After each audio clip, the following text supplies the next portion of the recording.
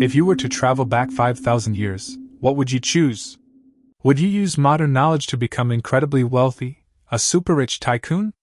Or would you raise your voice, command thousands of troops, conquer all sides, and carve out your own empire? Or perhaps he could start a small business, marry 100 wives, have a different one for each of them every day, and live a life of extravagance and debauchery. But what if you traveled back in time and your parents died, your family was destitute, your thatched hut leaked wind and rain, and you had several younger siblings who were starving in skin and bones? With such a disastrous start, would you still dare to say that you can definitely turn things around? My name is Xiafeng, and I was originally a university professor in the 21st century. But who would have thought that when I woke up, I would have transmigrated to an ancient dynasty called Daliang? Looking at the dilapidated thatched hut before me, and then at my younger siblings beside me, their eyes glazed over from hunger, I felt completely numb.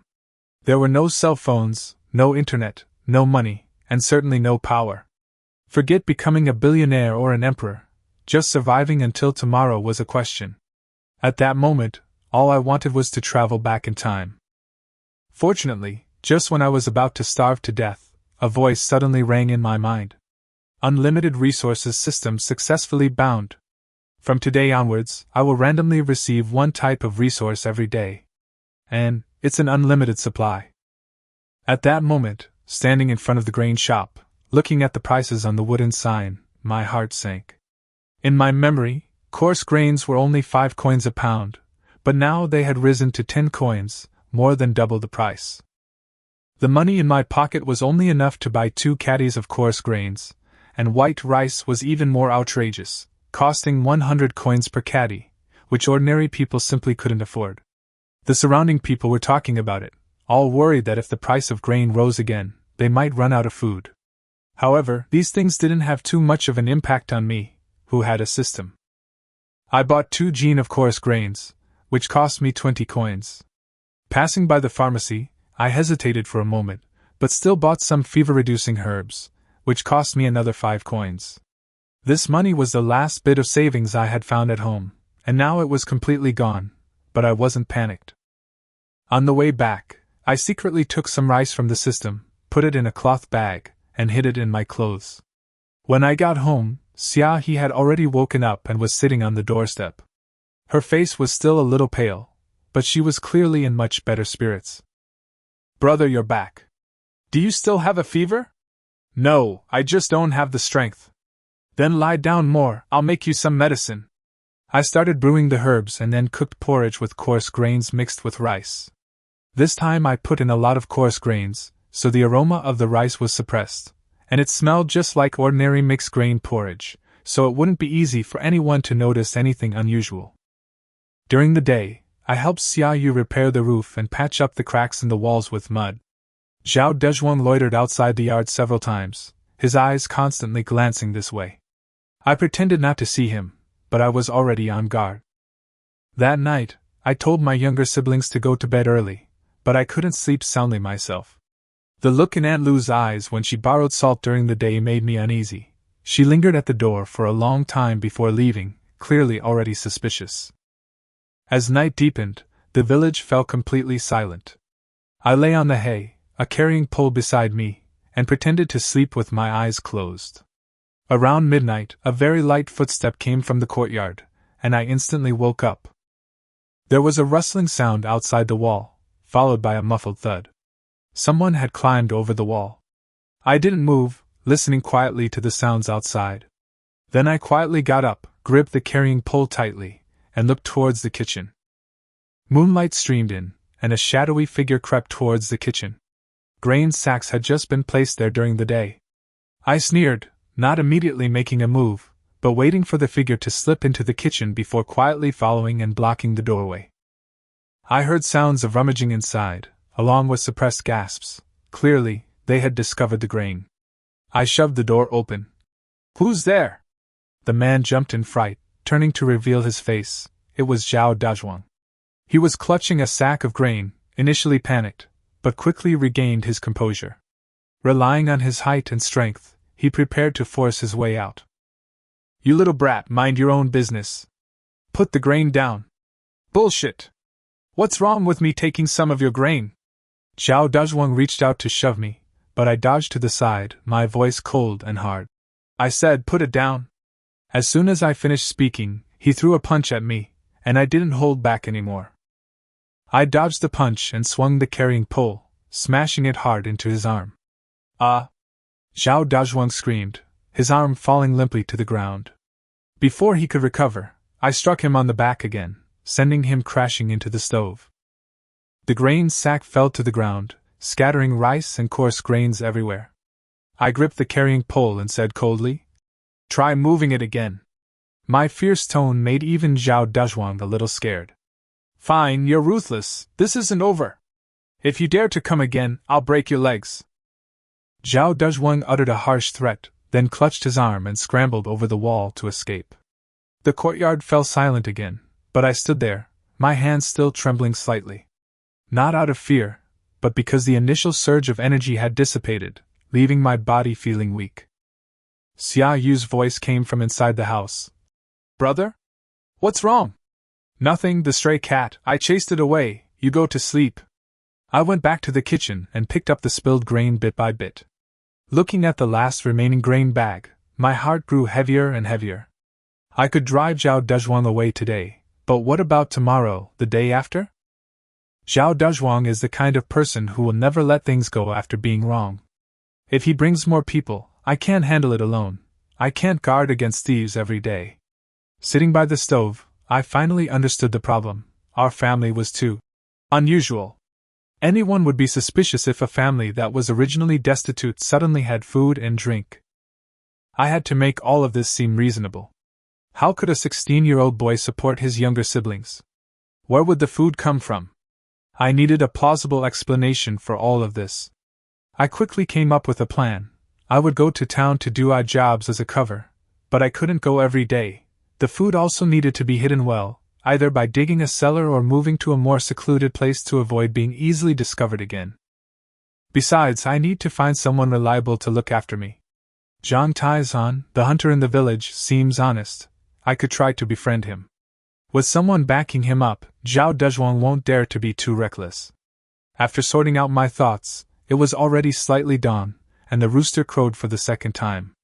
I put the carrying pole back where it was, lay back down on the haystack, and closed my eyes. I didn't tell my younger siblings in detail about chasing Zhao Dazhuang away last night. Xia Yu casually asked about it, and I just said it was caused by stray cats. The kids didn't think much of it. They ate and went to sleep, completely unaware of what happened during the night. As soon as it was light, I got up, and Xiaohe was still asleep. The little girl had drunk an extra bowl of porridge last night, and her complexion was noticeably better. Her fever had also subsided. I reached out and touched her forehead. It was cool, and only then did I feel completely relieved. I tiptoed out the door, carrying my machete, and headed towards the back of the mountain. Behind Qingzhou village lay a small but dense forest. I climbed the slope, found a dead tree, and began to chop. At 16, I was strong, and soon I had chopped a large bundle of firewood. As I worked, I kept thinking that relying solely on the system wouldn't be enough. No matter how much stuff we had, it still needed to come from somewhere. So I had to make sure people could see that I was working and earning money, so that I could make a living. After gathering the firewood, I tied it tightly with rope and carried it towards Hiku town. The town, named after the river, was the largest market town in the vicinity. The streets were already bustling with activity early in the morning, filled with the sounds of various vendors calling out their wares. I found a conspicuous spot, put down the firewood, and waited for someone to buy it. A short while later, a plump old man dressed in silk came over and asked the price. "How much is this firewood?" 10 coins, I replied, following the market rate. The old man frowned and tried to bargain.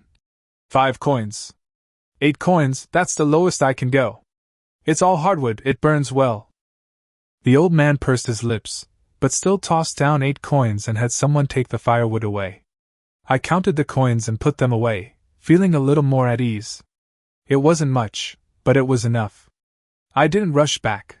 I wandered around the town for a bit, and just as I was about to leave, a ding sounded in my mind.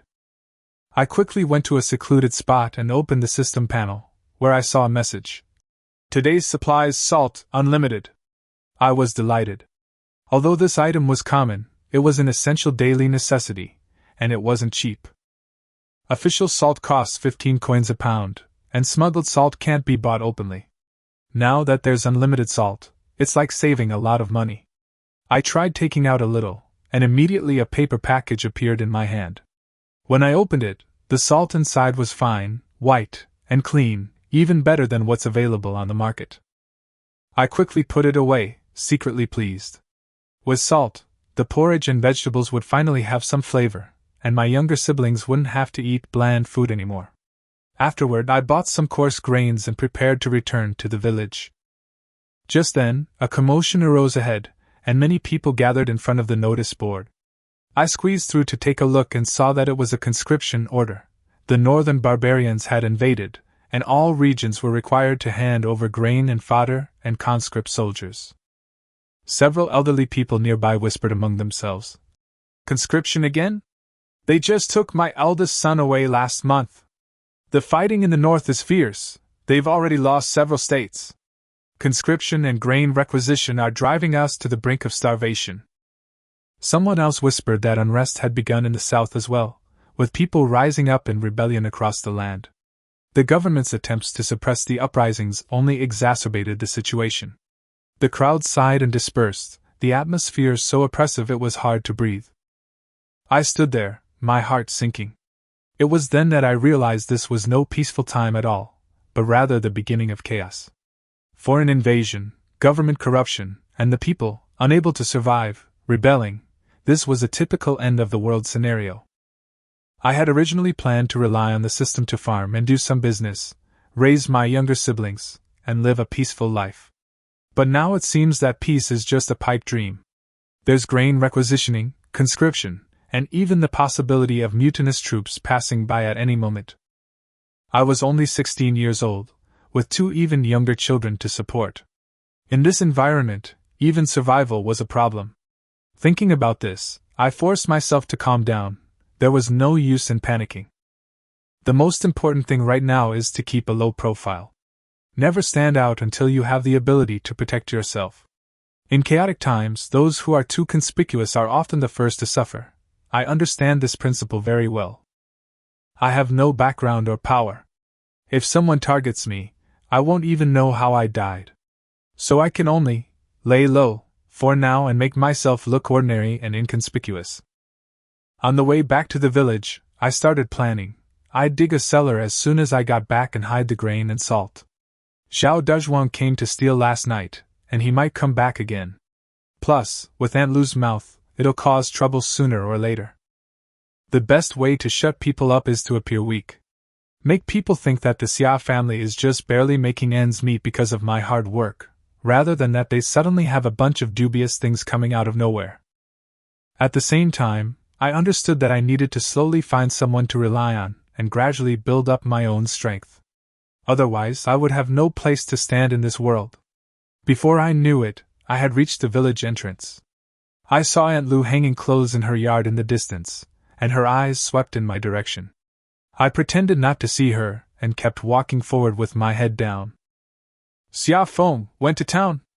Aunt Lu asked with a smile. Yes, sold some firewood and bought some coarse grains. I shook the bag. Just this? I didn't have money to buy anything else. After saying that, I made an excuse to leave. When I got home, Xiao was sitting in the doorway basking in the sun, looking quite energetic. Seeing me return, she smiled and called out, "Brother, you're back!" I nodded, saying nothing more. Taking advantage of the daytime, I started digging a cellar in the corner of the house. The pit wasn't big, only about half a person deep. I covered it with wooden planks and then lined it with dry grass. It was practically invisible unless you looked closely.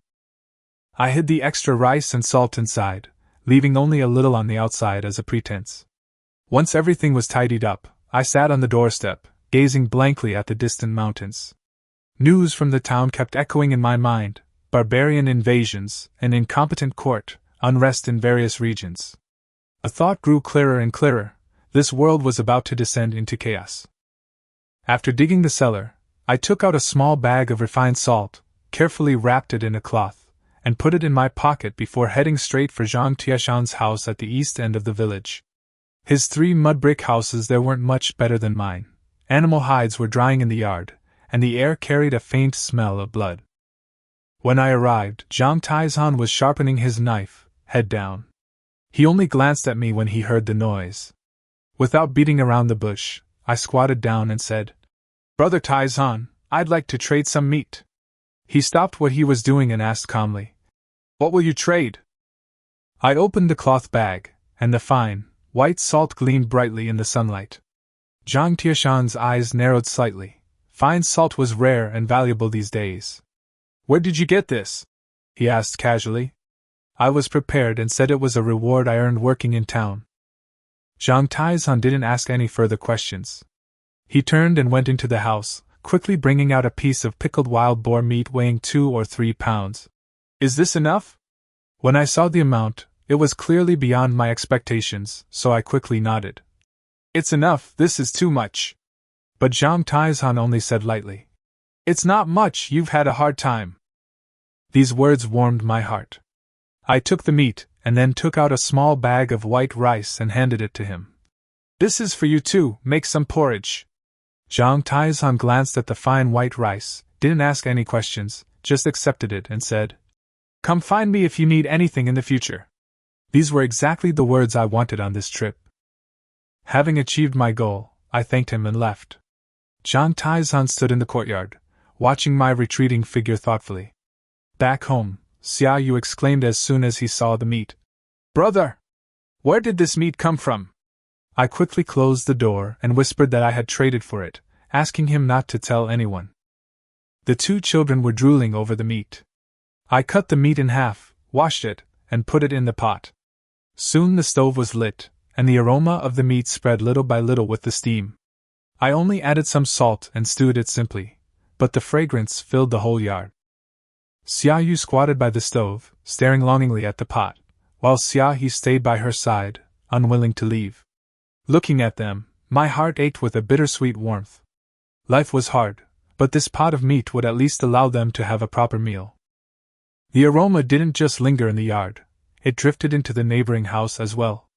Aunt Lu, with her keen sense of smell, quickly caught it, and hurriedly called out to Zhao Dazhuang, "That boy from the Xia family is stewing meat." Upon hearing this, Zhao Dazhuang's eyes lit up, and he immediately stood up, saying, "Let's go take a look." The 2 of them made up their minds and went directly to the door to cause trouble. Soon, the courtyard gate was pounded on loudly. "Xia Feng! Come out!"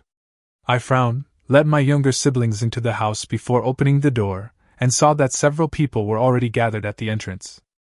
Zhao Dazhuang deliberately shouted loudly, "You're stewing meat? My family lost a piece of meat the day before yesterday." I sneered. "What does that have to do with me? I replaced it." And Lu immediately interjected. "What did you replace it with? What good stuff could you possibly have?"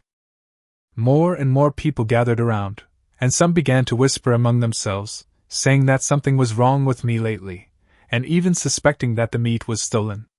I immediately realized that they were deliberately stirring up trouble to try and smear me. Just then, Aunt Lu suddenly rushed into the yard, yelling that she wanted to see the pot. I tried to stop her, but Zhao Dazhuang shoved me aside, ran straight to the stove, lifted the pot lid, and shouted, "Look everyone! This is my meat!" I steadied myself, stepped forward, and coldly asked, "You say it's yours, do you have any proof?"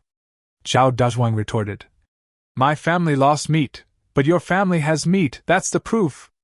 The scene became increasingly noisy. Just as the situation was about to spiral out of control, a deep voice suddenly came from outside the crowd. "I can prove that this meat was not stolen." Everyone turned around and saw Zhang Taizhan walking in with a bow on his back, exuding an imposing aura. He stepped forward and said calmly, "This meat was what I gave him in exchange." Then, he took out the packet of fine salt from his pocket, opened it, and showed it to everyone. "He traded this for it. Is this salt worth a piece of meat?" A murmur rippled through the crowd. Such fine salt was extremely rare. It could easily be exchanged for several pieces of meat. Zhao Dazhuang's face turned pale, and Aunt Lu fell silent. Zhang Taizhan put away the salt, coldly staring at them. Anything else to say? The two were speechless, unable to find a reason, and could only slink away from the crowd, leaving in a sorry state. After Zhao Dazhuang and his wife left, the crowd gradually dispersed. Zhang Taizhan was still standing in the courtyard, carrying his bao, his face indifferent. I stepped forward to thank him. Brother Taizhan, thanks to you today, otherwise things would have been really difficult to handle. Zhang Taizhan waved his hand, saying it was just the truth. I invited him to stay and eat meat, but he shook his head and refused, only telling me to save the meat for my younger siblings to nourish their bodies. Zhang Taizhan turned to leave, but paused at the door and whispered a reminder. Zhao Dazhuang is petty. He's lost face today, and he won't let it go easily. Be careful. Then he left. I kept his words in mind and returned to the stove. The meat in the pot was already tender and fragrant, and my younger siblings were staring at it eagerly. I smiled and invited them to eat, serving each of them a bowl of meat soup and a few pieces of meat. Xia Yu blew on it a few times, and after just one bite, her eyes reddened. She mumbled, Brother, it's delicious. Tears streaming down her face. Xia He also ate slowly, reluctant to swallow. My heart ached watching them. Only after they had finished eating did I eat some flatbread soaked in the soup to stave off my hunger. That night, the two children slept soundly. I lay on the hay, but my mind kept wandering back to the day's events. Zhao Dazhuang had lost face. He certainly wouldn't let it go so easily. I had to be prepared. As I thought about it, I gradually drifted off to sleep. The next morning, I went up the mountain to chop firewood as usual. On my way back, the system notified me. Today's supplies: coarse cloth, unlimited. I was delighted. This stuff was practical and inconspicuous. After returning home, I took out a roll of earth yellow coarse cloth. Xia Yu asked curiously, and I told her I was going to make new clothes for them. But as soon as I said it, I froze. I had absolutely no idea how to sew. After thinking for a moment, I decided to ask Granny Li in the village for help. That afternoon, I went to her house with some cloth and 5 coins, asking her to make 3 outfits. Granny Li looked at the cloth, didn't ask any questions, and immediately took on the task. The clothes were finished and delivered the next day. The stitches were fine and dense, and although they were made of coarse cloth, they fit well and were warm. Xia Yu ran around in the yard wearing them, while Xia He stood at the door, looking them over. I changed into my new clothes and felt much more energetic. The little girl tugged at my clothes, saying it felt like a dream. I just smiled and told her that things would get better and better. The peaceful days didn't last long before trouble came knocking. That morning, I was chopping wood when I saw the village head, Wang Digui, strolling leisurely towards me. This man was always greedy, and the villagers dared not speak out against him. Wang Digui stood at the door, glanced around the yard, and immediately produced a document, saying that this year's poll tax for 3 people totaled 150 won, and must be paid in full within 3 days. My heart sank. I was almost penniless and could only beg for a few more days with a forced smile. But Wang Digui wouldn't budge. He even sarcastically remarked that I had been eating meat and buying clothes lately and didn't seem like I was broke. Finally, he threw out a harsh remark. If you can't pay, you can use someone as collateral. Your brother is 12th, he'll be perfect for hard labor. Upon hearing this, my expression instantly changed.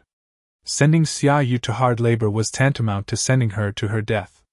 I suppressed my anger and dealt with the situation, but after she left, my fists clenched tightly. When I returned to the room, I only casually mentioned that it was about taxes, but Xia Yu had already sensed something was wrong and silently didn't ask any further questions. 3 days to gather 150 coins is simply not enough by chopping firewood. I have no choice but to consider using the system's resources. After some thought, I decided to sell 2 jin of rice at 95 coins per jin, which would both avoid suspicion and allow me to raise enough money.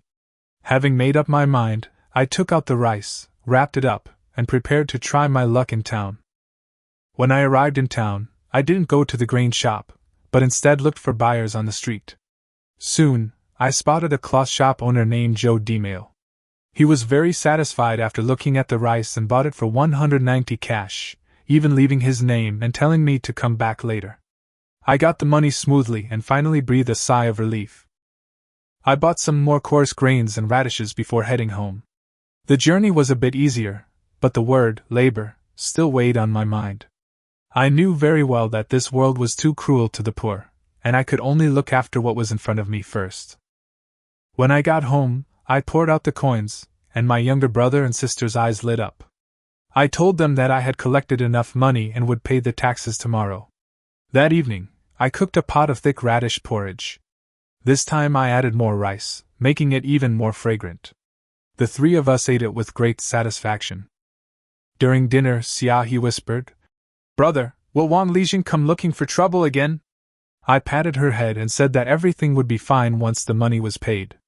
But I knew very well that this was only a temporary reprieve.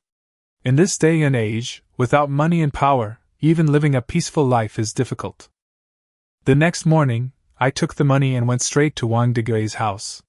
Wang Digui lived in the middle of the village. His house, made of blue bricks and tiles, had a stone stool at the entrance, making it look much more impressive than ordinary farmers' houses. When I arrived, he was leisurely drinking tea and only glanced at me. "Hey, Xia Feng, what's up?" Wang Digui asked knowingly. I was annoyed, but I smiled and took out a string of copper coins, handing them over. "Village head Wang, head tax, 150 coins, please count them." My tone was respectful, but I suppressed my emotions. Wang Digui took the coins, counted them twice to make sure they were correct, and then put them away.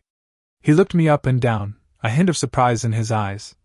"You've collected them all in just one day?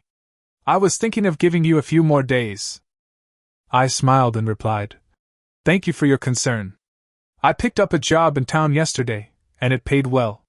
Wang Digui stared at me for a few seconds, then gave me a meaningful smile. "Money has to be earned cleanly.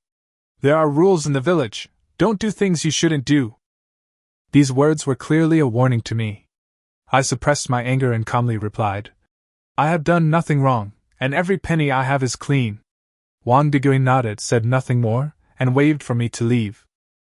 Once I was outside the courtyard, I finally let out a long breath, inwardly cursing the old man for his sarcastic and unpredictable manner. But I also knew that the other party was the village head, and I couldn't afford to offend him for the time being. The most important thing right now was to truly establish myself. I'd long understood that the system could only be used covertly, not openly. A legitimate livelihood was essential to maintain appearances. For me, farming was the most suitable option. Having land and food meant I could feel secure. After returning home, I began planning to reclaim wasteland. My family only had half an acre of poor land, barely enough to make ends meet, so I decided to cultivate another acre of wasteland to grow some crops that could be sold. Just then, a notification sounded in my mind. Today's supplies have been refreshed. I opened it and was immediately stunned. Sweet potato seedlings, unlimited. I almost burst out laughing. Sweet potatoes have a high yield, are easy to grow, and can be used as food or sold for money, making them the most suitable choice right now. The system giving me unlimited seedlings is like a godsend. I immediately took out dozens of seedlings, wrapped their roots in a damp cloth, and placed them in a shady spot before heading out to find a plot of land. There was a patch of wasteland by the river outside the village, overgrown with weeds, but the soil was good and it was close to a water source. I walked around it, selected an acre, and simply marked the area with stones. With the land settled, the most arduous task of clearing the land began. On the first day, I chopped down all the weeds and piled them aside to dry for firewood. By the time I finished, it was already dark, and my arms were so sore I could barely lift them. The second day, I started digging up the grass roots, which was even more tiring than chopping the grass. Each swing of the hoe made my hand go numb, and I had to dig up the stubborn grass roots repeatedly. After a whole morning of work, I had blisters on my hands. When I went home for lunch, Xiaoyu saw my hands covered in cuts and bruises and felt sorry for me. "Brother, let me help you." I shook my head and quickly treated the blisters. "You can stay home and take care of Xiaohe." I continued working in the afternoon, and by evening, the weeds were mostly cleared away. I sat at the edge of the field, looking at the cleared wasteland, and finally felt a sense of accomplishment. The third day was for turning the soil, which was the most physically demanding work. I loosened the soil with each hoe stroke, broke up the clods, and removed the stones. I worked from morning till night to finish turning the entire plot. Looking at the soft earth, my hands covered in mud, I felt a great sense of relief. This acre of land was finally starting to look decent. On the fourth day, I began ridging and planting the seedlings. Following my memory, I divided the land into rows, dug holes in each row, planted the sweet potato seedlings one by one, and then watered them thoroughly. After finishing, I stood at the edge of the field, looking at the neat rows of seedlings, and let out a long sigh of relief. This plot of land was finally truly planted. All I need to do now is water and weed regularly. Sweet potatoes are easy to grow. In 3 or 4 months, we can harvest them, yielding at least 1,000 caddies per acre. On my way home after packing up my tools, I ran into Zhang Taizan. He was carrying a bow and a wild rabbit, having just come down from the mountain. Clearing land? Zhang Taizan asked. Yes, plant sweet potatoes by the river, I replied. Zhang Taizan nodded. That piece of land is good, it can work. After saying that, he added a reminder. There are wild boars over there occasionally, be careful. My heart skipped a beat, but I nodded and made sure to remember. Zhang Taizan left after speaking. When I got home, Xia Yu had already prepared dinner, coarse grain porridge with pickled vegetables, simple but filling. Xia He ran over and pulled me. Brother, are you tired? I picked her up and said with a smile, I'm not tired. When the sweet potatoes are ripe, I'll roast them for you, they're very sweet. The little girl's eyes curved into crescents. Really? I nodded. When have I ever lied to you? After planting the sweet potatoes, I went to the field almost every day. I watered them, weeded, and loosened the soil without missing a beat. The sweet potato seedlings grew lush and green, which gave me peace of mind. However, I couldn't just focus on the field all the time. I also had to continue chopping firewood and doing other chores. At the same time, I noticed that since I started farming, the system was providing more resources, farm tools, seeds, and even daily necessities. That day, after selling firewood, I was returning to the village when I passed by Zhang Tieshan's house and saw him processing his game in the yard. 2 wild rabbits and a pheasant were cleaned and hung on a rack to dry. Brother Taizan, you've had quite a haul today. Not bad, want to come in and sit down? I didn't stand on ceremony and went in, squatting down to watch. Zhang Tieshan's skinning technique was very skillful. With one cut, the entire rabbit skin came off intact. I couldn't help but praise him, but he simply replied, You get the hang of it with practice. I didn't beat around the bush and went straight to the point. Brother Taizan, I want to learn hunting from you, just so I can get some meat from my younger siblings. My tone was very sincere, without any unnecessary words. Zhang Taizan stopped hunting and glanced at me. Hunting is risky. There are wild boars and wolves in the mountains. Something bad could happen. I know. With you leading the way, I feel more at ease.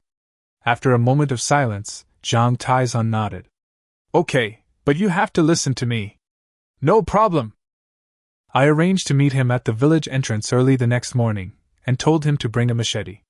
When I told Xia Yu about it at home, she wanted to come along, but I refused her outright. You stay home and watch over Xiao He until I bring the rabbit back. The next day, just as dawn broke, I got up, dressed, tied my trousers tight, grabbed my machete and water gourd, and rushed to the village entrance. Zhang Taizan was already waiting there, carrying a bow and crossbow, and we quickly entered the mountains. The mountain path was rugged and difficult to walk, but Zhang Tieshan's steps were steady and fast. I started panting after following him for a while. This is considered short. A round trip in the deep mountains would take a whole day. I gritted my teeth and followed without saying a word.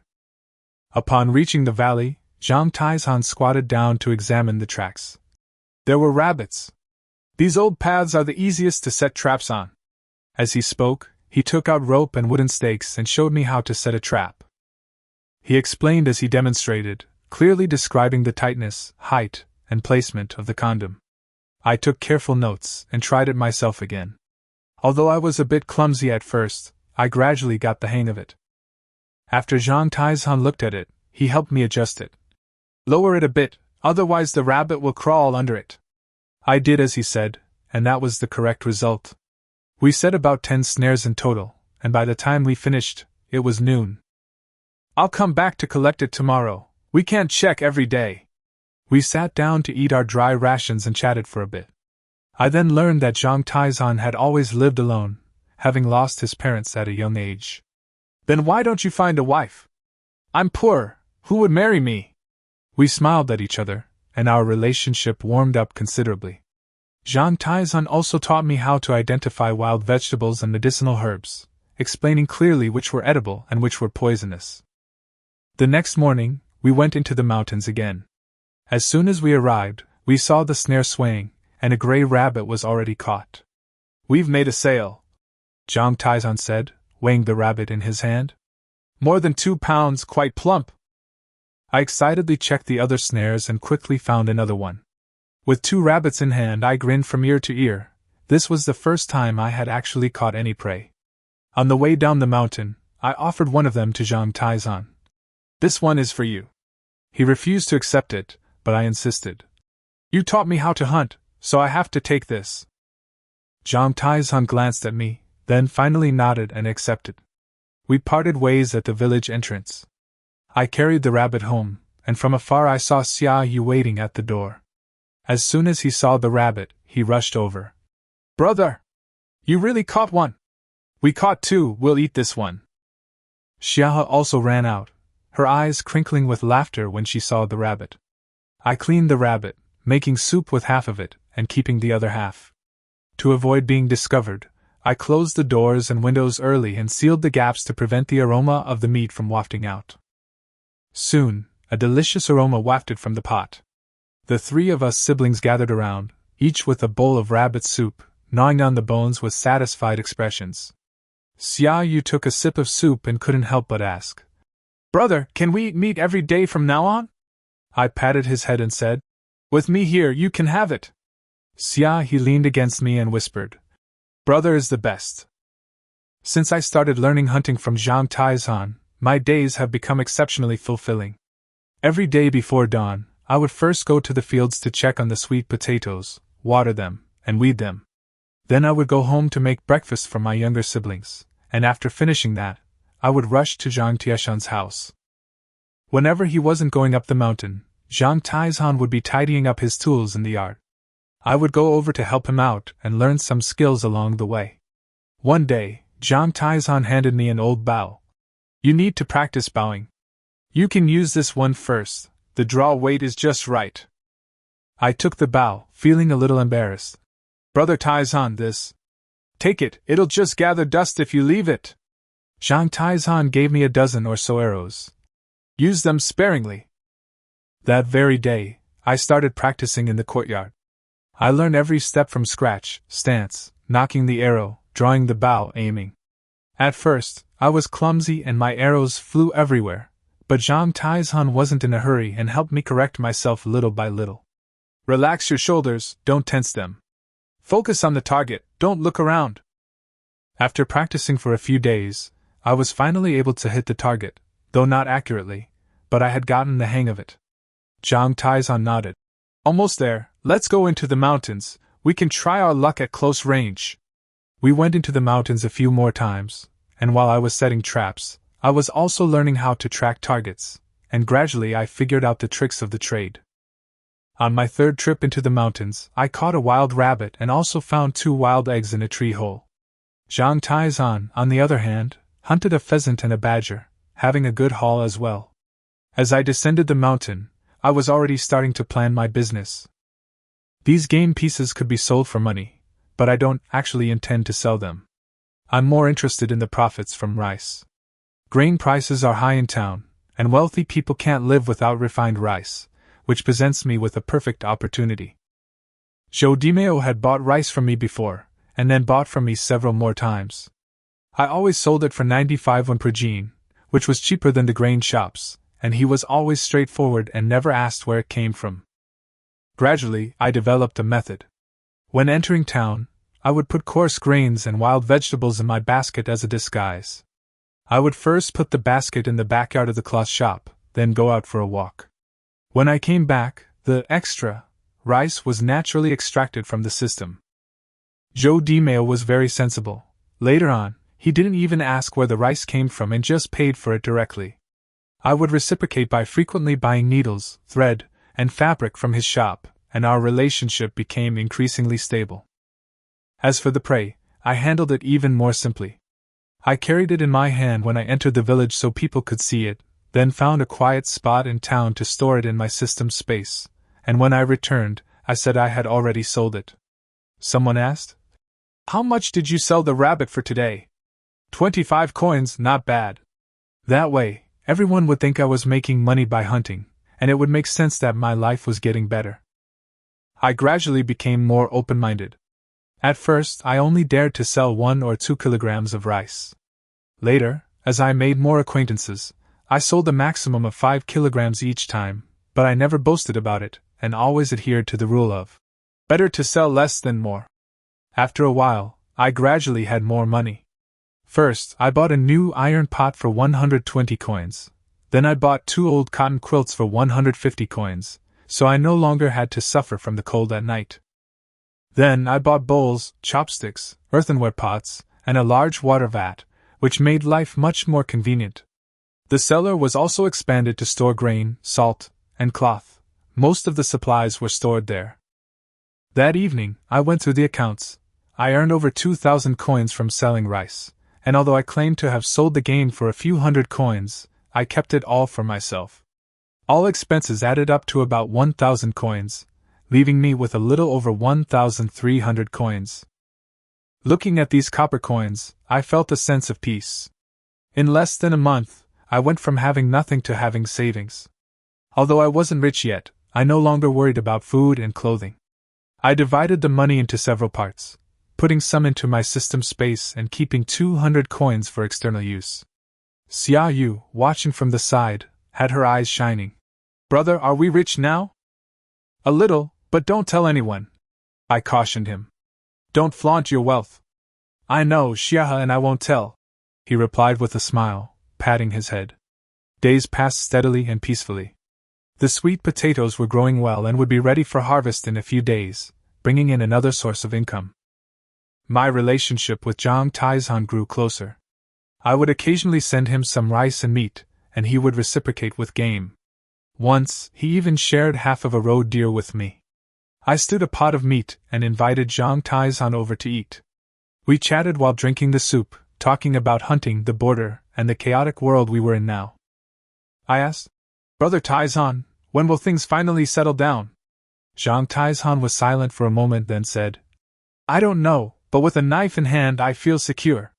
I looked at the bow in the corner and nodded. "I've slowly adapted to this world.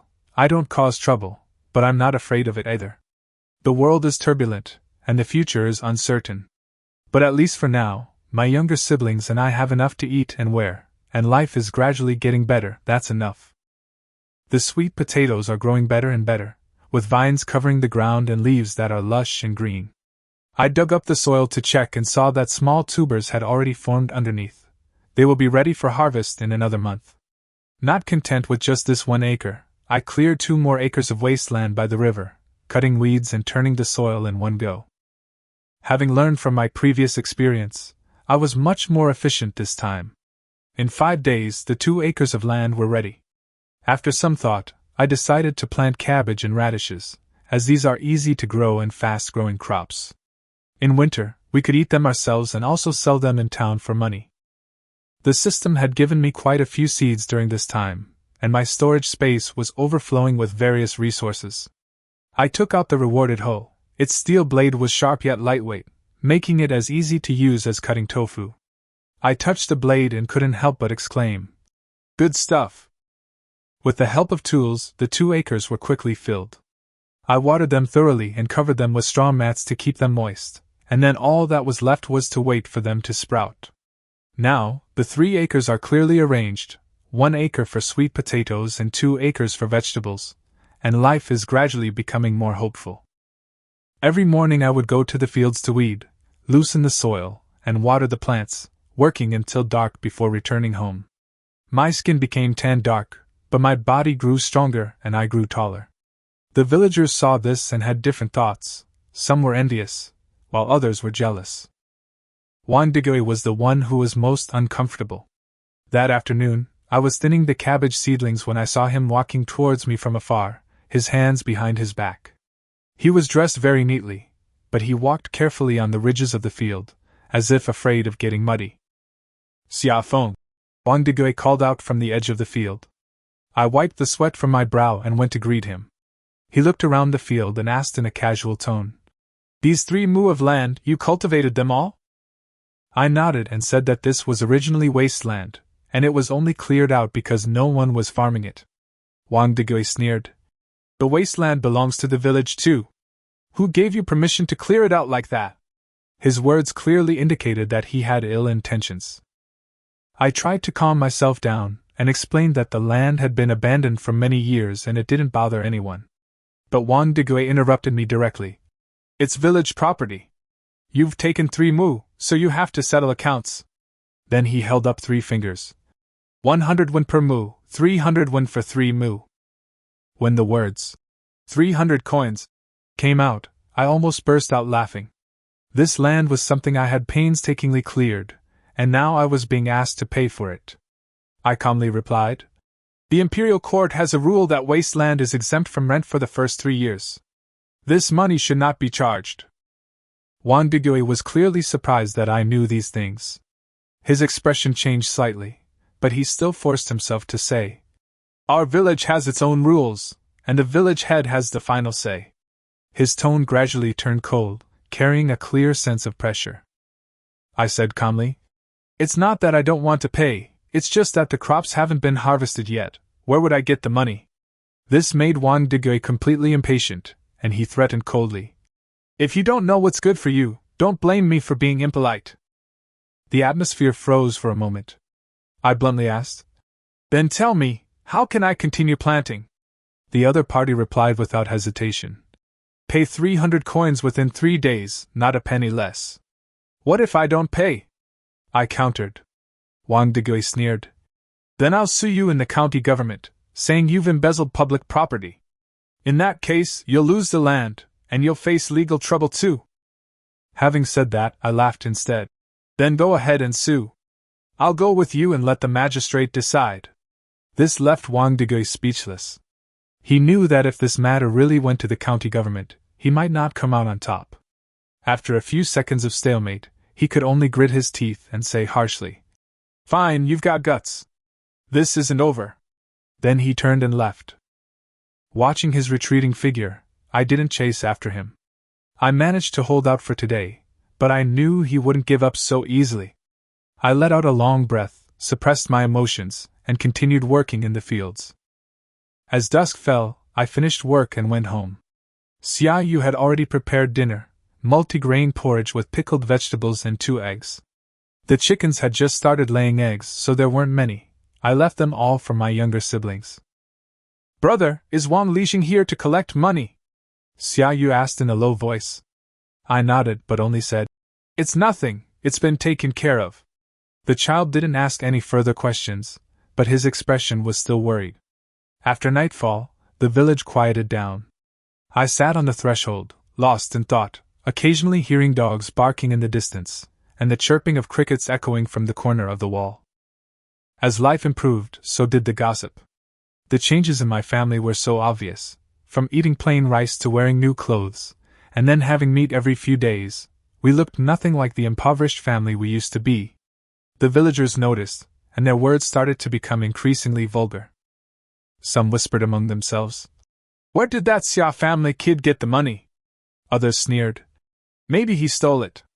Still others were skeptical, thinking that hunting couldn't possibly be that lucrative. The various speculations grew increasingly outrageous, and slowly the story distorted. I did hear those words. Once, on my way back from the fields, I passed the village entrance and saw several women chatting under the big locust tree. They lowered their voices as soon as they saw me. But the words, "ill-gotten gains," and "stolen," still reached my ears. I didn't stop or make a scene, I just walked past as if I hadn't heard anything. In my opinion, getting angry was useless. people can say whatever they want, you can't stop them. That afternoon, Xiaoyu was playing with a group of children at the east end of the village. In the midst of their lively conversation, a boy named Go Xing suddenly asked, Xiaoyu, my mom said your brother stole his money, is that true? Xiaoyu's face instantly turned red, and she angrily retorted, You're talking nonsense! Go Xing was unconvinced and shouted that this was what the adults said, even getting other kids to agree. After a few words, Xiaoyu was trembling with anger, her eyes red as she yelled, My brother didn't steal! If you keep talking nonsense, I'll beat you up! The other person sneered, You're guilty! And before the words were even out of their mouth, their fists slammed into her. The two quickly got into a fight, and the children nearby cheered, some even running to call for adults. By the time I arrived, Xiaoyu was already on top of Go Xing, punching him repeatedly, and had bruises on her own face. Xiaoyu! I pulled him away abruptly.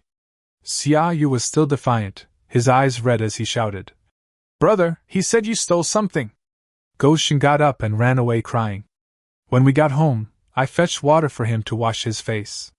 Xiaoyu, with blood streaming from his nose and tears falling, asked aggrievedly, Why did they say that about you? You clearly earned it through hard work. I didn't rush to explain, but simply handed him a wet cloth. I crouched down, stared at my younger brother, and asked, Did I steal it? Xiaoyu immediately shook his head. Did I do something bad? No! I smiled then. Isn't that enough? We have a clear conscience, and what they say doesn't matter. Xiaoyu was still unconvinced, so I patted him on the shoulder. If you go and fight them one by one, can you handle it? If you can't control what others say, then control yourself and live your life well. That's more important than anything else. My words weren't harsh, but they gradually calmed him down. Xiaoyu remained silent for a long time before nodding. Xiaohe, standing beside her, whispered that when asked, she always said her brother earned money through his own abilities. I laughed and pulled the two of them close, saying, All right, stop thinking about it. We'll stew meat for dinner tonight. That night, we three siblings ate a hearty meal of meat and white rice. Xiaoyu's mood improved considerably, and a smile returned to her face. I knew very well that these idle chatter was nothing compared to going hungry. The next day, I went about my work as usual, as if nothing had happened. The villagers, seeing this, began to change their tune. That kid's got a good heart, he's not bothered by all that talk. Others saw through it all, it was just jealousy. As time went by, the gossip faded. I continued living my life as usual, farming, hunting, and taking care of my younger siblings, moving forward step by step. That evening, the three of us sat in the courtyard enjoying the cool air. Xiaoyu suddenly said, Brother, I've made up with Go Xing. I was taken aback and asked him what had happened. Xiaoyu laughed and said that the other party came to apologize, saying that his family shouldn't have talked nonsense. He didn't hold it against them, and they remained friends. At the end, he scratched his head and said, Brother, you're right, just live your life well. I nodded, a smile on my face. Time flew by, and it was time to harvest the sweet potatoes. I squatted down in the field and dug up the soil, and what I saw almost made me shout out loud. The sweet potato tubers in the soil were thick and large, an exceptionally pleasing sight. I had never seen such growth in either of my 2 lifetimes. I pulled up a sweet potato stalk, with 5 or 6 large tubers hanging from it, weighing about 3 or 4 pounds. I pulled up several more stalks in succession, and each one was the same. Roughly calculating, 1 acre of land yields at least 1,500 jin, 750 kilograms, of sweet potatoes. Goodness gracious! I wiped my sweat and couldn't help but laugh out loud. This kind of yield is almost unimaginable in this era. An ordinary sweet potato yields only 500 or 600 catties per mu, while mine is several times that. I called Xiaoyu to help with the harvest. The 3 siblings worked for 3 days. Xiaoyu pulled up the vines, I dug up the sweet potatoes, and Xiaohe wiped the sweet potatoes clean and stacked them neatly. They worked together in an orderly manner. After harvesting from 3 mu of land, we got more than 1,500 jin of sweet potatoes. The cabbage and radishes were also growing very well, but we could keep them for a while longer, and there was no rush to process them. I did the math and decided to keep 500 caddies for our own consumption, and sell the remaining 1,000 caddies. At the current price of 15 won per caddy, that would be 15,000 won, equivalent to 15 taels of silver.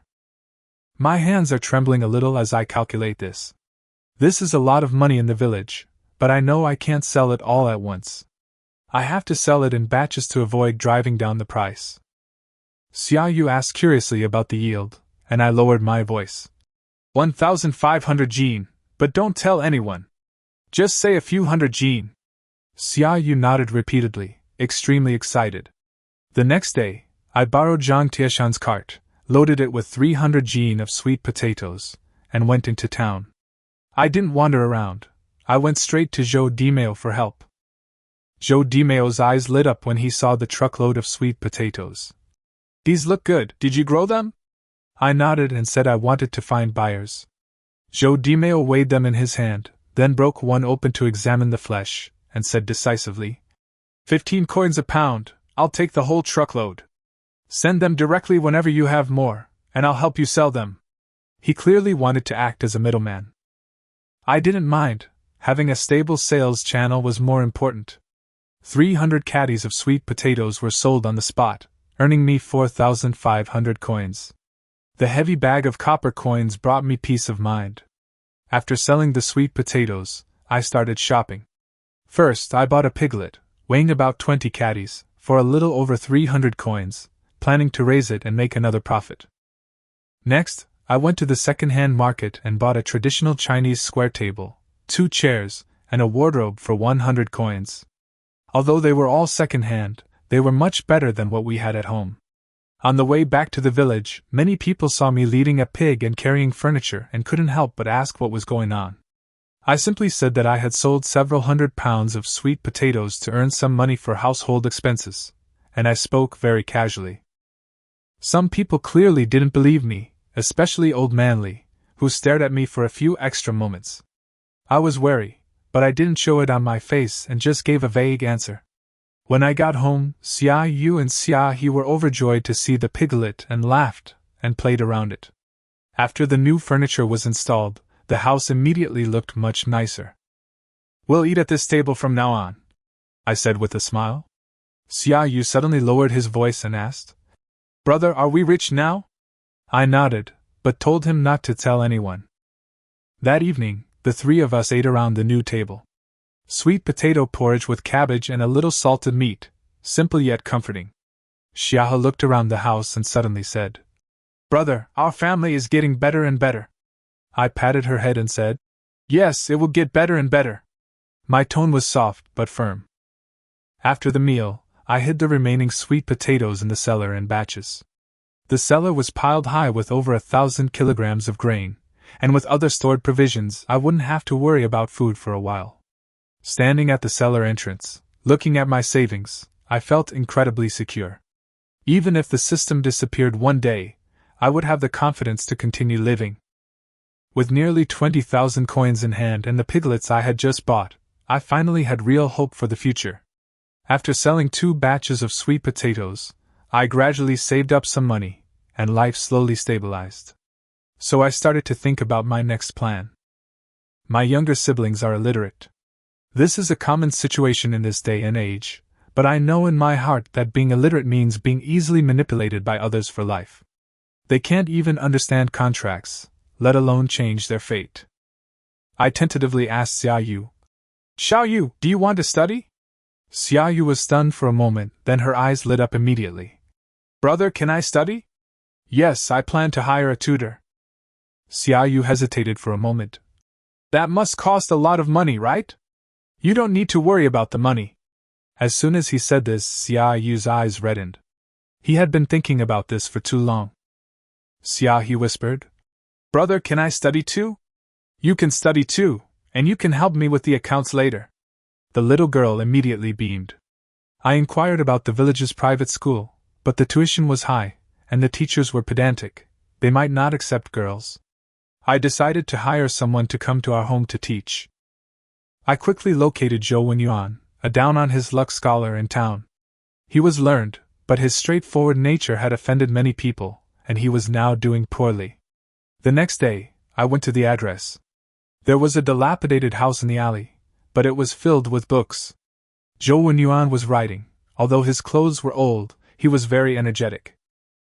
After I explained my purpose, Zhou Wenyuan seemed a little surprised. After inquiring about the child's situation, we discussed tuition fees. 100 coins a month, I stated directly. This price wasn't high or low, but it was very reasonable for Zhou Wenyuan. He looked me over a few times and finally nodded in agreement. I'll go tomorrow.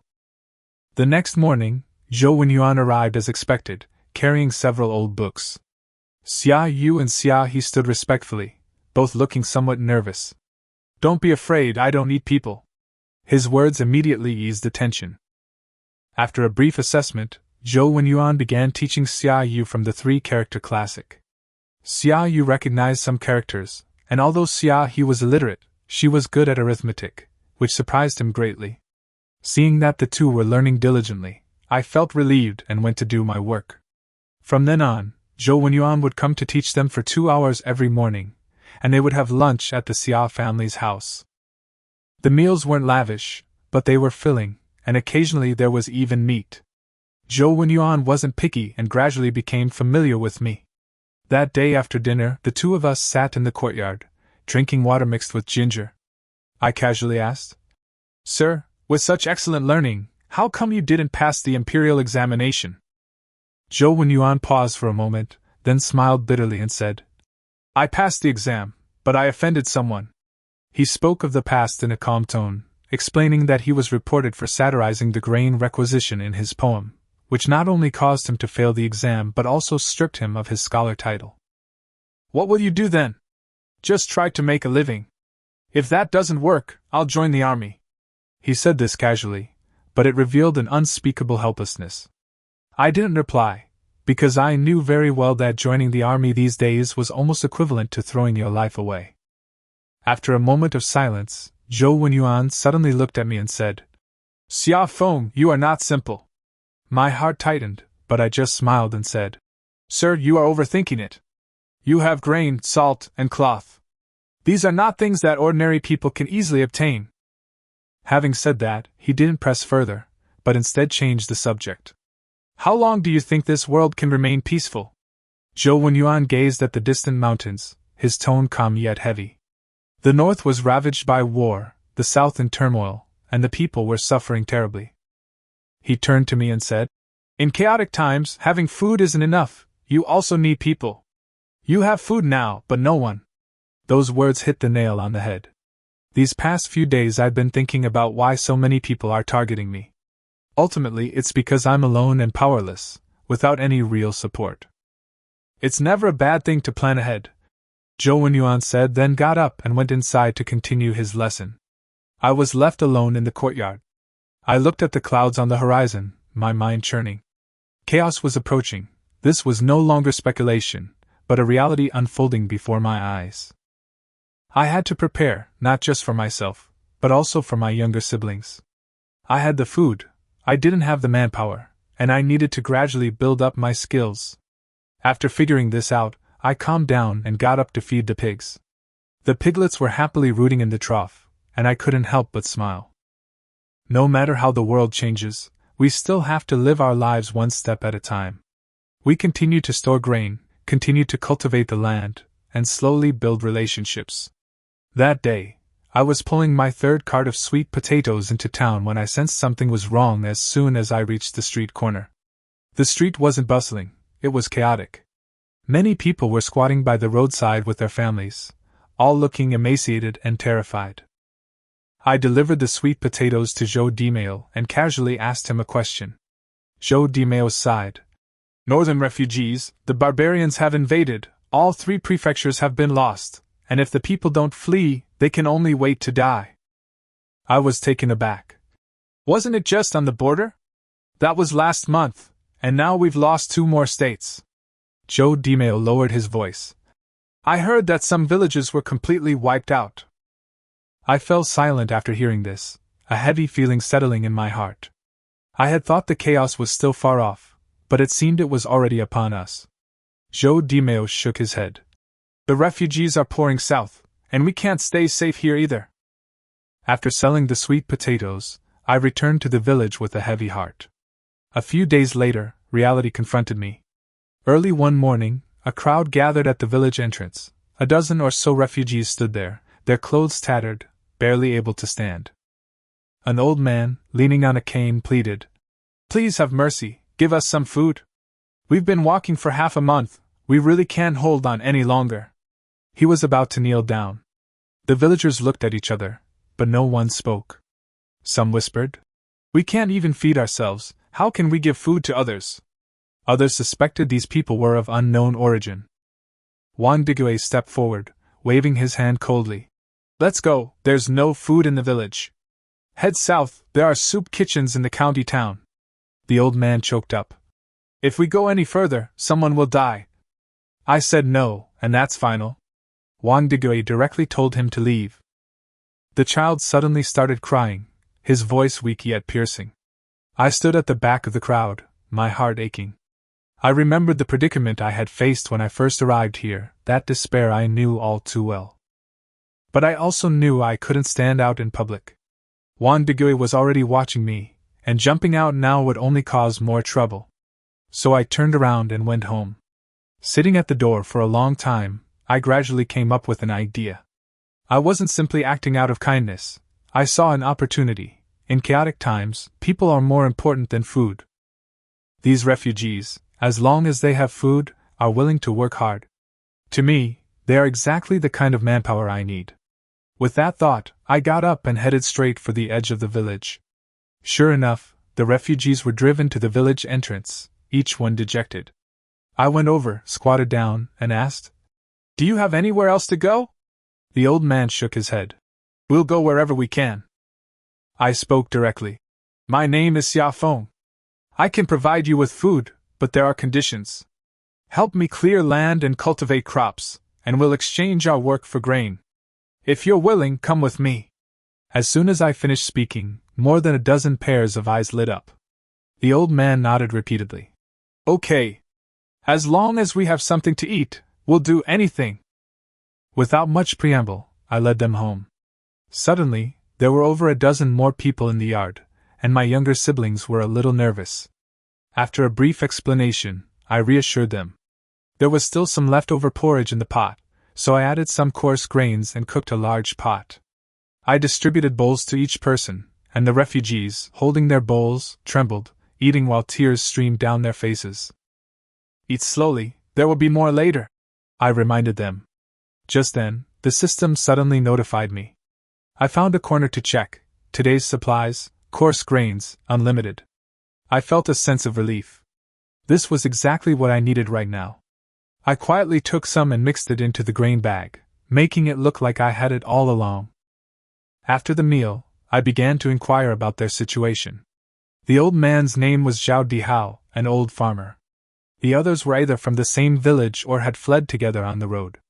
"Stay with me for a few days," I arranged. "There's some open land in the east of the village. We can build a shed there first, and once things calm down, we can clear the land and start farming."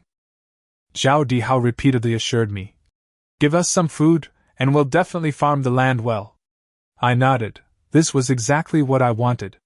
Afterward, I went to Zhang Taizan to explain the situation. Zhang Taizan frowned and warned, "Be careful, don't let Wang Digui find any fault with us. I'll have them work in exchange for grain, no one can gossip about that." Together, we set up a few makeshift sheds in the east of the village, finally giving the refugees a place to stay. The news spread quickly, and the village was abuzz with discussion. Some said I was brave, while others thought I was kind-hearted. Wang Digui's face was grim, but he had nothing to say. After all, I was using my own grain and doing my own business. He couldn't interfere, so he could only harbor resentment. I didn't care. I squatted at the edge of the field, watching Zhao Dihao lead his men to clear the wasteland. They turned over half an acre of land in just one morning, an astonishingly efficient process. Xia Yu handed me some water and whispered, "Brother, they're working really hard. We provide them with food, so naturally they'll put in the effort." I nodded. "Remember to let them rest more." I glanced at the system panel again, feeling reassured. Food wasn't a problem for now. As long as the land was cultivated, these people could gradually become self-sufficient. And I, too, will possess a force of my own. In this chaotic world, manpower is the greatest source of strength. On the third day after the refugees were settled, trouble indeed came knocking. That morning, I was leading people to clear the land when I saw several yamen runners approaching the village entrance from afar. Each of them was dressed in black robes and carried a sword, looking menacing and clearly up to no good. I immediately told Zhao Dihao and the others to go back and hide, and I hurried to the village entrance. As I got closer, I saw that the leader was a dark-faced man with triangular eyes that looked like they were staring at a thief. Aunt Lu followed behind, a smug look on her face, and pointed at me, shouting, "Uncle Li, that's him!" Li Si sized me up and down before saying directly, "Someone accused you of harboring thugs. Bring them all out." I remained calm and said they were just hired workers. He sneered, "Enough nonsense, bring them out." Soon, Zhao Dihao and a dozen others were brought out, all with their heads down, not daring to speak. Li Si walked around the courtyard, staring at the crowd and asking, "You said they were hired workers, do you have contracts?" He was clearly trying to find something to use against them. I was prepared and handed him the contract. It was one I'd had someone write beforehand, clearly outlining the employment relationship. Li Si flipped through a few pages, his expression clearly displeased. I'd effectively blocked his path. Aunt Lu tried to stir things up, claiming the contract was fake, but Li Si stopped her. However, the matter didn't end there. The constables began searching everywhere, even the cellar, and soon found a considerable amount of grain. After hearing his subordinate's report, Li Si's expression immediately changed. He looked me over again, his tone meaningful. "Kid, you're not exactly rolling in dough. Where did all this grain come from?" I explained that I got the money from selling sweet potatoes, but Li Si didn't believe me at all. He then changed the subject. "This matter could be a big deal or a small deal. On the big side, you're harboring refugees and hoarding grain, which could land you in legal trouble." The meaning was clear from the other side of the story. Suppressing my anger, I asked, "What do you mean, sir?" Li Si held out his hand, a meaningful smile on his face. "Give me some money, and I'll settle this for you. 500 cash." Upon hearing this number, my heart sank, but I still nodded. I knew I couldn't confront this kind of person head-on. I had to endure it for now. I went back inside to get the money and handed it over. Li Si weighed it in his hand, accepted it with satisfaction, and patted me on the shoulder. "Know what's good for you. From now on, mention my name." After saying that, he left with his men, and Aunt Lu followed him off in a dejected manner. The courtyard quickly fell silent. I squatted by the stove, not saying a word. 500 coins gone just like that. It wasn't the money that bothered me, it was the frustration. Xia Yu came over to comfort me, but I just shook my head. "I'm not sad, I just feel suffocated. I'm clearly an honest and law-abiding citizen, yet I'm constantly being exploited, simply because I have no power or influence." At this moment, Zhang Taizan returned. After hearing what had happened, he remained silent for a long time, then muttered under his breath, "This damned court will be finished sooner or later." His tone wasn't harsh, but it carried a fierce edge. He recounted his experiences in the army, saying that the imperial court embezzled military pay and exploited soldiers, yet when foreign enemies came, their first thought was to flee. In such a world, how could the people have any faith in them? I listened in silence, but thought of history from my past life. A dynasty that has reached this point is usually nearing its end.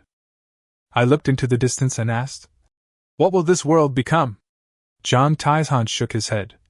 "I don't know. But to survive, you need a knife, food, and people." These words suddenly woke me up. I lost 500 coins today, but gained a clearer understanding. Farming alone is not enough. I also need the ability to protect myself. I already have some money and food, and I'd gathered a dozen or so men, but what I lack is strength. Thinking of this, I stood up and said to Zhang Taizan, "Brother Taizan, teach me how to use a knife." Zhang Taizan glanced at me and simply nodded. "Okay." Without further ado, I practiced swordsmanship with Zhang Taizan whenever I had free time. Lacking a proper weapon, I had to make do with a woodcutter's axe. Jiang Tieshan's swordsmanship was devoid of fancy moves. It was all ruthless, hard-won techniques honed in life-or-death struggles, simple, direct, yet extremely lethal. After a few days of practice, I gradually started to see some results. My situation here is relatively stable, but the situation outside is becoming increasingly chaotic. Bad news keeps coming in. First, the neighboring Lijia village was attacked by refugees at night, their granary was looted, and people were injured. Then, Wangjiaji, 10 miles away, was ransacked by more than 20 bandits, and 3 people even died. When this news reached Qingzhou village, panic gripped the village. Villagers discussed it amongst themselves, all worried that misfortune might befall them someday. Listening to these conversations in the fields, I knew in my heart that this could not be ignored. Qingzhou village is small, and if bandits really come, it will have no ability to resist. Without weapons or organization, they will only be able to flee for their lives. I quickly made a decision: we must prepare in advance. That afternoon, I went to Zhang Taizhan and told him my idea. After listening, Zhang Taizhan was silent for a moment, then nodded in agreement. We need to form a village protection team, otherwise if something really happens, no one will be able to escape. After discussing it, we decided to go to the village head, Wang Digui. Although he was unreliable, we had to get past him, otherwise we might be framed. Wang Digui's attitude remained evasive after hearing the suggestion, only saying, "Do whatever you want," but clearly stating he wouldn't be responsible if anything went wrong. This ambiguous attitude was obviously leaving himself an escape route. I understood, but I didn't care. As long as he didn't interfere, that was enough. After we left, Zhang Taizhan bluntly said that this person was unreliable, but I just smiled and said, "Not interfering is helping." That evening, Zhang Taizhan gathered men at the threshing ground. A dozen or so young men arrived, all strong and capable laborers from the village. At first, everyone hesitated, and the atmosphere was a bit tense. I stepped forward and declared, "Taizhan and I will take the lead. We won't work for free. Each family will contribute some grain as payment." This eased the atmosphere considerably, and soon someone took the lead in signing up, with the rest joining in one after another. In the end, they managed to gather 15 people. Zhang Taizhan immediately divided them into 3 shifts, taking turns patrolling and keeping watch, patrolling the village at night and guarding the village entrance during the day. If anything happened, they would immediately sound the alarm with a gong, and the whole village would respond. Weapons were just SOSO. Whoever had a hoe, carrying pole, or machete brought them. I suggested contributing money to buy a few decent weapons, and everyone agreed. After the meeting, we knew privately that this small force couldn't possibly stop a large band of bandits. We could only defend against small groups and buy time. As for the government, no one held out hope. The next day, I went to town to sell sweet potatoes and exchanged them for 2 waste knives and 3 spears. The knives were sharp, and the spears were sturdy, finally giving the team some decent weapons. That night, the village patrol officially began its patrols. I was on the first shift, walking around the village with a few others, spears in hand. The night was deep and quiet, with only the chirping of insects, creating a tense atmosphere. Someone couldn't help but ask if bandits would come. I simply said, "I don't know, but it's never wrong to be prepared." These words, though not harsh, reassured them somewhat.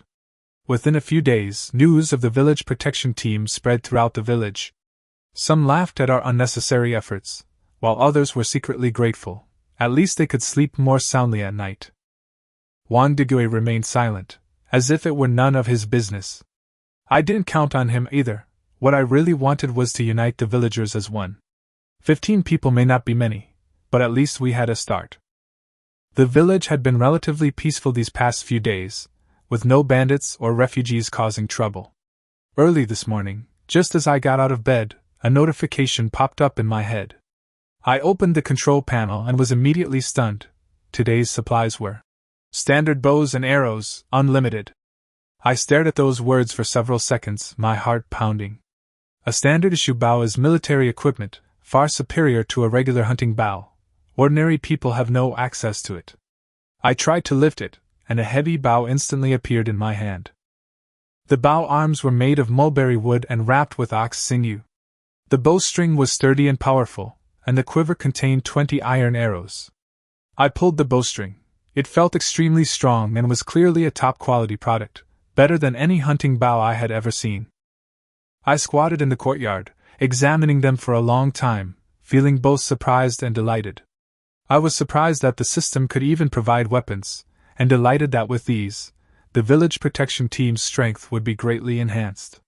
But the problem was, it was difficult to explain the origin of these things. After thinking it over, I decided to tell everyone that I bought them in town. Although it wasn't very believable, it was still more plausible than saying they appeared out of thin air. Having made up my mind, I took out 6 bows and 100 arrows, wrapped them up, and headed straight for Zhang Tiashan's house. Zhang Taizan was practicing his swordsmanship when he saw the bundle and looked puzzled. When I opened it, 6 bows were neatly laid out, their arrows white as snow, which immediately changed his expression.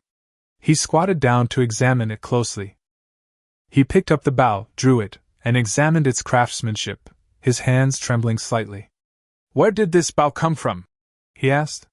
I casually replied that I bought it in town, saying it was a cheap sale by a merchant from out of town. Zhang Taizan glanced at me but didn't press the matter. He knew these things weren't from a simple background, but since I didn't say, he didn't pursue the matter further. "A fine bow." He examined it repeatedly. "It's even better than the ones used by the border troops, with a range of at least 100 paces. As he spoke, he drew the bowstring taut, producing a clear hum that invigorated everyone. I seized the opportunity to say, "Brother Taizan, I don't know how to use it. Can you teach everyone?" Zhang Taizan nodded, and that very afternoon he summoned all the members of the village protection team to the threshing ground. The straw targets were set up on the threshing ground, and 14 men stood in a row. Zhang Taizan got straight to the point. "Even with a good bow, you still need to know how to use it. From today onwards, practice for 1 hour every day." He started by teaching the most basic standing posture, explaining the key points of holding the bow, knocking the arrow, and drawing the string. His movements were as steady as a pine tree, and with one arrow, he hit the bullseye, leaving everyone dumbfounded. When it was everyone's turn to try, things weren't so good. Some couldn't draw their bows, some couldn't aim properly, and some arrows fell as soon as they were knocked. I struggled myself, and it took me several tries to barely manage to shoot an arrow. Zhang Taizan patiently corrected them, pointing out the problems one by one. After an hour of practice, most people couldn't even touch the target, but no one was discouraged. Instead, they practiced with increasing enthusiasm. When packing up, he instructed everyone to come to practice on time every day, and that the bows and arrows would be kept in a unified place and not taken home. No one objected. It wasn't safe to keep such things at home. After everyone left, I stayed behind to help and asked him if he could learn it. Zhang Taizan said that as long as one was willing to work hard, one could shoot accurately within 50 or 60 paces within a month, which would be enough to deal with ordinary bandits. Before leaving, Zhang Taizan asked again about the bow's origin. I still insisted that I bought it in town. He was silent for a moment, then only warned me. "If the government takes notice of this, there will be trouble." I nodded, understanding the risk. But in this world, without weapons, there is no security. To live a stable life, one cannot simply be an honest person who can be manipulated by others. When I got home, Xia Yu and Xia He had already prepared dinner. Simple sweet potato porridge with side dishes, yet it felt very cozy. Xia Yu asked how my archery practice went, and I laughed, saying I missed 8 out of 10 shots, which drew a teasing remark from my younger brother. Xia He also clamored to learn archery, and I smiled and ruffled her hair, telling her to grow up first. The atmosphere in the house lightened considerably. After dinner, I went to the cellar and hid the 2 extra bows I had taken today in the innermost part. The system still has unlimited supplies. These weapons will be crucial for my future survival. The village protection team has been practicing archery for about 10 days, and their accuracy has improved significantly. Zhang Taizan estimates that within 50 or 60 paces, they can hit the target 6 or 7 times out of 10, which is enough to deal with bandits. As dusk fell, Zhao Dainyu, who was on lookout duty, ran back to the village, his face pale. "They're here!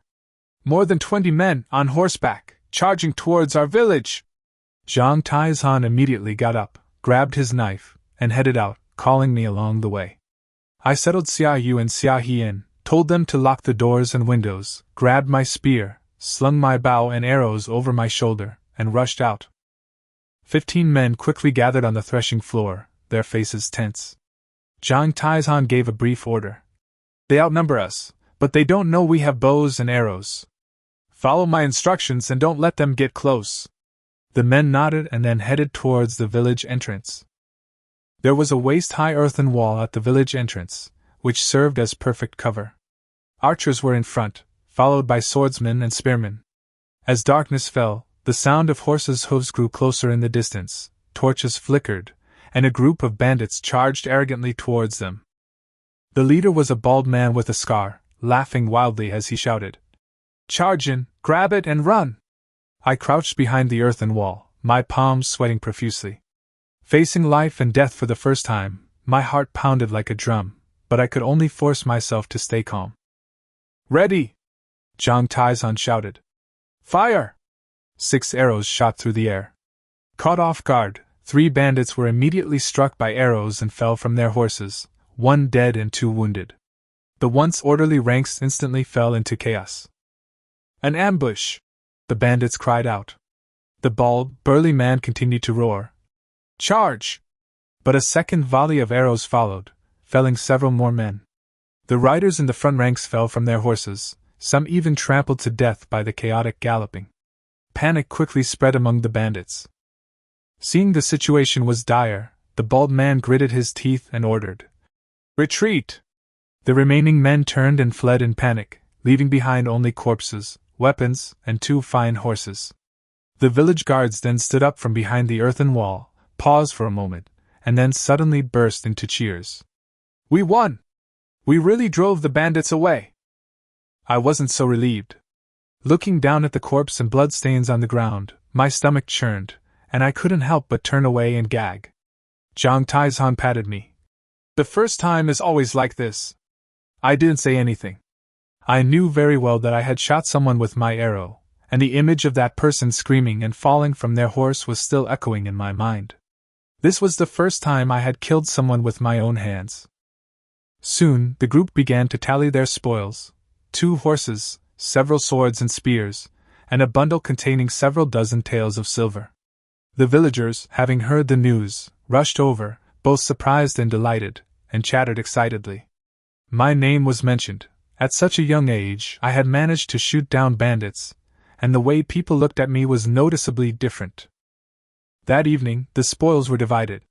The 60-odd taels of silver were split among everyone, 4 taels each, and the rest was used to buy wine and meat to celebrate. No one objected. It was the result of everyone's hard work. When I got home, Xia Yu and Xia He were still waiting for me. "Brother, are you all right?" "I'm fine, the bandits were driven away." Xia clung to me tightly, whispering that she was scared.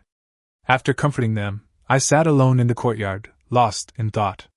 The night was deep and quiet, but the image of that arrow and that scream kept replaying in my mind.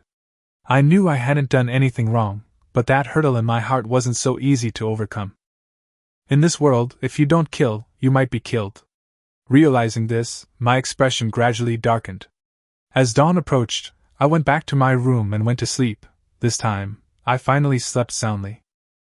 The next day, the village was as lively as if it were New Year's Day.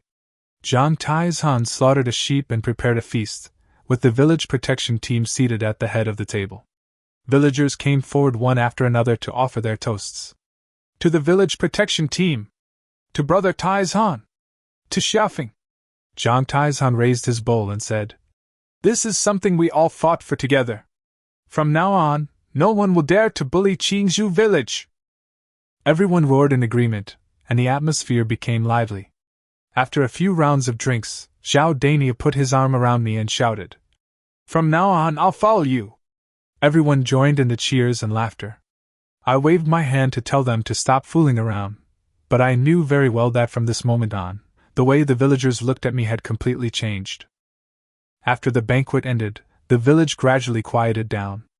Only a few women remained on the threshing floor, tidying up the tables and chairs. I was just about to take my younger siblings home when Zhang Taizhan called out to me from behind. Xiafeng, let's go for a walk. I told Xia Yu to take Xia He back first, and then I followed Zhang Taizhan out of the village. We walked slowly along the riverside path, and Zhang Taizhan remained silent, creating a somewhat somber atmosphere. After walking for a while, Zhang Taizhan stopped by a large rock, squatted down, and drew a few lines on the ground with a twig before finally speaking. You fought well today, I replied casually. It's because you commanded well. Zhang Taizhan shook his head. If it weren't for your batch of bows, if we had charged in head-on, at least half of us would have died. After he finished speaking, he stood up, looked at the river, and said seriously, I've made up my mind. From now on, you will be the leader of the village protection team. I was taken aback and immediately refused. You're the one who built this team, and everyone respects you. Zhang Taizhan interrupted me. Do you really think they only respect me? Zhao Dania's words I'll follow you today weren't just drunken talk. He looked directly at me. Those guys in the village protection team have long since accepted you. I can fight, but I'm not good at managing people or things. You're different. I was silent for a moment, then asked, How am I different? Zhang Taizhan looked at me. You know what you're doing. From the moment you took out those bows, I knew you were no ordinary person. He didn't press me about where the bow came from, but continued. Following you, everyone has food to eat, isn't bullied, and can even win battles, that's enough.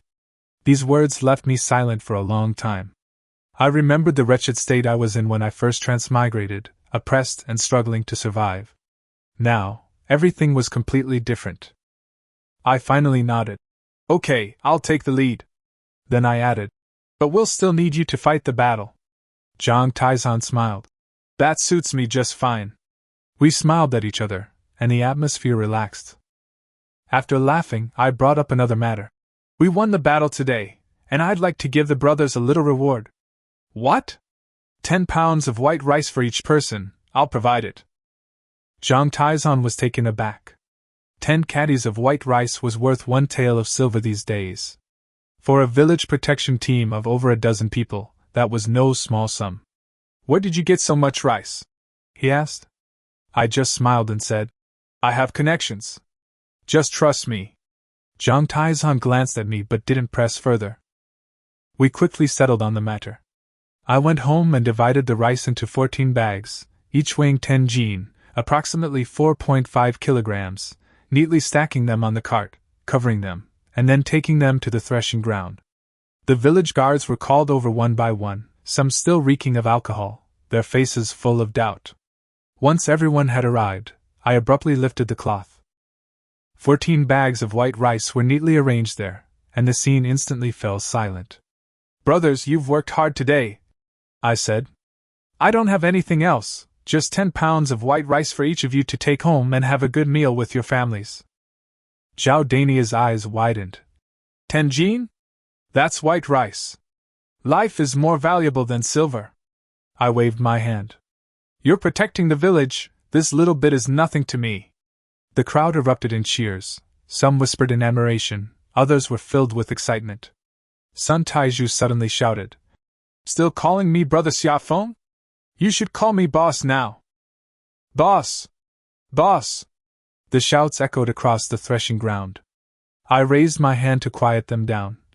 What you call me doesn't matter, but since you all acknowledge me as your leader, I have to be responsible for you. My voice wasn't loud, but it carried weight. As long as I have food to eat, I won't let you go hungry. After I said that, the room fell even quieter, then erupted in an even louder shout. Boss! The commotion quickly spread, and villagers gathered to see what was happening. Everyone was stunned when they saw the cartload of white rice. So much white rice! A whole 140 jin! This is an incredible amount! Some were amazed, others envious. Wan Digui stood at the back of the crowd, his face grim, unable to utter a single word. Aunt Lu muttered a few words under her breath, only to be immediately rebuked, and could only slink away in disgrace. Grandma Li came over, leaning on her cane, tears streaming down her face as she looked at the white rice. Good child, remembering everyone even when there's food. I helped her up, saying, we need to help each other out to get by. Then I personally handed out bags of rice, one by one, and everyone received them with great solemnity. Only after I finished distributing them did the crowd slowly disperse. As night deepened, I pulled my empty cart home. Xia Yu and Xia He greeted me. Brother, finished distributing money? Yes, I'm done. They all call you boss. Xia He said, blinking. I smiled. They're just kidding. But the little girl said seriously, Brother, you're really amazing. I ruffled her hair, saying nothing more. After packing my things, I washed my face and lay down. Closing my eyes, the scene on the threshing floor still lingered in my mind. Those repeated calls of, Boss! Warmed my heart. I couldn't quite describe the feeling, but I knew very well something had changed. When Zhao Daini carried the bag of white rice home, his mother was still busy sewing shoe soles. He put the rice on the table, untied the cloth, and the white rice was revealed, instantly dazzling to the eye. Aunt Xiao was stunned. She grabbed a handful of rice, examined it repeatedly, and then brought it closer to smell it. Her eyes immediately reddened. Where did this rice come from? Her voice trembled. Zhao Daini grinned. The boss gave it to us. Brother Xiaofeng said to call him boss from now on. Each member of the village protection team gets 10 caddies of white rice. Everyone gets some. His tone was full of pride. Aunt Xiao's hand trembled, and rice leaked through her fingers. She quickly gathered it back, grain by grain, afraid of wasting it. 10 pounds of white rice. When your father was alive, we only ate it a few times a year. As she spoke, tears fell from her eyes. Zhao Daini squatted down to comfort her. Mother, things will get better from now on. The eldest son said that as long as he has food to eat, we won't go hungry. Aunt Xiao wiped away her tears and nodded, saying, He's a good young man. I'm at ease with you following him. Then she smiled and changed her address. Okay, call him elder brother, and work hard for him. Zhao Daini responded and carefully locked the rice into the cupboard. He couldn't bear to eat too much of this 10 jin of rice. He planned to mix it with coarse grains and cook it slowly so it would last a long time. Meanwhile, Lu Xuanzi brought the rice home. His wife initially thought it was coarse grains. When she saw it was white rice, she was stunned, forgetting even to comfort the child. This is white rice? She asked, her voice trembling. Lu Xuanzi nodded. The eldest brother gave it to us, 10 jin each. As soon as he finished speaking, tears streamed down her face as she hugged the rice like a precious treasure. She had been married into the family for many years and had never eaten white rice. This bag of rice completely won her over. From now on, you'll work for the eldest son. Do whatever he tells you to do. After saying that, she scooped out a bowl and carefully placed it on the stove. Make porridge for the child tomorrow morning. Lu Xuanzi watched this scene and felt incredibly warm inside. Sun Taizhu was all alone in his family. He poured rice into the pot to cook porridge, sat alone by the stove, and drank it, tears falling drop by drop into the bowl. He thought of his deceased family members. If they were still alive, they too could drink this bowl of white rice porridge. But now, he was the only one left guarding this hard-won sustenance. When Aunt Lu returned home, her face was very grim. As soon as she entered, she slammed the door and cursed. That brat from the Xia family! Give each member of the village protection team 10 caddies of white rice. Zhao Dazhuang was stunned. 10 caddies? Where did he get so much? Aunt Lu became angrier and angrier as she spoke. Look at them, and then look at yourself. Her words were full of resentment. Zhao Dazhuang was so ashamed by the scolding that he could only mutter that he was no match for her. Aunt Lu, after scolding for a while, calmed down and started planning again. Go visit him tomorrow, she said in a low voice. We can't afford to offend them now. If they bring up your past, you won't be able to handle it. Zhao Dazhuang was silent for a moment, then could only nod.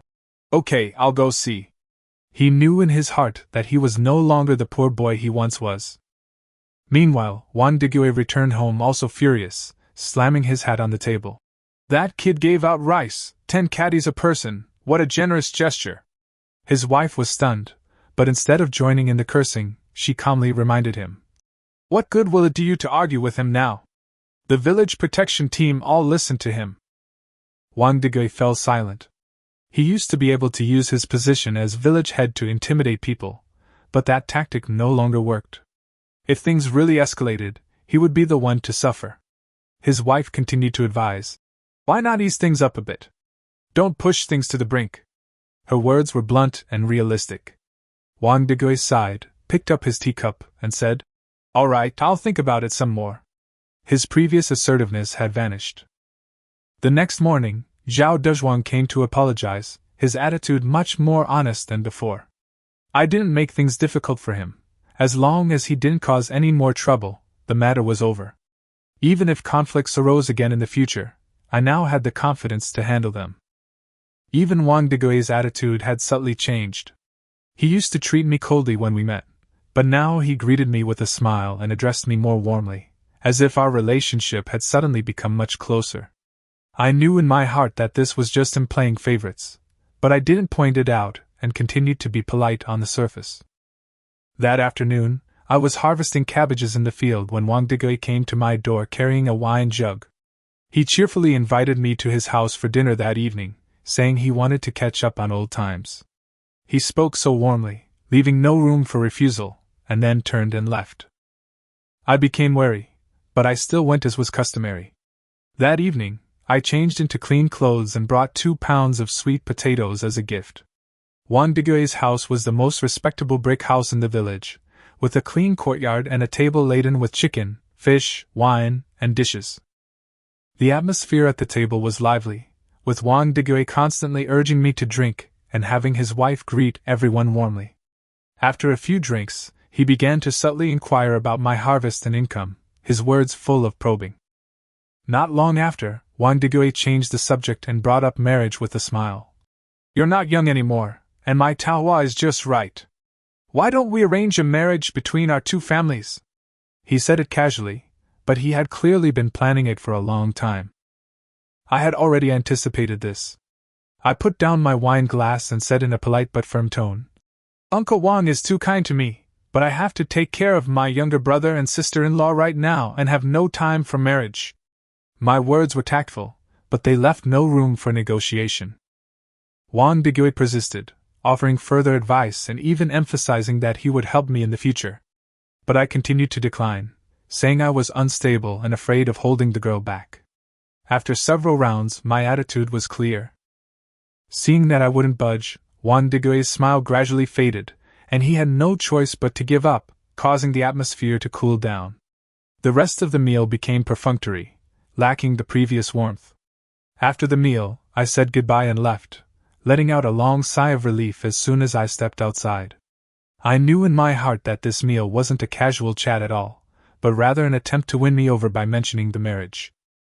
To put it bluntly, this isn't a marriage proposal, but rather an attempt to recruit me. Before I was poor, and Wang Degui looked down on me. Now that I have skills and manpower, he wants to tie me to his side. But I won't fall for that. Besides, I've met Wang Taohua before. She's arrogant and wouldn't even give me a second glance. If she really marries me, she might not be able to settle down. When I got home, Xia Yu was still reading under the lamp, while Xia He was already fast asleep. When Xia Yu asked what had happened, I only said I'd had a meal and hadn't mentioned marriage, not wanting my younger brother to overthink it. Lying in bed that night, I knew very well that although I'd refused, I'd also offended Wang Degui. He holds grudges and will undoubtedly try to sabotage me in the future. However, I'm no longer the person who could be easily manipulated. If something really happens, I have the confidence to handle it.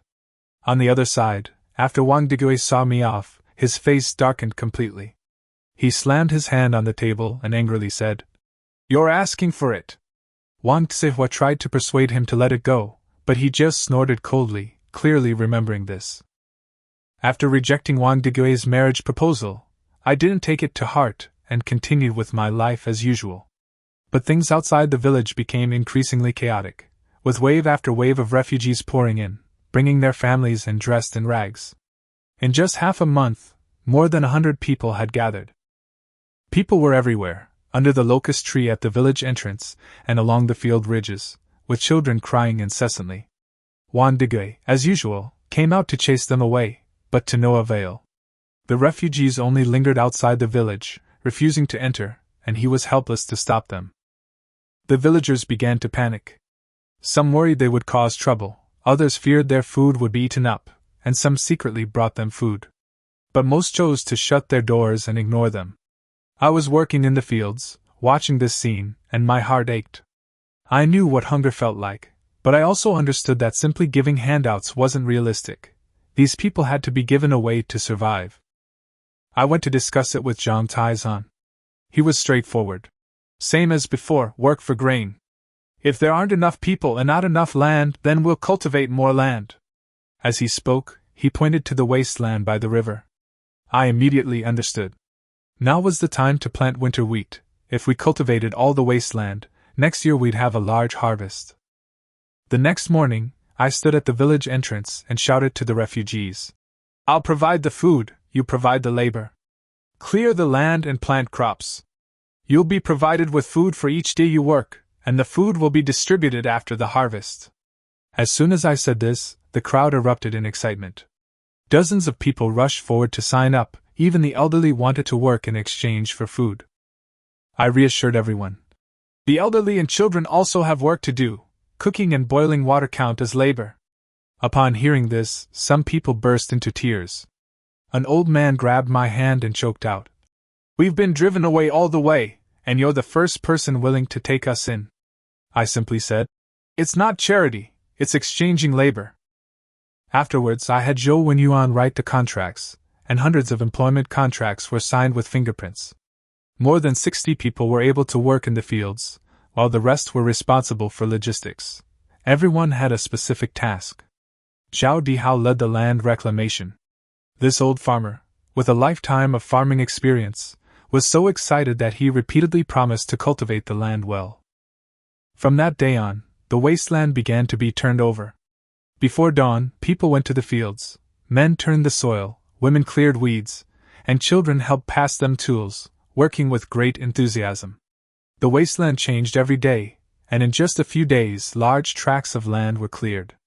I, on the other hand, took food from the system, 2 meals of porridge a day, simple but enough to fill my stomach. The refugees were grateful and worked with extra effort. The once lifeless crowd gradually came to life. The villagers noticed and discussed it constantly. Some thought I was bold, while others began to realize that I had more and more people under my command and that my status was quietly changing. Zhang Taizan led the village patrol team to prevent trouble, and said to me, "These people will be your foundation in the future." I didn't say much, but I understood. Only with food and manpower can we stand firm. This is the step I must take. As evening fell, I stood by the river, looking at the newly cultivated fields. Smoke rose from the chimneys of the sheds, and children played merrily in the open space, a stark contrast to when I first arrived. Xia Yu handed me a bowl of water and whispered, "Brother, why are you taking care of them?" I thought for a moment and said, "Because we were poor once too." I paused, then added, "Help if you can, I don't want anything in return, just peace of mind." Xia Yu nodded silently after hearing this. Just 2 days after the refugees were settled, the county's official document arrived. That morning, Juan Digwe summoned the entire village to the threshing ground, his face grim. "The higher-ups are demanding taxes and military provisions for bandit suppression. Qingzhou village must deliver 10 sure of grain and 5 taels of silver within 3 days." The moment the words were spoken, the villagers erupted in uproar. 10 sure was equivalent to over 1,000 jin of grain, and with the silver added, it was no small sum for each household. All the villagers' resentment suddenly surfaced. "The bandits came but we didn't see them, and now they're here to collect money? They're trying to drive us to our deaths." Juan Digwe clapped his hands impatiently. "Arguing with me is useless. If you don't pay, the constables will come and arrest you." The crowd fell silent, but the resentment on their faces was impossible to suppress. I stood in the crowd, silently doing some calculations. This wasn't too difficult for me, but for others, it was a heavy burden. After the meeting, I stayed behind to ask if we could postpone it for a few days. Wang Degui shook his head. 3 days is 3 days, no one can change that. According to the head count, my family of 3 would have to pay 27 caddies of grain and 108 win. I nodded and didn't argue anymore. Back home, Xia Yu gritted her teeth in anger. Why are they charging us this money? Keep your voice down, I whispered. Now is not the time to turn on them. I knew very well that arguing now would be suicide. If the yamen runners came, we would be the ones who suffered in the end.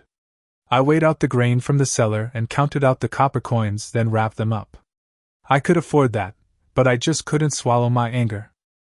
In the afternoon, I went to find Zhang Taizan, whose face was equally grim. What can we do if we don't hand it over?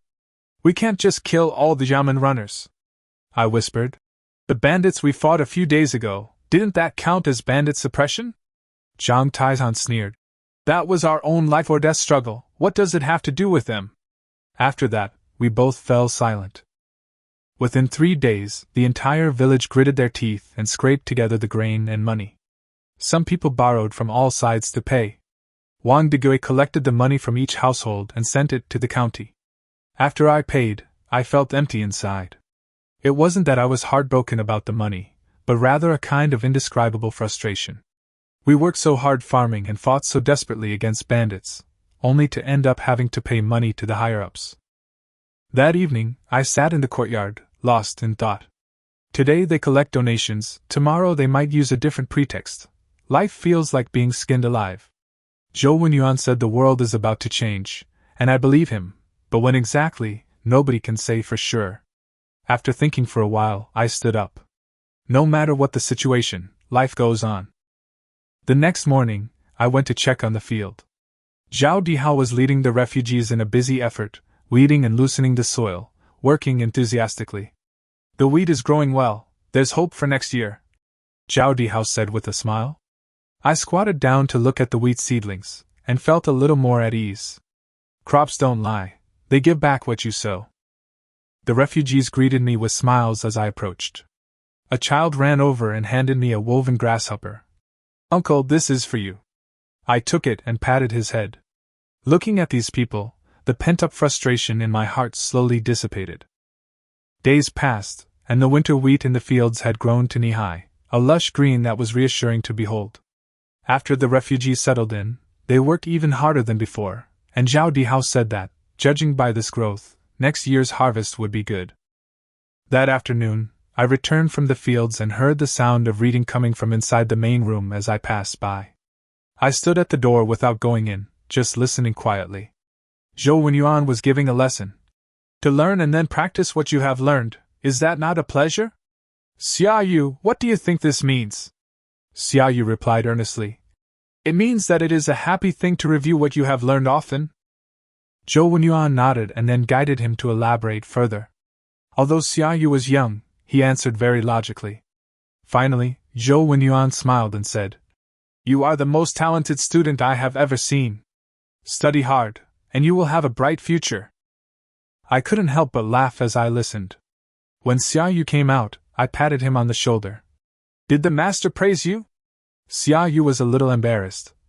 He said I have talent. Then study hard. I nodded. I'll be counting on you in the future. Xia Yu nodded vigorously, his eyes exceptionally firm. Just then, Xia He ran out and showed me her notebook. The words Xia He were scrawled on it in crooked handwriting. I squatted down and looked at it carefully. Not bad, much better than when I was little. The little girl immediately beamed. During dinner that evening, Zhou Wenyuan mentioned, Xia Yu is indeed intelligent. If she studies for another 2 years, she could try to pass the imperial examination for the lowest degree. I nodded in agreement, but I knew in my heart that in this world, fame and fortune were not necessarily the way out. While clearing the dishes, I suddenly remembered something.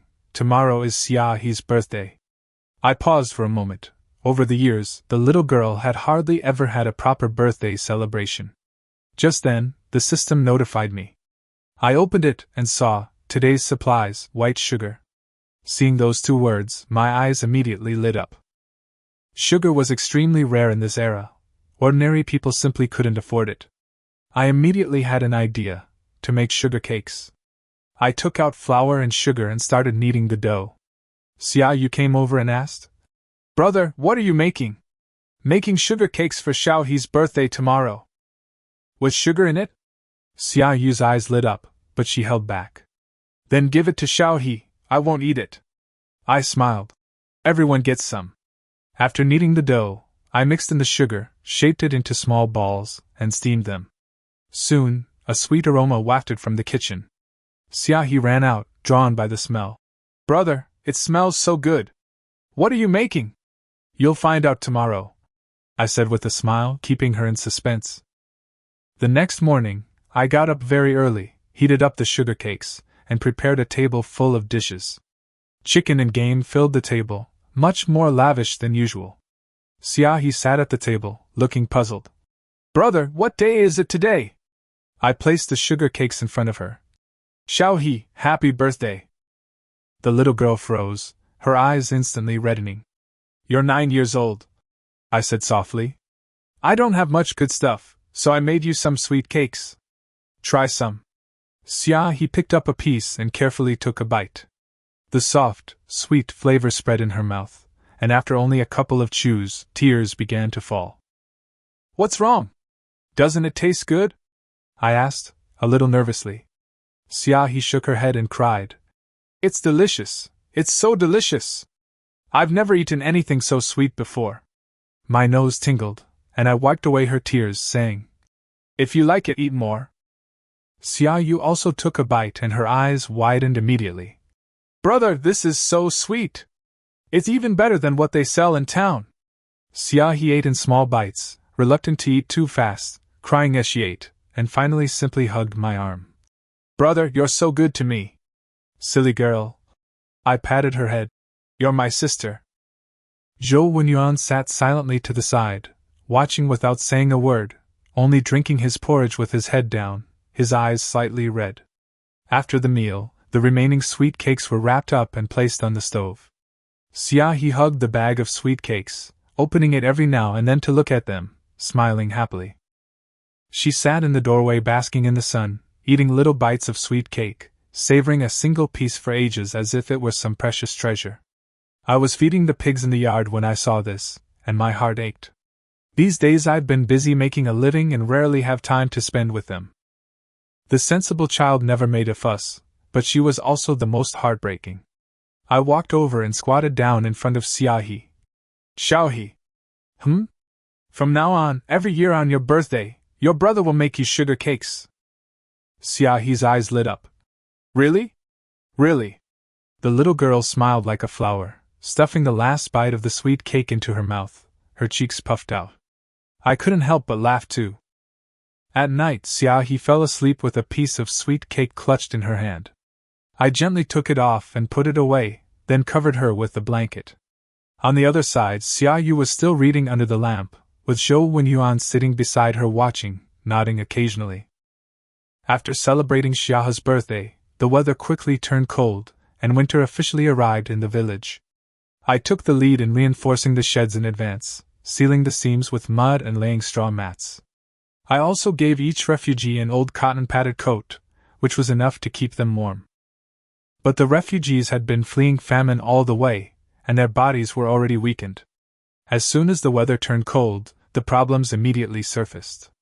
First, there were sporadic coughs, then some people developed fevers, and soon 7 or 8 people collapsed at the same time. Zhao Dihao rushed over, his face pale. "Brother Xiafeng, something bad has happened, it seems to be typhoid fever." The atmosphere instantly turned heavy. In those days, typhoid fever could be fatal at any moment. When I arrived at the shed, the smell was awful. Patients lay dying on piles of straw. Some had already died, and their families were weeping uncontrollably. The scene was so oppressive that it was hard to breathe. I checked around, and the symptoms were basically the same: high fever, cough, fatigue, and some people even had diarrhea. It definitely looked like typhoid fever. An ordinary person would just have to leave it to fate. But I have a system. I opened the panel and saw that typhoid medicine had just been refreshed. My heart skipped a beat, and I immediately took out the powder and dissolved it in warm water as instructed. I didn't make a fuss and turned to Zhang Taihan to help me brew the medicine. He didn't ask any questions and did as I asked. Soon, a pot of medicine was ready and we started distributing it to the patients. A young man, who was delirious with fever, wanted to give up. "Don't waste the medicine," I simply said. "Stop talking nonsense and drink it." Then I forced the medicine down his throat. Not only the patient drank it, but everyone else also drank a bowl as a precaution. There were no obvious changes on the first day, but by the second morning, their conditions began to improve. The young man who was most severely ill had his fever subside and regained consciousness. The symptoms of the others also lessened, some stopped coughing, and some had their fevers break. On the third day, everyone's fever subsided. The young man who had almost died was even able to sit up and drink porridge, tears streaming down his face as he ate. I thought I was going to die. The news spread quickly, and the entire refugee camp was in an uproar. Xia Feng has a miraculous medicine that can cure typhoid fever. The fact that he had been saved from this disease was nothing short of a miracle. Zhao Dihao was so excited that he grabbed my hand and burst into tears, saying, "You're a living bodhisattva." I just waved my hand and said it was a coincidence that I had the prescription, without explaining further. Over the next few days, I continued to brew the medicine and told everyone to take precautions. The system provided a steady stream of medicine, completely suppressing the epidemic. Soon, all the patients recovered, even the most seriously injured were able to get out of bed and work. The young man was named Li Erniu. His entire family had died, leaving him all alone. He found me and knelt down on the spot, saying, "This life is yours." I quickly pulled him up, telling him to just live. But Li Erniu insisted on recognizing me as his elder brother. Looking into his red eyes, I finally nodded in agreement. The other people who had been rescued also came to express their gratitude. This ordeal had truly brought everyone together. That night, I sat in the yard, lost in thought. Xia Yu came over and whispered, "Brother, you've saved so many people." Her tone was full of admiration. I smiled and said, "Not really, I just don't want to see people die." Xia Yu was silent for a moment, then said earnestly, "Brother, I want to save people in the future too." "Then study hard." I patted him on the shoulder. "If you're capable, you can save as many as you want." Xia Yu nodded, keeping those words firmly in mind. After recovering, one of the refugees came to find me. This man was in his 50s, tall and thin, with a goatee. He spoke slowly and deliberately, his demeanor clearly different from others. He called himself Li Baichao, saying he had run a pharmacy in his hometown and was a doctor with over 20 years of experience. He stated his purpose directly. He wanted the prescription I had used to treat typhoid fever. The medicine was so effective that it concerned him greatly. My heart tightened, and I could only vaguely say that it was a family heirloom prescription and that it was inconvenient to elaborate. Li Baichao didn't delve into the matter further. Instead, he proposed a deal. "I won't insist on the prescription, but I can teach you medicine." He said he had nowhere to go and only had this skill left, which he was willing to pass on to me. These words were exactly what I wanted to hear. I had a system, but I didn't understand medical principles. If I could learn medicine, it would undoubtedly open up another path for me, so I immediately agreed. And that's how I gained a mentor.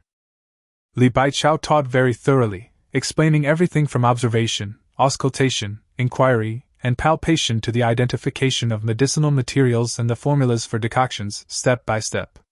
Although my foundation was weak, I was willing to work hard, memorizing them morning and night, and quickly got the hang of it. "Why is licorice added to this prescription?" I asked, not understanding. Li Baichao explained the principle of harmonizing the properties of the herbs, which gradually helped me build a basic understanding. Xia Yu and Xia He occasionally listened in, and the whole family learned something from her. After studying for a few days, I had a new idea: to open a clinic in the village. I would have Li Baichao practice medicine there, and I would assist him. This would be convenient for the villagers and also allow me to gain experience. Li Baichao thought it was feasible, but worried about the location and medicinal herbs. I assured him I could handle that. We could borrow an empty room from the village head, and I would find a way to provide the medicinal herbs. Surprisingly, one Diggory readily agreed this time. The empty house was already in use, and he was happy to gain a favor as well. Soon, I led a team to clean the house, repair the walls, and build a simple medicine cabinet. Although rudimentary, the clinic was taking shape. On opening day, Li Baichao sat behind the consultation table, looking calm and composed, displaying the demeanor of a renowned doctor. The first patient was an elderly woman with back pain. He took her pulse, prescribed medicine, and I prepared and handed her the medicine. Everything proceeded smoothly and efficiently. In the following days, more and more people came to see the doctor. Villagers tried it first and found it effective, and the news spread quickly. People from surrounding villages also came one after another. Some people had shoulder pain that had lasted for years, and the acupuncture relieved it on the spot. Some children had a persistent cough, and it was effective after 3 doses of medicine. The clinic's reputation gradually grew, and some people even brought chickens to express their gratitude. Li Baichao was too busy, so I followed along the whole time, participating in everything from dispensing the medicine to decocting it. After half a month, I could handle common illnesses independently, and my progress was rapid. The system provided a steady stream of medicinal herbs, so I simply dug a cellar behind the clinic specifically for storing them, which stabilized the supply of medicines. That night, Li Baichao suddenly spoke up. "You're quite something, kid." He mentioned that the powder wasn't a conventional prescription, but didn't press for details, simply expressing his trust. I felt relieved and just smiled, saying it was good luck. We both understood each other perfectly, and went about our own business. Half a month passed, and the clinic saw 50 or 60 patients. Although I didn't earn much, I accumulated a lot of goodwill. The villagers' gazes towards me gradually changed from initial suspicion to respect and gratitude. As winter approached, the number of refugees increased. The north was ravaged by war, with vast swathes of territory falling to the enemy, forcing people to flee south. Although Qingzhou village wasn't the southernmost point, it was far from the battlefield, and many people, unable to continue, simply stopped there. What used to be just scattered shacks along the riverbank has now grown in number. People who came later followed suit and built their own shacks, and in less than a month, more than 300 people had gathered there, more than the original inhabitants of the village. These people gradually banded together for warmth and mutual support, and it actually began to resemble a village. Some called it New Village, while others called it Refugee Village. In short, it was that patch of shacks. I passed by every day, watching the crowds grow larger and larger, feeling half happy and half worried. More people means more labor, but without order, trouble is bound to happen sooner or later. Just a few days ago, someone got into a fight over territory. I consulted with Zhao Dihao. He bluntly stated, "Without someone in charge, things will get out of hand. Sooner or later, something serious will happen." We immediately agreed to organize the group. The next day, I gathered everyone in the open space. More than 300 people stood there, a sea of faces, including the elderly, the weak, women, and children, all their eyes fixed on me. I got straight to the point. "Now that we're here, there must be rules. I want to reorganize the new village so that everyone can live in peace." The crowd immediately responded. "Whatever you say, we'll do it." Voices rose and fell, and no one objected. I nodded and stated the first thing: land distribution. Dozens of acres of wasteland along the riverbank had already been cleared, and more would be cleared next year. Each family would receive land according to the number of people in their household, with 20% of the harvest to be handed over to the government, and the remainder to be kept. These words immediately caused an uproar among the crowd. Those who had fled here desperately needed land. Being allocated land to grow crops was a lifeline for them. I added, "The land belongs to the village. It can only be used for farming, not sold. As long as you're here, you'll have land to cultivate." Everyone nodded in agreement without hesitation. Then I discussed the second matter: building houses. The sheds were only a temporary measure. After spring, we would build mud brick houses together, one for each family. Materials would be gathered from the mountain, and everyone would help each other. Thirdly, I established rules. My tone became serious. No stealing, no fighting, no bullying. Anyone who violates these rules 3 times will be expelled from the village, no matter who they are. The scene fell silent. No one objected. These were the most basic bottom lines. Anyone who dared to break them was isolating themselves from the community. Finally, I said directly, I will decide on the important matters of the new village. But I will also discuss them with Uncle Zhao and the others.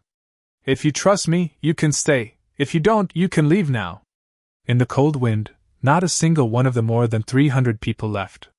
Zhao Dihao shouted first. We trust you. Then everyone echoed him in unison, creating quite a stir. Watching this scene, I felt a surge of warmth in my heart. I had only wanted to protect myself, but unknowingly I had become the backbone of these people. After the meeting, I went to find Zhang Taizhan. After listening to my story, he only asked one question. More than 300 people listened to you? After receiving confirmation, he nodded and said that the village protection team, plus the able-bodied men, was enough to deal with any emergencies. Afterwards, I went to see Zhou Wenyuan. He reminded me that rules alone were not enough. Someone needed to be in charge of each task, otherwise one person would find it difficult to control the overall situation. We quickly divided the responsibilities. Zhao Dihao was in charge of production, Li Ernia was in charge of security, and we found someone to manage the accounts. When it came to bookkeeping, Zhou Wenyuan immediately suggested that Xia He do it. I was taken aback, but after thinking about it carefully, the little girl was indeed meticulous and good at bookkeeping. When I got home that evening, I told her about it. Xia He was surprised at first, then nodded seriously. I can learn, brother, you teach me. Although her tone was still young, it was very firm. Xia Yu, standing to the side, was a little unconvinced, but I simply told him to focus on his studies. There will be bigger things for you to do in the future. That calmed him down. Outside, the cold wind howled, but inside, order gradually returned. A new village was quietly taking shape. After settling into the new village, my prestige in Shizhu village grew higher and higher. Almost no one in the village dared to disagree with me, and even those who used to love gossiping gradually shut up. But Wang Digui was increasingly unhappy. He used to be the one with the final say in the village, but now people would ask for his opinion on everything, big or small. Even when it came to paying taxes, people would ask him for his opinion first. His position as the village head was now just a figurehead. What angered him even more was that the more than 300 people in the new village only listened to him, and didn't take him seriously at all.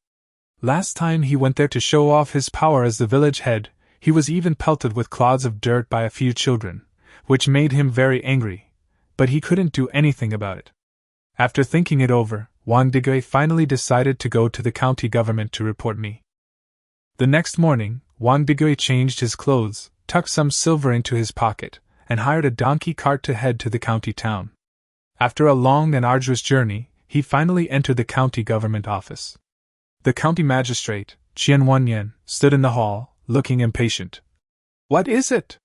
Wang Digui immediately knelt down and confessed all the charges against him for gathering crowds, sheltering refugees, and possessing weapons. Upon hearing this, Qian Wanyan frowned. Only 16? And you fought bandits? Wang Digui quickly added fuel to the fire, saying that I was hoarding spoils and trying to win people over, and that I probably had ulterior motives. Qian Wanyan, however, didn't take it seriously. A farmer's son, 300 refugees, a few bows and arrows, and you think you can rebel? You're overthinking it. Wang Digui wanted to continue speaking, but was directly interrupted. I understand. Go back and don't bother me with these trivial matters. With one sentence, Wang Digui was completely shut down and could only slink away. Leaving the county government office, Wang Digui trembled with rage. He'd spent money and apologized profusely, only to achieve nothing. No matter how unwilling he was, he dared not cause any more trouble. On the way back to the village, Wang Digui felt increasingly aggrieved. I'm just a kid, why should I be superior to him? He thought. But he couldn't win a fight, he couldn't argue, and appealing to the county government was useless. He was utterly helpless. Back home, he drank in silence, when suddenly he remembered something. Those bows and arrows. Those were military equipment. Ordinary people couldn't possibly obtain them. If he could find out where these bows and arrows came from, he might be able to turn the tide. But the problem was, he simply didn't have the ability to investigate. After much thought, Juan Digay could only swallow his anger for the time being. Meanwhile, in the county government office, Qian Wanyan had long since put the matter behind him. He was more concerned with how to squeeze more money out of the people. His advisor suggested, "Why not collect a peace donation, claiming it's to recruit local militia to protect the people?" Qian Wanyan laughed upon hearing this. "All right, 50 coins per household." The two hit it off immediately, and no one cared about the lives of the common people. As for me from Qinzhou village, in Qian Wanyan's eyes, I was just an insignificant nobody, not worth mentioning at all. Qian Wanyan sipped his tea, his mood relaxed. For him, what truly mattered wasn't who was causing trouble in the countryside, but how much more money he could make. Days passed, and the winter wheat grew quietly in the fields. Every day, I would go to the edge of the field as usual, check on the seedlings, and pull some weeds. Life was stable and fulfilling. Early that morning, I had just gotten out of bed when a ding sounded in my mind. I opened the system and saw the words, "Complete Treatise on Agricultural Administration, Unlimited," displayed. I was stunned for a moment, then overjoyed. This is an agricultural classic, covering everything from planting and fertilization to irrigation. I immediately picked up a copy, opened it, and found its contents to be surprisingly detailed, even more comprehensive than I remembered. This is good stuff. I became more and more excited as I read it. From that day on, whenever I had free time, I would study the book. I would work during the day and read it by lamplight at night, even writing down the key points one by one. When Zhou Wenyuan saw me, he thought I was reading a sutra, but when he got closer he saw that it was an agricultural book and couldn't help but laugh and say, "You really treat farming as a serious subject." I didn't even look up. If you don't farm well, everything else is in vain. I put the methods in the book into practice one by one.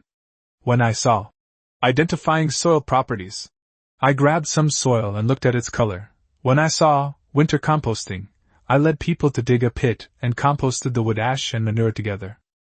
Zhao Dihao was initially skeptical. "I've farmed all my life and never done anything like this," I simply said. "Next year's harvest will prove it." Although everyone was still somewhat doubtful, they did as I said. The most strenuous task was soil improvement. The sandy land by the river didn't retain water, and the book said to mix in clay. I took the lead in carrying soil, load after load, to the fields, and even though my shoulders were chafed, I didn't complain. Seeing how hard I was working, the refugees couldn't slack off and could only grit their teeth and keep up. After more than half a month of hard work, the soil quality of dozens of acres of land had clearly changed. Zhao Dihao grabbed a handful of soil, rubbed it a few times, and his eyes lit up. "This land is really different now, it can retain water." I smiled and said, "This is just the beginning." I also arranged crop rotation.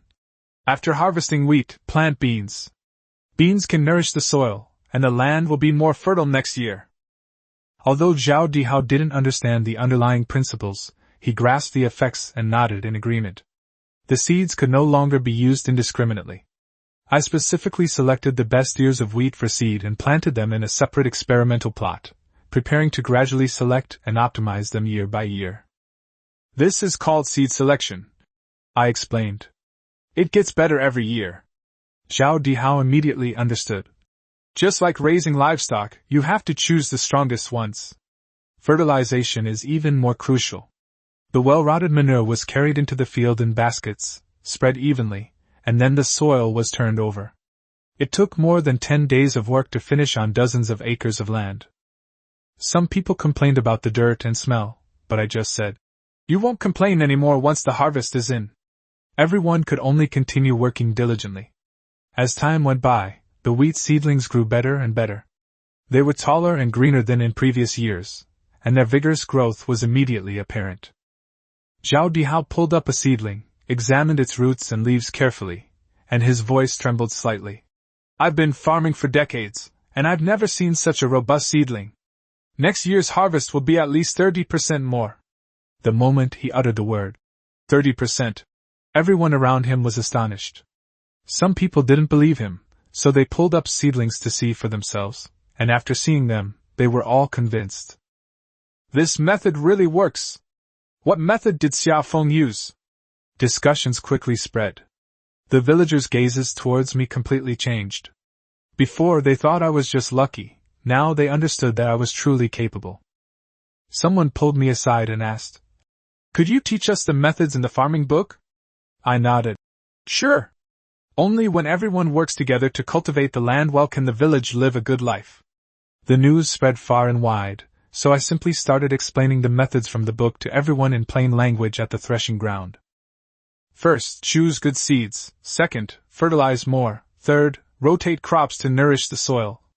I explained in simple terms, and the audience listened attentively, some even taking notes. The lecture lasted for over an hour, with questions coming one after another, which I answered one by one. When it ended, everyone was still eager for more. Zhao Dihao sighed. If your methods spread, they could save many lives. I remained calm though.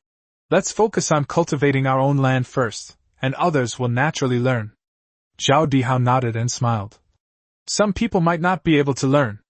I smiled too. Then let them see the results. Once they see the harvest, they'll naturally learn.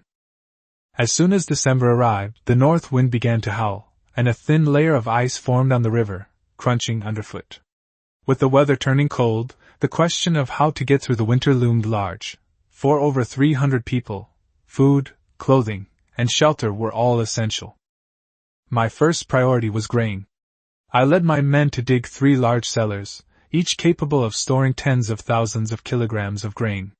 Then, we gradually filled them with resources from the system, and soon they were completely full.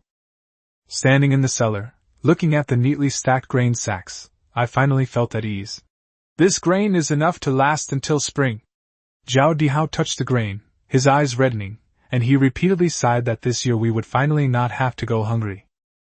Besides grains, pickled vegetables are also essential. Cabbage is chopped and pickled in jars, and radishes are dried and then pickled. The women in the village worked for 10 days or so, making more than a dozen jars, enough to accompany meals throughout the winter. Regarding clothing, I took out the coarse cloth from the system and spent money to buy several hundred kilograms of cotton so that everyone could make their own cotton-padded clothes. Priority was given to the elderly and children, with each person receiving a set of cotton-padded jackets and trousers. The women worked through the night, cutting cloth, stuffing cotton, and mending, keeping busy non-stop. Xia He also learned needlework, and although her stitches were crooked, she was very careful with every stitch, even making the funny mistake of making a little cotton-padded jacket for Zhao Dihao. After the cotton-padded coats were distributed, everyone received one. Zhao Dihao put on his new coat, touched it again and again, and exclaimed that he had never worn such warm clothes in his entire life. I only said one thing. Just live well. The most difficult problem to solve was the accommodation. The original shack couldn't withstand the cold winter at all, so everyone worked together to reinforce it, sealing the gaps with mud, adding straw mats, and even building a heated earthen bed inside. Once the earthen bed was lit, the whole shack became warm. Li Ernias slept there for one night, and the next day he was so excited that he kept saying it was the warmest sleep he had ever had in his life. After everything was prepared, the first heavy snow arrived quickly. The next morning, the world was covered in white snow, which was up to my calves, and the roofs and tree branches were bent under its weight. I got up early and went to check on my younger brother and sister-in-law. Seeing them sleeping on the heated kong, a traditional heated brick bed, with rosy complexions, I felt relieved and went out to check on the situation in the new village. Smoke rose from the shed, some were shoveling snow, others were cooking, and everything was in good order. I checked each room. The elderly and children were all on the kong, heated brick bed, and there was plenty of food and firewood. The firewood stored before winter was piled up like a small mountain, enough to burn for the whole season. I specifically instructed Li Ernie to distribute it according to the amount needed, to avoid waste, and everything was arranged meticulously. The snow fell for 3 days straight, and when it stopped, it was already above my calves. I led a team to clear the roads and shovel snow off the village, working all day to restore it to normal. Throughout the winter, my biggest worry was getting sick. My experience with typhoid fever had kept me on my toes, and I checked with the clinic every day, fearing something might go wrong again. Fortunately, there were medicinal herbs available, and Li Baichao was on duty to treat patients, so minor illnesses were treated promptly, and serious illnesses were controlled in a timely manner. Of the more than 300 people, no one died throughout the winter, and not a single person fell seriously ill. As for food, they had 2 meals a day of thick porridge with pickled vegetables, occasionally with some sweet potatoes. Although the meals were simple, everyone was well fed, and no one went hungry. They were well clothed, each with a set of cotton-padded clothes, both old and new, but enough to keep warm. Throughout the entire winter, no one suffered frostbite. They weathered the entire harsh winter just like that. For these refugees, this wasn't simply passing through life. It was being given a second chance at life. The snow fell for 3 days and 3 nights, and when it finally stopped, the trouble was just beginning. The temperature dropped even lower, the snow on the ground froze solid, and it crunched underfoot. The roads were completely blocked, and the river was covered with thick ice, leaving Qingzhou village almost completely isolated from the outside world. I stood at the door early in the morning, looking at the vast expanse of white. The scenery was beautiful, but it also filled me with worry. Xia Yu asked if we could still go to town, and I shook my head, saying we would have to wait at least a few more days. Fortunately, we had enough food. The cellar's reserves were enough to last for 2 months, which put my younger brother at ease. After breakfast, I walked towards the new village, leaning on my cane. The road was deserted, almost no one was out. When I arrived, Zhao Dihao was leading people to clear the snow, barely managing to make way between the sheds. After briefly inquiring about the situation and confirming that everyone had enough to eat and wear, I gathered everyone together and instructed them, try not to go out these next few days. Food will be distributed per person, 1 gene for adults and half a gene for children, enough to last until the roads are cleared. Everyone readily agreed, showing their complete trust in me. After making the arrangements, I examined each of the elderly and children who were ill or frail, and had Li Baichao treat them. After a round of visits, there were basically no major problems. For the next few days, I came to the new village every day. Zhao Dihao was in charge of distributing the grain, while Xia He was responsible for keeping the accounts. The little girl remembered everything clearly, down to how much each household received, without a single discrepancy. On days when heavy snow blocked the roads, the village became quiet. No one went in or out, everyone stayed indoors. I was busy with work during the day and continued my medical studies and reading at night. My days were busy but well organized. That night, light snow began to fall again. I started a fire in the yard, and Zhang Taizhan brought over some wine. We sat around the fire, drinking and chatting, but the atmosphere gradually became serious. Zhang Taizhan suddenly spoke up. What you're doing now is no longer like ordinary farming. He pointed out that my taking in refugees, building village protection teams, and opening clinics were all more like managing a local power. I fell silent for a moment. The firelight flickered, and my heart churned. Zhang Taizhan had put it bluntly, this place had become like a small kingdom, and I was at its core. In the end, I only said one sentence. I just want to live, to keep my family and those who follow me alive. The words were simple, but they were my bottom line. Zhang Taizhan shook his head, saying that in this day and age, ordinary people simply cannot live a stable life. With taxes piled up layer upon layer, no matter how much one endures, one cannot escape being exploited. His words reminded me of the past, land rent, taxes, extortion. I have been enduring it all, but I also know that this kind of life cannot continue indefinitely. Can this world ever get any better? I couldn't help but ask. Zhang Taizhan shook his head directly, saying that the court was corrupt, war was raging everywhere, and the only way out was for someone to overthrow everything. His words were already quite heavy. I didn't reply, nor did I want to think about those things. I just wanted to cherish the peaceful life I had now. But I also understand that some things aren't a matter of whether I want to or not, but rather that they will inevitably come to me sooner or later. Zhang Tiashan's last words were spoken softly, yet they carried great weight. You're already on this path. Hundreds of people are counting on you for their lives. You can't back down. I remained silent for a long time, only replying, I'll take it one step at a time. I neither denied nor promised. As night deepened, the fire grew dimmer. Jiang Taizhan rose to leave, turning back before to say, "No matter what happens in the future, I'll stick with you." With that, he walked into the snowy night. I was left sitting there, staring at the fading firelight, motionless for a long time. After 7 or 8 days of heavy snow blocking the roads, the snow finally began to melt. The snow on the ground became soft, and no longer made a crisp sound when stepped on. The ice on the river surface also broke easily when poked. Although the road at the entrance of the village was muddy, it was now passable. I was just about to head to town when a notification sounded in my head. Opening the control panel, a line of text stunned me. "Today's resources, warhorses, unlimited." My heart skipped a beat. Horses were extremely precious in this era, let alone warhorses. They were indispensable for both warfare and transportation, and ordinary people simply couldn't afford them. I immediately retrieved one. Instantly, a chestnut warhorse appeared in the yard, tall and strong, with a glossy coat and an imposing presence. Xia Yu was stunned when he saw this. "Brother, where did this horse come from?" I was prepared and casually said that I had just bought it from town, and asked him to go and call Jiang Taizhan. When Jiang Taizhan arrived, his expression changed upon seeing the horse. He carefully examined it, looking at everything from its skeleton to its teeth, and finally uttered only 2 words. "A fine horse." He judged that the horse was in its prime, in excellent condition, and considered top-notch even among the border troops. Clearly, this kind of horse couldn't be bought casually. I simply said, "This one is for you to ride. The village guard team should also be equipped with horses."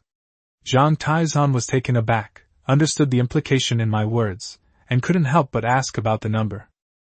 I didn't say it outright, only smiling and saying, "That's enough." Then, I let out a few more, making a total of 5 warhorses, all strong and capable, and placed them in the yard. Jiang Taizhan stared in silence for a long time before finally asking what was on his mind. "Where did you come from? These kinds of horses couldn't possibly be found in town." I didn't explain, I just said, "Just believe me." Jiang Taizhan stared at me for a while, and finally nodded, but also reminded me that if the government found out about this, the consequences would be severe. Then, Jiang Taizhan began distributing the war horses. He chose the fiercest black horse for himself, gave the rest to Zhao Dainyu, Lu Xuanzi, and Sun Taizhu, and kept one as a spare. It was their first time riding, and many mishaps occurred. Zhao Dainyu fell off as soon as he mounted. Lu Xuanzi was so frightened that he lay prone on the horse's back, and only Sun Taizhu could barely keep up. I followed suit and tried to learn. My legs trembled the first time I mounted a horse, and I fell several times before I could finally steady myself. Jiang Taizhan just reminded me, "Don't be afraid, hold on tight." Although the system had an unlimited supply of horses, I didn't dare to release too many at once. I could only release them little by little, and tell everyone that they were bought from the town. The villagers quickly noticed that the village guard team had horses, and discussions arose. Some were surprised, some were envious, and some secretly compared themselves to Wang Digui, feeling that my momentum had already surpassed Wang Digui's. Wang Digui's face darkened when he heard this, but he dared not cause any more trouble. Having failed to file a complaint with the county government last time, he already knew he couldn't touch me. I ignored all that. I was more concerned with how to make the best use of these horses. The village defense team currently numbers over 20. If they were all equipped with horses, they would form a small cavalry force. In this chaotic world, the deterrent power of cavalry far surpasses that of infantry. If they were to encounter bandits, a single charge would be enough to subdue them. But I also knew that this couldn't be rushed. Riding skills, teamwork, and mounted archery all required time to practice. So, Jiang Taizhan and I agreed to practice riding every afternoon. We started with the most basic thing, riding steadily, and then gradually practiced mounted archery. On the training ground, Jiang Taizhan rode his black horse at breakneck speed, firing arrows as he went, each shot hitting its mark, leaving everyone stunned. The village guards grew increasingly excited, training even harder. I gritted my teeth and persevered, refusing to stop even when I was covered in bruises from falling. 2 weeks later, I could already trot on horseback.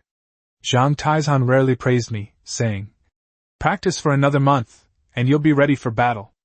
I smiled and said I wouldn't go into battle, but Zhang Taizhan just glanced at me without refuting me. Clearly, in this world, some things are not up to me. Chapter 33: My Brother's Ambition. Xiaoyu has been acting a little differently lately. Before, this kid did nothing but eat, sleep, and study. He learned whatever Zhou Wenyuan taught him. He was really hardworking, but you couldn't see any particular interest in him. Xia Feng asked him what he wanted to do, and he said, "I'll listen to you, brother," showing he had no opinions of his own. But lately Xiaoyu has started asking some strange and unusual questions. "Brother, why do you think all officials are corrupt?" Xia Feng was chopping wood when he heard this and paused for a moment. "Who told you that?" "I saw it myself." Xiaoyu squatted down beside her, counting on her fingers.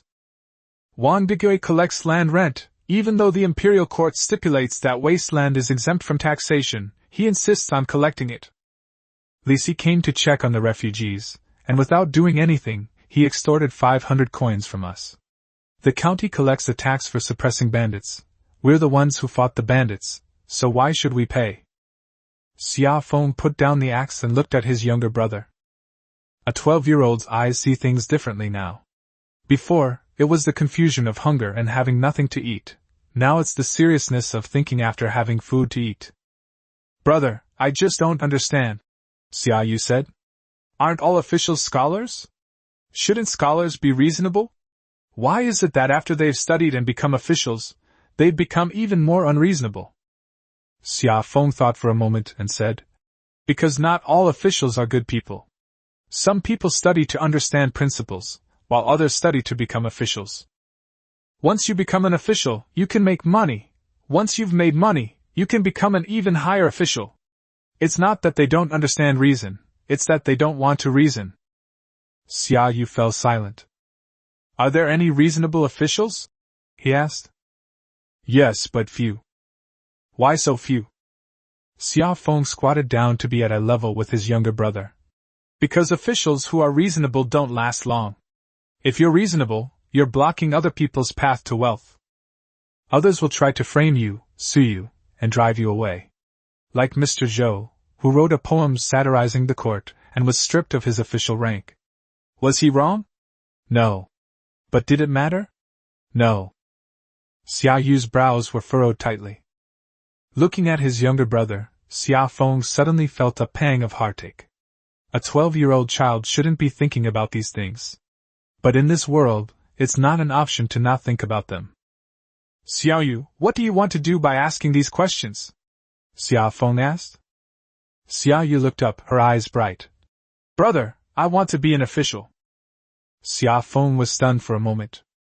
"I want to be an official, the kind of official who is reasonable," Xiaoyu said earnestly. "Not like Wang Digui, nor like Li Si. He's an official who stands up for the poor. Whoever bullies the common people, I'll punish them." Xia Feng looked at his younger brother, his heart filled with mixed emotions. In this world, how many people want to become officials just to make money and oppress the people? Xiaoyu wants to become an official because he wants to stand up for the poor. It's not easy for a 12-year-old child to have this kind of heart. But he also knew that this path would not be easy. "Xiaoyu, do you know what it means to be an official?"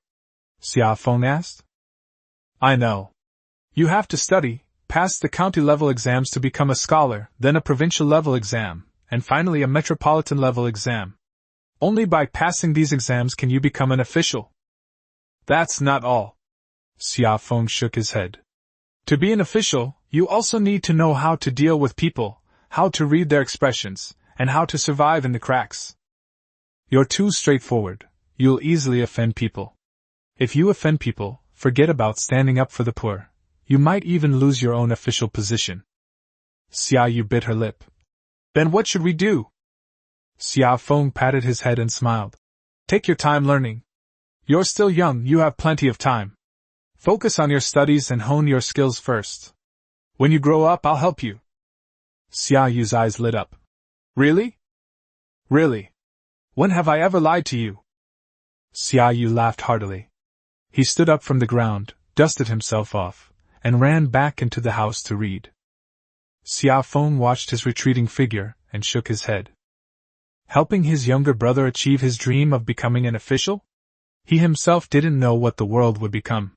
But he didn't want to dampen Xia Yu's enthusiasm. It's good for a child to have ambition. It's better than just drifting through life. As for what happens in the future, we'll talk about that later. That evening, Xia Feng told Zhou Wenyuan about it. After listening, Zhou Wenyuan remained silent for a long while. Xia Yu is a kind-hearted child, Zhou Wenyuan said. But kind-hearted people don't live long in this world. Xia Feng's heart tightened. Sir, what you're saying? I'm not cursing him. Zhou Wenyuan waved his hand. I'm saying that having a kind heart isn't enough. In this world, it's harder for good people to live than for bad people. For good people to live well, they have to be smarter and more capable than bad people. Xia Feng nodded. Zhou Wenyuan added. Xia Yu's ambition is good, but he is still young and doesn't know what it's like to be an official. When he grows up and sees more of the world, his thoughts may change. Maybe, Xia Feng said. But no matter what, as his older brother, I have to support him. Zhou Wenyuan glanced at him and smiled. Being an older brother like you isn't easy. Xia Feng smiled and said, It's not easy, but we have to do it. In the days that followed, Xia Yu studied even harder.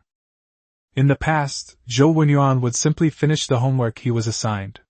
Now it's different. He will proactively ask questions, not only about the books, but also about matters concerning the imperial court, local affairs, and government officials. Sir, how much is the county magistrate's annual salary? Sir, what exactly are the bandits targeted by the bandit suppression donation? Sir, why doesn't the imperial court send troops to fight the barbarians?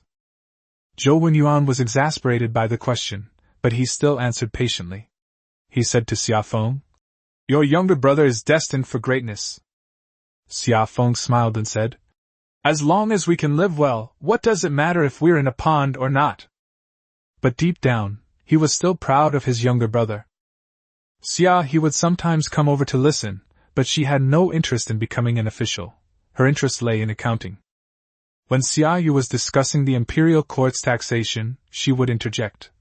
If a tax of 10% is levied on each mu of land, and a yield of 200 jin per mu would be 20 jin, and 100 mu would be 2,000 jin. But if each mu yields 300 jin, a 10% tax would be 30 jin, and 100 mu would yield 3,000 jin. The tax is still collected, but 1,000 jin more is collected, yet the people have 100 more jin of grain. After listening, Zhou Wenyuan was stunned for a while, then said to Xia Feng, Your two children, one can do accounting, and the other can become an official. Your Xia family is about to rise above others. Xia Feng laughed heartily. What's the point of standing out from the crowd? It's good enough if we can just make a decent living. Chapter 34 The village is fragrant with wheat. Days passed by like this. Xia Yu continued to read with Zhou Wenyuan every day, asking those strange and unusual questions. Xia He still kept daily accounts, meticulously recording the comings and goings of the more than 300 people in the new village. Xia Feng still went to the fields, practiced archery, and helped out at the clinic every day. Winter passed by without us even realizing it. After the start of spring, the weather gets warmer day by day. The ice on the river melts, the willows sprout new buds, and the winter wheat in the fields turns green again. Xia Feng squatted at the edge of the field, looking at the lush green wheat field, feeling an indescribable sense of comfort.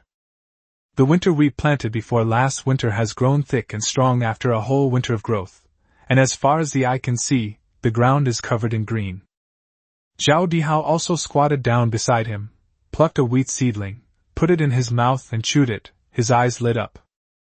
Xia Feng, come and see these wheat seedlings. Zhao Dihao spat out the chewed wheat seedlings and pointed to the tillers at the base, saying, One seedling has produced 4 or 5 tillers, and each one can produce ears. I've been farming for 40 years and I've never seen such good wheat.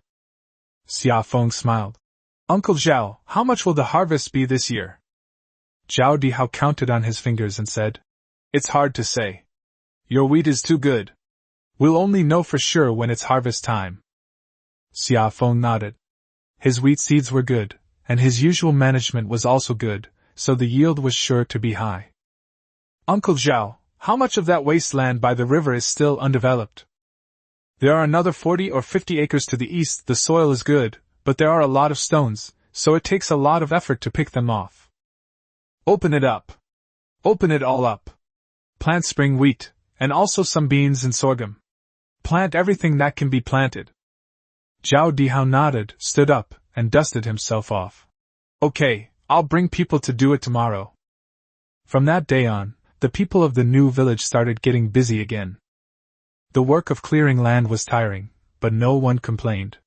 Everyone knew that the land was planted by Xia Feng, and the food was provided by Xia Feng. They couldn't live with themselves if they didn't work hard. Zhao Dihao led dozens of strong laborers to the fields before dawn, and returned only after sunset. They collected stones, turned the soil, made ridges, and sowed seeds, working 5 or 6 hours a day. The women were also busy, cooking, delivering water, and taking care of the children. Xia Feng goes to the fields every day to check on the progress and resolve any problems. Sometimes he would join in the work, turning the soil, carrying manure, sowing seeds. He did all sorts of chores. At almost 17, he was in his prime, and he was just as capable as anyone else at work. Xia Feng, take a break, Zhao Dihao said with concern when he saw that Xia Feng was covered in sweat. We can do these chores. Xia Feng wiped his sweat and smiled. It's okay, let's all work together and hurry up. Zhao Dihao shook his head and didn't try to persuade him further. The expansion of planting wasn't limited to the wasteland along the river. Xia Feng also discussed with the villagers of Qingzhou village about renting their idle land to grow crops. The land was offered at 50 won per mu per year, and the landlord also helped with tilling and fertilizing. Several villagers were tempted and rented their land to Xia Feng. When Wang Degui heard about this, his face darkened again. But he said nothing. When the news spread to the surrounding villages, people came looking for Xia Feng. Xia Feng, the wheat you grow in your new village is really good. Could you teach us how? Xia Feng, do you still have any sweet potato seeds? I'd like to buy some. Xia Feng, do you need any help? I'd like to come and work. Summer breezes welcome all. He teaches those who come to learn farming. He sells seeds to anyone who wants to buy them. They're not expensive, cheaper than in town. He also hires people who want to work, providing meals and paying them for each day's work. Before long, Qingzhou village became famous. People within a radius of dozens of miles all know that there is a Xia Feng in Qingzhou village who is good at farming, produces a lot of grain, and is also a good person. Some call him a top farmer. Some call him a living bodhisattva. And others call him Judge Xia. Xia Feng was both amused and exasperated by these titles. He was just a farmer. What did these titles like top scholar, bodhisattva, and upright official have to do with him? But in any case, Qingzhou village has indeed become wealthy. In the past, the villagers were dirt poor, often not knowing where their next meal would come from. Now things are different. Every household has surplus grain, and some families even raise chickens and pigs, living a comfortable and fulfilling life. The Xia family has undergone the most significant changes. The cellar was overflowing with grains, rice, coarse grains, sweet potatoes, cabbage, radishes, you name it. Xia Feng had accumulated quite a few copper coins in his money jar, and with what he had saved from selling sweet potatoes and rice, he now had several dozen taels of silver. He renovated the house, not perfectly, but definitely better than before. He also added some furniture, made new clothes for Xia Yu and Xia He, and bought a cow. Cattle are used for plowing. In the past, people relied on pulling plows, and even working themselves to the bone all day, they could only turn over a few acres of land. With the ox, efficiency doubled. Xia Feng led the ox around the field, turning over the soil, which was deep and even. Zhao Dihao said, Xia Feng, this ox is excellent. It's 10 times better than a person pulling a plow. Xia Feng smiled and said, Uncle Zhao, from now on, let the oxen handle the plowing. Keep the people around to do other work. Okay, whatever you say. Xia Yu and Xia He have grown up quite a bit. Xia Yu has grown taller. She's almost up to Xia Feng's shoulder now. Xia He has also grown a bit taller, and the baby fat on her face has disappeared, making her look like a grown-up girl. Her accounting skills improved rapidly. She could calculate with the abacus with great speed and accuracy. Zhang Taizhan sometimes came to Xia Feng's house for drinks. Looking at the changes in the family, he said with emotion, Xia Feng, do you still remember last year? Xia Feng thought for a moment. Last year, when he first transmigrated, he was hungry and living in a leaky thatched hut. Xia Yu ate tree bark, and Xia He had a fever but no money to buy medicine. I remember, Xia Feng said. I'll never forget it. And now? Zhang Taizhan picked up his wine bowl. Look at your house, and look at this village. Who would have thought that in just 1 year, things would have changed so much?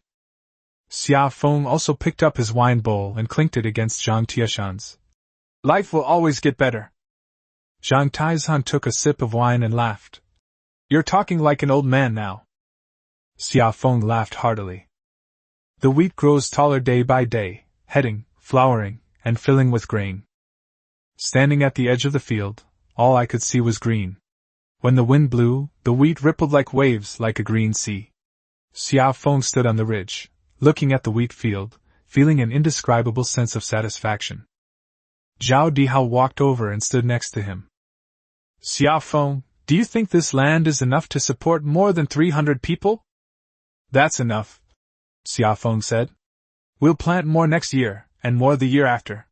One day, we'll not only have enough food for ourselves, but we'll also be able to help others. Zhao Dihao nodded, his eyes a little red. When he fled from the north, he thought he was going to die on the way. Unexpectedly, I met Xia Feng. I have food to eat, clothes to wear, land to cultivate, and a house to live in. I never dared to dream of such a life. Xia Feng, you are our benefactor, Zhao Dihao said. Xia Feng shook his head. Uncle Zhao, don't say that. We need to help each other to survive. I can't do anything by myself. Chapter 35 Spring Farming Donation. The news that Qingzhou village had become wealthy somehow reached the county seat. Xia Feng thought about it later, and it wasn't surprising. Buying horses, distributing rice, clearing land, and building houses, the commotion was so big, it was only a matter of time before word got out. He just hadn't expected it to spread so quickly. That morning, Xia Feng was inspecting the wheat in the field when he saw 2 fast horses coming from the village entrance, raising a cloud of dust. The man on horseback was dressed in black robes and had a knife at his waist. He was clearly a constable from the county government. The 2 horses stopped at the village entrance. Xia Feng recognized the man leading the horses. He was Li Si. He was the one who extorted 500 coins from the refugee crisis last year. This man has gained weight. His belly is even bigger than last year, and he's panting when he walks. Following behind him was a young constable, who looked unfamiliar and had a face full of fat. Li Si stood at the village entrance and shouted at the top of his lungs. Xia Feng! Where is Xia Feng? Xia Feng emerged from the field, dusted himself off, and walked over at a leisurely pace. Master Li, you've arrived. Xia Feng cupped his hands in greeting, a smile on his face. Li Si looked him up and down, then grinned and said, Well done, Xia Feng. You've made something of yourself in just 1 year. I heard your village is doing quite well, with farming and horse raising. You're living a prosperous life. Thanks to Master Li, we can barely make ends meet. Make a living? Li Si laughed twice, then turned to the young constable and said, Did you hear that? This kid says he's just trying to make a living. Look at this land, this wheat, is that what you call making a living? The young constable laughed along. Xia Feng didn't respond, waiting for him to get down to business. After Li Si finished laughing, he took out a piece of paper from his pocket, unfolded it, and read aloud. By order of the county magistrate, in order to ensure the people's peaceful and prosperous life during the spring plowing season, a spring plowing donation is hereby established. Qingzhou village shall pay 20 taels of silver within 3 days. Xia Feng of Qinzhou village shall be in charge. After reading it aloud, he folded the paper, put it back in his pocket, and looked at Xia Feng. 20 taels, within 3 days. The county magistrate said that your village is wealthy, so it's only right that you pay more. 20 taels. The fire in Xia Feng's heart suddenly flared up. Last year, he gritted his teeth and paid the 5 taels of silver tax collected for suppressing bandits. This year, things have gotten even better. The price has jumped to 20 taels. Why? Just because he cultivated a few acres of land and harvested some grain? Just because he fed the villagers? Is that wrong? But he didn't show it on his face. He knew that getting angry with Li Si was useless. This man was just a gopher. If he hit him, the county magistrate would just send someone else. Master Li, 20 taels is no small sum. Could you grant me a few more days? Li Si shook his head. 3 days, not a day more. The county magistrate said that spring plowing waits for no one, and the money must be collected quickly so that we can buy seeds and farm tools and distribute them to the poor. Your village is rich, so contributing more is considered doing good deeds. Xia Feng almost laughed in anger. Buying seeds? Buying farm tools? Distributing them to the poor? Who doesn't know where all that money ended up? But he couldn't bring himself to say it. It would be pointless anyway. Okay, I'll figure something out within 3 days. Li Si nodded in satisfaction. That's right. You know what's good for you. If you need anything in the future, just mention my name, Li Si, and it'll do you good. With that, he mounted his horse and rode away with the young constable. Xia Feng stood at the village entrance, watching the 2 horses gallop away, and slowly loosened his clenched fist. After Li Si left, Xia Feng did not go straight home. He walked around the village and instructed Zhao Dainey to inform each household that a meeting would be held in the threshing ground that afternoon, and that every household should send someone. In the afternoon, the threshing ground was packed with people. People from Qinzhou village and Xinsun village, everyone who could come came. It was a sea of black, over 300 people, packed tightly together. No one knew what was going on, and they whispered amongst themselves. Xia Feng stood in front, with Zhang Taizhan and Zhao Dihao beside him. Fellow villagers, I've called you all here today because I have something to say. Xia Feng's voice wasn't loud, but it was so quiet in the threshing ground that everyone could hear him. This morning, people from the county came. They said they want to collect a spring plowing tax of 20 taels of silver. The crowd erupted as soon as he finished speaking. 20 taels? Last year, the donation for suppressing bandits was only 5 taels. Isn't this robbery? Is it easy for us to farm? We have to clear land and fertilize, and after all that hard work, the wheat grows well, and now they're asking for money. Why should we? Our village is rich because we worked hard. It wasn't given to us by them. Some cursed the government officials, some cursed the county magistrate, and some stomped their feet in anger. Several old men were red-faced with rage, and one old woman burst into tears, saying she couldn't live like this anymore. Xia Feng raised his hand to signal everyone to be quiet, and only continued speaking after the noise subsided. 20 taels of silver is no small sum. If it's distributed per person, each household will have to pay 100 or 200 coins. I know everyone is struggling. Some families have elderly people and many children, some have sick family members, and some have just built houses and are short of money. This money is not a small amount for any family. The threshing floor fell silent as everyone listened to him. Xia Feng looked at the faces. Some were elderly, their faces wrinkled, their eyes filled with sorrow. Some were women, holding children, their eyes red-rimmed. Some were young, clenching their fists and gritting their teeth. So I've thought about it, and decided that I'll pay for the 20 taels of silver myself. There's no need for everyone to share the cost. The threshing floor fell silent. So quiet you could hear a pin drop. Then the crowd erupted again, this time not cursing the government, but shouting for Xia Feng. Xia Feng, this won't do! 20 taels of silver is no small sum. How can we let you pay for it all by yourself? That's right, if everyone chips in, we can always raise the money. You've already helped us so much, we can't take any more of your money. Zhao Dihao also stepped forward, took Xia Feng's hand, and said with tears streaming down his face, Xia Feng, you've done so much for us. This money can't be paid by you alone. Although I'm an old man and don't have much money, I can still come up with a few dozen coins. Zhang Taizhan stood to the side without saying a word, but the way he looked at Xia Feng was different from before. Xia Feng shook his head, his voice soft but firm. Listen to me, everyone. You're working for me because you trust me. I can't let you put in the effort, and then have to pay me out of your own pocket. I, Xia Feng, dare not say anything else, but there is one thing, as long as I have food to eat, I will not let anyone go hungry. I'll pay the 20 taels of silver. Everyone keep the money. Buy the child some clothes, get some medicine for the elderly, that's better than anything else. No one spoke.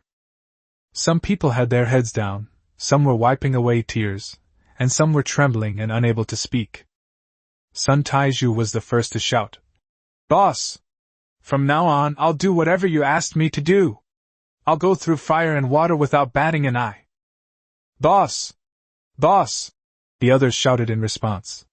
The sound grew louder and louder, shaking the trees on the threshing ground. Xia Feng raised his hand to signal everyone to be quiet. All right, stop shouting. Go back to work. The wheat is almost ripe, don't delay the harvest. The crowd slowly dispersed. But as each person left, they all walked up to Xia Feng and said a few words. Xia Feng, thank you. Xia Feng, you are a good person. Xia Feng, if there's anything you need in the future, just let me know. Xia Feng stood there, nodding and smiling at each person. His face was stiff from smiling, but he didn't want anyone to see the fire in his heart. Back home, Xia Feng took the money out of the cellar, 20 taels of silver, gleaming white, piled up in a small heap. Xia Yu saw it, and was stunned for a moment. Brother, what are you going to do with so much silver? Pay the donation. Send it to the county government tomorrow. Wasn't it supposed to be a group effort? I said I'd pay for it all myself. Xia Yu's face flushed red. Why? Why should you pay for it all by yourself? Everyone grows the land and everyone harvests the grain. Why should you be the only one to contribute? Xia Feng squatted down, put the silver into a cloth bag, and said calmly, Because they have a hard life. Do you think it's easy for us? Xia Yu's voice rose. You get up before dawn every day to farm, hunt, and manage this and that. Do you think it's easy for you? Xia Feng looked up at his younger brother and patted him on the shoulder. Obedient. Xia Yu fell silent, biting her lip, tears welling up in her eyes. Xia He also ran out from the inner room. When she saw the bag of silver, she didn't say anything, but her eyes reddened. Xia Feng stood up, placed the silver pouch on the table, patted Xia Yu's head, and then patted Xia He's head. Don't cry. Money can be earned back. As long as you're alive, you'll have everything you need. Xia Yu wiped her eyes, said nothing, and ran into the inner room. Xia He followed her in, and soon Xia Yu's muffled sobs could be heard from inside. Xia Feng stood there, feeling as if something was blocking his heart. Zhang Taizhan arrived in the evening. As soon as he entered, he saw the bag of silver on the table and fell silent. I'll deliver it tomorrow, Zhang Taizhan said. No need, I'll go myself. I'll go with you. Xia Feng glanced at him and nodded. The two sat in the courtyard. It was dark, and the moon had not yet risen. Brother Taizhan, when will this world ever end? Zhang Taizhan was silent for a while, then said, I don't know. But I do know that if you continue like this, you'll eventually work yourself to death. 20 taels of silver, you just casually offer it. But what about next time? And the time after that? They want 20 taels today, 50 tomorrow, and 100 the day after. Can you afford that? Xia Feng didn't speak. I'm not saying you did anything wrong, Zhang Taizhan said, looking at him. Everyone remembers how good you've been to them. But you have to think about how long you can hold on by yourself. Xia Feng remained silent. He didn't know how long he could hold out. But he knew now wasn't the time to turn against them. Although he had over 300 men under his command, turning against the government would be tantamount to rebellion. Rebellion was no joke. If things went wrong, everyone could die. Wait a little longer, Xia Feng said. Zhang Taizhan glanced at him, said nothing more, stood up and left. He paused at the door, then said, I can wait. But don't expect me to hold out for long. He left after saying that. The next morning, Xia Feng and Zhang Taizhan went to the county town and handed over the 20 taels of silver. On the way back, Xia Feng rode his horse without saying a word. Zhang Taizhan didn't say anything either. The two walked on in silence, their horses' hooves kicking up dust as they trod the dirt road. Chapter 36 The Bandits Are Coming. After the spring plowing donation incident, life returned to normal. The wheat turned golden day by day, the heavy ears of wheat bending low, rustling in the wind like a golden sea. Every day, Xia Feng would go to the field, pluck an ear of wheat, rub it, and chew it. The wheat grains were plump and had a sweet aroma. Uncle Zhao, it will be ready to harvest in 10 more days. Xia Feng squatted at the edge of the field, looking at the golden waves of wheat, feeling an indescribable sense of satisfaction. Zhao Dihao squatted down beside him, a straw in his mouth, squinting at the sky. He had farmed in the north for most of his life and had never seen wheat grow so well. The improved seeds, combined with composting, soil improvement, and meticulous cultivation, made the wheat look like a painting. Yes, God has been kind to us. The weather has been perfect this year. If we get another 10 good days, the wheat will be ready for harvest. Zhao Dihao took the wheat stalk out of his mouth and pointed to the field in the distance. The spring wheat on the east side has also started to head, about a month later than the winter wheat. It will pick up right after the winter wheat is harvested. Are there enough people to harvest the wheat? That's enough. All the able-bodied people in the new village will be on the job, plus those from Chizhu village. That's over 200 people. We can finish harvesting in a few days. It's just that there's a lot of work to do, like threshing, drying, and storing, so we'll be busy for a while. Xia Feng nodded. 200 people and several hundred acres of land were indeed enough. He didn't lack manpower. What he lacked was the ability to organize them effectively. Zhao Dihao then asked, Xia Feng, after this year's wheat harvest, how much should we keep? How much should we sell? Xia Feng thought for a moment and said, Let's see how much is produced first, then we'll decide. Zhao Dihao nodded and didn't ask any more questions. He now trusted Xia Feng completely, and whatever Xia Feng said was law. Things are going smoothly in the village, and things are going smoothly at home too. Xia Yu has grown taller very quickly. She used to be less than Xia Feng's shoulder, but now she's up to his chin. Zhou Wenyuan said that his knowledge is also progressing rapidly, and he will be able to take the imperial examination next year. Brother, the teacher said I can try playing next year, Xia Yu said while eating, holding her bowl, her voice muffled. Xia Feng picked up a piece of pickled vegetable and put it in his mouth. What's the outcome? Yes. The teacher said I'm ready, so it wouldn't hurt to give it a try. Even if I don't pass the exam, I can still gain some experience. Xia Feng thought for a moment and said, Then let's give it a try. It would be great if we pass, but if we don't, we can just treat it as practice. Xia Yu smiled, revealing her 2 small tiger teeth. Xia He pouted from the side. Brother, you're biased. You let second brother take the imperial examination, but you won't let me. Xia Feng laughed. If you can take the exam, I'll let you take it too. The problem is, they don't allow women to take it. What can I do? Xia He snorted and poked at the rice in her bowl with her chopsticks. When I grow up, I'll make it possible for girls to take the exam too. I'll open a girls' college and admit female students exclusively. Xia Feng laughed heartily. All right, when you grow up, you'll be in charge. You'll be the top female scholar then, and I'll dress you up in red and flowers. Xia He also smiled happily. Zhang Taizhan would come to Xia Feng's house for drinks every few days. He no longer needed to lead the village patrol team on patrols every day. The team had been trained, and Zhao Dainyu and the others could all handle things on their own. He had a lot more free time now, so he would come over whenever he had free time to sit, chat with Xia Feng, and have a couple of drinks. That night, the moon was beautiful, and the two sat in the courtyard. Xia Feng took up the dried sweet potatoes he had stored from last year, fried them in oil, and made a plateful. They were crispy and crunchy, sprinkled with a little salt, perfect as a snack with drinks. Xia Feng, do you think we can keep living like this forever? Zhang Taizan asked, holding a bowl of wine and looking at the moon. Xia Feng chewed on a dried sweet potato, crunching it down. Who knows?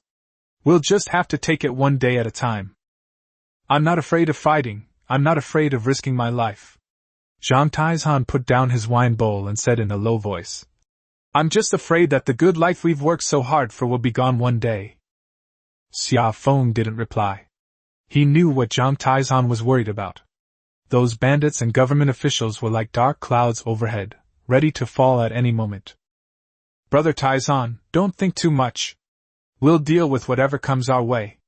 When that day comes, we won't be pushovers either. Zhang Taizan glanced at him, picked up his wine bowl and clinked it against his.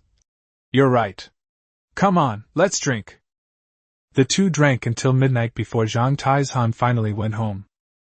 Wan Digui has calmed down recently, and his relationship with Xia Feng is not so strained anymore. Although they weren't exactly close, at least they could exchange a few words when they met, unlike before when they were always at odds. Aunt Lu has changed too. Before, she would always be hostile towards Xia Feng and gossip about him behind his back. Things are different now. When we meet, they smile from afar and call out, Xiafeng, Xiafeng, as if they were my own nephew. Sometimes when they cook something delicious at home, they bring a bowl over, saying, Try your aunt's cooking. Xia Feng didn't refuse, took the bowl and ate, saying it was good. Aunt Lu smiled with wrinkles all over her face, and when she got back she said to Zhao Dazhuang, Look at Xia Feng, how promising he is, and he doesn't hold grudges. Zhao Dazhuang was still hesitant to speak to Xia Feng. He still harbored resentment about the incident where he climbed over the wall, and whenever he saw Xia Feng, he would lower his head and avoid him. Xia Feng didn't bring it up either. He would simply nod and let it go. Life went on like this, neither exciting nor dull. That evening Xia Feng returned from the fields, washed his face, and sat in the yard to cool off. Xia He was keeping accounts beside her, writing quickly with her small brush and the beads on the abacus clicking away. Xia Yu was reading in the room, not loudly, but audible. She was reciting the Analects of Confucius, sentence by sentence. Everything was quiet, just like usual. Xia Feng leaned back in his chair, watching the sunset on the horizon. The sunset was crimson, burning half the sky, its color as deep as blood. He recalled a saying Zhao Dihao had once said. Red sky at morning, sailors take warning. Red sky at night, sailors delight. If it's a deep red, it's probably going to be windy. Brother, dinner's ready. Xia He put away the ledger, stood up, and stretched. Xia Feng responded, and was about to get up. The courtyard gate was suddenly pushed open. Zhao Daini rushed in, his face ashen, as if he had seen a ghost, panting heavily, his clothes soaked with sweat. Boss! No! Something's wrong! Xia Feng's heart tightened, and he stood up abruptly. What's wrong? Tell me slowly! Zhao Daini leaned against the door frame, swallowed hard, his voice trembling, and pointed towards the outside of the village, his eyes wide open. Bandits are coming again, so many, hundreds of them, all on horseback, heading towards our village. Chapter 37 Bloodbath. How many people? Xia Feng grabbed Zhao Daini's arm. Over 100. All on horseback, carrying knives and bows and arrows. Zhao Daini's voice trembled. The leader is a one-eyed man, he looks fierce. They're less than 10 miles from the village. Xia Feng's mind raced. Hundreds of bandits, armed with horses and knives, were no match for him in a direct confrontation. But that band of bandits came once last year and knew the details of Qingzhou village. They must have come prepared to dare to come this time. Does Brother Taizan know? I've already sent someone to inform them. Let's go. Xia Feng turned and went into the house, took down his bow and quiver from the wall, and picked up his spear. Xia Yu and Xia He stood at the door, their faces pale. Let's all hide in the mountains together. Xia Feng's voice was calm, but it left no room for argument. Xia Yu nodded and pulled Xia He into the mountains. On the threshing ground, the village protection team members arrived one after another. Zhang Taizhan was already there, his face ashen, and he was counting the number of people. Including the able-bodied men from the new village, there were more than 50 people in total. But the really capable fighters were the 20 or so from the village protection team. How many bandits are there? Zhang Taizhan asked. Over 100, more than 20 on horseback, and the rest on foot, Xia Feng said. Zhang Taizhan cursed, squatted down, picked up a twig, and drew on the ground. Xia Feng also squatted down, and the two of them compared their drawings to the ones on the ground. We can't defend the village entrance. They outnumber us. If they rush in, we're finished, Zhang Taizhan said. Xia Feng pointed to the rocky hill outside the village. Lead them to the rocky hill. The road there is narrow and full of stones, so horses can't run fast. We archers can climb the hill and take them down from above, catching them off guard. Zhang Taizhan glanced at it and nodded. I'll take some men to lure them out, you take the archers and go to their posts. The plan is set. Zhang Taizhan led a few men out of the village on horseback and encountered bandits. From afar, Zhang Taizhan fired an arrow, missing the man but striking the leader of the bandits' horses. The horse neighed and fell to the ground, throwing its rider a great distance. The one-eyed man roared in fury. Chase after them! Zhang Taizhan turned his horse around and ran away, at a pace that was just right so the bandits thought they could catch him. Xia Feng led more than 20 archers, and now the village protection team, each with a bow, climbed up the rocky hill ahead of time. The hill was covered with rocks of varying sizes, and if you crouched down behind them, you couldn't see anything below. Xia Feng told everyone to spread out and find 2 large rocks to use as cover, with their quiver by their side. Release the arrows only when I give the order. Don't panic, aim carefully before you shoot, Xia Feng said in a low voice. The bandits were closing in. The horses, unable to run freely at the foot of the rocky hill, slowed down. One-eyed dragon, cursing and swearing, led his men up the hill. Put! More than 20 arrows rained down simultaneously. 7 or 8 bandits fell instantly, their screams filling the air. The battle raged from morning until noon, and then from noon into the afternoon. The bandits charged 7 or 8 times, but were all driven back. However, the village protection team also began to suffer casualties. The first one to fall was Lu Laosi. Lu Laosi was from Qingzhou village. He was in his early 30s and had only one blind mother at home. He was a man of few words, but a hard worker, and the oldest in the village protection team. Xia Feng assigned him to guard a gap on the left side, where there were few stones and it was easy for someone to sneak up. Lu Laosi guarded the area for most of the day, emptied his quiver of arrows, and then picked up stones to throw down. During the bandits' third charge, 3 men approached from the side. By the time Lu Laosi noticed, it was too late. One of the bandits stabbed him in the back, the blade protruding from the front. Lu Laosi looked down at the broken knife tip, didn't cry out in pain, and instead thrust his spear into the bandit's stomach. Both men fell to the ground. When the people around him ran over, Lu Laosi was already dead. His eyes were still open, and his mouth was opening and closing as if he wanted to say something, but he couldn't speak. Someone leaned closer to listen, and all they heard him say was, "Mother!" Then he stopped breathing. The second person to fall was Sun Dezhuang. Sun Dezhuang was from Xinsun, around 27 or 28 years old, from Hebei. His entire family had been killed by the barbarians, and he was the only one who escaped. He was strong and powerful, and Xia Feng ordered him to stand guard at the post with a knife to prevent the bandits from rushing up and fighting him hand to hand. During the bandits' fourth charge, 5 men stormed the hill. Sun Dezhuang stood in front of them, slashing one down with his knife and kicking another to the ground. But the third bandit attacked from the side, slashing his arm so hard it nearly broke, exposing the bone. Sun Dezhuang didn't retreat. He picked up the knife from the ground with his other hand and slashed down another bandit. At that moment, a 4th bandit stabbed him in the stomach. Sun Dezhuang knelt on the ground, blood gushing from the hole in his stomach. He stuck the knife in the ground to keep from falling.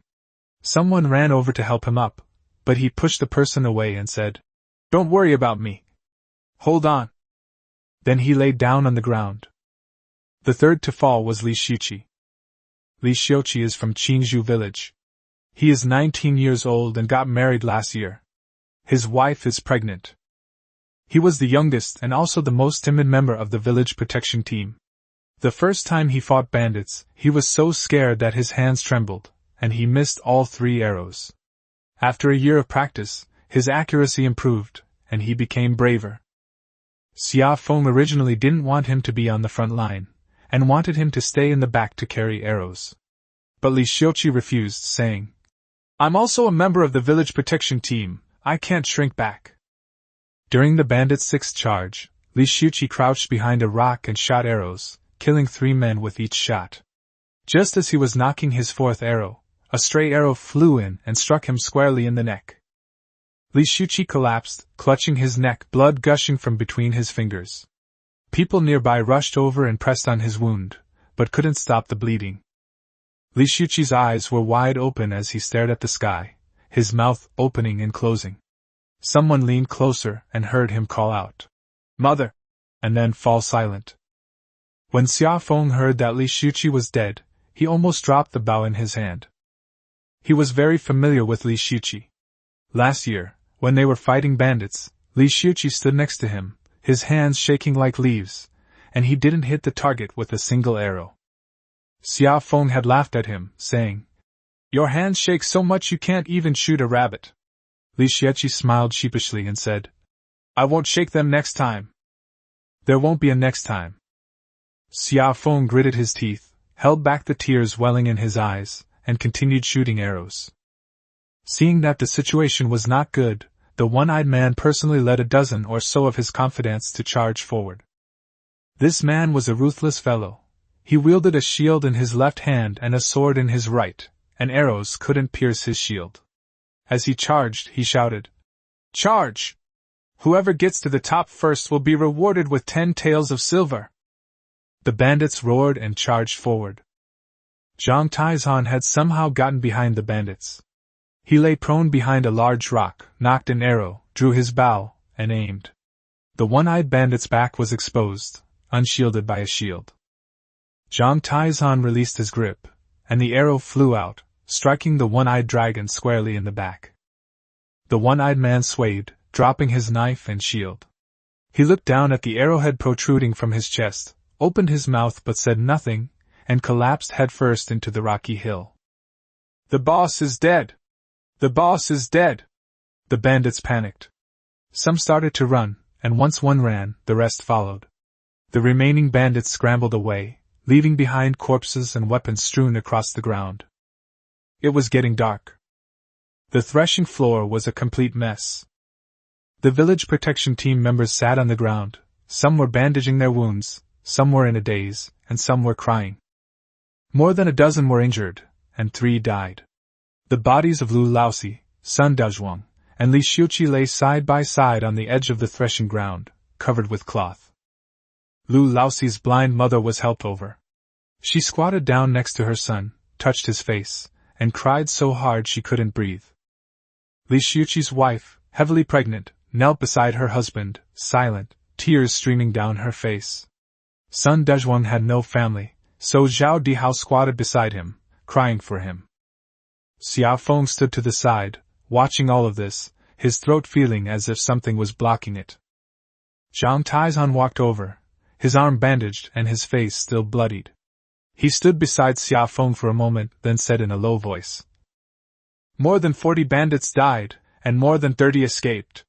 One-eyed dragon is dead and shouldn't be coming back anytime soon." Xia Feng nodded without saying anything. Zhang Taizhan looked at the 3 bodies and said, "They were good men." Xia Feng remained silent. He walked to Lu Laosi's body, squatted down, and lifted the cloth to take a look. Lu Laosi's face was very pale, and his eyes were closed, as if he were asleep. But the wound on his stomach was still bleeding, staining the cloth red. Chapter 38 Compensation. As darkness fell, torches were lit on the threshing floor. The bodies had already been collected, and the 3 coffins were placed side by side at the edge of the field.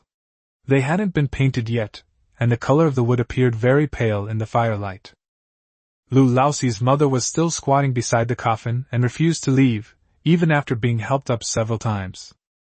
Li Shiqi's wife sat on the bench next to him, her belly already very big. She had cried until she had no strength left, and just sat there blankly. Xia Feng stood in the middle of the field, with Zhang Taizhan and Zhao Dihao beside him. The injured members of the village protection team had already been treated by Li Baichao. Those with minor injuries were simply wrapped in bandages and returned, while the seriously injured were taken to the clinic. Those who weren't injured were all present, covered in dust and dirt, some still trembling. Zhang Taizhan had his men move all the captured goods to the threshing ground, where they were piled up in a huge heap. First, they counted the silver. The bandits had brought several bundles, and when they opened them, everyone gasped in shock. There was a lot of gleaming silver, some in whole ingots, some broken pieces, and quite a few copper coins. Zhao Dihao and a few others counted for most of the day, and finally reported a figure of more than 330 taels of silver and more than 4 strings of copper coins. These bandits have robbed countless families. Zhao Dihao sighed. What a tragedy! Xia Feng looked at the pile of silver, feeling a mix of emotions. This silver was stained with blood, some belonged to bandits, others to robbed civilians. But now, they can be used for serious business. Weapons were piled up on the ground, more than 30 knives, more than 20 spears, 12 bows, and hundreds of arrows. There were also a dozen or so horses, all plump and strong, clearly good horses that had been stolen. Xia Feng had the horses led to Zhang Tieshan's yard to be fed, and the weapons were inventoried, catalogued, and locked in the warehouse. The items have been inventoried. The next step is to distribute them. Xia Feng stood beside the torch, the firelight reflecting off his face in a flickering pattern. He looked at the village guards, at the injured and the uninjured, at the families of those who had lost their husbands and sons, and took a deep breath. Brothers! Xia Feng's voice wasn't loud, but everyone on the threshing floor heard him clearly. We fought a good battle today. The bandits were driven away, and the village was saved. But we also lost and injured some people. No one spoke. The torches crackled, and moths flew into the flames, sizzling as they burned. The brothers who died cannot die in vain. The brothers who were injured cannot be injured in vain.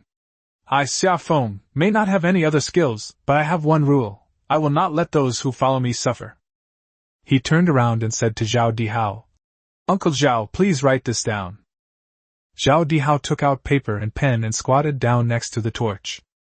The brothers who died in battle, Lu Laoxi, Sun Dazhuang, and Li Xiaoqi, will each receive a pension of 15 taels of silver, 100 caddies of coarse grains, and 20 caddies of white rice. Families with elderly members or children are supported by the village. The elderly are supported until they die, and children until they are 18. Since Sun Dazhuang had no family, his pension was confiscated by the village. When Lu Laoxi's mother heard this, she cried even harder, but not out of sadness. She cried out of a mixture of sadness and gratitude. Several people nearby helped her up, and she bowed shakily to Xia Feng. Xia Feng quickly went over to support her. Auntie, please don't do this. 4th brother died for the village. It's only right that I take care of you. The old woman held his hand, unable to say a word, only crying. Xia Feng turned his head and continued. Each of the injured brothers will receive 10 taels of silver, 50 caddies of coarse grains, and 10 caddies of white rice. Those who recover and are able to continue working can return to their jobs. Those who recover but cannot do heavy work will be given lighter tasks by the village. Those left with lifelong disabilities will be supported by the village for life. The injured men looked at each other. Some had tears in their eyes, while others lowered their heads, their shoulders trembling. Zhao Danius stood in the crowd with his arm wrapped in bandages, his lips trembling, wanting to say something but unable to. The rest of you who participated in the battle, Xia Feng said, glancing at the people standing there. Each of you will receive 5 taels of silver and 10 caddies of rice. Go back and rest for a couple of days to recharge your energy. Boss, isn't this too much? That's right, 5 taels of silver, I can't earn that much in a whole year. There's white rice again, more white rice. Xia Feng raised his hand to signal everyone to be quiet. It's not much. You risked your lives to protect the village, what's a little bit of this? The silver was seized from the bandits, not mine.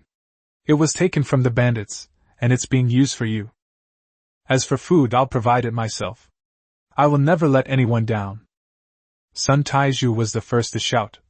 Boss! From now on, whatever you say goes. My life is yours. Boss! Boss! The others shouted, their voices growing louder and louder, echoing through the night sky. It took almost half an hour to distribute the items. Zhao Dihao was in charge of the accounts, and Xia He was in charge of distributing the money.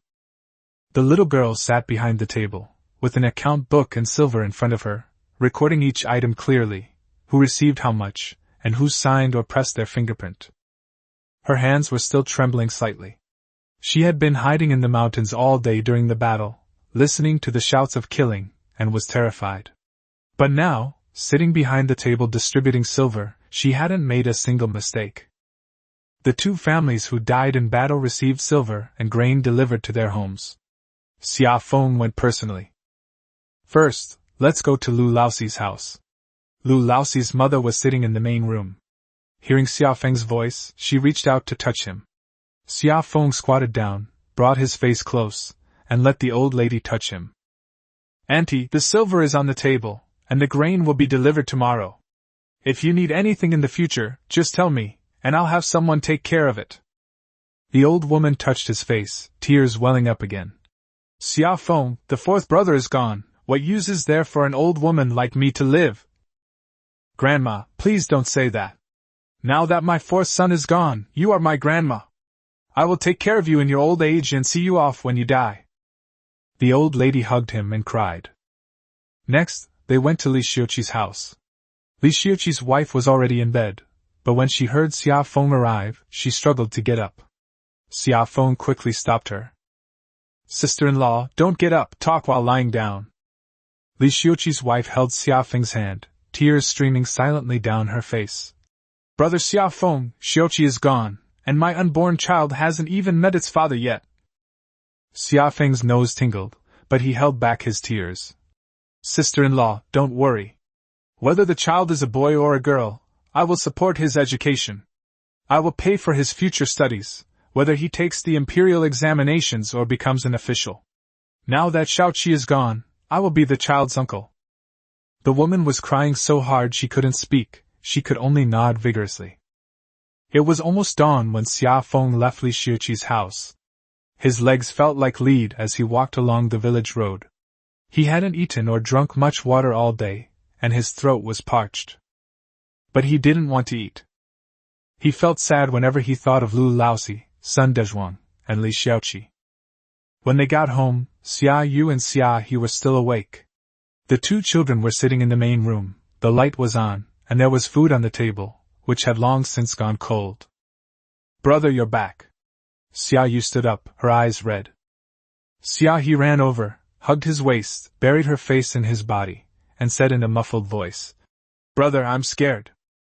Xia Feng patted her head. Don't be afraid, I'm here. Xia Yu took the food to be heated up. Xia Feng sat at the table, looking at the bowl of porridge that had been heated up and cooled down repeatedly. He picked it up and took a sip, but couldn't swallow it. It felt like something was blocking his throat.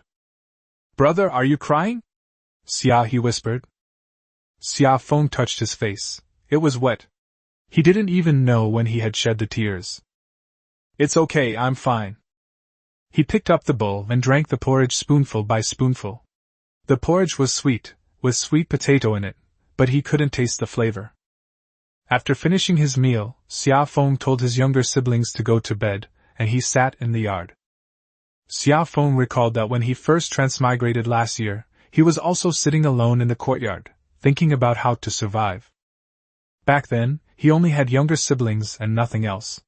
Now he has over 300 people, and everything else. But the dead can never come back. Back inside. Xia Yu and Xia He were already asleep. Xia Feng tucked them in and lay down. Even with my eyes closed, the faces of Lu Laoxi, Sun Dezhuang, and Li Xiuqi are still vivid in my mind. Chapter 39 Expansion. The day after the battle, Xia Feng slept until the sun was high in the sky. This was the first time he had slept for so long since he transmigrated, and when he woke up, the sun was already high in the sky. Xia he brought in a bowl of porridge. Seeing that he was awake, she smiled and said, "Brother, you're finally awake. Brother Taizan came twice, but left again when he saw you were asleep." Xia Feng sat up and rubbed his face. The wound on his arm still hurt, but it was much better than yesterday. He drank some porridge, washed his face, and went to Zhang Tieshan's house. Zhang Taizan was cleaning his knife in the yard. The knife was a captured one, better than the one he used himself. The steel was shiny and the blade was sharp. He cleaned it very carefully, using a cloth dipped in oil to apply it little by little. "Brother Taizan." Xia Feng walked in and squatted down beside him. Zhang Taizan didn't even look up. "Awake?" "Yes." "You were looking for me?" Zhang Taizan put down his knife and looked at him. "I want to discuss the village protection team matter with you." "Perfect timing. I was just about to tell you about this too."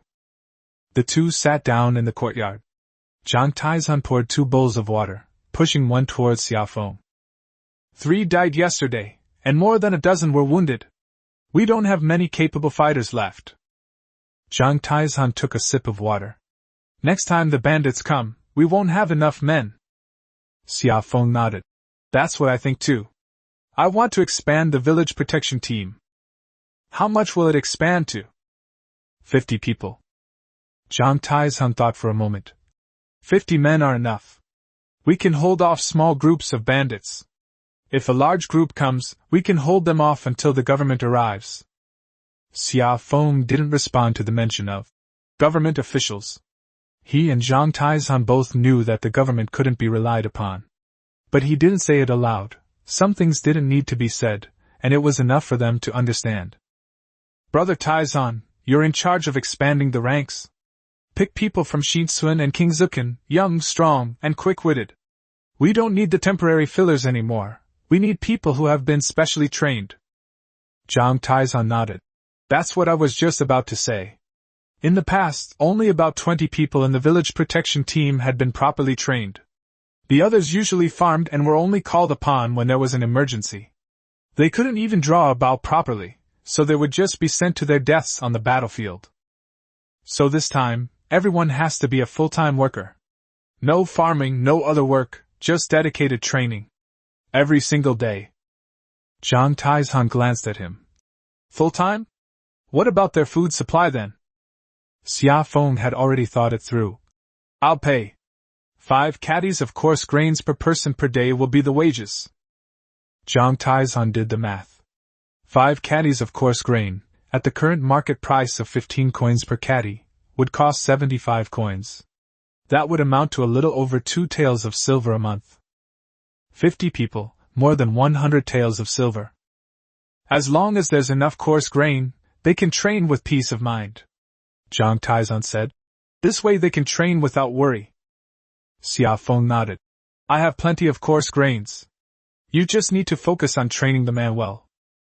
Zhang Taizan stared at him for a few seconds, then didn't ask any more questions. He was used to it. If Xia Feng said it was true, then it must be true. All right, Zhang Taizan said.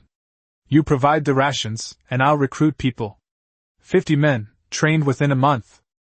It's not just about practicing, it's about practicing well, Xia Feng said earnestly. Archery must be accurate, swordsmanship must be proficient, and formations must be orderly. In future battles, we can't afford to have so many people die again. Zhang Taizan remained silent for a moment, then nodded. When the news of the expansion spread, people flocked to sign up, breaking down the door. 5 caddies of whole grains every day, 150 caddies a month, and nearly 2,000 caddies a year. This pay is much better than doing manual labor in town. Plus, working with Xia Feng means food, and there are rewards for fighting bandits. Who wouldn't want to come? Zhang Taizan was very selective in choosing his employees. He wanted young, strong, quick-witted men with no family burdens. No one who is too old, too weak, or too slow-witted. After much deliberation, about 30 people were selected from over 100 applicants, making a total of 50 people to join the current village protection team. Excluding Xia Feng and Zhang Taizhan, the village protection team actually consists of 52 people. Li Erniu was also selected. He was strong and quick-witted, and Zhang Taizhan took a liking to him at first glance. Training began on the second day. Zhang Taizhan divided the 50 men into 5 teams of 10, each with a captain. I get up before dawn every morning and run 5 miles to build up my stamina. After the run, we'd come back for breakfast, then practice archery, with each person shooting at least 50 arrows a day. In the afternoon, we'd practice swordsmanship and drills, and in the evening, we'd run another 5 li, approximately 2.5 kilometers. The standard bow provided by Xia Feng is many times better than an ordinary hunting bow. But the pulling force is great, so it's not easy to pull. Newcomers couldn't pull it at first, so Zhang Taizhan had them practice their arm strength first, lifting stone weights and pulling hard bows, increasing the intensity day by day. Only when you have strength in your hands can you draw the bow steadily. Only when you draw the bow steadily can you shoot the arrow accurately. Zhang Taizhan stood in front, holding the bow, correcting the posture of each person one by one. Zhao Dainiu, lower your shoulders. Lu Xuanzi, where are you looking? Look at the sights. Li Erniu, stand up straight, don't bend your legs. The training was tough, but nobody complained. 5 pounds of whole grains every day was worth it. Xia Feng went to watch the training every day. He not only watched, but also practiced along with them. He was a member of the village protection team, and although he was now the leader, he couldn't fall behind in training. Zhang Taizhan treated him the same way, scolding him for not practicing well. Xia Feng, your arrow went way off target. Try again. Xia Feng wasn't annoyed. He knocked another arrow, drew the bow, aimed, and released it. The arrow flew out and this time hit the target, but it was still a bit short of the bullseye. Again.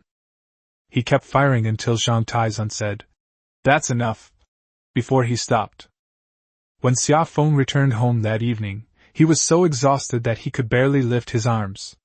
Xia He brought him dinner, and after eating a few bites, he lay down. Xia Yu was reading a book nearby.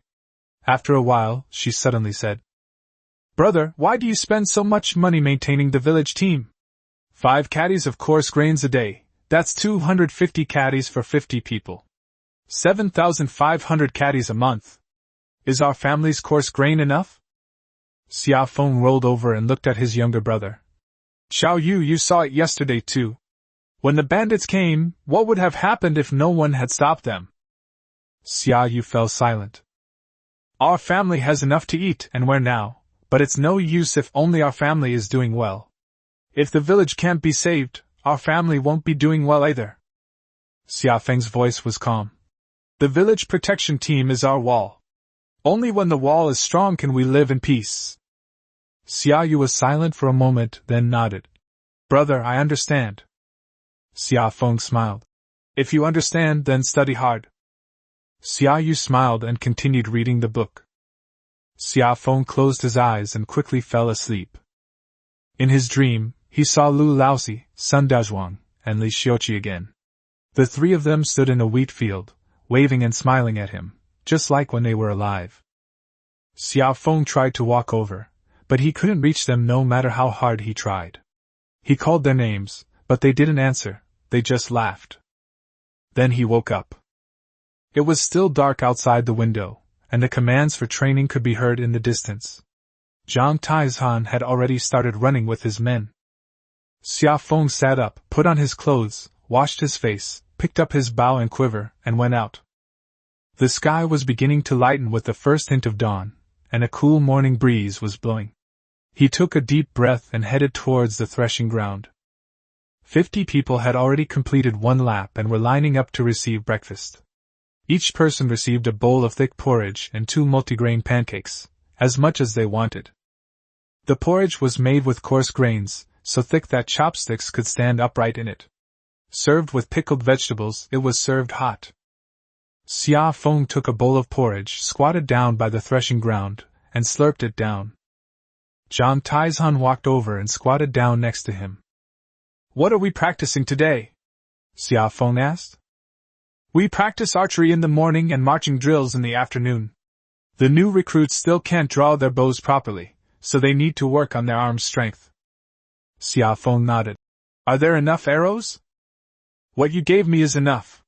It's just that the arrows are used up quickly. We shoot dozens a day, and some of them get ruined when they hit rocks." "I'll figure out the arrows," Xia Feng said. "The system has an unlimited supply of standard bows and arrows, so the number of arrows is also unlimited. He adds a batch every few days, which is enough for them." Chapter 40: Teaching a Man to Fish. After the village protection team was expanded, Qingzhou village became much more lively. Every day before dawn, 50 people would run laps on the threshing ground, their footsteps shaking the ground. The bowstrings twanged in unison, and the arrows whistled through the air, a sound that brought a sense of reassurance.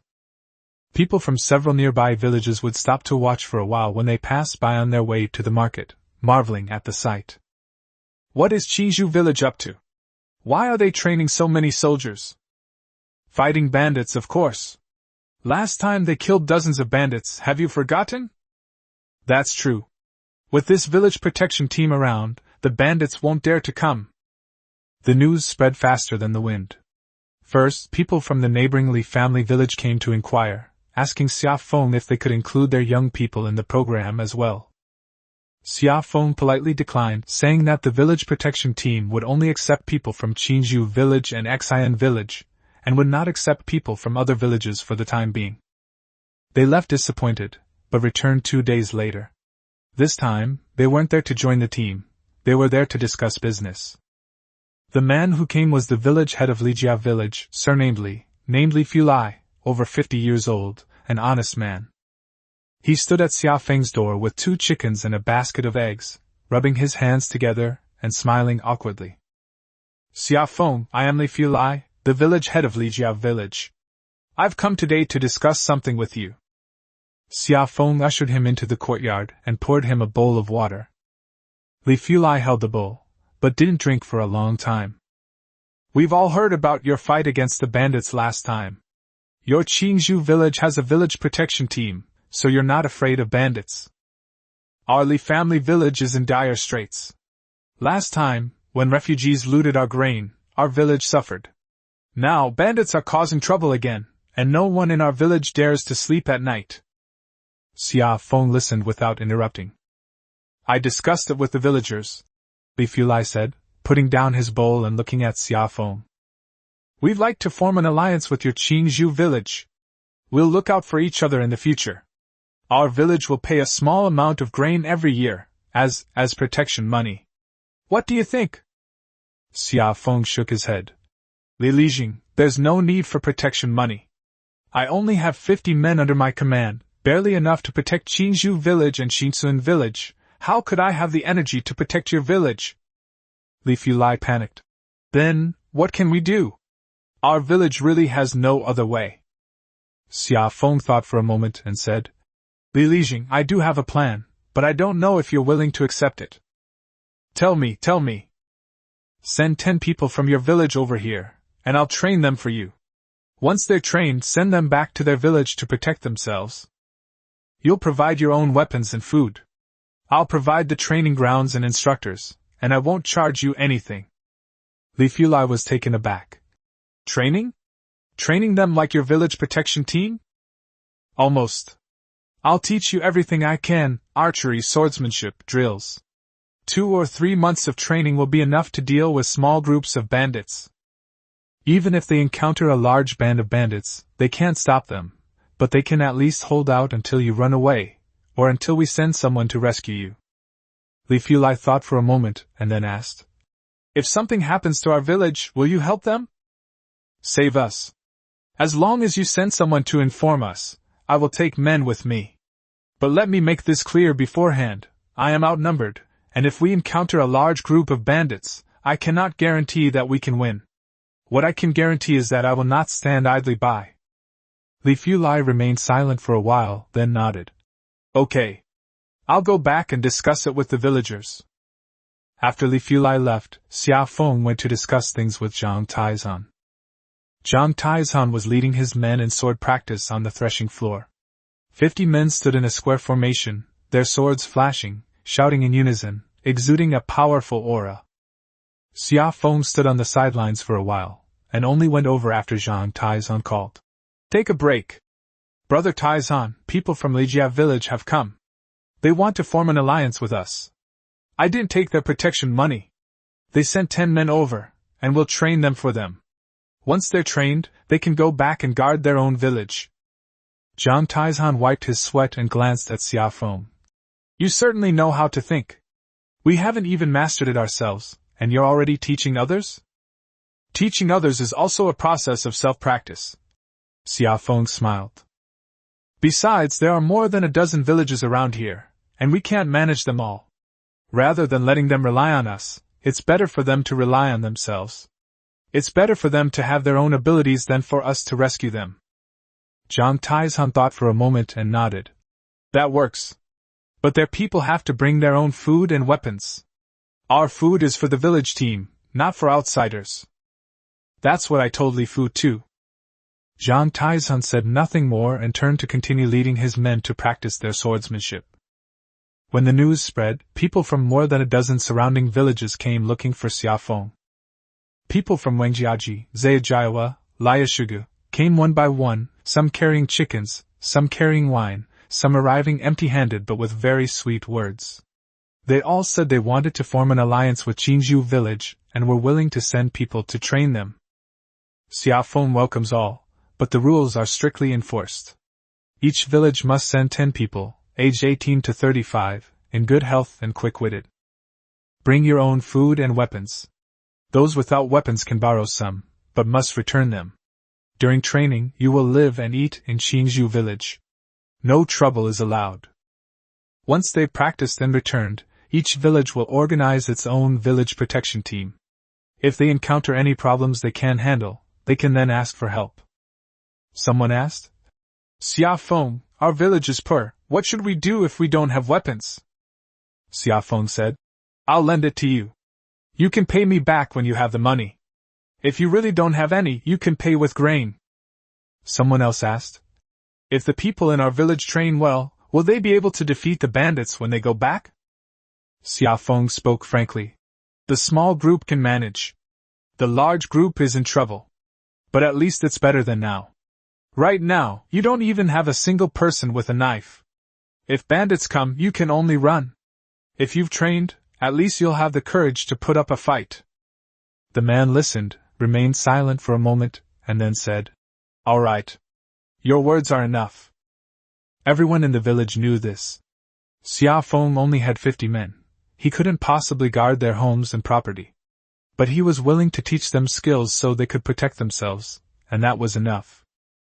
Xia Feng had Zhou Wenyuan draft a covenant, which was written in more than a dozen copies, and each village affixed their fingerprints to it. The covenant read, The villages formed a brotherhood alliance, helping each other and jointly defending against external enemies. Each village sent people to Qingzhou village for training, providing their own food and weapons. In case of trouble, one may seek help from Qingzhou village, which will do its utmost to assist. Those who break the alliance will be attacked by all the villages. On the day the alliance was signed, Xia Feng set up several tables in the threshing ground. People from all the villages came. Some village heads came in person, while others sent representatives. Everyone drank wine, pressed their handprints, and the alliance was officially formed. Zhao Dihao drank several bowls of wine, his face turning as red as Guan Yu's. He walked up to Xia Feng, bowl in hand, and said loudly, Xia Feng, I, Zhao Dihao, have lived most of my life and have never seen such a smart young man as you. Not only are you strong yourself, but you also lead others to strength. You are 100 times better than those officials. Xia Feng quickly stopped him. Uncle Zhao, you've had too much to drink. I'm not drunk. Zhao Dihao downed the wine in his bowl in one gulp. I'm telling the truth.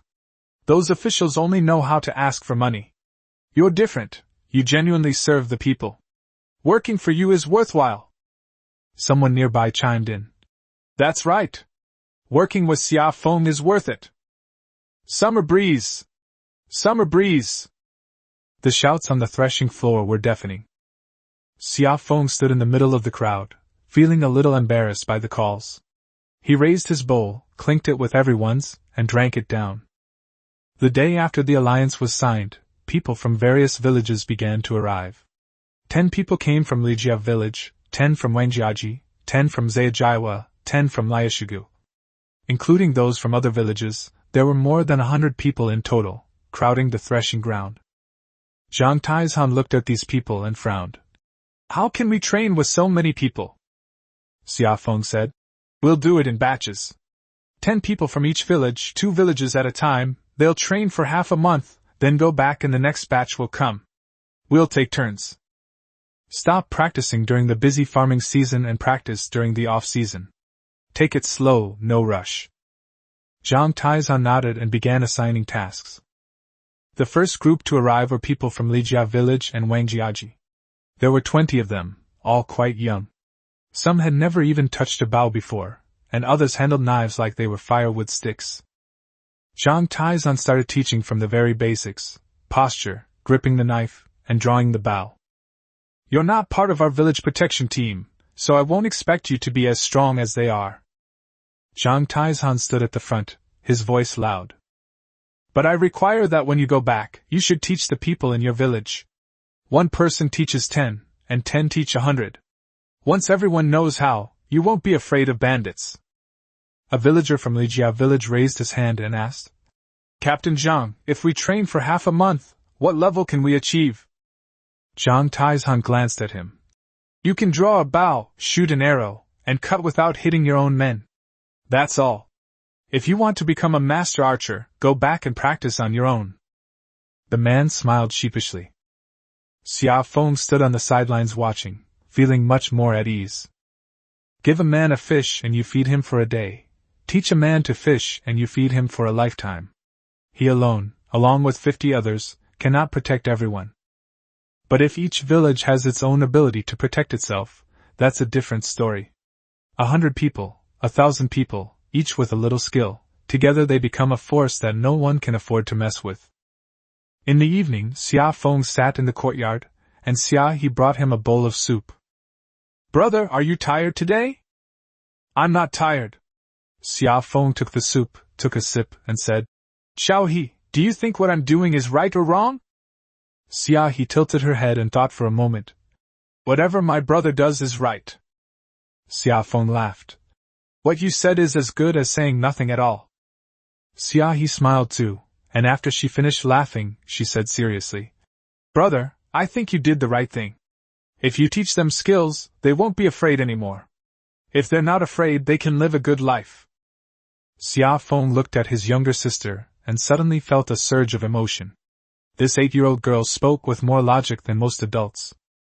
Okay, I'll listen to you, bro. Chapter 41 Harvesting Wheat.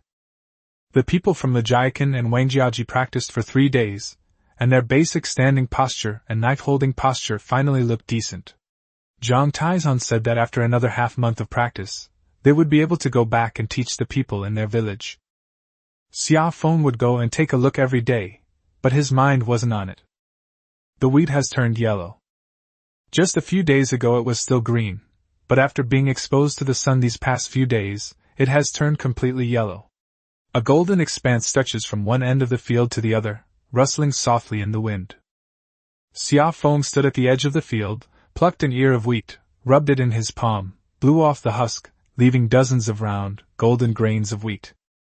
We'll start harvesting tomorrow, Xia Feng said to Zhao Dihao. Okay. I'll arrange it right away. The harvest began on the second day. Before dawn, the summer breeze began to stir. He cooked a pot of thick porridge, chopped a bowl of pickled vegetables, ate it with Xia Yu and Xia He, and then put the rest into a clay pot and took it to the field.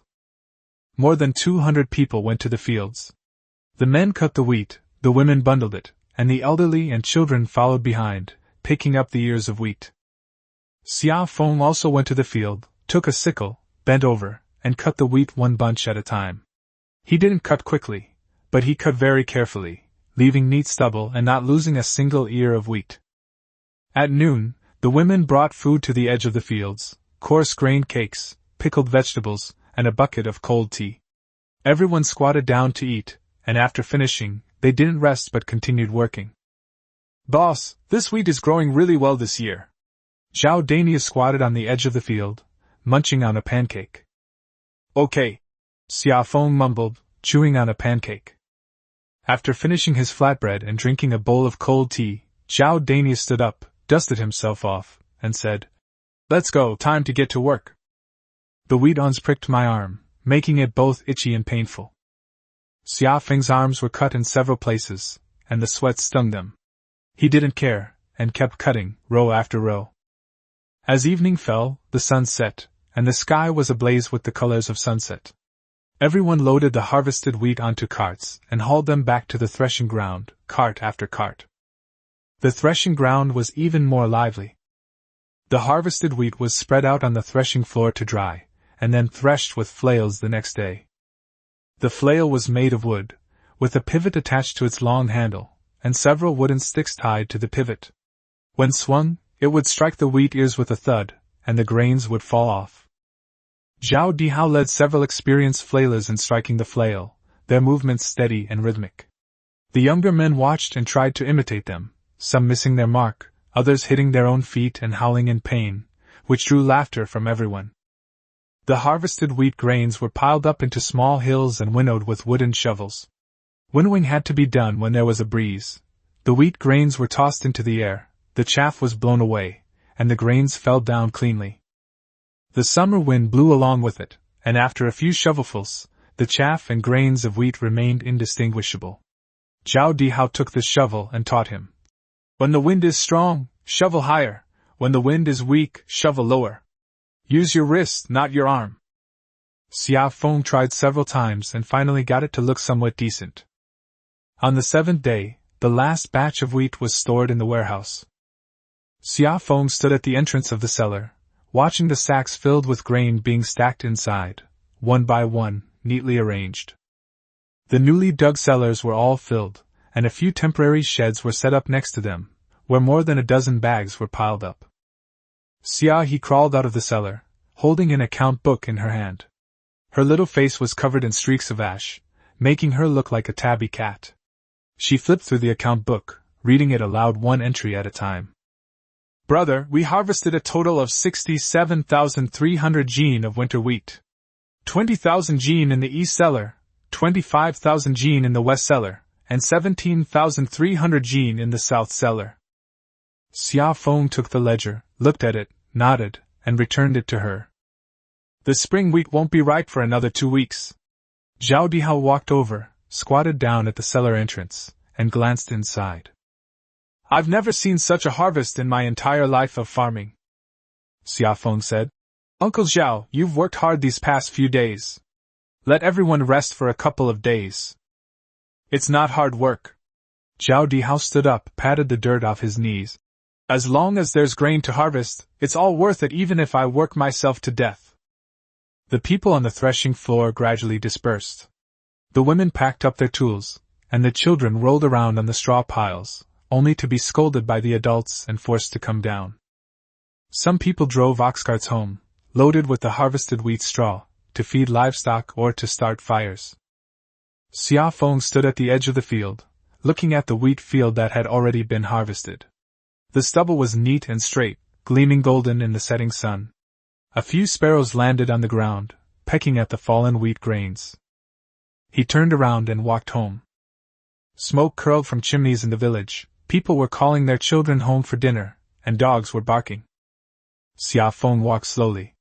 As he passed the threshing ground, Zhao Dani was loading the last few bundles of wheat straw onto a cart. When he saw Xiaofeng, he grinned and said, "Boss, you've harvested a lot of wheat this year." Xiaofeng responded without stopping. Passing by Zhang Tieshan's house, Xiaofeng saw him wiping his knife in the yard. He looked up and asked, "Are we practicing again tomorrow?" "Practice. The people from each village are still here, don't delay them." Zhang Taizan nodded and continued wiping the knife. When Xia Feng returned home, Xia He was already setting the table. Xia Yu was tending the fire by the stove, her face flushed red in the firelight. Brother, dinner's ready. They're here. Xia Feng washed his hands and sat down at the table. Brother, are you going to the fields again tomorrow? Xia Yu asked. Next.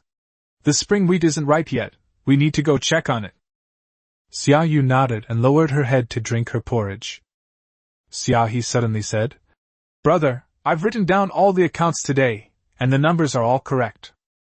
Xia Feng glanced at her and said, Okay, put it there. Xia He placed the account book on the corner of the table, picked up the bowl of porridge, and sipped it slowly. Chapter 42 The Market. The wheat harvest is over, and the cellar is piled with over 60,000 jin of grain. The spring wheat isn't ripe yet, so the work in the fields isn't as hectic. When Xia Feng had some free time, he started thinking about something. He wasn't short of food, but he didn't have much money. Why not sell some of the food and get some money? Besides, he really did grow these grains with great effort, so there's nothing to worry about. It's not that he's greedy, it's that he needs to have money in his hands. Although he had a lot of supplies, he still needed money to buy things he didn't have. After much thought, he came up with a plan that would not only allow him to sell grain but also help the villagers. He opened a market. Qinzhou village is located in the middle of several villages. To the east is Lijia village, to the west is Wangjiaji, to the south is Zhejiawa, and to the north is Liashigu. Within a radius of more than 10 miles, this is the only place with a large flat area. Xia Feng had his eye on the threshing ground at the village entrance, where grain could be dried during the busy farming season and used for other purposes during the off-season. He discussed it with Zhang Taizan. Zhang Taizan said, Open a market?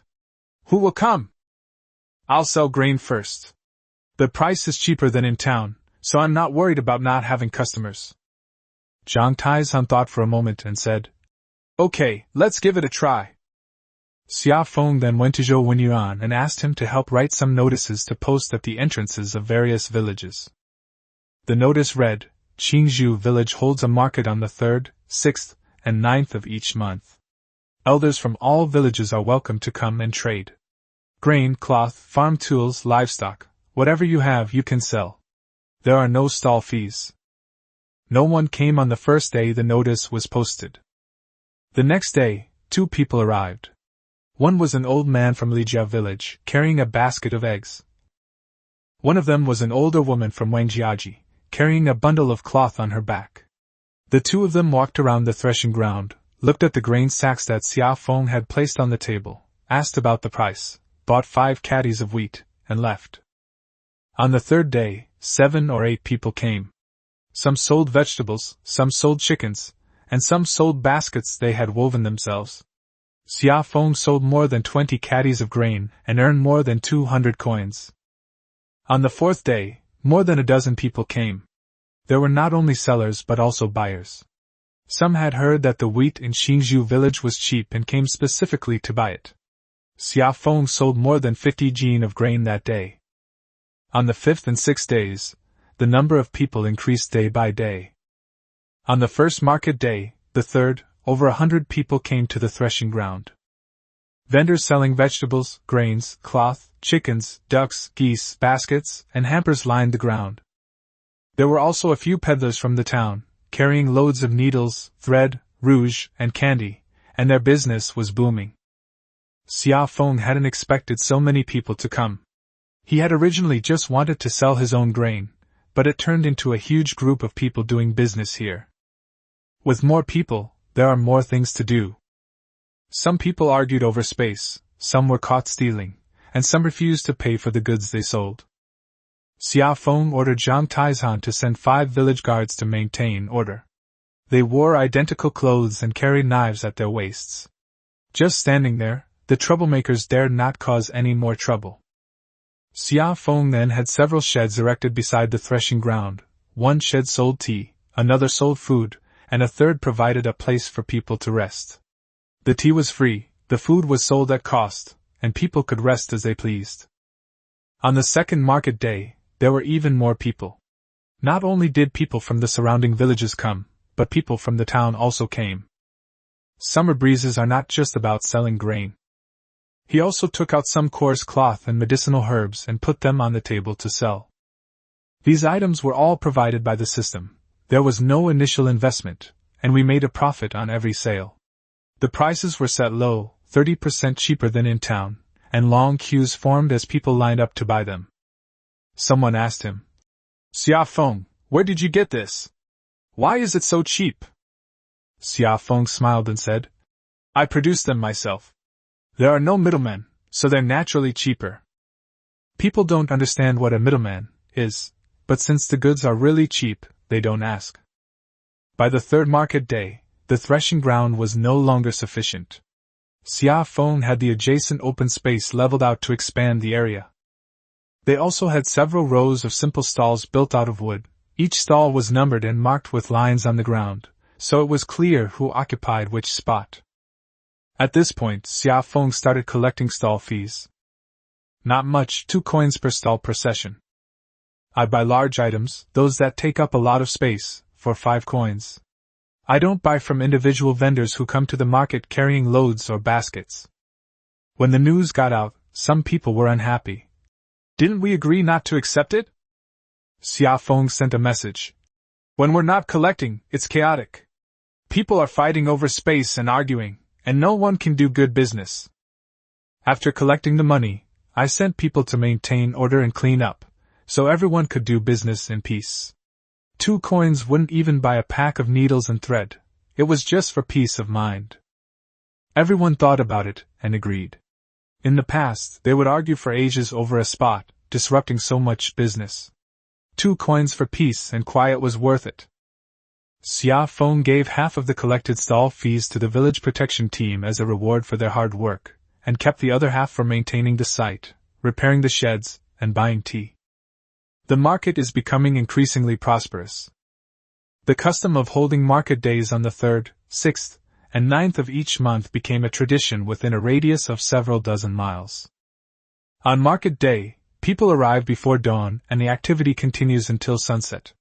Everything is sold: grain, cloth, livestock, farm tools, furniture, food, sundries, medicinal herbs, old clothes, and old shoes and hats.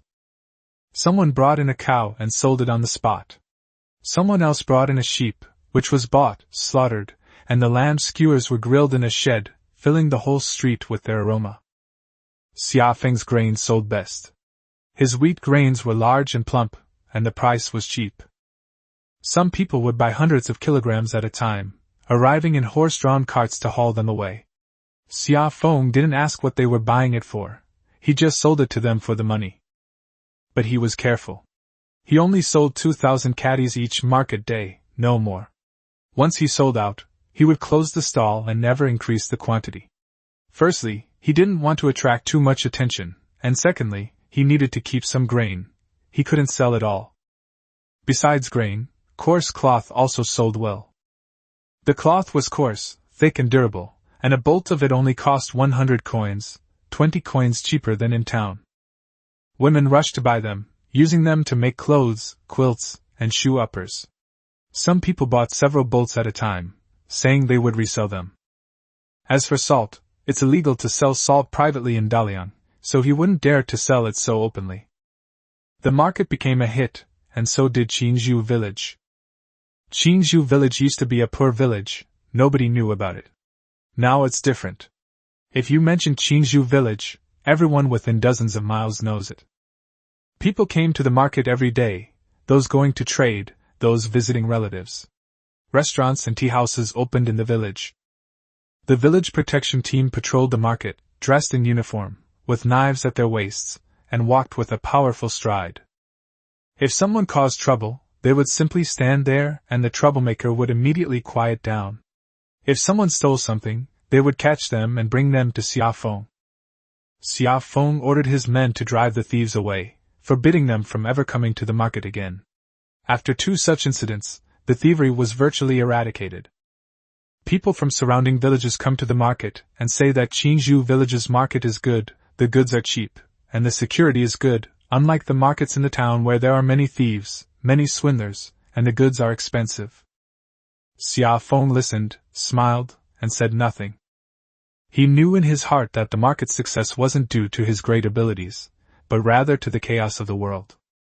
The town has heavy taxes, so the shops there are expensive. He doesn't collect taxes here, so his things are cheap, and naturally people come. But he also knew that he didn't know how long these good days could last. In the evening, Xia Feng sat in the courtyard, and Xia He handed him the day's account book. Xia Feng flipped through the ledger, looked at it, and nodded. Chapter 43 Grain Merchants. On the next market day, the threshing ground became lively at dawn. Xia Feng was arranging grain bags behind his stall when he looked up and saw a horse-drawn carriage coming from the village entrance. The carriage was larger than ordinary ones, with a canopy covered in blue cloth and a curtain drawn back, revealing a plump old man dressed in silk sitting inside. The driver was a burly man with a knife at his waist. He was clearly a guard. The carriage stopped in front of Xia Feng's stall. A fat old man got off the carriage. He had a round face, squinted eyes, a small mustache, and his belly protruded before he walked.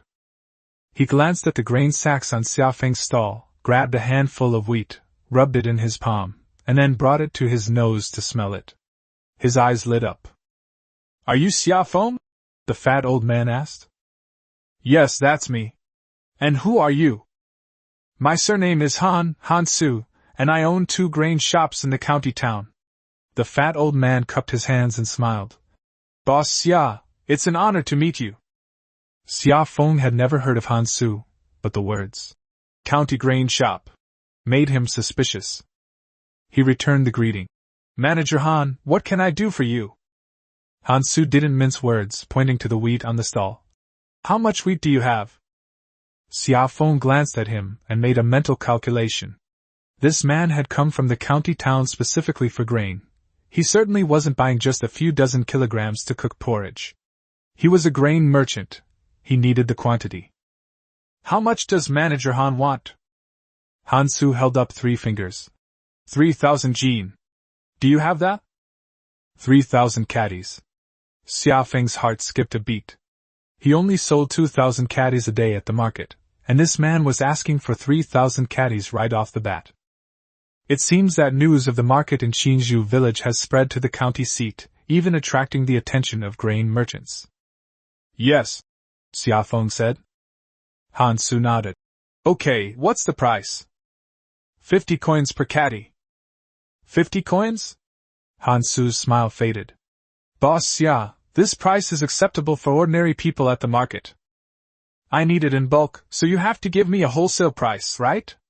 Besides, this wheat with the husk on will have a 20 to 30% loss after processing, which will increase the cost. What price do you think is appropriate, Manager Han?" Han Su held out his palm and flipped it over. 40 coins. Xia Feng shook his head, pulled the sack of wheat closer to himself, and said slowly, "Manager Han, go to town and ask how much wheat is selling for in the grain shops now." 65 coins. My 50 coins are already dirt cheap. If you buy it from me, take it back, hull it, remove the bran, and the cost of producing 1 pound of flour is about 75 coins. Flour sells for 90 coins per pound in town, so you can make 15 coins per pound. 3,000 pounds of wheat will yield 2,100 pounds of flour, so you can earn more than 30 taels of silver. This trip, from start to finish, took less than a day, and I made a net profit of over 30 taels of silver. Still not enough? Han Su was taken aback by what he said, then laughed. Boss Xia not only knows how to farm, but he also knows how to do accounting. Farmers, if they can't do the math, they'll suffer losses. Han Su grabbed another handful of wheat, weighed it in his palm, and thought for a moment. 45 coins. That's the most I can offer. As you just said, the cost of processing 1 jin of flour is 75 won, and I sell it for 85 won, making a profit of 10 won per jin. So, for 2,100 jin, I would only make a profit of 20 liang. Add in labor costs, shipping fees, and spoilage, and there's not much left to take home. 48 coins, Xia Feng said. You want 3,000 caddies, so I'll round it up to 3,000 caddies, which is 144 taels of silver. I'll round it down to 140 taels for you. Han Su stared at Xia Feng for a few seconds, then burst into laughter. Boss Xia, your bargaining skills are even better than mine, a businessman. Farmers are used to being careful with every penny they have. Han Su finished laughing and nodded. All right. 48 it is. 3,000 caddies, 140 taels. But I have one condition. Please speak. From now on, don't sell your grain to other grain merchants. I'll take care of it all. Xia Feng thought for a moment. All-inclusive? Then he wouldn't have to worry about selling his grain. Although the price is a little lower than retail, it saves time and effort, as you don't have to set up a stall every market day, and you don't have to worry about not being able to sell out. I can accept the package, but the price has to be adjusted according to the market. If the price of grain goes up, you have to raise your price too. If the price of grain goes down, I'll lower it for you. Han Su thought for a moment and nodded. Okay. Boss Xia is a straightforward person. Then it's settled. The two wrote a contract on the spot. Xia Feng had Zhou Wenyuan draft it, in duplicate, and they put their fingerprints on it. Han Su paid a deposit of 50 taels of silver, saying he would bring a cart to pick up the grain within 3 days and pay the balance when he did. Just as Han Su was about to leave, Xia Feng suddenly remembered something and called him back. Manager Han, please wait. Han Su turned around. Is there anything else, Boss Xia? Xia Feng smiled and pointed to the sacks behind the stall. I only have this much wheat. I don't have any more. But... He paused, then asked, would you like some whole grains and white rice? Han Su's eyes lit up. White rice? You have white rice? Yes. We also have whole grains. The white rice is top quality. Every grain is plump, no worse than what you get in the grain shops in your county town. And the whole grains too. Han Su became interested and squatted down again. What's the price of white rice? White rice is more expensive than wheat. The grain shops in town have raised their prices again, now selling it for 115 coins per jean, but I'll sell it for 100 coins. If you want to buy in bulk, it'll be 95 coins. Han Su did the math. 95 coins is still expensive. Few people can afford white rice. I'd sell them to wealthy people anyway. I can't sell them in large quantities. What's the price of coarse grains? Coarse grains cost 12 coins a pound. 12 coins? Han Su shook his head. Boss Xia, coarse grains only cost 15 coins in town. I'm buying in bulk, so you have to give me a discount, right? 11 coins. That's the lowest I can offer. Look at the quality of my coarse grains. Xia Feng opened a burlap sack. The grains were uniform and free of impurities. Han Su looked at it, then grabbed a handful and rubbed it in his hands, nodding. The quality is indeed excellent. 11 coins it is. I want 5,000 caddies of coarse grains. I'll start with 500 caddies of white rice to test the waters, at 95 coins per caddy. Xia Feng was overjoyed. 5,000 caddies of coarse grain, at 11 coins per caddy, that's 55 taels. 500 caddies of white rice, at 95 won per caddy, is 47 taels and 5 mace. Adding the 140 taels of wheat, this order totals 242 taels and 5 mace of silver. All right. 5,000 caddies of coarse grains, 500 caddies of white rice, and 3,000 caddies of wheat. That's a total of 8,500 caddies. Manager Han, can you haul away so much grain? Han Su laughed. Since I dare to ask, I have a way to get it done. The county town is less than 40 miles from here. I'll just make a few more trips.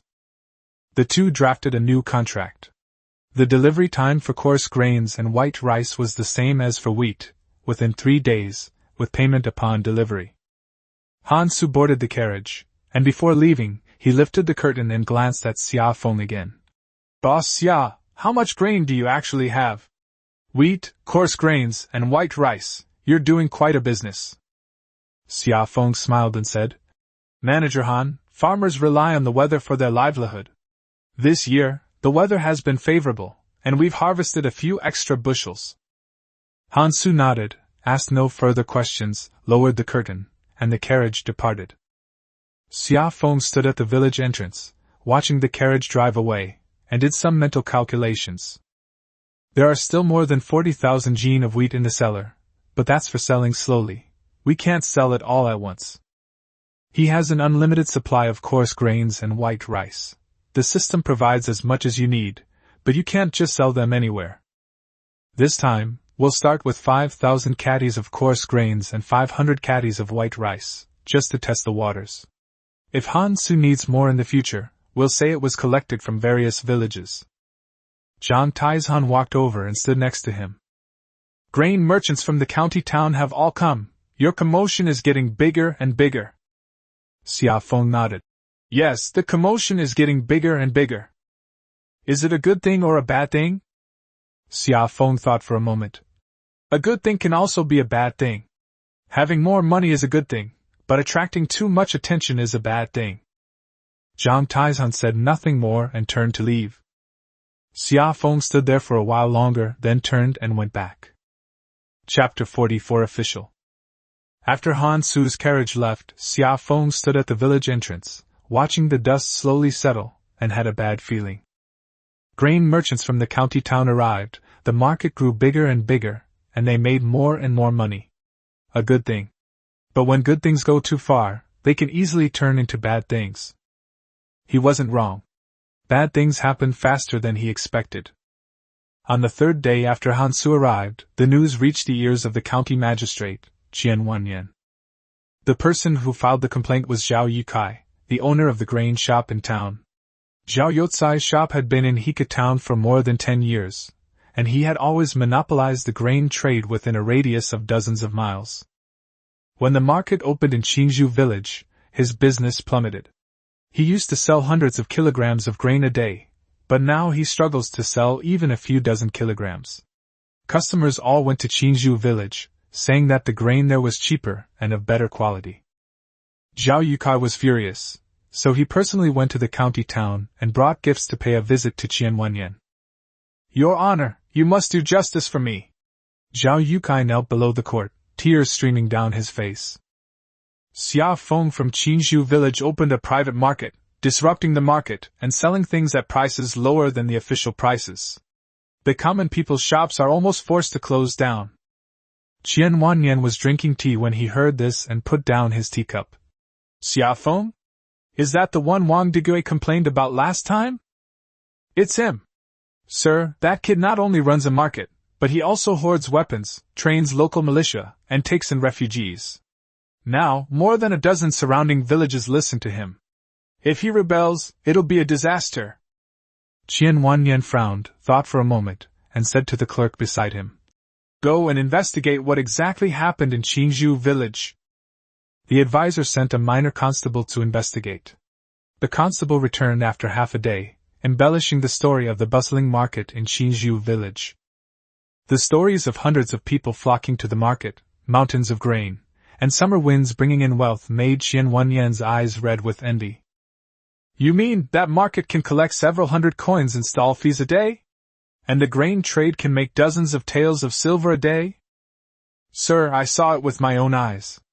There was a long queue in front of Xia Feng's stall, with bags of grain being carried out. There were also cloth sellers and livestock vendors. It was quite a bustling place. The daily turnover was at least 1,000 taels of silver. Qian Wanyan was silent for a moment, then smiled, like a hunter seeing his prey. Master, how much silver do you think that market would collect each year if it were run by the government? The advisor calculated. Sir, given that scale, if we slightly increase the rent, we can easily collect at least several dozen taels per month. That's several hundred taels a year. Add to that the grain monopoly and commercial taxes, and it could easily reach over 1,000 taels. Qian Wanyan nodded in satisfaction. Go, call Xia Feng here for me. Sir, should we send a messenger? Send them. Send more of them, let them know how powerful the government is. The next morning, Li Si came again. This time he wasn't alone. He brought 6 constables, riding horses, dressed in black robes, and carrying knives at their waists, a much grander spectacle than last time. They dismounted at the village entrance. Li Si, with his hands behind his back and a protruding belly, swaggered into the village. Xia Feng was watching people set up their stalls in the threshing ground when he saw Li Si approaching from afar, and his heart skipped a beat. But he didn't show it on his face and went to greet him. "Master Li, you've arrived?" Li Si stopped, looked Xia Feng up and down, and said with a smile, "Xia Feng, the county magistrate has ordered you to go to the county government office." "What's up?" "You'll see when you get there." Li Si glanced around the market and clicked his tongue twice. "You've done a great job with this market. It's even more lively than the town." Xia Feng didn't respond. "Let's go, don't keep the magistrate waiting." Xia Feng turned around and said a few words to Zhang Taizan, then said something to Xia He, and followed Li Si onto his horse, heading towards the county town. When they arrived at the county government office, Qian Wanyan sat in the main hall, dressed in an official robe and hat, holding a teacup in his hand. He looked much more imposing than when Wang Degui came to file a complaint last time. Xia Feng walked in, knelt down and kowtowed. "This humble subject, Xia Feng, pays his respects to the county magistrate." Qian Wanyan didn't let him get up. He slowly took a sip of tea before speaking. "Xia Feng, I heard you opened a market in Qizhu village?" "Yes, sir. To facilitate trade among the villagers, I have set up a small market at the threshing ground." "A small market?" Qian Wanyan snorted. "I heard that your market has several hundred people a day and sells more things than the town? This is not a small market, this is a big market." Xia Feng didn't speak. Qian Wanyan put down his teacup and leaned forward. "Xia Feng, do you have any official permits for opening your private market?" Xia Feng was taken aback. A permit is needed to open a market? He genuinely didn't know that. "My lord, I was unaware that a permit was required. The villagers gathered spontaneously to trade, and I merely provided the venue." "Without a permit, it's an unauthorized market," Qian Wanyan interrupted him. "According to the laws of Daliang, setting up a market without authorization and disrupting the market is punishable by a fine or exile." Xia Feng's heart sank. Qian Wanyan looked at him and smiled. "However, I will not pursue your crimes since this is your first offense, and it was for the convenience of the people. But the market cannot continue like this." "What does your excellency mean?" "The county has decided to take over this market and make it government-run. The county government will send people to manage it and collect rent and commercial taxes. You just need to cooperate." The fire in Xia Feng's heart suddenly flared up. How much effort did he put into getting the market up and running? Leveling the ground, setting up sheds, repairing roads, assigning people to maintain order, sweeping, and providing water and tea. Most of the stall fees went to the market itself, not even enough to cover the hard-earned wages of the village protection teams. The county government, however, just wanted to take it all. "Sir, this market was organized spontaneously by the villagers, not by me alone. I cannot make the decision to take it over to the government." Qian Wanyan's face darkened. "You can't make the decision? Aren't you the head of the market? Don't the surrounding villages all listen to you?" "My lord, I am just a farmer. The people from various villages are willing to come to the market for convenience. If it is really taken over by the government, I'm afraid the people will not agree." "You won't agree?" Qian Wanyan sneered. "I'm working for the court. What do the people have to object to? Xia Feng, don't be so ungrateful." Xia Feng raised his head and looked at Qian Wanyan. His voice was not loud, but every word was clear. "Sir, this market cannot be run by the government." The atmosphere in the lobby suddenly turned cold. Li Si and the other bailiffs placed their hands on the hilts of their swords, waiting for Qian Wanyan to speak. Qian Wanyan stared at Xia Feng for several seconds, his smile vanishing and replaced by a cold expression. "Xia Feng, I'm giving you face, don't be shameless. The market is government-run, it's the county's decision. You have to agree whether you like it or not." Xia Feng continued. "Sir, if you think I have broken the law, you can arrest me, sentence me, or kill me. I accept it. But the affairs of the market are not up to ordinary citizens. They are up to the villagers. If you want to take it over to the government, you should talk to the villagers." If they agree, I have no objection. If they disagree, even killing me won't change anything. Qian Wanyan was speechless. He knew Xia Feng was telling the truth. The market's success wasn't due to Xia Feng alone, but rather the support of the villagers. If he were to forcibly shut down the market, the villagers would stop coming, and the market would fall apart. What would he be shutting down? Air? But he couldn't bear to just let it go like that. Xia Feng, you've got some nerve. Qian Wanyan gritted his teeth, pointing his finger at Xia Feng's nose. If you don't agree today, you'll regret it later. Get out of here! Xia Feng cupped his hands in a respectful gesture, then turned and left. After leaving the county government office, Li Si followed. Xia Feng, you're really something. You even dared to defy the county magistrate. Xia Feng ignored him, mounted his horse, and headed back. Li Si shouted from behind. Go back and think it over carefully, lest you regret it later. Xia Feng didn't even turn his head. Back in Qingzhou village, Zhang Taizhan was waiting at the village entrance. Seeing Xia Feng return, he greeted him, asking, What is it? Qian Wanyan wanted to bring the market under government control. Zhang Tieshan's expression changed. You agreed? No. Zhang Taizhan breathed a sigh of relief, but his brows were still furrowed. Will he give up? He refuses. But there's no other way. The market belongs to the people, not him. If he tries to take it over, the people won't come, and he'll just be an empty shell. Zhang Taizhan nodded and said nothing more. Chapter 45 Preparations. After returning from the county town, Xia Feng couldn't sleep soundly for several days. Qian Wanyan's face kept replaying in his mind. His face first showed a smile, then turned cold, and finally he gritted his teeth and said, You'll regret this someday. Xia Feng knew that wasn't just a bluff. The county magistrate was a man who, if offended, wouldn't let things go so easily. The market has been saved for now, but only temporarily. He might want the market today, but tomorrow he could want something else. He might send Li Si today, but tomorrow he might send troops. Xia Feng thought about it for 3 days and finally understood. He doesn't want to cause trouble, but if someone tries to provoke him, he can't be unprepared. That evening, he went to see Zhang Taizhan. Zhang Taizhan was cleaning his knife in the courtyard. He cleaned the knife, which he had seized from bandits, every day, more meticulously than he cleaned his own face. Seeing Xia Feng come in, he put down the knife and poured a bowl of water. It's so late, is something the matter? Xia Feng sat down on the bench, picked up his bowl, took a sip, and didn't speak immediately.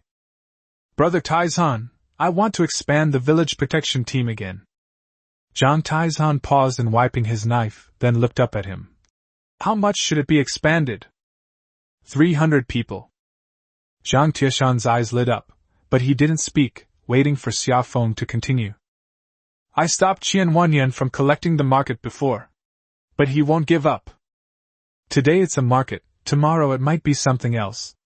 We have 50 people now, barely enough to protect Qingzhou village and Xinsuan village, but if we really turn against the government, 50 people won't be enough. Turning against me? Zhang Taizhan put down his knife and stared at Xia Feng. It's only a matter of time. If he's unhappy today, he might send a few bailiffs. If he's unhappy tomorrow, he might send troops. We can't wait until a knife is at our throats before we figure out what to do. Zhang Taizhan was silent for a moment, then laughed, a very happy laugh. I've been waiting for you to say that for a long time. Zhang Taizhan stood up, took a few steps in the courtyard, and turned around. 50 men, what can they do? If you hadn't stopped me, I would have expanded it long ago. Xia Feng smiled and said, I stopped you because it wasn't the right time yet. Now the time has come. 300 men, is that enough? Zhang Taizhan asked. Expand it to 300 first. Add more if that's not enough. Okay. Zhang Taizhan rubbed his hands together, his eyes shining. I'll pick the people. The 50 people from the village protection team will be the core members. Then select young, healthy men from each village to make a total of 250. Adding that to the original 50, that makes exactly 300. Xia Feng nodded. You decide on the person. But I have one requirement. I'd rather have none than accept a bad one. Of course. Zhang Taizan squatted down and picked up a twig to draw on the ground. I've also thought about the training. The 50 of us have been training for so long, we have a solid foundation. When the new recruits arrive, the veterans will mentor them, training and guiding them at the same time. I'll take care of the food, Xiaofeng said. Each person will have 5 caddies of coarse grains and 1 caddy of white rice per day. After all, this time is different. Zhang Taizan nodded, then suddenly remembered something. What about weapons? 300 men need 300 knives and 300 bows. We only have what we've captured, which is far from enough. Xiaofeng had already made up his mind. The system had previously rewarded him with iron ingots, which he hadn't used, but now they would come in handy. I'll figure out a way to make iron. I'll get a blacksmith to forge the knife. I have connections for the bow. Zhang Taizan glanced at him but didn't ask about the connections. He was already used to it. Making 300 knives will require many blacksmiths. Our village only has 1 blacksmith, Wang, and he can't keep up with the demand. Find them from the surrounding villages. If each village pools its resources, gathering 5 or 6 blacksmiths shouldn't be a problem. Make them secretly, so no one knows they're for us. Zhang Taizan nodded, wiped the twigs off the ground, and stood up. Xiaofeng, if the government finds out about this, it will be considered a rebellion. Xiaofeng also stood up and looked at the moon in the sky. Brother Taizan, you said last year that this damned government would be finished sooner or later. I don't care about whether it's finished or not now. I just want to be able to fight back when it comes to bully me. Zhang Taizan didn't say anything, but reached out and patted Xiaofeng on the shoulder. The two stood in the courtyard for a while before going their separate ways. The next day, Xiaofeng went to see Wang the blacksmith. Wang the blacksmith, also known as Wang Laolu, was in his 50s and had been working as a blacksmith in Qizhu village for over 20 years. His skills weren't top-notch, but he was good at making farm tools and kitchen knives. His son, Wang Xiaolu, had been learning from him for several years and had also mastered the craft. When Xiaofeng arrived, Wang Laolu was forging a hoe. The furnace was glowing red, and the hammer clattered against the anvil. Seeing Xiaofeng come in, Wang Laolu put down his hammer and wiped his sweat.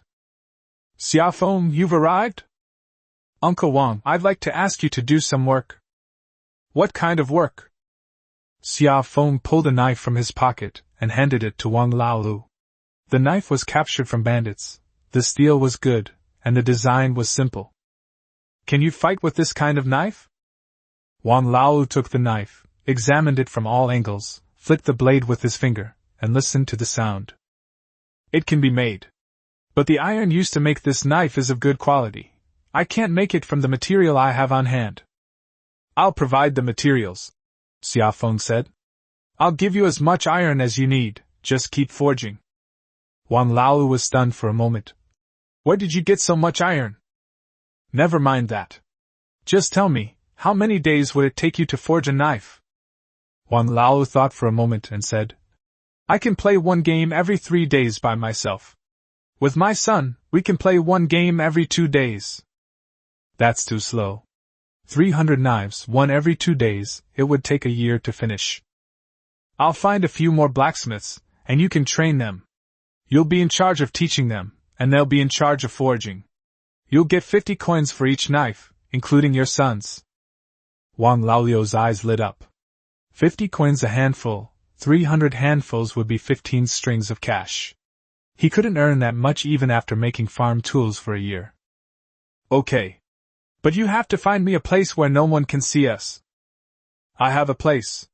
There's an abandoned cave dwelling at the east end of the village, very well hidden. You can take the blacksmith there and work during the day and finish at night. If outsiders ask, just say you're making farm tools. Wang Laolu nodded and tucked the knife into his belt. Over the next few days, Xiaofeng had Zhang Taizan secretly find 6 blacksmiths from various villages, plus Wang Laolu and his son, making a total of 8 people. 4 stoves were set up in the cave dwelling, their clanging sounds echoing from morning till night. Xia Feng extracted iron ingots from the system and delivered them in batches. The iron ingots were of excellent quality, better than any Wang Lao had ever seen. The knives made from them were very good, extremely sharp. When the first knife was forged, Wang Lao personally delivered it to Xia Feng's house. Xia Feng took the knife, weighed it in his hand, and then took it out to examine it.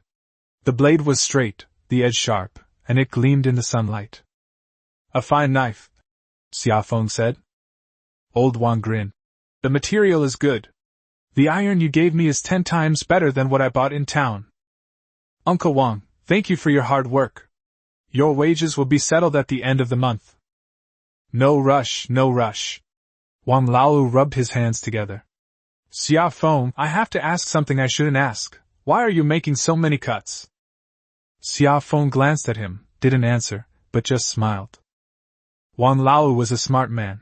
He didn't ask any more questions and turned to leave. The knife-making was being carried out in secret. The expansion of the village protection team was also being done in secret. During the day, Zhang Taizun led 50 men in training, and at night he went to various villages to select people. The selection criteria were very strict. Age, physical condition, intelligence, and family background all had to be met. If you choose a candidate, have your family sign a contract prohibiting them from telling anyone. If they let it slip, send the candidate back immediately. After half a month, they had selected more than 120. They were still halfway to 250, but Zhang Taizun wasn't in a hurry. He told Xia Feng, "It's not about the quantity of soldiers, but their quality. Better to have fewer than to have inferior ones." Xia Feng nodded. There has been no movement from Qian Wanyan's side for the time being. Chapter 46. The storm begins. A month passed quickly. Qian Wanyan didn't cause any trouble, and the county government office was quiet. The market remained open as usual, with people coming and going on the 3rd, 6th, and 9th of each month, bustling with activity, as always. But Xia Feng did not let his guard down. The village protection team's training never stopped for a day. Zhang Taizun divided the 300 men into 6 teams of 50 men each, with 1 team leader in each team. The original veterans serve as the backbone, with each person leading 3 new recruits and teaching them step by step. The newcomers are not as skilled as the veteran players, but they train very hard. He came from a farming family, was strong, and could endure hardship. After a month, they could draw their bows, wield their swords steadily, and stand in formation properly. Zhang Taizun said to Xia Feng, "If you train for another 2 months, you'll be ready to go into battle. The knife is finished." Wang Laolu and 7 blacksmiths worked in the cave for a whole month. The furnace fire never went out, its clanging and banging echoing from morning till night. Every few days Xia Feng would deliver a batch of iron ingots. After a month, I not only made 300 knives, but I made 200 more. Xia Feng said, "Make sure to save some for later." Wang Lao didn't understand what later meant, but since Xia Feng told him to, he did it. 500 knives were neatly stacked on a wooden rack deep inside the cave, covered with an oilcloth. The blade was jet black, with a gleaming edge that shimmered in the torchlight. Xia Feng went to see it once, took out a handful, weighed it in his hand, waved it a couple of times, and nodded in satisfaction. "Uncle Wang, thank you for your hard work. Your wages will be doubled." Wang Lao grinned, revealing a mouthful of yellow teeth. "It's not hard work, it's not hard work. As long as there's money, that's all that matters." That evening, Xia Feng didn't go to the training ground. Instead, he stayed home and drank tea with Zhou Wenyuan. Zhou Wenyuan hasn't been teaching much lately. Xia Yu has already mastered her studies and can read on her own. She doesn't need constant supervision anymore. Zhou Wenyuan spent most of his time helping Xia Feng with paperwork, writing contracts, and managing accounts. The two sat in the courtyard, with 2 bowls of tea and a dish of peanuts on the stone table. "Sir, you said that Qian Wanyan hasn't made any moves in the past month, so does that mean it's over?" Xia Feng peeled a peanut and threw it into his mouth. Zhou Wenyuan picked up his teacup, blew away the foam, and shook his head. "No. He won't just let it go like that. The fact that he hasn't made a move means he's up to something. Xiao Feng nodded. He thought so too. But it's better that he's not coming. It gives us time to prepare. Zhou Wenyuan put down his teacup. How's the village protection team's training going? Zhou Wenyuan knew almost everything about Xiao Feng. He had long been Xiao Feng's man. 300 men, fully equipped, except for armor.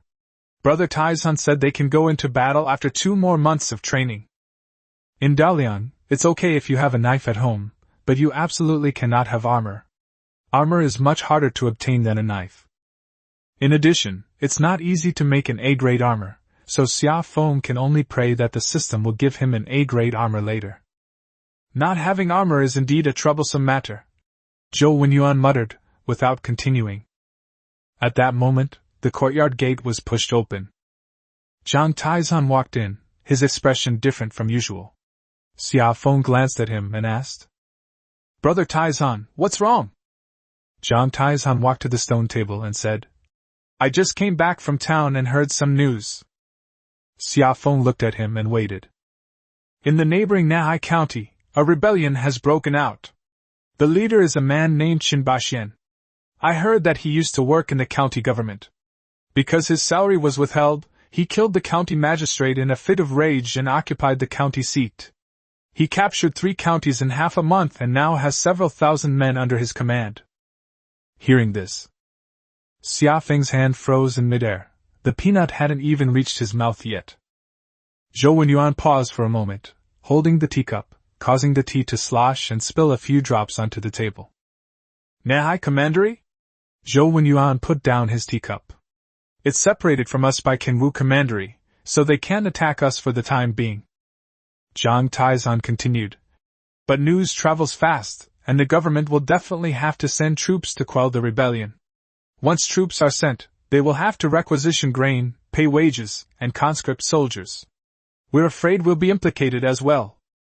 Xiao Feng put a peanut in his mouth and chewed it slowly.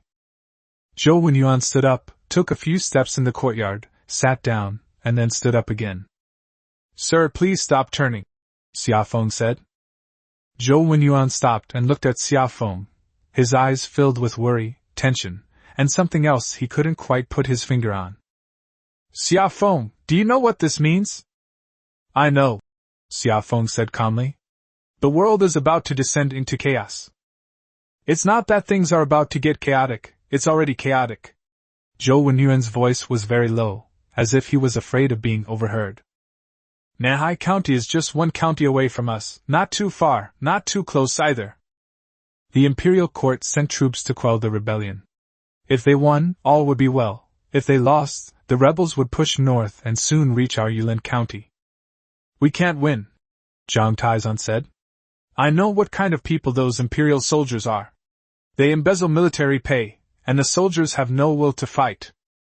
They might not even be able to defeat a rebel army of several thousand men.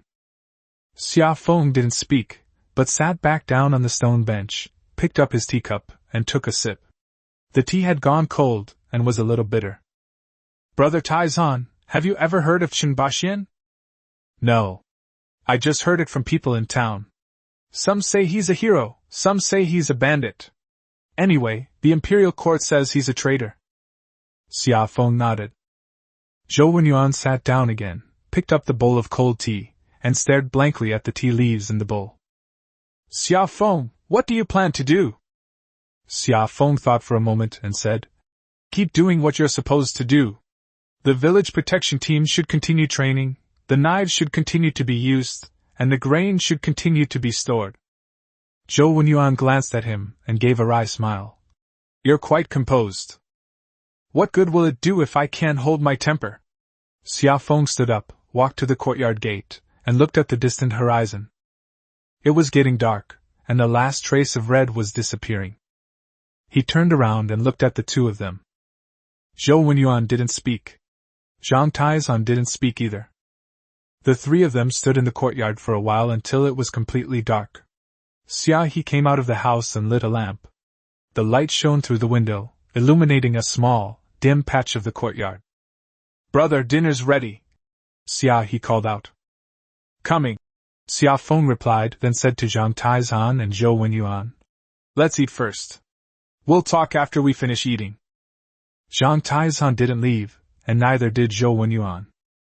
The three people entered the house and sat down at the table.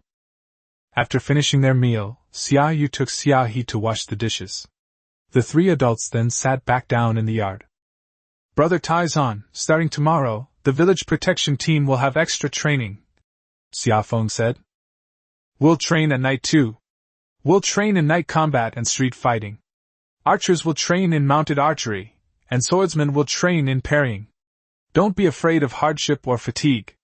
Hardship and fatigue are better than losing your life." Zhang Taizan nodded. "Okay. I'll make the arrangements tomorrow." "Sir?" Xia Feng turned to Zhou Wenyuan. "Help me write a few letters and send them to the surrounding villages. Tell them that each village should also organize more people to practice during the off-season, instead of just relying on us." Zhou Wenyuan nodded. "Okay. I'll write it tonight. Also," Xia Feng thought for a moment, "the market stall fees will be halved starting tomorrow. At this time, we can't collect too much money. We need to ensure the people have some financial security. If things really get chaotic, having money means they can escape, find refuge, or buy food." Zhou Wenyuan glanced at him, his gaze now filled with more respect. "Xia Feng, you're only 17. The things you're thinking about are things that some people never understand even after living their whole lives." Note: all place names are fictional and should not be used to represent real locations. Chapter 47 Leather Armor. After news of the uprising in Nanhai County arrived, Xia Feng's days became even more stressful. Every day before dawn, he would first go to the training ground to take a look, then go to the cave dwelling in the afternoon to watch the knife making, and in the evening he would discuss matters concerning the various villages with Zhou Wenyuan. They're always on the go, never even having time to drink a sip of water. That morning, just as he got out of bed, a ding sounded in his head. He opened the panel and was stunned for a moment. "Today's supplies, leather armor, unlimited." Xia Feng stared at those words for several seconds. Leather armor. Leather armor was the most common type of armor in this era. County soldiers wore leather armor, and wealthy bandit leaders also wore leather armor. While it's not as good as iron armor, it's far better than nothing. If each of the 300 members of the village defense team wore leather armor, their combat effectiveness would at least double. He quickly retrieved one item. The leather armor appeared in my hand. The leather had been tanned, making it stiff and thick to the touch. The armor plates were coated with tung oil, giving them a dark red sheen. The chest, back, and shoulders were all protected by armor plates, and with the rope tied around the waist, they fit quite well. Xia Feng put on his leather armor, took a few steps in the yard, and stretched his arms. It was fine. He was quite flexible. He picked up the kitchen knife on the table, hesitated for a moment, and then lightly slashed his own arm. The cleaver struck the cowhide with a thud, leaving a white mark but not breaking the hide. He chopped harder, but it still didn't break. He tried again, and a gash appeared in the leather, but the knife was blocked and couldn't reach the flesh. "Not bad at preventing slashing," Xia Feng muttered to himself. He picked up an awl, the kind used for sewing shoe soles, very sharp. He poked the leather with the awl, and it went right in. He poked it again, and it went in again. It offers moderate stab protection. Xia Feng thought about it and agreed. No matter how thick the cowhide is, it can't stop sharp things. A knife's cut has a surface, so the force is dispersed. A cowhide can block it. An awl stab is a point, so the force is concentrated. A cowhide won't be enough. However, being able to defend against the slash is already quite good. He took off his leather armor and went to find Zhang Taizan. Zhang Taizan was leading his men in sword practice on the training ground. 300 men stood in a square formation, shouting in unison, their swords flashing. Xia Feng stood on the sidelines for a while, waiting for Zhang Taizan to call out, "Let's rest," before going over. "Brother Taizan, take a look at this." Xia Feng handed over the leather armor. Zhang Taizan took the leather armor, examined it from all angles, and then flicked the armor plates with his fingers to listen to the sound. Leather armor? Where did that come from? A way in. Xia Feng smiled. Zhang Taizhan glanced at him but didn't ask any further questions. He put on his leather armor, stretched a bit, and then had Zhao Dania slash at him a few times with his knife. Zhao Dania didn't dare to exert any force, so Zhang Taizhan cursed. Didn't you eat? Chop harder! Zhao Dania gritted his teeth and slashed down with his sword. With a thud, a mark was left on the leather armor, but it didn't break. Zhang Taizhan then made him poke it with the tip of the sword, and this time it pierced a small hole. Good against cuts, SOSO against stabs. Zhang Taizhan took off his leather armor and touched the small gash where he had been stabbed. But it's enough. Even if you try to poke it, you can't go too deep because this layer of skin will protect it. Xia Feng nodded. How does it compare to the leather armor you saw in the border army before? Zhang Taizhan thought for a moment and said, It's better. The leather armor worn by the border troops isn't made of such thick cowhide, and the tanning isn't as fine. These will crack after wearing them for a long time, but these look sturdy. Plus, the shape of these nail plates is good. They protect the areas that need protection without blocking the areas that can move. Xia Feng understood. I have 300 of these leather armors. I'll give one to each member of the village protection team. Zhang Taizhan was taken aback for a moment, but didn't ask any further questions. Okay. I'll send it right away. After the 300 pieces of leather armor were distributed, the training ground immediately became lively. Zhao Dania put on his leather armor, spun around the field several times, and touched the armor plates on his body, his mouth agape in a wide grin. Wow, I feel so much more at ease wearing this. Lu Xuanzi, wearing leather armor, ordered the men beside him to hack at him with wooden swords. After a few blows, the leather armor was covered in white marks, but the man was unharmed. Lu Xuanzi laughed loudly. Come on! Hack again! Harder! Zhang Taizhan divided the 300 men into 6 teams of 50, who took turns putting on armor for training. Wearing the armor slowed their movements and increased their physical exertion. Train in armor! Zhang Taizhan shouted from the front. No matter how well you train without armor, once you're on the battlefield and wearing armor, your movements will be distorted, and you won't have enough stamina. You'll still die. From now on, training must be done in armor. 300 people responded in unison. Xia Feng stood on the sidelines watching, feeling much more at ease. With such a fully armed team, he felt incredibly confident. Zhou Wenyuan arrived at some point and stood next to Xia Feng, also looking at the training field. Sir, what do you think? Xia Feng asked. Zhou Wenyuan didn't answer directly. He looked at the screen for a while before slowly speaking. Xia Feng, you're already rebelling. You just haven't raised the flag yet. Xia Feng remained silent for a moment. He knew Zhou Wenyuan was right. A force of 300 men, armed with swords, bows and arrows, and armor. This is not a village protection team, this is an army. Sir, I know. Xia Feng's voice was not loud, but every word was clear. But we are still waiting for the right opportunity. Zhou Wenyuan turned to look at him. When will it be calculated? Xia Feng thought for a moment and said, When the government comes to beat us. When we will die if we don't fight back. When the world is completely rotten and no one can save it. Zhou Wenyuan didn't say anything, and turned his head to look at the training field again. 300 people are practicing their formation, wearing leather armor, carrying knives, and marching around in the sunlight.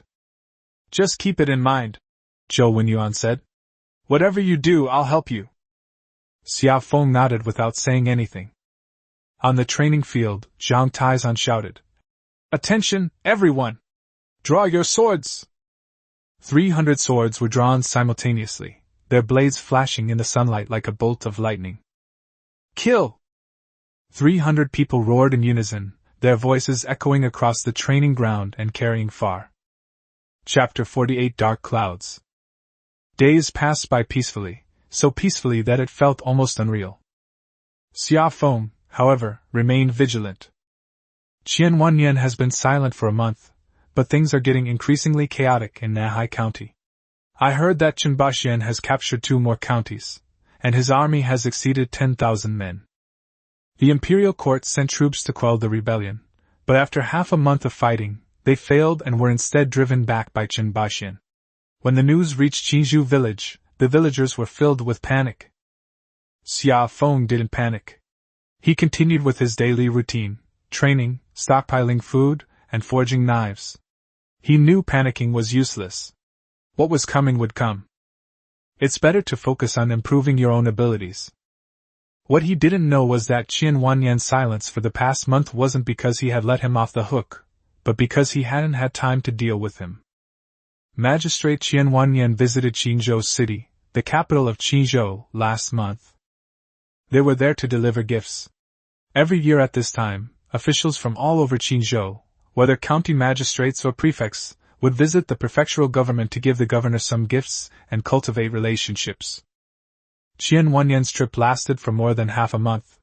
He brought so many gifts that they filled 3 large carts, and he spent over 1,000 taels of silver on them. It hurts to spend the money, but this expense can't be spared. Only if the governor is happy can he, as the county magistrate, maintain his position. The day after Qian Wanyan returned to the county government office, before he could even settle in, his clerk came over. Sir, in the month you were away, new developments have emerged in Qinzhou village. Qian Wanyan picked up his teacup, took a sip, and frowned. What's going on? The advisor handed over a piece of paper, which was covered with information he had gathered over the past few days. Qian Wanyan took the teacup, and after just one glance, his expression changed drastically. By the end, he slammed the teacup on the table, spilling tea everywhere. 300 men? Every single one of them is wearing leather armor, carrying a bow, and armed with a sword. Qian Wanyan's voice changed. He's just a farmer, where would he get all that stuff? The clerk leaned closer and lowered his voice. Sir, I sent men to investigate. There's a cave at the east end of Qinzhou village where blacksmiths are constantly at work, making clanging and banging sounds. I heard they're making knives. Xia Feng even got a batch of leather armor and dressed all his men in it. Sir, this isn't a village guard, this is a private army. Qian Wanyan's face turned pale and then red. He had long known that Xia Feng was no pushover, but he hadn't expected the kid to be so audacious. A force of 300 men, armed with swords, armor, and bows. This isn't protecting a village, this is a rebellion. Where did he get the iron? Where did he get the leather armor? Qian Wanyan asked, slamming his hand on the table. The clerk shook his head. I can't find anything. Those things are of unknown origin, they just appeared out of nowhere. Qian Wanyan gritted his teeth and paced back and forth in the hall. He remembered how Xia Feng had confronted him last time, the market, and the grain. A mere 17 or 18-year-old boy had built up a team right under his nose, and he was only finding out now. My lord, the clerk leaned closer. Now is not the time to be angry. This kid has 300 men under his command, armed and armored. If things really get out of hand, it will be difficult to handle. We must eliminate him before he becomes too powerful. Qian Wanyan stopped and looked at the advisor. How do we eliminate them? Move troops. There are still 300 troops stationed in the county. Move them all over. He has 300 men, and we have 300 men too. Plus, our equipment and training are better than his. We should be able to catch him off guard. This is just a small county town, not a strategic location or an important city, so 300 soldiers are enough for them. Qian Wanyan thought for a moment, then sat down again, picked up his teacup, and took a sip. 300 people, is that enough? Enough, sir. His 300 men are newly recruited, they've never fought a battle or seen blood. Our soldiers aren't exactly top-notch, but at least they're regular troops. Besides, we caught them off guard, they didn't have time to prepare. Qian Wanyan was silent for a moment, then nodded. All right. Go and draft a document stating that Xia Feng is hoarding weapons, training private soldiers, and plotting treason. I have been ordered to suppress this banditry. I hereby command the county magistrate to lead 300 soldiers to depart immediately and annihilate this bandit gang. The clerk nodded and turned to draft the document. Qian Wanyan sat in the lobby, picked up the bowl of cold tea and took another sip. He had been a county magistrate for over a decade and had never taken a farmer seriously. Unexpectedly, it was this very farmer who prompted him to mobilize his army. Summer wind, oh summer wind, Qian Wanyan muttered to himself. I gave you a chance. If you don't know what's good for you, then don't blame me for being ruthless. That afternoon, County Commandant Zhao Hu received the order. Zhao Hu was in his 40s, with a dark complexion and a big beard. He had served as the county magistrate for 7 or 8 years, in charge of 300 garrison soldiers. This guy isn't good at fighting, but he's obedient. He does whatever Qian Wanyan tells him to do. 300 soldiers, bring them all? Zhao Hu asked. Bring them all, Qian Wanyan said. Xia Feng from Qingzhou village has 300 men under his command. Don't underestimate him. Zhao Hu grinned. Sir, don't worry. 300 peasants, they can't even hold a knife properly. What waves can they make? I have 300 regular soldiers. One spit from each of them could drown them. Qian Wanyan glanced at him, seemed about to say something, but then swallowed his words. Go ahead. Be careful. Zhao Hu clasped his hands in a fist salute, then turned and left. That very evening, the county government issued the troop mobilization order. 300 soldiers, assemble early tomorrow morning, then depart. Target, Green Bamboo Village. The news was kept under tight control, but it still leaked out. There was a clerk in the county government office named Sun, an honest man. He had a distant relative in Lijia village, next to Qingzhou village, who had seen Xia Feng when he came to the market last time and thought the young man was quite good. After hesitating for a long time, Sun Wushu wrote a letter and asked someone to deliver it to Lijia village overnight. The people from Lijia village then delivered the goods to Qingzhou village overnight. Xia Feng was talking to Zhou Wenyuan in the yard when he received the letter. Zhao Dania had delivered it, running there covered in sweat, and his face was pale. Boss! News from the county! The county magistrate has mobilized 300 soldiers to suppress us. He says we're hoarding weapons, training private troops, and plotting something sinister. Xia Feng took the letter, unfolded it, and read it.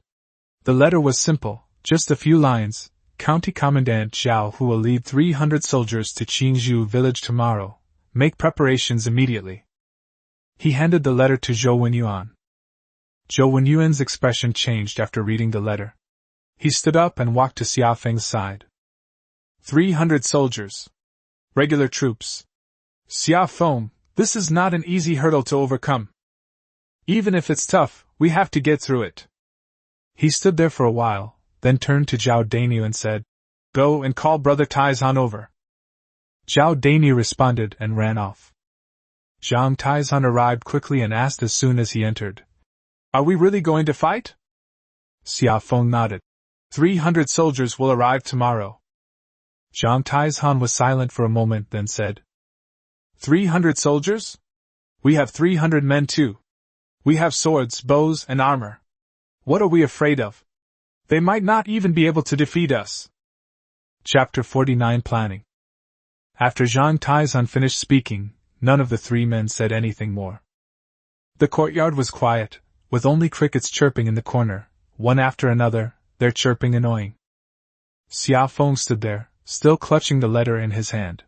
He folded the letter, stuffed it into his pocket, and walked to the stone table to sit down.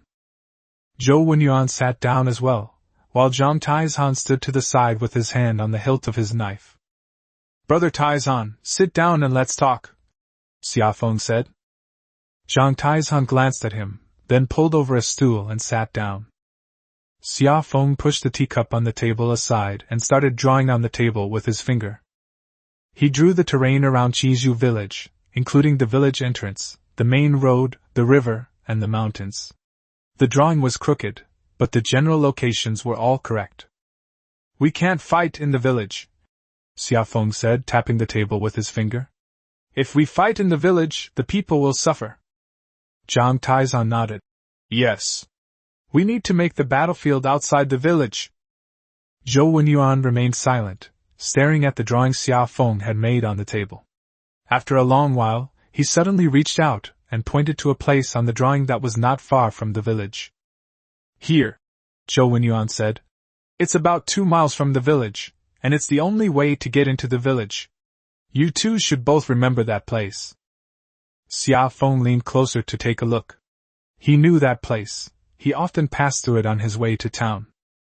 The mountains on both sides are not high, but the slopes are steep, and it takes some effort to climb them. There is a road in the middle, sandwiched between the two mountains. At its narrowest point, only 2 or 3 people can walk side by side. It is about 400 or 500 meters long from beginning to end. I remember. Zhang Taizan chimed in. That place is good. Archers can be ambushed on both sides of the mountain. Once the officers and soldiers entered this road, they couldn't spread out either way. Having more people was useless. If the front pushed against the back, they'd lose their formation and become easy targets. Zhou Wenyuan's fingers moved across the table, from one end of the road to the other, and then back again. Xia Feng and Taishan, each of you take a group of men and hide on one side. Once all the soldiers have entered the valley, fire arrows from both sides simultaneously. Kill as many as you can. The terrain is in our favor. Even if they parry with their bows or charge uphill, it won't matter. We'll rely on the terrain. Victory will surely be ours in the end. Zhang Taizan thought for a moment and added, we also need to leave a team to block their retreat. In case they try to run back, someone has to stop them. Yes. Zhou Wenyuan nodded. Surround them from 3 sides, leaving one side for them to run back to the village. Then surround them again, and none of them will be able to escape. Okay. Let's play like this. Xia Feng slapped the table and stood up. Zhang Taizan also stood up. I'll make the arrangements right away. Divide the 300 men into 3 teams. The first team of 120 men will go up the left side of the mountain with you. The second team of 120 men will be led by me to the right side. The third team, a reserve team of 60 men, will block the rear. Wait a minute. Xia Feng called out to him. Have everyone put on their armor tonight, sharpen their knives, and fill their quivers. Get a good night's sleep tonight, and we'll set off for the ambush point before dawn tomorrow. Zhang Taizan nodded and turned to leave, but Xia Feng called him back. Brother Taizan, make it clear to the brothers. Tomorrow we're fighting government troops, not bandits. The government troops are harder to fight than the bandits, but we have armor, swords, and bows. We're no worse off. Tell everyone not to be afraid, but also not to underestimate the enemy. Zhang Taizan looked at him, paused for a moment, and then said, Don't worry. The soldiers I lead won't back down. After saying that, he strode away. After Zhang Taizan left, Xia Feng said to Zhou Wenyuan, Sir, regarding the villagers' affairs, evacuate them all to the mountains first thing tomorrow morning. Leave no one behind. Which mountain should we retreat to? The back mountain. The forest there is dense and the road is difficult to travel. The soldiers won't chase us in. Even if they did, they wouldn't find us. Xia Feng thought for a moment. Let Zhao Dihao lead the team.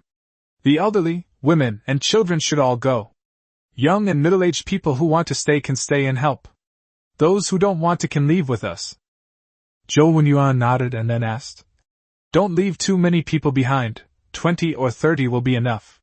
They can help transport arrows, deliver water, and carry the wounded.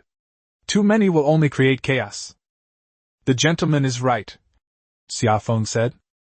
Xia Feng stood alone in the courtyard and took a deep breath. He stood there for a while, then turned and left the courtyard, heading towards Zhao Dihao's house. Zhao Dihao had already gone to bed. Hearing the knock, he put on his clothes and went to open the door. He was taken aback when he saw Xia Feng. Xia Feng? It's so late, is something the matter? Xia Feng walked into the courtyard, closed the door, and briefly explained the situation. After listening, Zhao Dihao's face tightened, but he didn't panic. He had experienced a lot himself. Tell me, what do you want me to do? Tomorrow morning, lead the villagers to evacuate to the back mountain. The elderly, women, and children all go. Leave no one behind. You'll lead the team and be responsible for their safety. Prepare food, water, and bedding tonight. We'll set off at dawn tomorrow. Zhao Dihao nodded, then asked, How long will it take if a fight breaks out? It will take 1 day if things go smoothly, and 2 days if things go slowly. Don't come out of the mountains, wait for me to come and pick you up. Zhao Dihao was silent for a moment, then said, Xia Feng, be careful. The village can't do without you. Xia Feng smiled and said, Uncle Zhao, don't worry. I'm tough. Zhao Dihao didn't say anything more and turned to go inside. Xia Feng heard him talking to his wife inside. He stood there for a while, then turned and walked back. When I passed by Zhang Tiashan's house, the lights were on in the yard, and there were many people talking and counting weapons. Xia Feng didn't go in. He stood outside the courtyard wall and listened for a while. Xia Feng listened for a while, then turned and continued walking. When they got home, Xia He and Xia Yu were still awake. Xia He sat at the table with an account book spread out in front of her, but she wasn't writing anything. Her hands were on the table, and she was staring blankly at the lamp. Xia Yu stood by the window, holding a book in her hand, but not reading it. She was listening intently to the sounds outside. Xia Feng walked in, and the two of them looked at him at the same time. Brother! Xia He called out. Xia Feng walked over and sat down at the table. He looked at his younger siblings, wanting to say something, but unsure what to say. After a moment of silence, he spoke. Tomorrow morning you'll go to the back mountain with Grandpa Zhao. Bring your clothes and food. Xiao Yu, you're the older brother, so take good care of your younger sister. Xia Yu nodded. Xia He's voice trembled slightly. Brother, when are you coming to pick us up? We'll come as soon as the war is over. Very quickly. Yes, brother, I'll be waiting for you to come back. Xia Feng stood up, walked to the wall, took down the bow and quiver, and inspected them. The bowstring was intact, and there were enough arrows. He put on his leather armor, tightened the rope around his waist, and stretched his arms. It was fine. The knife was tucked into his waistband. Everything is ready. Chapter 50 Catching a Turtle in a Jar. Xia Feng hadn't slept all night, and he hadn't taken off his armor. Seeing that it was almost time, he checked his equipment one last time. Only after confirming everything was in order did he get up and leave the house. The courtyard was pitch black. The moon had set some time earlier, and the stars were nowhere to be seen. There was a line of gray-white on the eastern horizon, as if someone had lightly drawn a line in the sky with a brush dipped in light ink. Xia He and Xia Yu also got up and were preparing to run into the mountains with the crowd. Xia Yu looked at Xia Feng and said, Brother, you must come back. Summer Breeze nodded. I will definitely come back, you should go now. The two ran over, hugged Xia Feng tightly, and then turned and left. Watching them leave, Xia Feng also turned and walked in the other direction. Everyone had arrived at the threshing floor. 300 people, a dark mass. Zhang Taizhan stood at the front, counting heads. He nodded when he saw Xia Feng arrive.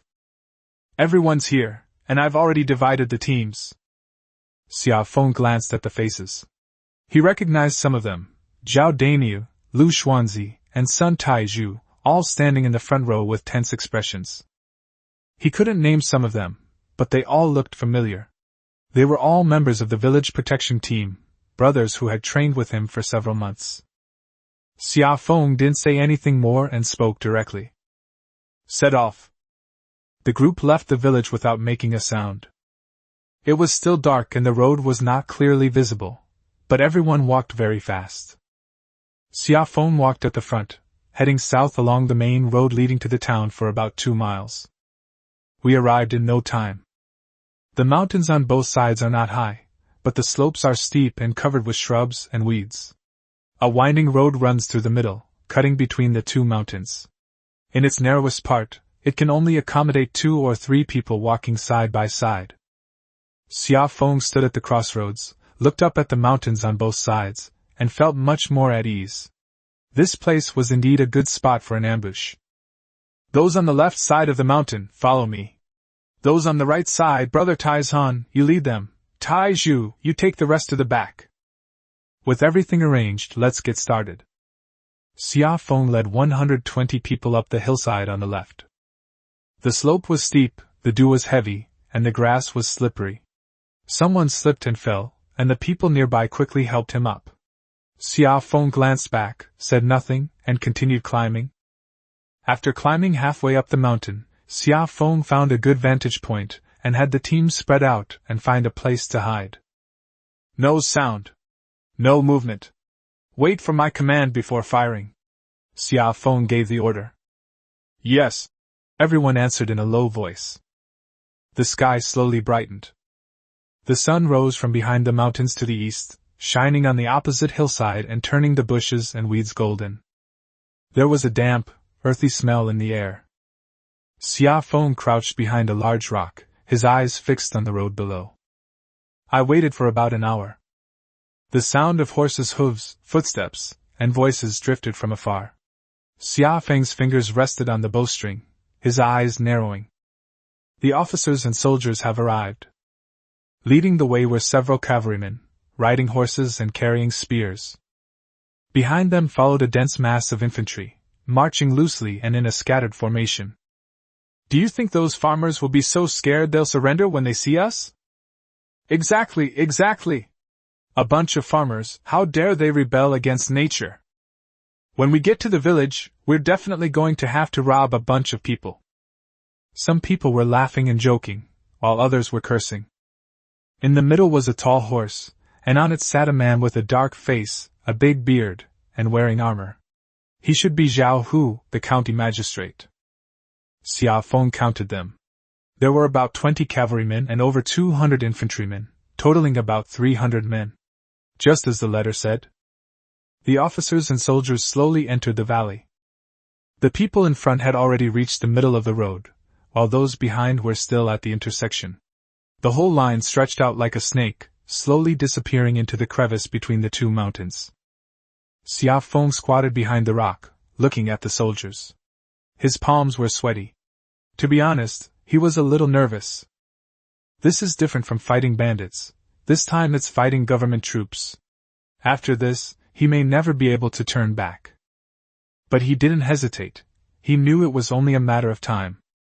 When the last person entered the valley, Xiao Feng took a deep breath, stood up, drew his bow, and aimed at the cavalrymen at the front. Shout! Put! 120 arrows flew out at the same time. The sound of arrows piercing the air was like a gust of wind sweeping through the valley. The cavalrymen at the front fell off their horses with a thud, their horses neighing and crashing to the ground, knocking down a group of infantrymen behind them. Screams, shouts, and the neighing of horses mingled together, echoing through the valley. There's an ambush! There's an ambush! Someone shouted. Zhao Hu reined in his horse, drew his sword, and roared. Don't panic! Charge up the mountains on either side! But it was too late. On the right-hand hillside, Zhang Taizan fired 120 arrows. They were attacked from both sides, arrows raining down, leaving the soldiers nowhere to hide. Some ran to the left, only to be shot down by arrows from that direction. Some ran to the right and were shot down by arrows from that direction. Others ran to the back and were blocked by 60 men. Arrows were everywhere, in all directions. There were dead bodies and blood everywhere. Zhao Hu, mounted on his horse and brandishing his sword, tried to organize a counterattack. But his men were already in disarray. Those officers and soldiers usually just stand guard in the county town, collect taxes, and bully the common people. They've never seen anything like this before. Arrows flew down from above, and people fell one after another around them, their faces splattered with blood. Who had the mind to fight? I surrender! I surrender! Someone threw down his knife and knelt on the ground. One kneeled, then 10, then 100. Like dominoes, one after another, the soldiers threw down their weapons, knelt on the ground, covered their heads with their hands, and trembled. Zhao Hu, mounted on his horse, watched as his soldiers knelt down one by one. His face flushed red, and he roared. Get up! All of you, get up! Are you even soldiers? No one listened to him. A few guards were still protecting him, but they were all trembling. The summer wind rushed down from the mountain. 120 men followed behind him, their swords drawn and armor plates clattering as they rushed down the hillside like a torrent. On the opposite side, Jiang Taizhan also led his men down. The two torrents converged in the middle of the valley, completely surrounding the kneeling soldiers. Zhao Hu still wanted to run, so he turned his horse around and tried to charge backward. Sun Taizhu and his men blocked his way, drawing their bows and aiming arrows at him. "Take one more step and I'll shoot you dead!" Sun Taizhu shouted. Zhao Hu reined in his horse and looked around. Xia Feng's men were everywhere. He gritted his teeth and threw his knife to the ground. "I surrender." Xia Feng walked over, stood in front of Zhao Hu's horse, and looked up at him. Zhao Hu dismounted, head bowed, his face flushing red and then turning pale. "Are you Xia Feng?" Zhao Hu asked. "That's me." Zhao Hu looked him up and down, then gave a wry smile. "Qian Wanyan said you were just a farmer and sent me to take you down. I never expected to be the one taken down by you." Xia Feng didn't reply, but turned to look at the soldiers kneeling on the ground. Of the 300 men, about 40 or 50 were dead, 70 or 80 were wounded, and the remaining 100 or so were kneeling, some crying, some trembling, and some begging for mercy. "Brother Taizhan," Xia Feng called out. Jiang Taizhan walked over, glanced at Zhao Hu, then at the prisoners, and asked, "What should we do with them?" "Move the injured aside and let Li Baichao treat them. Bury the dead. Tie up the uninjured and sick and take them back to the village." Jiang Taizhan nodded and turned to make the arrangements. Xia Feng squatted down, looking at the corpses on the ground. The blood had soaked into the soil, turning it a dark reddish black. He stared for a while, then stood up, turned, and left.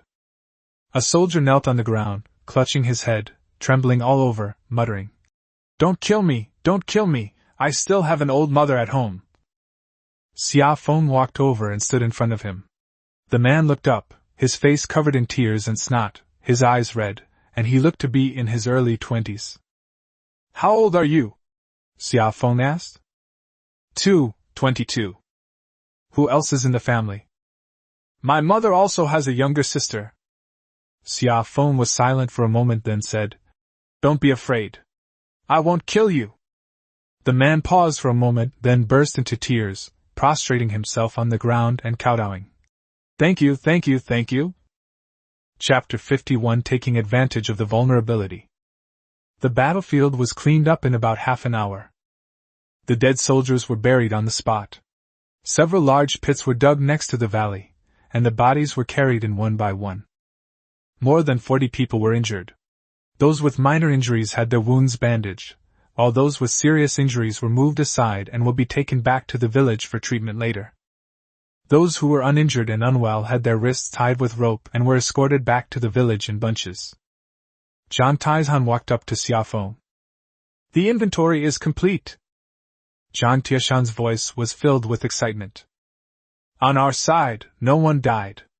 7 were injured, all minor injuries, nothing serious." Xia Feng was taken aback. "Not a single one?" "Not a single one." Jiang Taizhan rubbed the blood off his hands. "I never expected it to turn out like this. The first volley of arrows threw them into disarray.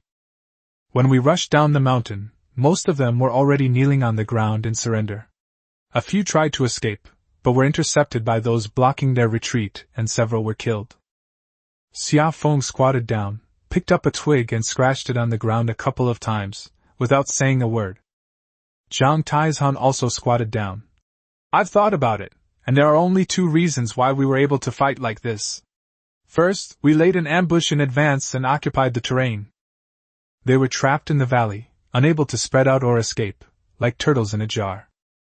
Secondly, these soldiers, though called officers and soldiers, were actually no better than bandits. Their equipment was better, their knives were superior to the bandits, their armor was more complete, but in terms of fighting skill, they were inferior to the bandits. At least the bandits knew how to fight to the death. These soldiers' legs went weak at the sight of blood." Xia Feng nodded. He had seen it when he rushed down the mountain. The soldiers kneeling on the ground begging for mercy looked even worse than when they fought the bandits last year. "They usually just bully ordinary people," Jiang Taizhan snorted. "They won't fight a real battle. Xia Feng threw away the branch, stood up, and looked at the prisoners being led towards the village in the distance. He remained silent for a while. Brother Taizan, now that we've killed the government soldiers, there's no turning back. Zhang Taizan also stood up, looked at him, and waited for him to continue. There were a total of 300 soldiers stationed in the county town, plus 50-odd constables. Now all 300 soldiers are gone, leaving only those few constables. The entire county town is empty now. Xia Feng turned to Zhang Taizan. Before the county town receives news of the defeat, let's go and take it now. Zhang Tieshan's eyes lit up immediately. He had been waiting for these words for a long time. Okay, Zhang Taizan said. I'll take some men. Wait. Xia Feng stopped him, glancing at the prisoners being led away. We can't send them all. We need to leave some men to escort the prisoners back to the village and lock them up. We can't let them escape. Leave 60 men to escort the prisoners back to the village. The remaining 240 men will come with us to the county town. Zhang Taizan thought for a moment and nodded. Okay. Let Sun Taizhu take 60 men back. He's meticulous and reliable. Let's do it this way, Xia Feng said. Also, we don't have many horses. We only have about 30 in total, including our own and the ones we captured. Most people had to walk. The cavalry went first, followed by the infantry. Once outside the town, the cavalry charged and captured the city gates, after which the infantry entered the city. Xia Feng didn't provide horses for all 300 men. He only provided them to a portion of the elite troops. Zhang Taizan squatted down, picked up the branch that Xia Feng had thrown down, and started drawing on the ground. We've been to the county town. The city gates are open during the day, and people come and go. There are only 5 or 6 people guarding the gates, standing on both sides watching over them. They won't stop people from entering. Zhang Taizan pointed to the square on the ground with the tree branch. We'll split into 2 groups. The cavalry is faster. They'll get to the outskirts of the county town first, and find a place to hide.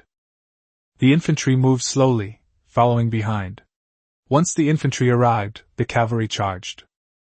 Should we charge after the infantry arrive? Xia Feng thought for a moment. That's too slow. If word gets out in the meantime and the defenders close the city gates, we'll be in trouble. Zhang Taizan looked at him. Then tell me how to do it.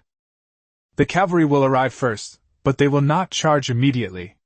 They will wait until the infantry arrives, when they are still a mile or 2 away from the county town, before the cavalry charges. The gatekeepers saw the cavalry charging towards them, but before they could react, the horses were already upon them. Even if they wanted to close the city gates, it would be too late. By the time the people inside the county reacted, our infantry would have arrived. Zhang Taizan stared at the map on the ground for a few seconds, then nodded. All right. Let's do it this way. I'll lead the cavalry to charge the city gate, and you'll lead the infantry to follow. Okay, right. We also need to make them change into officers' and soldiers' uniforms. That will be more misleading. Clear. The 2 stood up. Xia Feng looked at the sky. The sun was already high in the sky. Time is of the essence, we need to hurry. Sun Taizhu! Xia Feng called out. Sun Taizhu ran over, his clothes still covered in blood, but he looked very energetic. Take 60 men and escort these prisoners back to the village. Find an empty house, lock them up, and have someone watch over them to prevent them from escaping. Give them some water to drink so they don't starve. We'll deal with them when we get back. Sun Taizhu nodded. Then he ordered Zhang Taizan to mobilize the assault troops. Xia Feng stood alone by the roadside, watching his brothers lining up in the distance. After a while, Zhang Taizan arrived with 30 men. Xia Feng glanced at them and saw Zhao Dainyu and Lu Xuanzi among them. They were the best riders and the bravest in the village protection team. The clothes have all been changed, Zhang Taizan said. They were taken from the prisoners. All 30 men were dressed in soldiers' uniforms. Without a close look, one could easily mistake them for soldiers. Xia Feng circled around them and nodded. Xia Feng walked up to Zhao Dainyu and looked him up and down. Zhao Dainyu was wearing a soldier's uniform, which looked a bit tight, with the cuffs too short, revealing his wrists. "The sleeves are too short," Xiaofeng said. Zhao Danny grinned. "It's okay, no one's looking closely." Xiaofeng looked at each person one by one, memorizing each face. Then he spoke. "Listen up, you 30 people, follow Brother Taizan, you're the vanguard." Once we reached the outskirts of the county town, we hid by the roadside. I led the infantry behind, and when we were about a mile or two from the town, I had someone fire a signal arrow. When you see the signal arrow, rush towards the city gate. Don't hesitate, don't look back, just charge. You are wearing soldiers' uniforms. When you rush through the city gate, the defenders will subconsciously think it's one of their own men returning and won't close the gate immediately. But there were only 5 or 6 guards at the city gate. Once they were all killed, they would immediately give a signal. When I heard the signal, my infantry would charge over at full speed. All 30 people nodded in unison. "If you understand, then get on the horse." 30 men mounted their horses. Zhang Taizan led 30 men, making a total of 31. Xiaofeng did not mount a horse. He led the remaining 200+ people on foot. Xiaofeng stood by the roadside, watching Zhang Taizan lead those 30 men away on horseback. The sound of hooves grew fainter and fainter until they disappeared into the dust raised at the end of the road. "Let's go," Xiaofeng said to the rest of the group. The procession of over 200 people marched along the main road toward the county town. Chapter 52 Seizing the Gate. Xiaofeng led a group of over 200 people, hurrying along the main road. The sun was already setting in the west, and the dirt road, which had been baking in the sun all day, gleamed white. Stepping on it kicked up dust with a soft thud. The footsteps of more than 200 people mingled together, muffled and heavy, like distant thunder. After walking for a while, the people in front stopped. Lu Xuanzi, who was walking at the front, ran back and said, "Boss, we're almost at the county town, less than 2 miles away." Xiaofeng raised his hand, and the line stopped. He walked to the side of the road and looked at the road ahead. The road wound its way to the end, where a grove of trees blocked the view of the county town. But he knew the town was just beyond the trees. "Send the signal," Xiaofeng said. Lu Xuanzi took the bow off his back, knocked a whistling arrow, and tied a bamboo whistle to the shaft. When the arrow was shot, it would make a sharp sound. He drew his bow, pointed it towards the sky, and released it. "Call out." A sharp whistle pierced the sky, high and shrill, echoing several times across the open fields before fading away. Everyone looked up at the sky, though they couldn't see anything. "Let's go," Xiaofeng said, leading the group around the bend and walking briskly towards the county town. Outside the south gate of the county town, everything was as usual. The city gates were wide open, and people were coming and going, selling vegetables, carrying loads, and driving donkey carts, all walking slowly. The 5 constables guarding the city gate were yawning, some were chatting, while others were dozing off with their heads tilted to the side. A knife leaned against the wall, looking like a fire poker. Peaceful times had lasted too long, and no one paid much attention. Although Daliang had never been peaceful, nothing major had happened in their small county town. There might be a few bandits, but they wouldn't come to the county town, they would only rob villages. Zhang Taizan led 30 men and hid in a small grove of trees by the roadside. The horses' muzzles were gagged with strips of cloth to prevent them from making a sound. 30 men, all dressed as soldiers, crouched behind a tree, their eyes fixed on the city gate. The sound of a whistling arrow rang out, sharp and bright. Upon hearing the signal, Zhang Taizan immediately stood up, mounted his horse, and drew his sword. Rush! 30 horses charged out of the woods, their hooves thundering and dust billowing. The people at the city gate heard the commotion and looked up. The first person I saw was an old man selling vegetables. He had just come out of the city with his load on his shoulders. When he heard the sound of horses' hooves, he turned around and was so frightened that his legs went weak. He dropped his load and scrambled to the side of the road. The constables guarding the city gate also saw it. One of the young constables rubbed his eyes and craned his neck to take a look. "Where did these soldiers come from?" he asked the person next to him. Beside him was an old constable, in his 40s, leaning against the wall, dozing off. He was awakened by the sound of horses' hooves, glanced at the scene groggily, and said dismissively, "It's none of our business where they came from. Let's not get involved, it's not good to anger them." "But they—" "But what but?" The old constable interrupted him impatiently. "Don't you want to live?" The young constable shrank back and remained silent. The cavalry drew closer, their hooves growing louder, shaking the pebbles on the ground. Suddenly, another constable sensed something was wrong, and his expression changed. "Wait a minute! Why aren't they stopping? Are they going to charge straight into the city?" The old constable now came to his senses, staring wide-eyed at the approaching cavalry. The horse was less than 10 paces away from them. The cavalryman on horseback was dressed in the uniform of an official, but his sword was already drawn, and the blade gleamed blindingly in the sunlight. "Close the city gates! Close the city gates now!" the veteran shouted. "It's too late." Jiang Taizhan charged ahead, reaching the city gate. With a swift stroke of his sword, the old constable's voice abruptly ceased, and he collapsed limply to the ground. The remaining 30 men followed closely behind, their horses galloping into the city gate. Blades flashed, and the remaining soldiers fell to the ground before they could even touch their swords.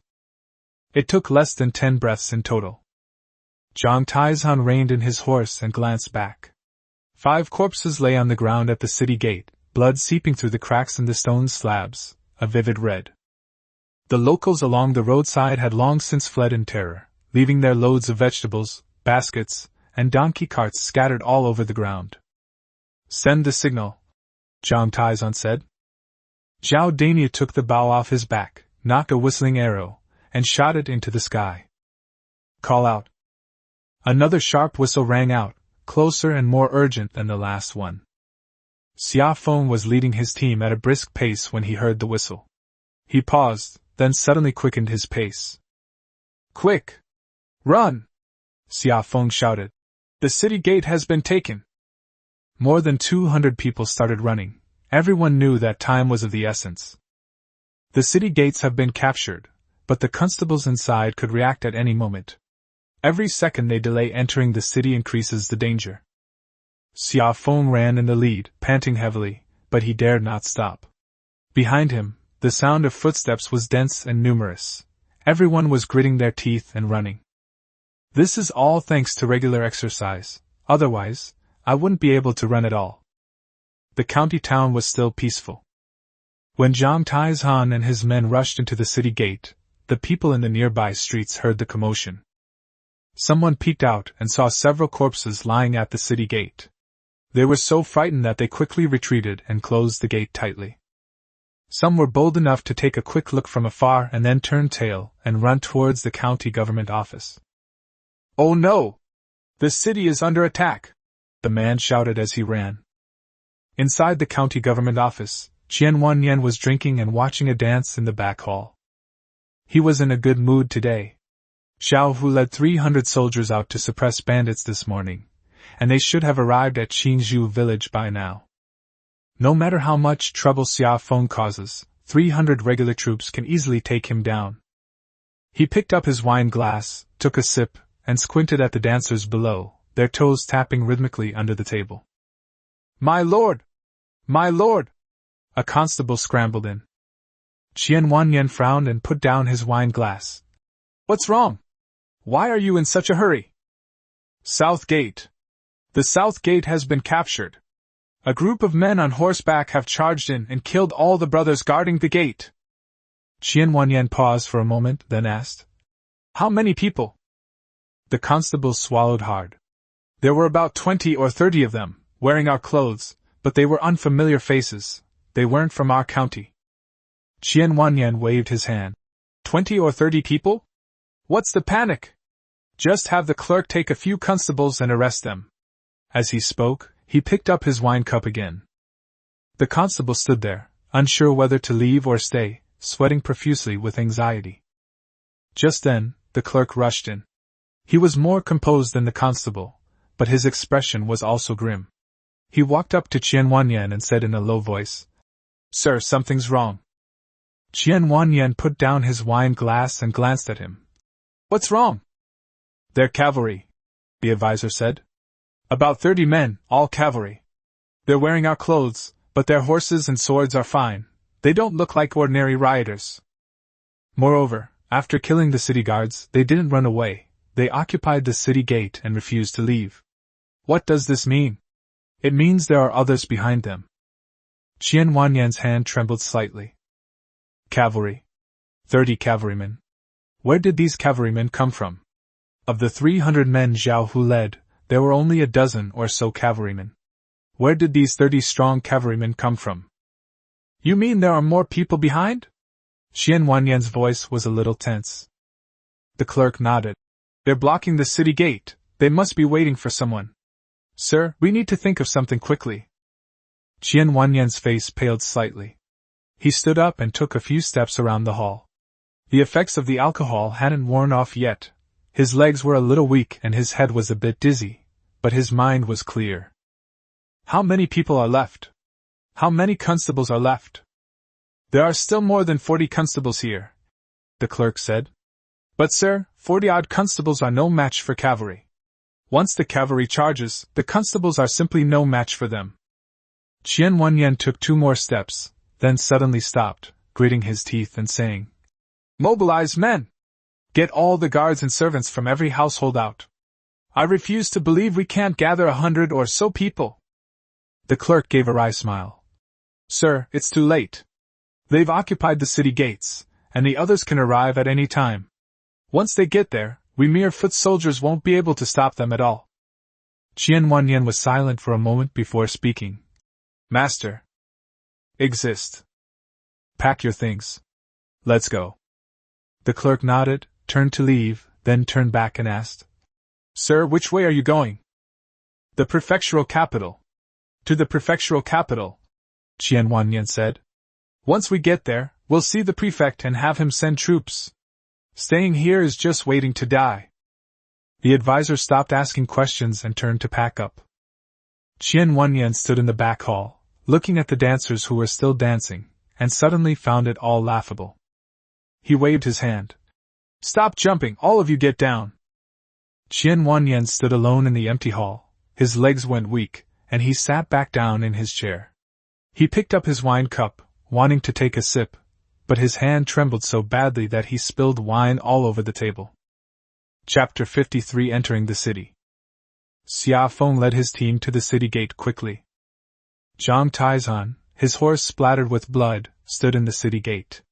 When he saw Xia Feng approaching, he reined in his horse and rode forward to greet him. The south gate has been captured. Of the 4 city gates, this is the only one we've taken. The other gates haven't been touched yet. Xia Feng took a breath, straightened up, and glanced at the city gate. The 5 bodies had been dragged to the roadside and covered with straw mats. The blood on the ground was still wet, and a large puddle had flowed out from the cracks in the stone slabs. Splitting up the forces, Xia Feng said. Zhao Dainyu, you take 30 men and take the north gate. Lu Xuanzi, you take 30 men and take the east gate. Sun Taizhu isn't here, so who will go to the west gate? Liurnia said. I'll go. All right. After you've taken control of each gate, close the city gates. No one is allowed to enter or leave. Leave 15 men to guard them, and the rest of you go to the county government office to meet up. Zhao Dainyu, Lu Xuanzi, and Liurnia each selected their men and ran off to the 3 city gates. Xia Feng led the remaining 100+ men along the main street, heading straight for the county government office. The county town is not big. There are only 2 streets from the south gate to the county government office.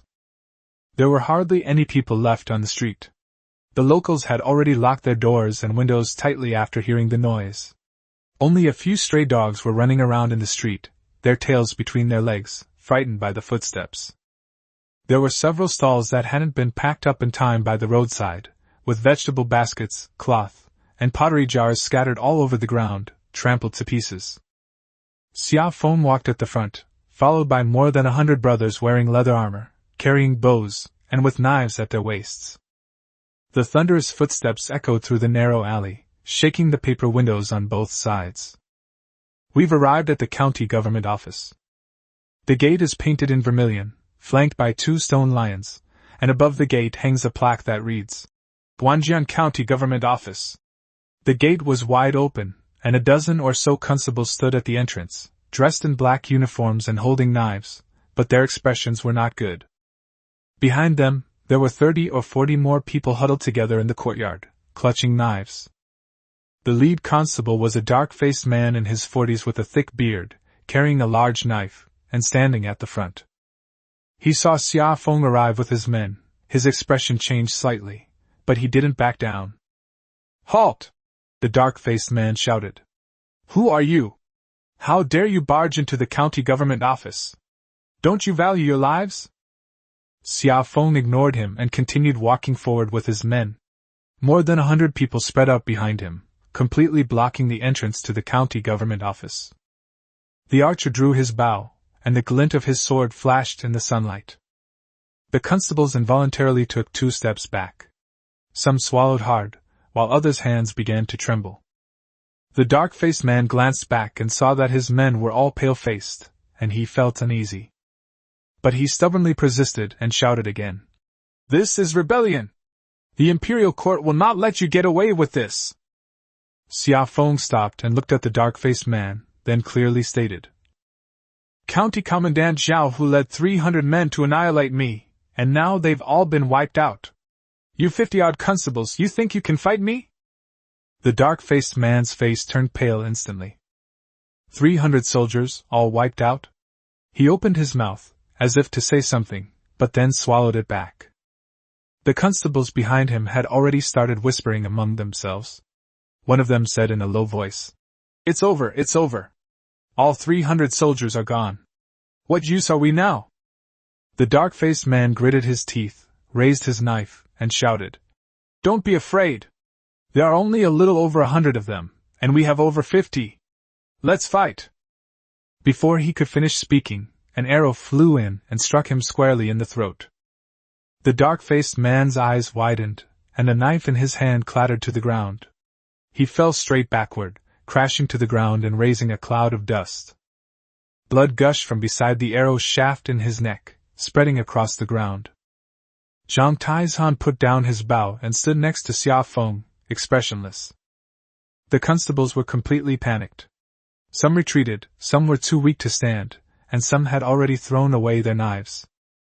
At that moment, a young voice rang out from the crowd.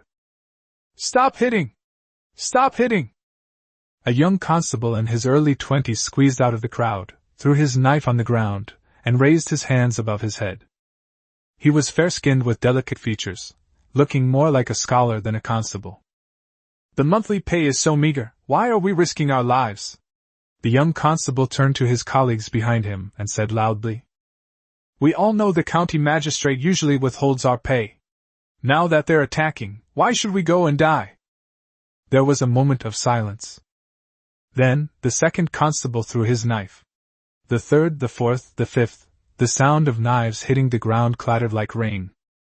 In less than 10 breaths, all 50-odd constables knelt down, covered their heads with their hands, and no one dared to move. Xia Feng looked at the young constable and found him rather interesting. What's your name? Xia Feng asked. The young constable raised his head, looked at Xia Feng, and said calmly, Sir, my name is Zhang Yuan. Zhang Yuan. Xia Feng read it aloud, nodded, and memorized the name. Okay, stand aside for now. I'll talk to you later. Zhang Yuan was stunned for a moment, then quickly stepped back to the side of the road and stood properly. Xia Feng said to the people behind him, Put away the knives of these constables, keep a close eye on the people, and don't make things difficult for them. Then, he led Zhang Taizhan and a group of people and strode into the county government office. The county government office was deserted. In the main hall, the judge's desk and gavel were still there, but no one was there. In the back hall, tables and chairs were overturned, teacups were shattered, and the screen was askew. There were scattered silver coins and jewelry on the ground. It seemed they had left in a hurry and hadn't even bothered to pick them up. Xia Feng stood in the back hall, glanced around, and frowned. Search. Don't miss any corner.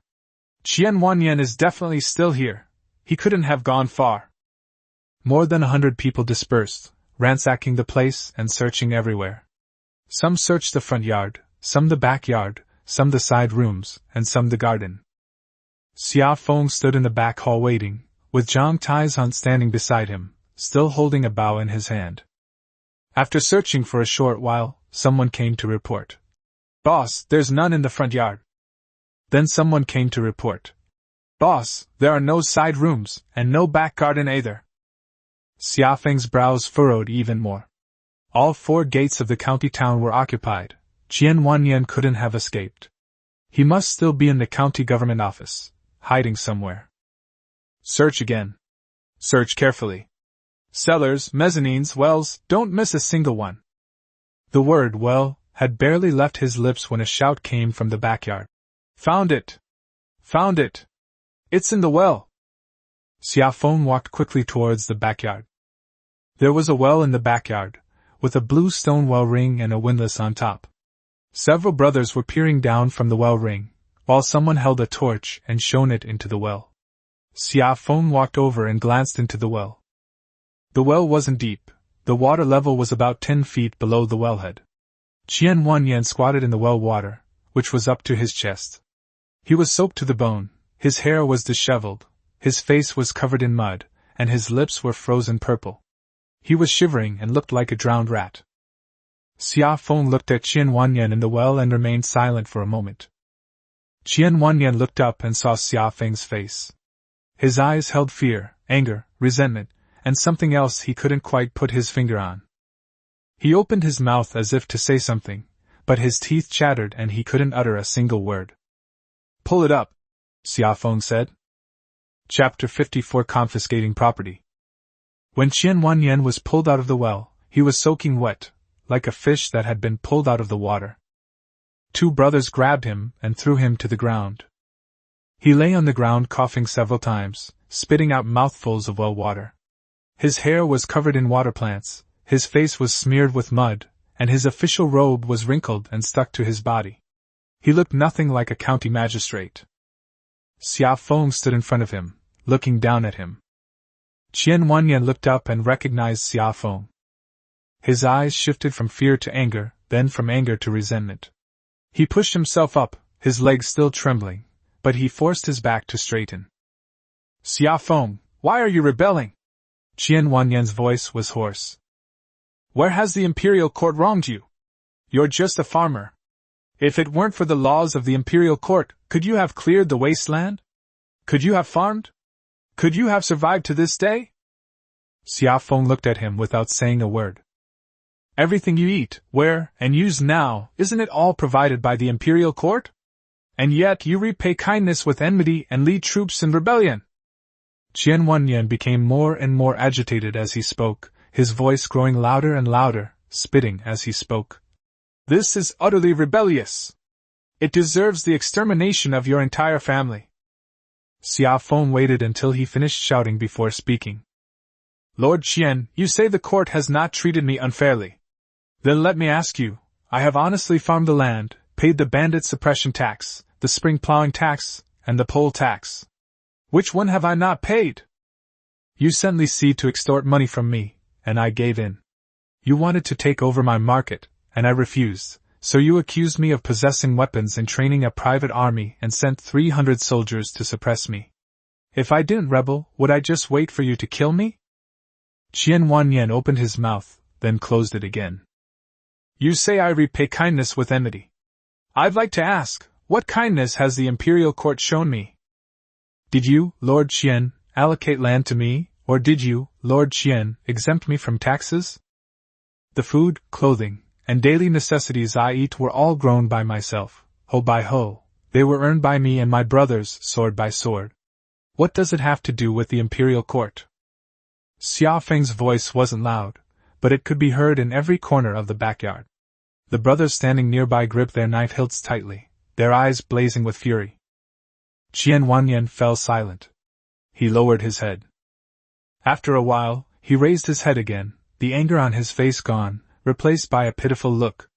His lips trembled, and tears streamed down his face. "Xia Feng, Brother Xiafeng. Qian Wanyan's voice softened, trembling with sobs. Please spare me. I have elderly parents and young children to support. My whole family depends on me for survival. If you kill me, they'll all be doomed. Xiafeng looked at him without saying a word. Seeing that he didn't react, Qian Wanyan knelt down with a thud, prostrated himself on the ground and kowtowed, his forehead hitting the bluestone slab with a thud. Brother Xiafeng, you're a magnanimous person, don't hold it against me. All my silver is yours. Spare my life, and I'll leave tonight, never to return to Guanjiang County. Wherever you tell me to go. I'll never be a hindrance to you again. Xiafeng looked down at Qian Wanyan lying on the ground, feeling a mix of emotions. This man was so arrogant when he served tea in the main hall. When the troops came to suppress him, they showed no mercy. Now he kneels before him like a dog. Take him away and lock him in jail first, Xiafeng said. We'll decide what to do with him later. Two brothers stepped forward, one on each side, and lifted Qian Wanyan up, dragging him out. Even as he was being dragged along, Qian Wanyan kept shouting, Xiafeng! Xiafeng, spare me! I have silver! I have lots of silver! I'll give it all to you! The sound grew fainter and fainter until it disappeared outside the gates of the county government office. Xiafeng turned around, looked at the overturned tables and chairs and the broken teacups in the backyard, and remained silent for a while. Zhao Dainiu! Xiafeng called out. Zhao Dainiu ran over from the front. Boss, what's up? Take men and ransack Qian Wanyan's house. Search carefully, don't miss a single corner. Take out all the silver, copper coins, jewelry, calligraphy and paintings, land deeds and house deeds. Don't leave anything behind. Zhao Dainiu grinned. Okay. He selected 20 people and went deep into the backyard. Qian Wanyan's family lived in the inner residence behind the county government office, a 3-courtyard complex that was even more impressive than the front hall of the county government office. When Zhao Dainiu led his men in, they heard women crying and screaming inside, and there was chaos for a while. Xiafeng didn't go inside. He stood in the backyard, waiting. About half an hour later, Zhao Dainiu came out. The smile on his face was gone, replaced by a look of surprise. His eyes were wide open, and his mouth was agape. Boss! Zhao Dainiu's voice changed slightly. Guess how much they copied? How many? Zhao Dainiu swallowed hard and gestured with his finger. There are more than 20,000 taels of silver in cash alone. The gleaming silver fills an entire room. There were also jewelry, jade artifacts, antiques, and calligraphy and paintings by famous artists, filling 10 large boxes. Zhao Dainiu said. A knowledgeable brother estimated that those jewels and paintings were worth at least 70 or 80,000 taels of silver.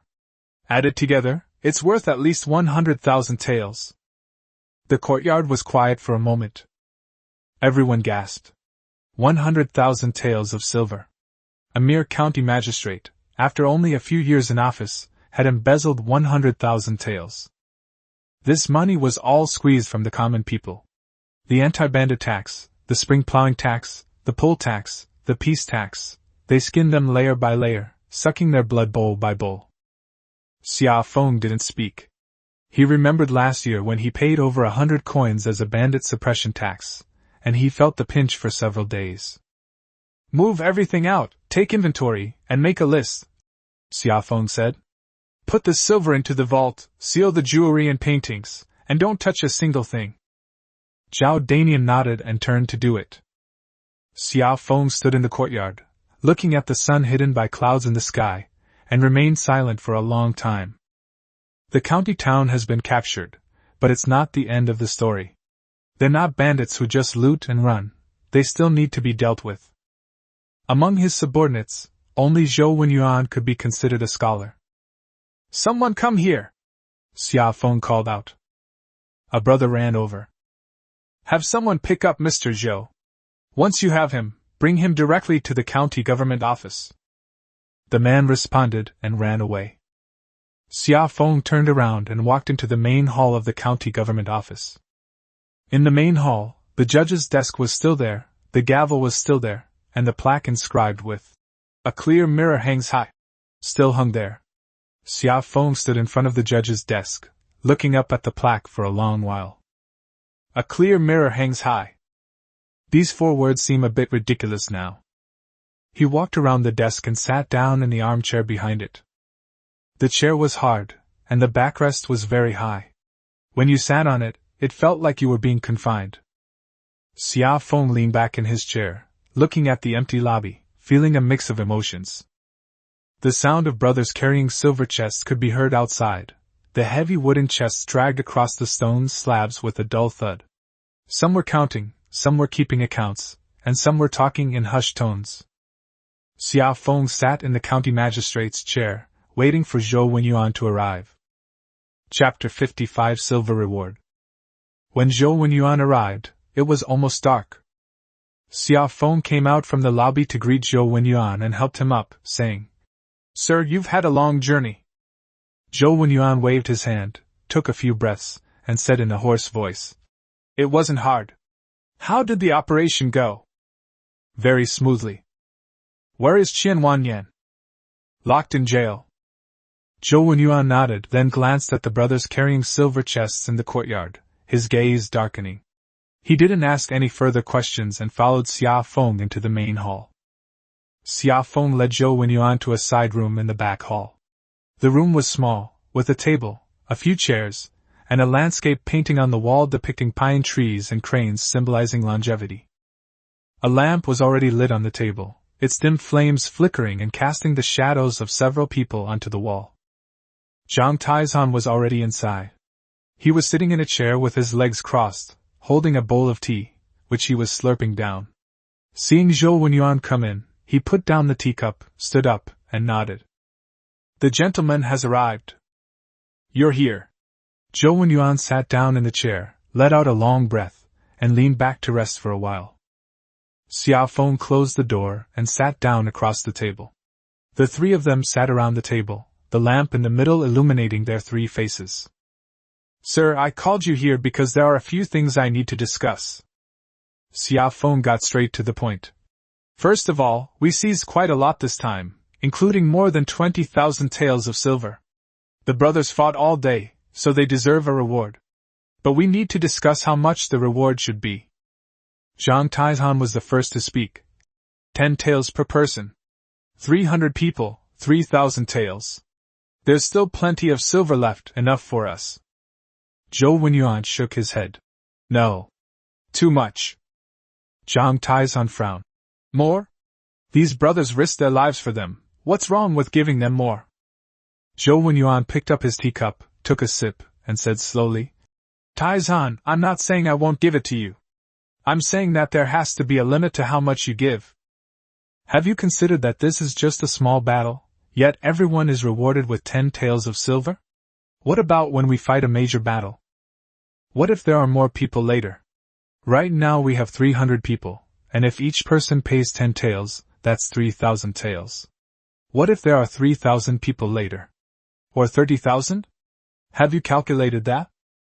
Zhang Taizhan opened his mouth, but then remained silent.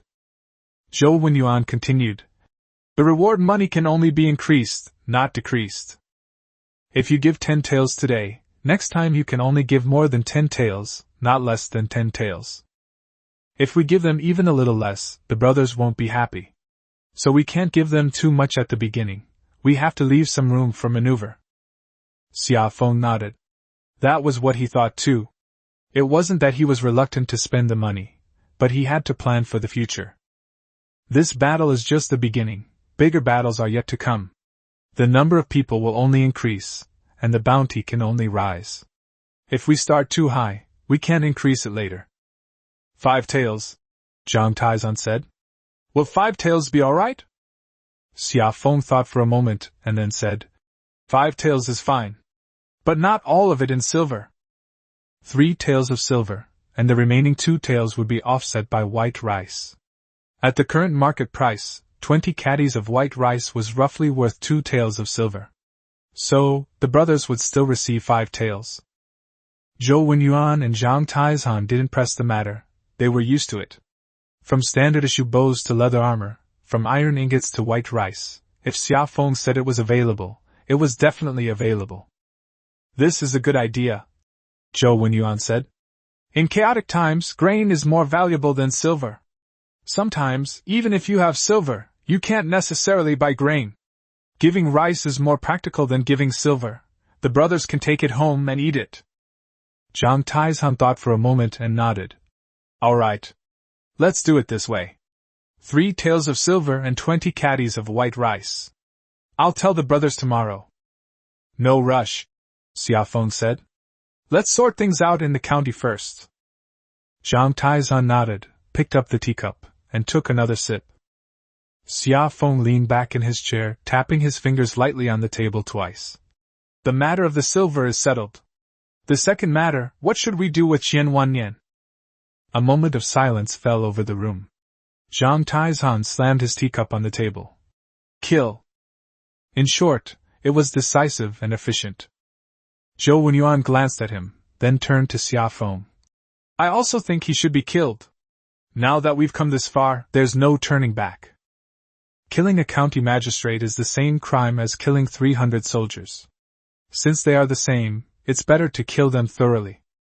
Qian Wanyan served as the magistrate of Guanjiang County for over a decade, and he was corrupt for just as long. The people hated him to the core. Killing him would win them the hearts of the people. Xia Feng said. That's what I think too. Kill.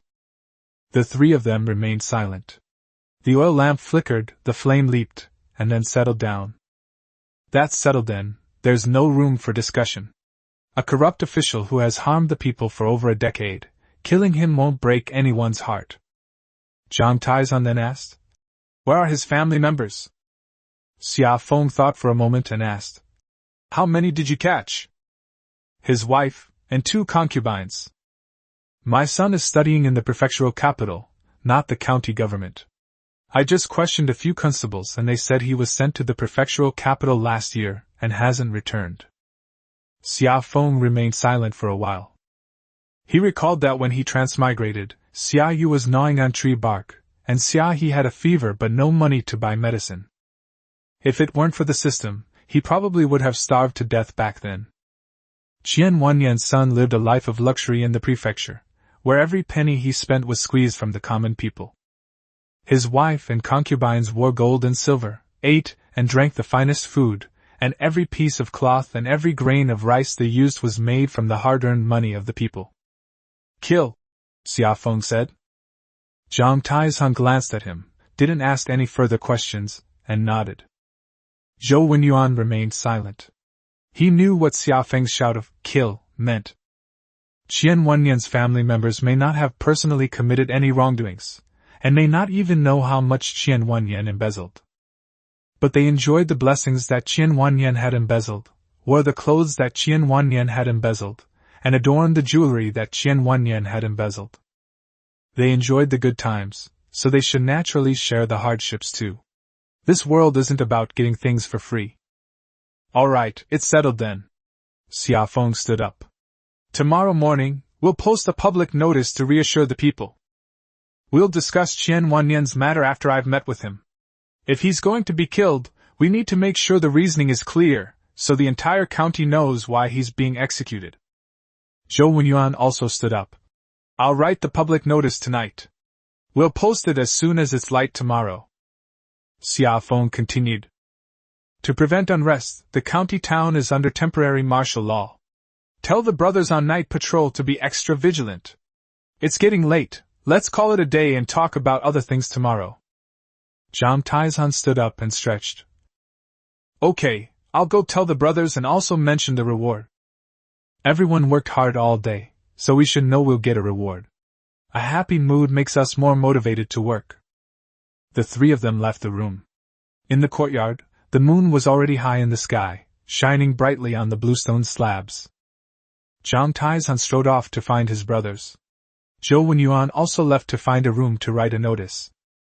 Chapter 56 New Policies. The next morning, just as dawn was breaking, the summer breeze began to stir. Last night I slept in a side room in the back hall of the county government office. The bed was soft and the bedding was clean, much more comfortable than the earthen bed at home. But he didn't sleep well, tossing and turning all night thinking about what was going on. Just before dawn, he managed to drift off to sleep for a while, but was woken up again by the first crow of the rooster. He washed his face and asked the men at the door to invite Zhou Wenyuan and Zhang Taizan. The two arrived quickly. Zhou Wenyuan was carrying a thick stack of papers, which were public notices he had written the night before. Zhang Taizan looked the same as always, with bloodshot eyes, but he was full of energy. The three sat down at the table in the back room, and Xia Feng poured 3 bowls of water. "Sir, Brother Taizan, we need to settle a few important matters today," Xia Feng said bluntly. "Let's discuss the political matters first." Zhou Wenyuan put the public notice aside, took out a small notebook from his sleeve, and opened it. Zhang Taizan picked up his bowl to drink water and waited. "Let's talk about taxes first." Xia Feng looked at Zhou Wenyuan. "Sir, could you please tell me more about the tax rates in the Great Liang dynasty?" Zhou Wenyuan put down his notebook and counted on his fingers. "The agricultural tax is 2 out of 10.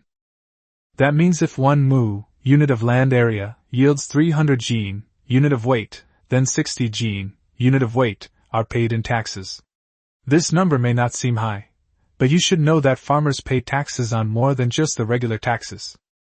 There was also the poll tax, which cost several tens of coins per person per year, and corvée labor, which required 1 or 2 months of service each year, which could be paid in lieu of service. There were various taxes, including those for bandit suppression, spring planting, peace and security, summer grain, and autumn grain. The list of taxes was endless. With all these exorbitant taxes and levies added up, farmers are lucky if they can keep 30% or 40% of what they receive. In years of famine, when there is no harvest, taxes must still be paid, forcing people to sell their children. Zhang Taizan snorted from the side. "When I was in the border army, I heard that in some places, taxes were collected up to 10 years later. This year's taxes have been paid, next year's have been prepaid, and the year after that's been paid too. Ordinary people can't survive, so they have no choice but to flee." As Xia Feng listened, his brows furrowed even more deeply. "What about commercial taxes?" he asked. Zhou Wenyuan picked up his bowl and took a sip of water. "The commercial tax is 1/10 of the regular tax.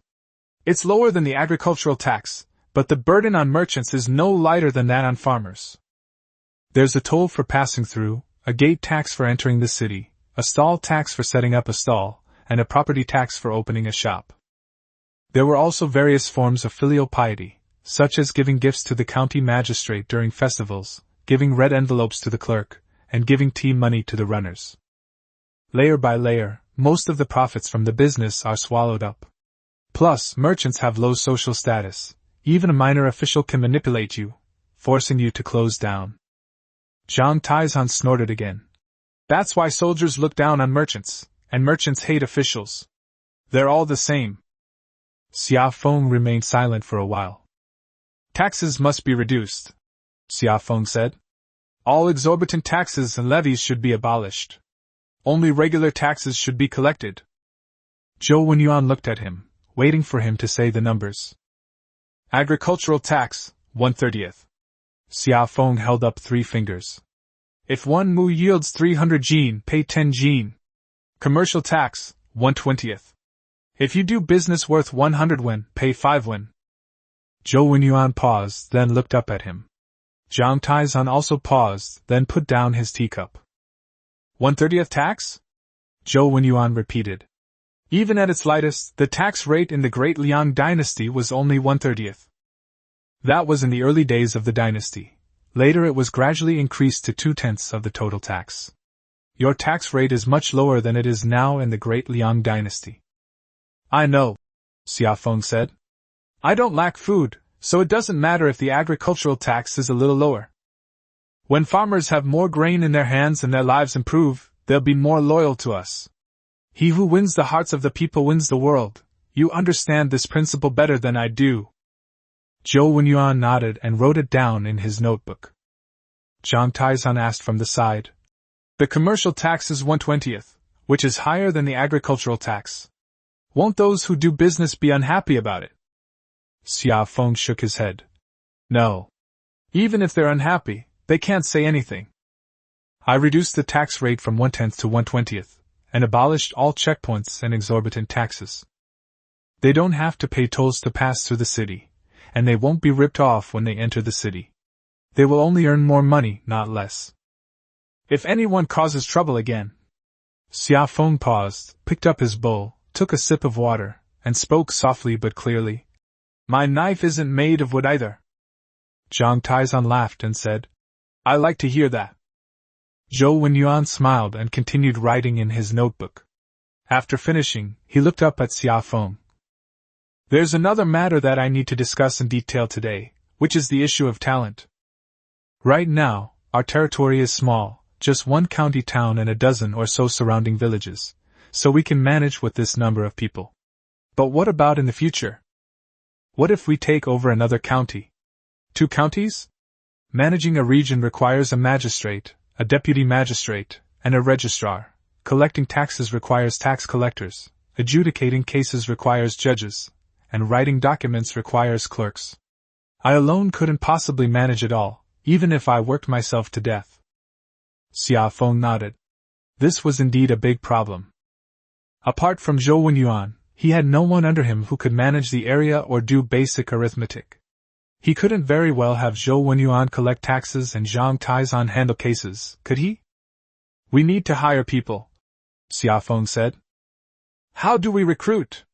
Zhou Wenyuan asked. Post notices? Or send people to each township to solicit volunteers? Xia Feng thought for a moment and said 3 words, recruitment order. Zhou Wenyuan's eyes lit up. The recruitment order is open to all, regardless of one's previous occupation, whether one was a farmer, a merchant, a scholar, a soldier, or even a failed scholar or a disqualified candidate. As long as you have the ability, whether you can read and write, do arithmetic, understand the law, possess the talent to govern a country, or even just have a special skill, you are welcome to come. Once you arrive, you'll be assigned tasks, and if you perform well, you'll be given important responsibilities. Zhang Taizan chimed in from the side. What if the person who comes isn't reliable? All they do is brag and they can't do anything. Xia Feng said. Then let's try it. Try it for a month. If it works out, stay. If not, send them away with their travel expenses. We won't mistreat anyone, and we won't keep idle people. Food and lodging will be provided on the way here, and once you arrive, you'll be fed and housed, and paid during the probationary period. That way, even if they don't stay in the end, they won't speak ill of us. Zhou Wenyuan nodded and circled the words, recruitment order, in his notebook. He then asked, where is the recruitment order sent? Is it only sent to Guanjian County? Xia Feng thought for a moment. Send it to Guanjian County first, then to the surrounding counties. Have someone make dozens of copies and post them at the entrances of each county town and in the markets of each township. It would be best to spread the word by word, having the brothers tell their relatives and friends when they return to the village, and asking the people at the market to help spread the word. These days, word travels faster than paper. Zhou Wenyuan nodded again and made several notes in his notebook. Also, Xia Feng said, the recruitment notice must clearly state that we are not bandits or rioters, but a legitimate righteous army. Our goal is to act on behalf of heaven, eradicate corrupt officials, and enable ordinary people to live a good life. Those who come to us are not just seeking food, but also hoping to build a great future. Zhou Wenyuan put down his pen and looked at Xia Feng.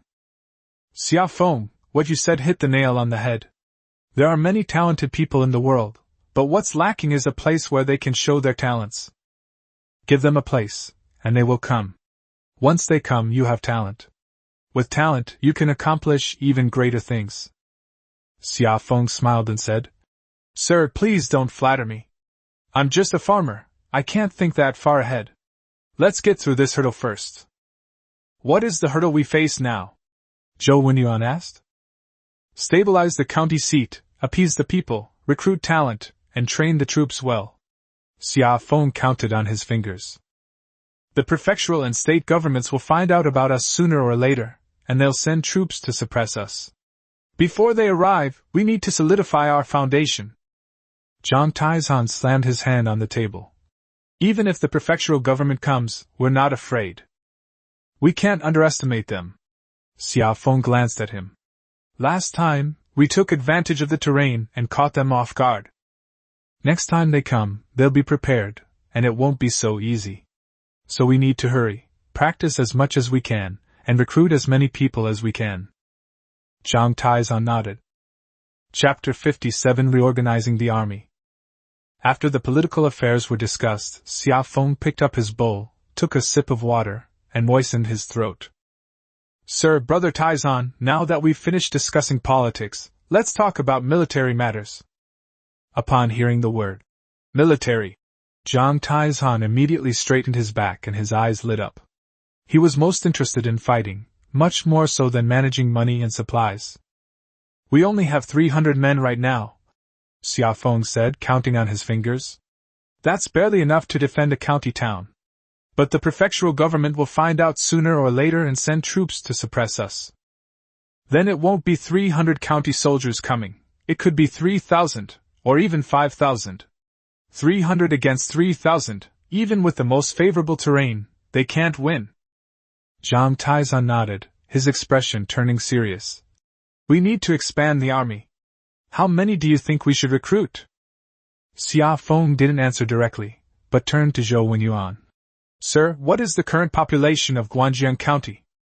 Zhou Wenyuan didn't need to look through the book. He just opened his mouth and said, According to the household register of the Great Liang Dynasty, Guangjiang County originally had more than 83,000 people. But that was last year's number.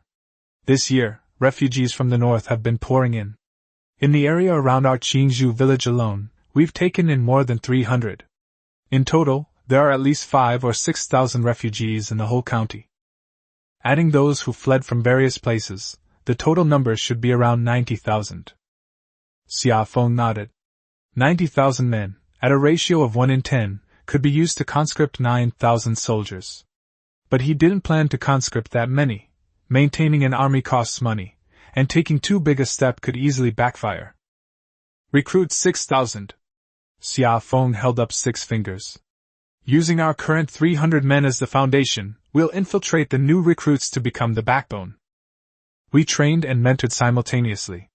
Officers were selected from veterans, and squad leaders and centurions were all our own men. Zhang Taizhan did the math in his head. 300 veterans, leading 6,000 new recruits, that's 1 veteran leading 20 new recruits. You're in charge of recruiting, Xia Feng said. You set the standards yourself, but the same principle applies, better to have none than to have bad ones. Those with poor health, those who are not mentally sharp, and those with questionable character are not wanted. We need soldiers who can fight, not just filler positions. Of course. Zhang Taizhan patted his chest. Xia Feng looked at him and asked another question. Brother Taizhan, what do you think of the military system? Do you still use the one from the Great Liang Dynasty? Zhang Taizhan shook his head. The military system of the Great Liang Dynasty is too cumbersome. Moreover, the soldiers of the Great Liang Dynasty don't know their generals, and the generals don't know their soldiers. In battle, no one knows who to listen to whom. We need to come up with a simple system that's easy to understand and remember. Xia Feng nodded. He had actually already made up his mind. I've come up with a military system, listen to it. Xia Feng dipped his finger in water and began to write on the table. The lowest level consists of 5 people forming a squad, with a squad leader. 2 squads form a team of 10 people, with a team leader. 10 teams form a do, consisting of 100 men, and each team is headed by a centurion. 10 units form a battalion, with 1,000 men, and a commander of 1,000 men is appointed. 5 battalions form a unit, each with 5,000 men, and are headed by a captain. 2 units form an army, each with 10,000 men, and are headed by a general. As Xia Feng spoke, he wrote numbers on the table, from the rank of soldier to the rank of general, level by level, clearly and distinctly. Zhou Wenyuan leaned over to take a look and nodded.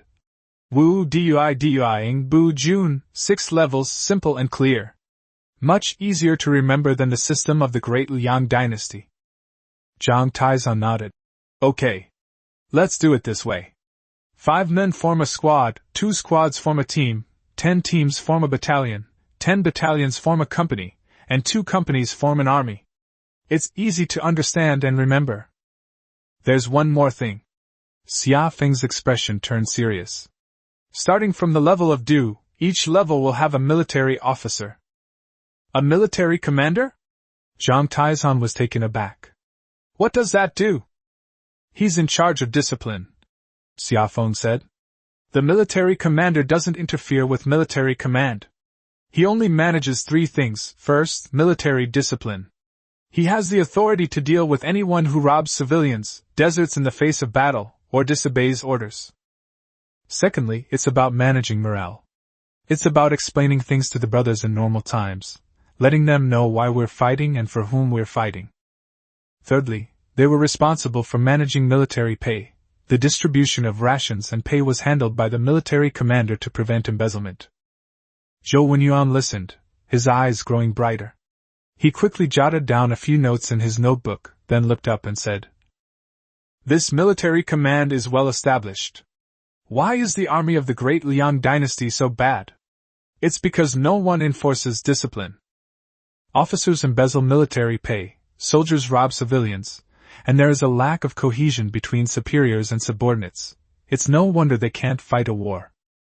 Once you appoint a military commissioner, discipline will be maintained, morale will be kept high, and supplies and pay will be monitored, then the army will be stable. Zhang Taizan thought for a moment and nodded. Okay. Military inspector it is. But we have to choose the right person carefully. We can't just find anyone to do it. They must be educated, reasonable, articulate, and knowledgeable. So this matter must be handled by you, sir. Xia Feng looked at Zhou Wenyuan. Brother Taizan will be in charge of fighting.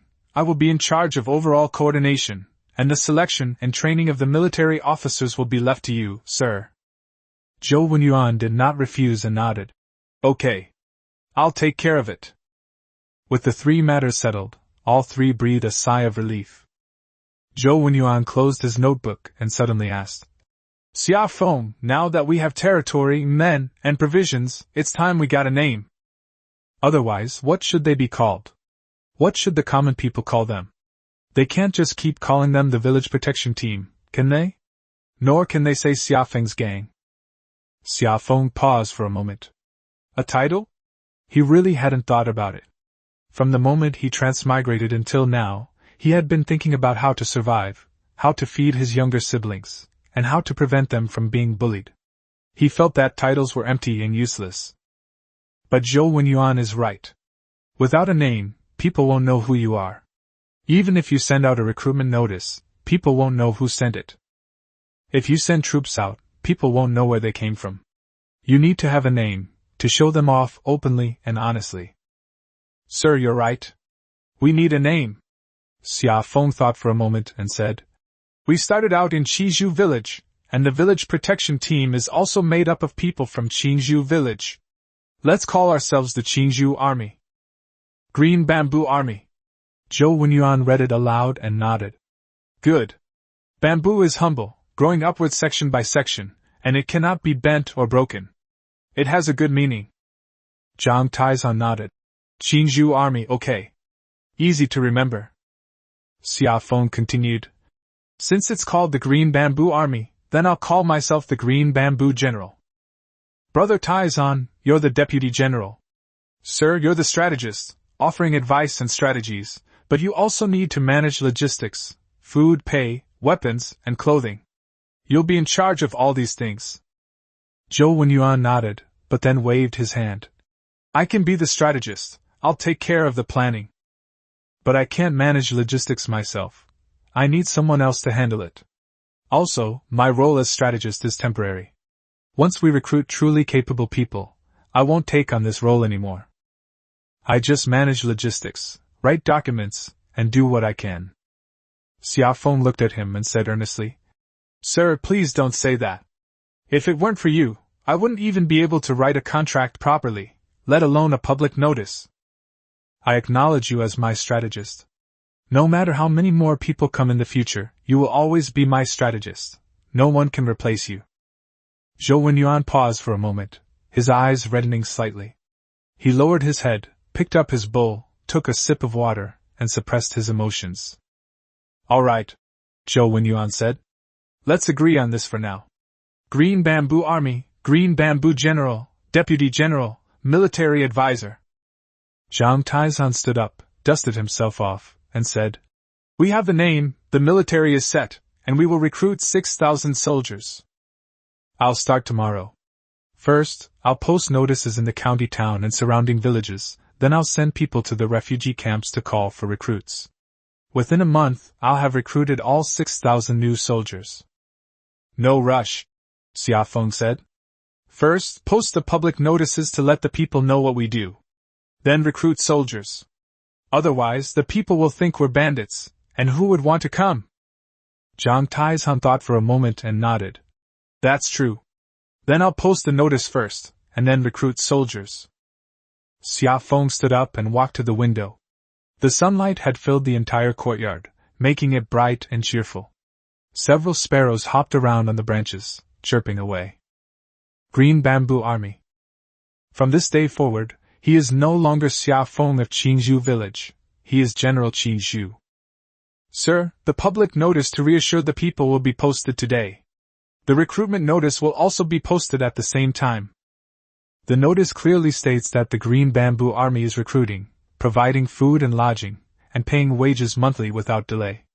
Anyone aged 18 to 35, physically strong, and of good character is eligible to apply. Zhou Wenyuan nodded and wrote these points down in his notebook. Also, Xia Feng turned around and looked at Zhang Taizan. When recruiting soldiers, have the brothers put on leather armor, carry swords and spears, and line up to walk around the streets. When ordinary people see the spirit of our soldiers, they feel reassured. Those who want to join the army are even more willing to come when they see this display of strength. Zhang Taizan grinned. All right. I'll personally lead the team and drive around the county town 3 times. Chapter 58 Notice. The next morning, 4 notices were posted on the screen wall in front of the county government office. The first document is a proclamation to pacify the people.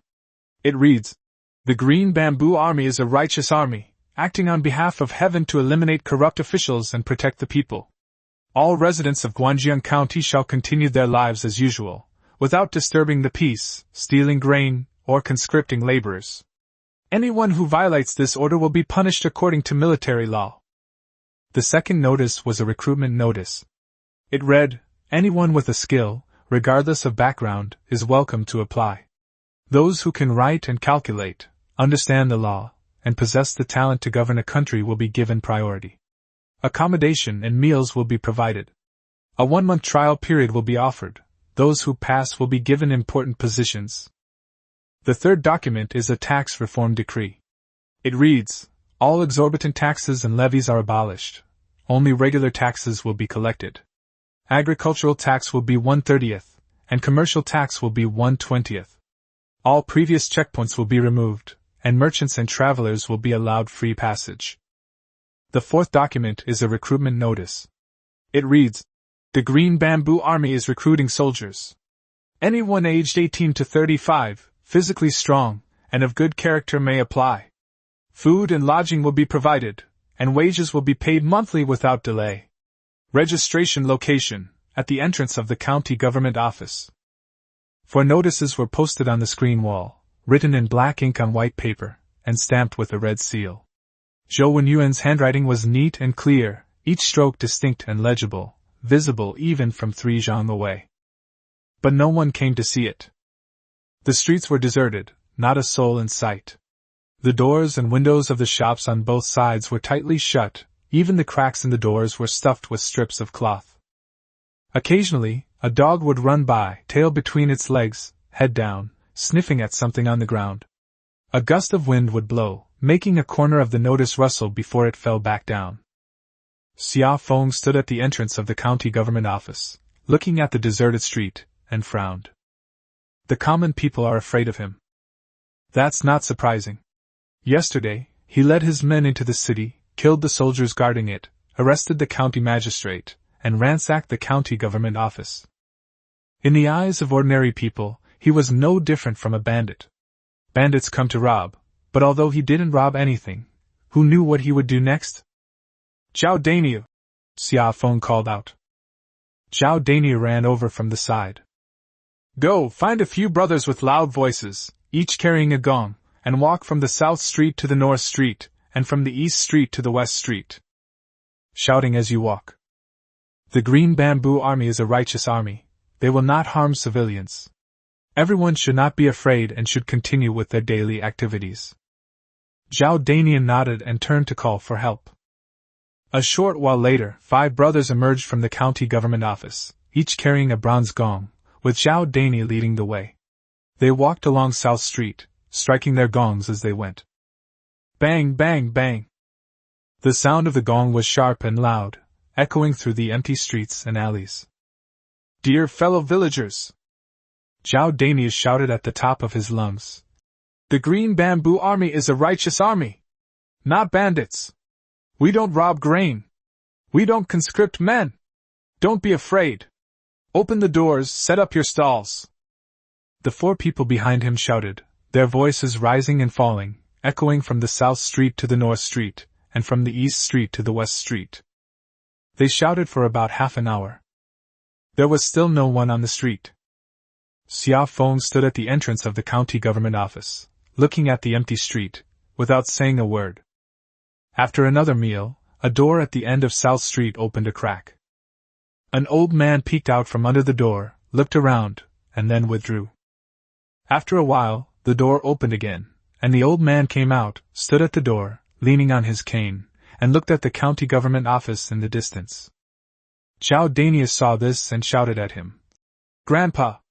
It's all right. Go about your business. The old man didn't move. He stood at the door, staring at the 4 notices for a long time. Then, another door opened. A middle-aged woman peeked out, saw the old man standing at the door, hesitated for a moment, and then came out as well. Then, the 3rd door opened, the 4th door opened, the 5th door opened. Like ice cracking in spring, the shops and residents along the street opened their doors one after another. People stood at the door, whispering and pointing. Really not going to steal grain? Someone asked in a low voice. It's written on the notice. Look, it's in black and white. Can you read? They couldn't read. But someone who could read looked at it, and said it was true. Last night, Zhao the butcher next door to my house said that after those people entered the city, they didn't go into any ordinary people's homes, but went straight to the county government. And what about the county magistrate? I heard he's been locked up. He embezzled so much money, he deserves it. Some people were too afraid to come out, and hid behind the windows to look outside. Some peeked through the crack in the door, but after a while, they closed the door again. But there were more and more people on the street. The vegetable vendor came out with his load on a shoulder pole, squatted down by the roadside, arranged his vegetable baskets, and kept glancing towards the county government office. The pancake vendor set up his stove and started a fire. The tea-house waiter brought out benches and placed them at the entrance. The county town, like a stiff corpse, slowly came back to life. Xia Feng stood at the entrance of the county government office, watching the changes on the street, and breathed a sigh of relief. Brother Taizan! Xia Feng called out. Zhang Taizan walked over from the side. Tell the patrolling brothers to put away their knives and stop waving them around in the streets. It makes the people uneasy. Zhang Taizan nodded and turned to relay the order. At the tea stall, several old men sat together, teacups in front of them, speaking in hushed tones. What do you think is the origin of this Green Bamboo Army? A thin old man asked. The fat old man picked up his teacup, took a sip, and smacked his lips. I heard he's from Qishu village. The leader is a young man of about 17 or 18, surnamed Xia, and his name is something like Feng. 17 or 18 years old? What can they possibly accomplish? Don't underestimate him. County Commandant Zhao Hu led 300 soldiers to suppress him, and the entire army was wiped out. Zhao Hu himself was captured. The skinny old man gasped. 300 soldiers? The entire army wiped out? That's right. They have several hundred men under their command, armed with swords, bows, and armor. They're even more well-equipped than government troops. A young man nearby leaned over and whispered, I've heard that Xia Feng is no ordinary person. Some people who have seen him say he doesn't look like an ordinary person. Others say he can summon wind and rain, and that grain falls from the sky. The fat old man rolled his eyes at him. Don't spread rumors. He's just good at farming and harvests a lot of grain. So those knives and armor were also grown from the land? The fat old man opened his mouth, but then fell silent. The thin old man spoke again, his voice even lower. Tell me, isn't this a rebellion? The fat old man looked around to make sure no one was paying attention to them before whispering. How could it not be? Killing government soldiers and arresting the county magistrate, what is this if not rebellion? Can the imperial court really ignore this? Manage? Can you manage it? Didn't they rebel in Nahai County too? I heard they've already occupied 5 or 6 counties. The imperial court sent troops to quell the rebellion, but after half a month of fighting, they failed and were instead driven back. This imperial court, I think, is nearing its end. The young man then asked, Is Xia Feng in cahoots with Qin Baxian from Nahai County? Who knows? The fat old man shook his head. But I think Xia Feng is different from Qin Baxian. Qin Baxian occupied the county town, and I heard he killed many people. Look at Xia Feng, he's been in town all day. Who has he killed? He hasn't even taken a needle from one of the common people. The thin old man nodded. That's true. My shop is right next to the county government office, and there wasn't a sound last night. If it were anyone else, they would have been robbed long ago. The three of them drank tea for a while longer before parting ways. On the street corner, a middle-aged man dressed in silk stood at the entrance of a cloth shop, staring at the tax reform decree on the screen wall for a long time. He was a grain merchant in the county town, surnamed Wu, who had been trading grain in Guanjian County for more than 10 years. Manager Wu, what does that notice say? A shop assistant asked, coming over to ask. Manager Wu didn't turn around. His eyes were still fixed on the notice. It says that all checkpoints have been abolished, and the commercial tax has been reduced to 1/20th. 1/20th tax? That's much less than what we used to pay. That's right. Manager Wu turned around, his expression complex. Before, transporting grain from the county to the prefecture involved paying money at every checkpoint, with each layer skimming off the profits. By the time a pound of grain reached the destination, there wasn't much profit left. Now it's all gone. You don't believe me? Shopkeeper Wu was silent for a moment, then shook his head. It's not that I don't believe it, it's that I dare not believe it. These days, how many people can believe what officials say? The waiter whispered. But this wasn't posted by the government, it was posted by the Green Bamboo Army. Shopkeeper Wu was silent for a while, then said, Let me think about it some more.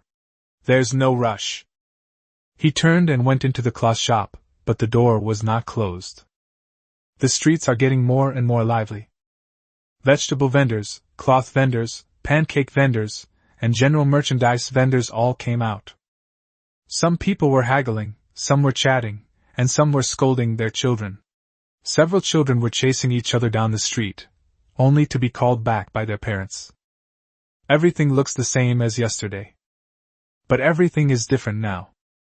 The 4 notices were still on the screen wall at the entrance of the county government office. The black characters on the white paper were particularly eye-catching in the sunlight. A gust of wind blew, and the corners of the paper curled up, making a rustling sound. Xia Feng stood at the main gate of the county government office, watching the people coming and going on the street for a long time. Sir? He called out. Zhou Wenyuan came out from inside, still holding a calligraphy brush in his hand, his fingers stained with ink. We need to have someone read the notices that have been posted to the people, Xia Feng said. Many people are illiterate, so just posting them won't do any good. We need to let them know what's written on them. Zhou Wenyuan nodded. I'll arrange it right away. Find a few brothers with loud voices to stand in front of the notice and read it aloud. If reading it once isn't enough, read it 10 times, until everyone understands. Xiao Feng nodded and turned to enter the county government office. On the street, a young brother wearing a green bamboo bugle uniform stood in front of the screen wall, holding a notice in his hand and reading it aloud. Agricultural tax is 30% of the harvest. If a mu yields 300 jin, you only need to pay 10 jin. Abolish all exorbitant taxes and levies. Get rid of everything. Bandit suppression levy, spring planting levy, peace levy, none of them. Commercial tax is 1/20th. For a transaction worth 100 coins, only 5 coins are required. The people gathered in a large circle, listening intently. Some listened again after finishing, while others ran home to tell their families. The news flowed like water from the county government office, reaching every street and every household. 1/30th tax? I've lived most of my life and never seen such a low tax. That's right. The Great Liang dynasty collects 2/10 of the taxes, while the Green Bamboo Army collects 1/30th, which is almost 3 times the amount. Do you believe it? It's written on the notice, how could it be fake? Who knows? These days everything can be fake. But they're occupying the county seat. If they really wanted to rob it, would they need to put up notices? They could just rob it directly, wouldn't that be enough? The man thought for a moment and nodded. That's true. The sun rose higher and higher, shining on the screen wall at the entrance of the county government office. More and more people gathered in front of the notice, forming layers upon layers. Some craned their necks to look inside, while others stood on tiptoe to listen. Chapter 59 Recruiting Soldiers. After the notice was posted, there was a constant stream of people at the entrance of the county government office. The edicts to pacify the people and the tax reform edicts were read and reread, and the recruitment edicts were also inquired about, but the most talked about one was the recruitment edict for soldiers. It's written clearly above. The monthly salary is 1 tael of silver and 100 caddies of white rice. The whole county town was talking about this. The topic was being discussed everywhere, in tea houses, taverns, and on the streets. Some people counted on their fingers that 1 tael of silver plus 100 caddies of white rice, converted according to market price, was worth about 11 taels of silver. A soldier earns 11 taels a month, which is 132 taels a year. Farming, even with good weather, only yields a dozen or so taels a year. Being a soldier is much better than farming. But some people shook their heads, saying the salary was too high and unreliable. There's no such thing as a free lunch. It's definitely a scam. They'll lure people in first, then not pay them. Who will you complain to then? But it's written on the notice, in black and white. Notices? Can notices feed you? Qian Wanyan even posted notices saying he wanted to reduce taxes and levies, and what happened? These words silenced many people. However, some people don't care about these things. There is a slum on the east side of the county town, where dozens of refugees who fled from the north live. A middle-aged man named Chen Laosi, after hearing the contents of the notice, pulled his fellow villager toward the county government office without saying a word. Who cares about rebels or not, I'm starving to death, Chen Laosi said. If I join the army, I'll have food to eat and pay. Even if I get beheaded tomorrow, I can still have a good meal today. Behind him followed 6 or 7 fellow villagers, all of them thin, sallow-faced men in tattered clothes. The group walked to the entrance of the county government office, looked at the recruitment notice, and then at the soldiers standing guard at the gate, who were wearing leather armor, with knives at their waists and their backs ramrod straight. Chen Laosi swallowed hard and walked up to the guards. Excuse me, is this where we recruit soldiers? The brother nodded and pointed inside. Go in, turn right, it's the first courtyard. Chen Laosi led his men inside. Several tables were set up in the courtyard, and Zhao Dania sat in the middle with a roster spread out in front of him. Chen Laosi was first in line. Zhao Dania looked him up and down and asked, What's your name? Old Chen IV. How big? 31. Where are you from? They fled from the north. Their hometown is in Hebei. Can you endure hardship? Zhao Dania asked. Old Chen grinned, revealing a mouthful of yellow teeth. I've fled over 1,000 miles, what hardship haven't I endured? Can being a soldier be harder than fleeing from disaster? Zhao Dania smiled and ticked a box on the roster. All right, go to the back and get your uniforms. Training starts first thing tomorrow morning. Chen Laosi was stunned for a moment. So that's it? They've been recruited. And what about the monthly salary? Is it really 1 tael of silver and 100 caddies of white rice? Zhao Dania glanced at him and said seriously. They really do pay. They pay on time every month, not a penny less. The boss said that the Green Bamboo Army does not pay salaries to people who don't work, and they do not deduct rations or pay. Anyone who dares to embezzle will be dealt with according to military law. Chen Laoxi's eyes suddenly reddened. He opened his mouth, as if to say something, but then swallowed it back. He turned and followed the brother who was receiving the coat. As he walked, he took long strides and straightened his back.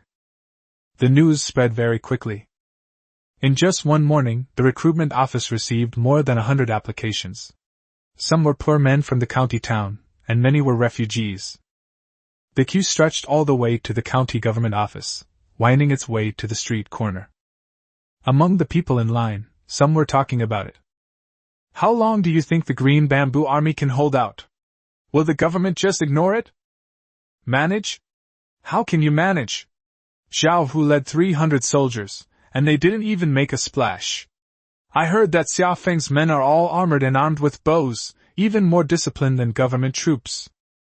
That's not necessarily true. What are Zhao Hu's 300 men? If the prefecture sends a large army, several thousand men, can he withstand it? Whether I can withstand it or not is a matter for the future. Right now, I just want to have enough to eat. That's true. Let's eat first, and then talk about it. Some people stood at a distance, hesitant to approach. A middle-aged man in a long robe stood across the street, looked at the long queue, shook his head, and said to the person next to him, "This is rebellion. The imperial court will not let them get away with it. If they join the army now, they will all be beheaded in the future." The person next to him glanced at him. Beheading? I'm starving to death right now. Beheading is for later, starving to death is for today. Which do you think I should choose? The middle-aged man in the long gown opened his mouth, but then remained silent. Xia Feng stood behind the window on the second floor of the county government office, looking at the long queue below for a long time. Zhou Wenyuan stood beside him, holding an account book in his hand, his brows furrowed. "General, the monthly salary is too high." Zhou Wenyuan flipped through the account book. An ordinary soldier receives 1 tael of silver and 100 caddies of white rice per month. Converted at market price, that's about 11 taels of silver. We need to recruit 6,000 people. Adding the existing 300, even without considering the officers' salaries, the ordinary soldiers alone will need to spend 6,300 taels of silver per month. Furthermore, officers receive higher salaries and have access to vast quantities of grain. We've only managed to confiscate a little over 20,000 taels of silver from Qian Wenyan's property. That won't last more than a few months. Xia Feng didn't say anything and continued to look at the long queue below. There's still food, Zhou Wenyuan continued. If each person eats 100 jin of white rice a month, then 6,300 people would eat 630,000 jin. I know you have plenty of food, but this time, having more food isn't something that can be solved simply by having more. Xia Feng turned around, looked at Zhou Wenyuan, and smiled. Sir, do you believe me? Zhou Wenyuan paused for a moment. I believe you. But this isn't a question of whether I believe you or not. Just trust me. Xia Feng interrupted him. I have a way to deal with the money. I also have a way to deal with the grain. Zhou Wenyuan looked at him, waiting for him to continue. Xia Feng walked to the window and pointed to the shops in the distance. Sir, look at those shops. Grain shops, cloth shops, pharmacies, general stores. How do they make money? Through buying and selling. I have grain, salt, and medicinal herbs. The quality is better than theirs, and my costs are lower. If I partner with merchants, sell my goods to them, they resell them, and I take a small profit, wouldn't the money come in? Zhou Wenyuan frowned. This is no small sum. Xiao Feng didn't answer, he just smiled. He couldn't very well say that the system had as many as he wanted. But Zhou Wenyuan was a smart man. He knew not to ask what he shouldn't ask. You don't need any capital for those things? Zhou Wenyuan asked tentatively. Xiao Feng shook his head. No. So no matter how much it sells for, it's all pure profit. High quality, low price, why worry about not being able to sell them? Why worry about not having enough money?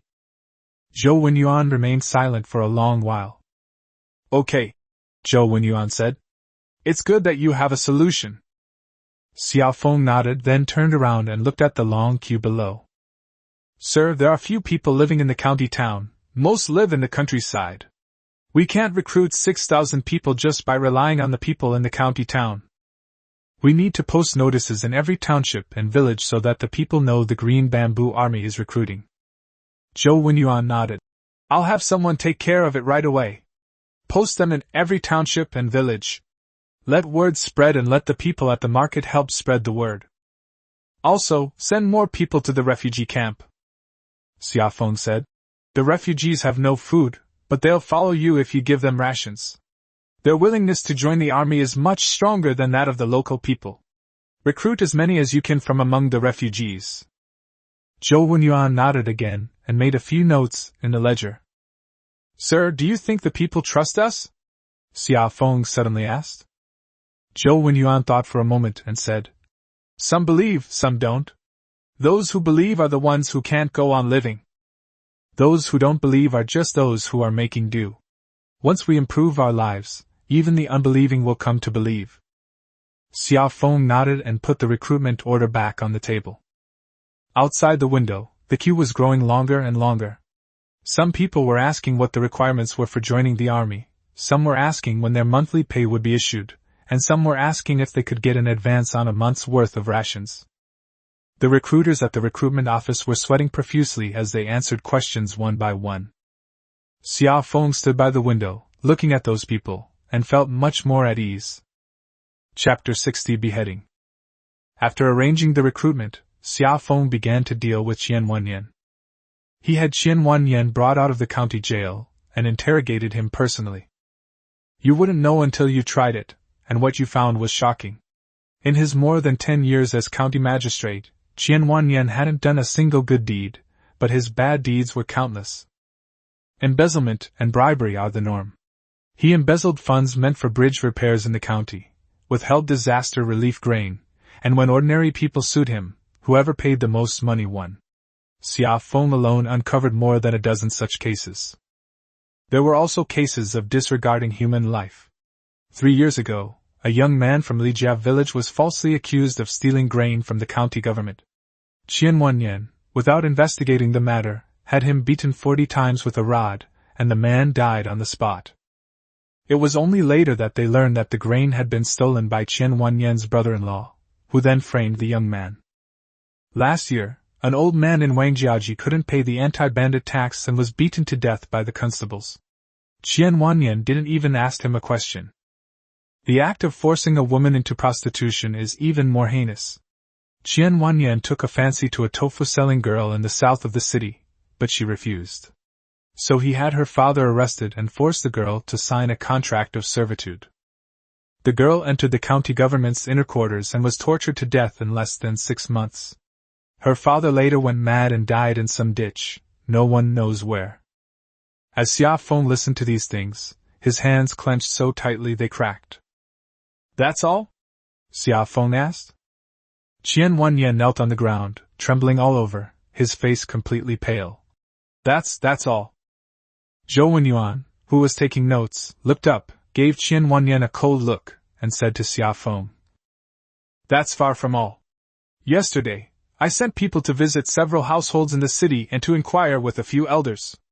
The evil deeds Qian Wanyan has committed could not be recounted in 3 days and 3 nights. Xiao Feng was silent for a moment, then said, Choose a few of the worst crimes and write them down. There must be solid evidence, witnesses and physical evidence. Kill him, and kill him clearly and without question. Zhou Wenyuan nodded. I'll take care of it right away. Over the next 2 days, Xia Feng had people invite the people of the county town to the county government office and question them one by one. At first, the common people dared not come, fearing retaliation. Xia Feng sent word that Qian Wanyan was already in jail and would never be released. Speak freely of any grievances you may have. Once you have, this general will seek justice for you. Slowly, people started to arrive. The first to arrive was an old woman with completely white hair, who walked with a trembling gait. She was the neighbor of the tofu-selling girl, and she tearfully recounted the girl's story. Her son testified that he saw Qian Wanyan's brother-in-law drag the man away from the tofu stall. The next person was a middle-aged man, the older brother of the young man who had been beaten to death. He pulled out a yellowed petition from his pocket, saying that he had filed a complaint after his brother's death, but was beaten out by the bailiffs. His back was covered in scars from being beaten, one after another, a shocking sight. Next came an old scholar, refined and scholarly, holding a stack of papers with accounts of Qian Wanyan's embezzlement. It was recorded in detail how much silver was embezzled in which year, and how much grain was withheld in which year, item by item. Xia Feng listened to each answer carefully, and took notes one by one. After listening, he remained silent for a long time. On the third day, a new notice was posted at the entrance of the county government office. The notice read, Qian Wanyan, the magistrate of Guanjiang County, is guilty of corruption, bribery, disregard for human life, and for forcing women into prostitution. His crimes are heinous. His wife, Qian Wangshi, aided and abetted his evil deeds and also committed numerous other atrocities. The facts have been verified, and he is sentenced to beheading. The execution will take place tomorrow at noon at Kaishiku. All residents of the county are welcome to witness it. After the notice was posted, the county town was in an uproar again. Are we really going to be killing people for eternity?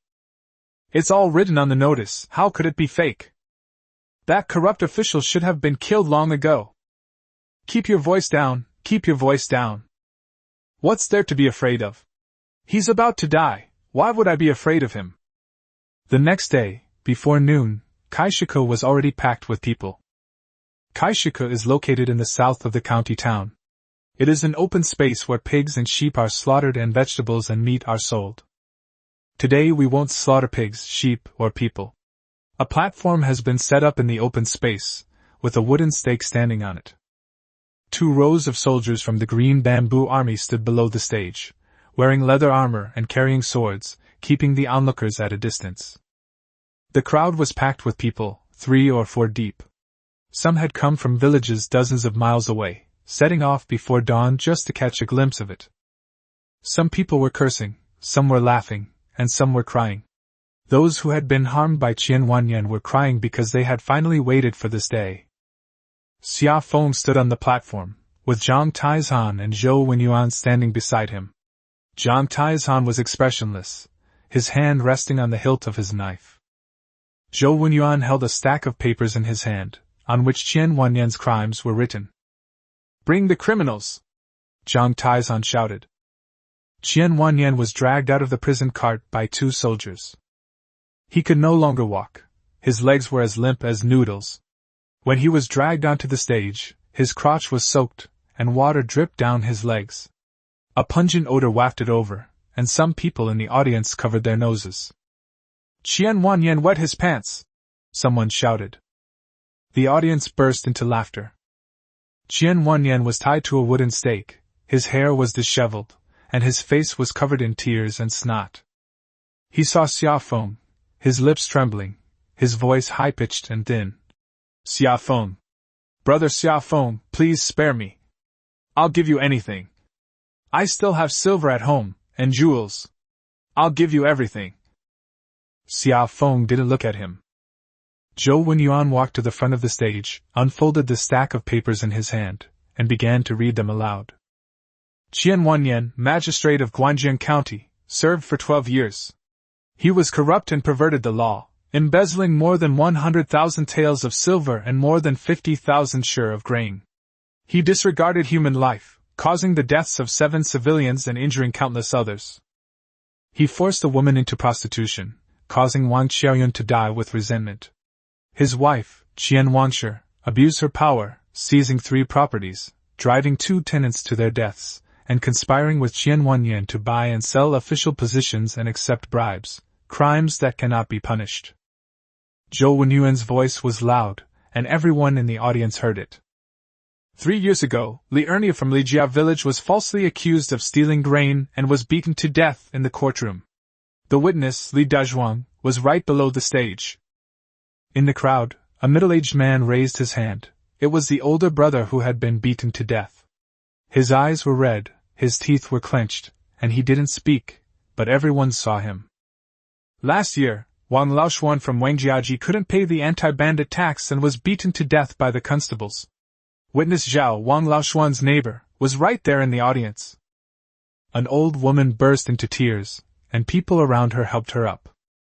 Furthermore, Wang Qiaoyun, who runs the tofu shop in the south of the city, was forcibly taken by Qian Wanyan and tortured to death. Witness Li, Wang Qiaoyun's neighbor, is also in the audience. The old woman with completely white hair raised her hand, trembling, and cried out, "Justice is revealed! Justice is revealed!" The people in the audience started shouting, "Kill him! Kill him! Avenge Wang Qiaoyun! Avenge Li Erniu!" The sound grew louder and louder, surging up like waves. Qian Wanyan was tied to a wooden stake, trembling all over, his crotch already soaked with sweat. He opened his mouth, as if to say something, but his throat seemed to be choked, and he couldn't make a sound. Finally he shouted, "Xia Feng! You will die a horrible death! You are a traitor too! The imperial court will not let you go!" Xia Feng turned around and glanced at him. "Execute him," Xia Feng said. The executioner was a burly man with a dark face, shirtless, carrying a large, ghost-headed cleaver. The knife was wide and thick, with a gleaming blade that flashed in the sunlight. He walked up to Qian Wanyan, spat into his palm, rubbed it, and gripped the hilt tightly. Qian Wanyan closed his eyes. The knife rises, the knife falls. A severed head rolled to the ground, blood gushing from the cavity and splattering all over the executioner's face. A moment of silence fell over the audience, followed by a deafening roar of cheers. "Well done! That corrupt official! Good riddance!" Qian Wangshe was brought up. She was already paralyzed and had to be dragged up. She was even more pathetic than Qian Wanyan, and she kept shouting, "Spare me! Spare me! I don't know anything! He did it all!" Zhou Wenyuan read her crimes aloud again, seizing property, driving tenants to their deaths, and accepting bribes. As the audience listened, some threw rotten vegetable leaves and rotten eggs at her. "You dare to cry foul?" someone cursed. The blade rose, then fell. The second head rolled to the ground. The cheers from the audience grew even louder. Some cried, some laughed, and some knelt on the ground and kowtowed, saying they had avenged their deceased relatives. The white-haired old woman knelt on the ground, her hands clasped together, murmuring, "Qiaoyun, did you see that? That corrupt official is dead. Rest in peace." Xia Feng stood on the platform, watching all of this, feeling a mix of emotions he couldn't quite describe. Qian Wanyan deserved to die. His wife deserved to die too. Killing them was not unjust. This was the first time he had ordered someone to be killed, not in battle, but as a public execution. He knew this was just the beginning. In this world, there were many more people who deserved to die. "Collect the body," Xia Feng said, turning and stepping off the platform. Zhang Taizhan followed behind him and whispered, "The people are overjoyed. Look at those who are crying and laughing, they were all harmed by Qian Wanyan." Xia Feng nodded without saying anything. Zhou Wenyuan followed, still holding the stack of papers in his hand. He rolled them up and stuffed them into his sleeve. "Xia Feng, this step was the right one," Zhou Wenyuan said. "Killing Qian Wanyan will stabilize public sentiment. The people will know that we are on their side, not another group of corrupt officials." Chapter 61 Settling Down. The day after Qian Wanyan was beheaded, a new notice was posted at the entrance of the county government office. The notice clearly stated, "Martial law in the county town is lifted immediately, and people are free to enter and leave." Notices will be posted in various townships and villages one after another, stating that the Qingzhou army will protect the territory and the people and will not disturb them. Agricultural tax was reduced to 1/30th, commercial tax to 1/20th, and all previous checkpoints were abolished. After the notice was posted, the atmosphere in the county town became noticeably more relaxed. Both the south and north gates were opened, and the brothers guarding the city no longer stopped people from entering or leaving. They simply glanced at them and asked a few questions as usual. Ordinary people carried loads on their shoulders and drove donkey carts, coming and going. Zhou Wenyuan dispatched more than a dozen men on horseback, carrying notices, to various towns and villages. Before leaving, Xia Feng instructed, "When you arrive at your destination, you must not only post notices, but also read them aloud to the people in crowded places. Many of them are illiterate, so simply posting notices won't be enough." The first to receive the news were naturally Qingzhou village and the dozen or so allied villages. Zhao Dihao was in the fields that day when he heard someone shouting, "Uncle Zhao! Uncle Zhao! People from the county town have arrived! The Green Bamboo Army has occupied the county town! Xia Feng has become a general!" Zhao Dihao nearly dropped the hoe. He stood there stunned for a moment, then threw down the hoe and ran towards the village entrance. A large crowd had already gathered at the village entrance. A young member of the Green Bamboo Army stood under the big locust tree, holding a notice and reading it aloud. "Agricultural tax is 1/30th. If a mu yields 300 jin, only 10 jin are taxed. All exorbitant taxes and levies are abolished. Bandit suppression tax, spring plowing tax, peace tax, all are gone." After reading it once, they read it again. On the third reading, someone cried. It was Widow Li from the east end of the village. Her family had 3 mu of land, but after paying taxes each year, they had less than half left, and their children were crying from hunger. Now that she heard that she only had to pay 1/30th of the tax, she covered her face, squatted on the ground, and cried uncontrollably. "Xia Feng has really made something of himself." Zhao Dihao wiped away his tears. "I knew he was no ordinary person." Someone nearby asked, "Uncle Zhao, does the alliance we signed with Xia Feng before still stand? Why doesn't that count?" Zhao Dihao glared at him. "He's a general now, and we're his fellow villagers. How could he possibly mistreat us?" The news spread like wildfire, reaching more than a dozen villages within half a day. Upon hearing this, Li Fulai from Lijia village slapped his thigh and exclaimed, "I knew Xia Feng was no ordinary man. I saw it coming when we went to form an alliance last time." The village head of Wangjiaji ordered 2 sheep to be slaughtered on the spot, saying it was to celebrate. The people of Liashugu were more direct. Several young men packed their bags and headed to the county town together, saying they were going to join the army. People came to join the army in waves. The line at the recruitment post in front of the county government office was even longer than a few days ago. This time, it included not only people from the county town, but also those who had come from the countryside. Some had traveled more than 10 miles, while others had traveled more than 30 miles.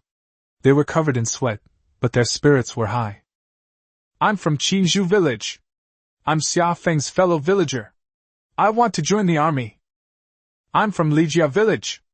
Our village and Qingzhou village are allied villages. Let me join the army. I'm from Zhaojiawa. I'm strong, I can eat 3 bowls of rice in one meal. I'm definitely good in battle." Zhao Daniel was in charge of the recruitment office.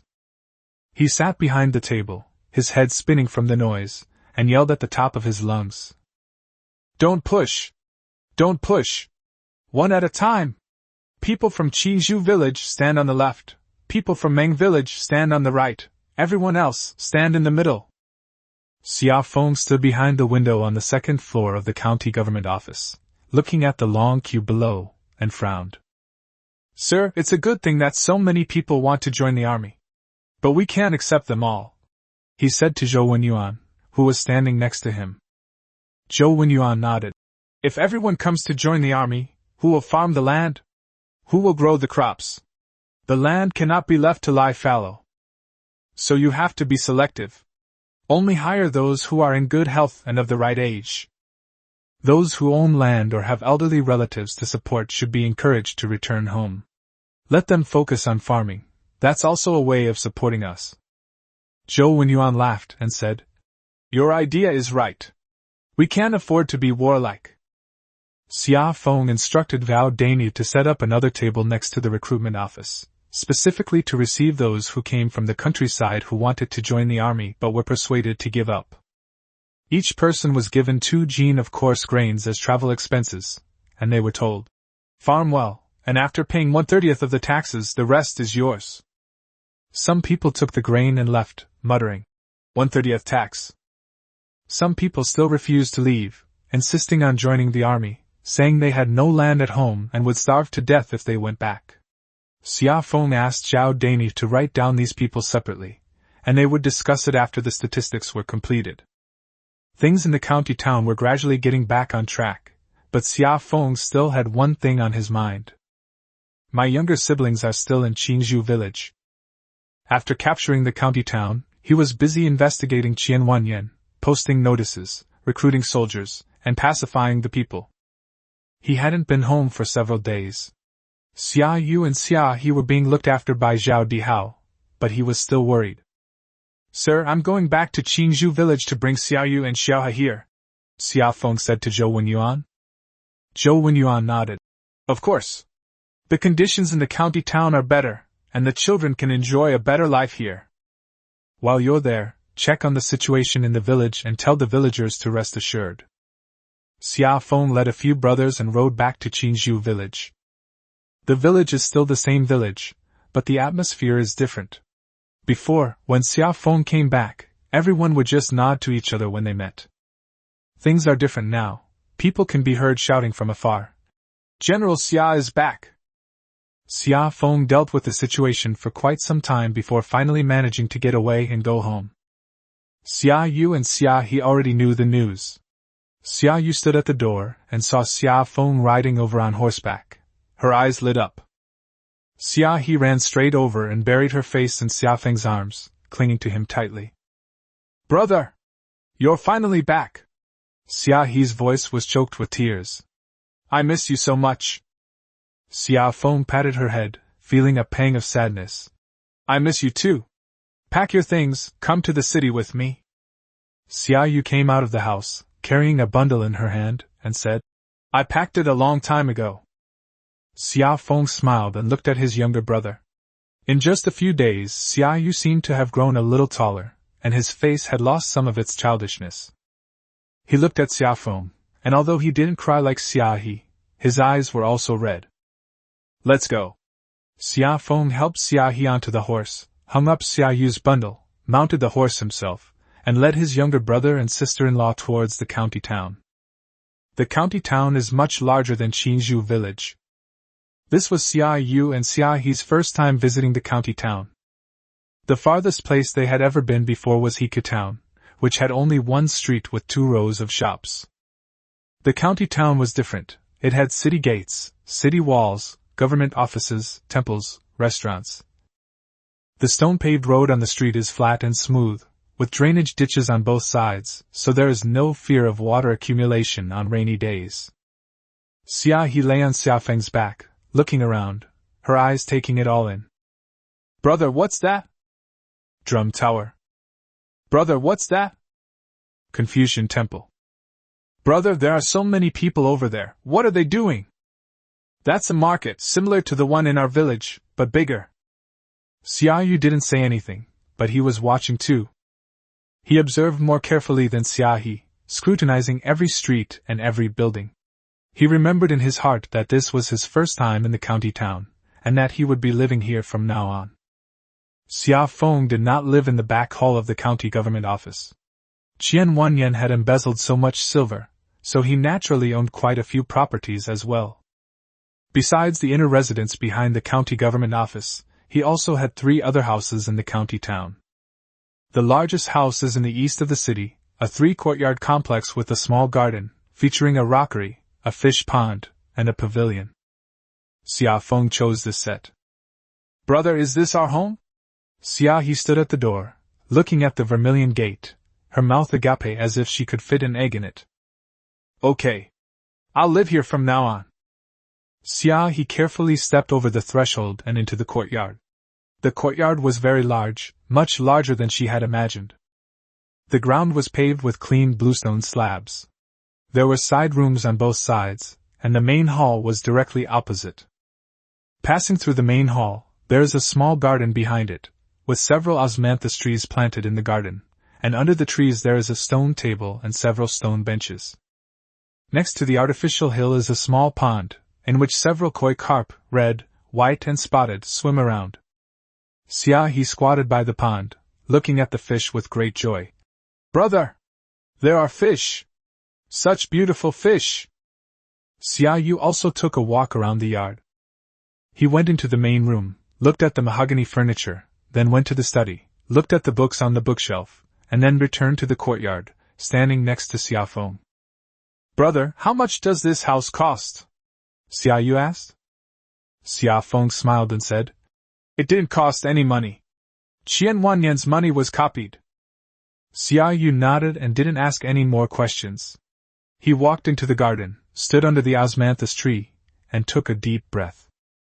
The air is filled with the fragrance of osmanthus blossoms, mixed with the dampness of the soil. It smells very pleasant. He ran over from the pond and grabbed Xia Feng's hand. "Brother, can I keep a puppy?" Xia Feng thought for a moment and said, "Okay. I'll have someone go find one tomorrow." He jumped for joy. Yu sat down on the stone bench, looking at the sunlight filling the courtyard, and suddenly said, "Brother, our family is getting better and better." "Yes, it's getting better and better," Xia Feng said. Chapter 62 Map. Today's supplies, Daliang Geomantic Map. Xia Feng's heart skipped a beat, and he quickly retrieved a copy. A huge piece of silk appeared in his hand. The silk fabric is thick and smooth to the touch, with fine stitches binding the edges, making it look sturdy. He carefully unfolded it and laid it on the table. Mountains, rivers, cities, and roads are densely drawn on it. Every mountain is marked with its altitude, every river with its direction of flow, and every city with its name and distance. The administrative divisions are even more detailed. The 25 prefectures of the Great Liang dynasty are clearly marked with red lines. Each prefecture is further divided into counties, and each county is further divided into districts. The details are clear and easy to understand. Xia Feng was completely absorbed in watching. He found Qinzhou, Yulin County, Guanjiang County, and Qinzhou village on it. The village is too small to be marked on the map, but its general location can be seen. Guanjiang County is located north of Yulin County, near Heipo County. A small circle is drawn around the location of the county seat, with the words, Guanjiang, written next to it. He then found Nahai Commandery. Nahai Commandery is located southeast of Yulin Commandery, separated by Kenwu Commandery. Qin Baxian started his rebellion in Nahai Commandery, occupied the entire commandery, and was advancing northward. Xia Feng looked at the map for a while, then rolled it up and sent someone to invite Zhou Wenyuan. Zhou Wenyuan arrived quickly. He was holding a calligraphy brush in his hand when he entered, his fingers stained with ink, clearly writing something. Xia Feng invited him to sit down, and unfolded the map on the table again. "Sir, please take a look at this." Zhou Wenyuan leaned closer, and after just one glance, his eyes widened. He squatted down, leaned closer to look, and slowly moved his finger across the map, from Qinzhou to several neighboring states, and from the Yangtze River in the north to Chongling in the south. His breathing became rapid, and his lips trembled several times before he managed to utter a single sentence. "Where did this map come from?" Xia Feng smiled and said, "Sir, please don't ask. Just tell me, is this map accurate or not?" Zhou Wenyuan didn't ask any further questions and lowered his head to continue reading. He looked for a while, then straightened up and let out a long breath. "Accurate. More accurate than any map I've ever seen. When I was studying in the prefectural capital, I saw a geomantic map in the prefectural government office, but compared to this, it looked like a child's drawing. The mountains, rivers, and administrative divisions all match up perfectly. While I'm not familiar with some details, the writing style and annotations clearly indicate they weren't made up out of thin air.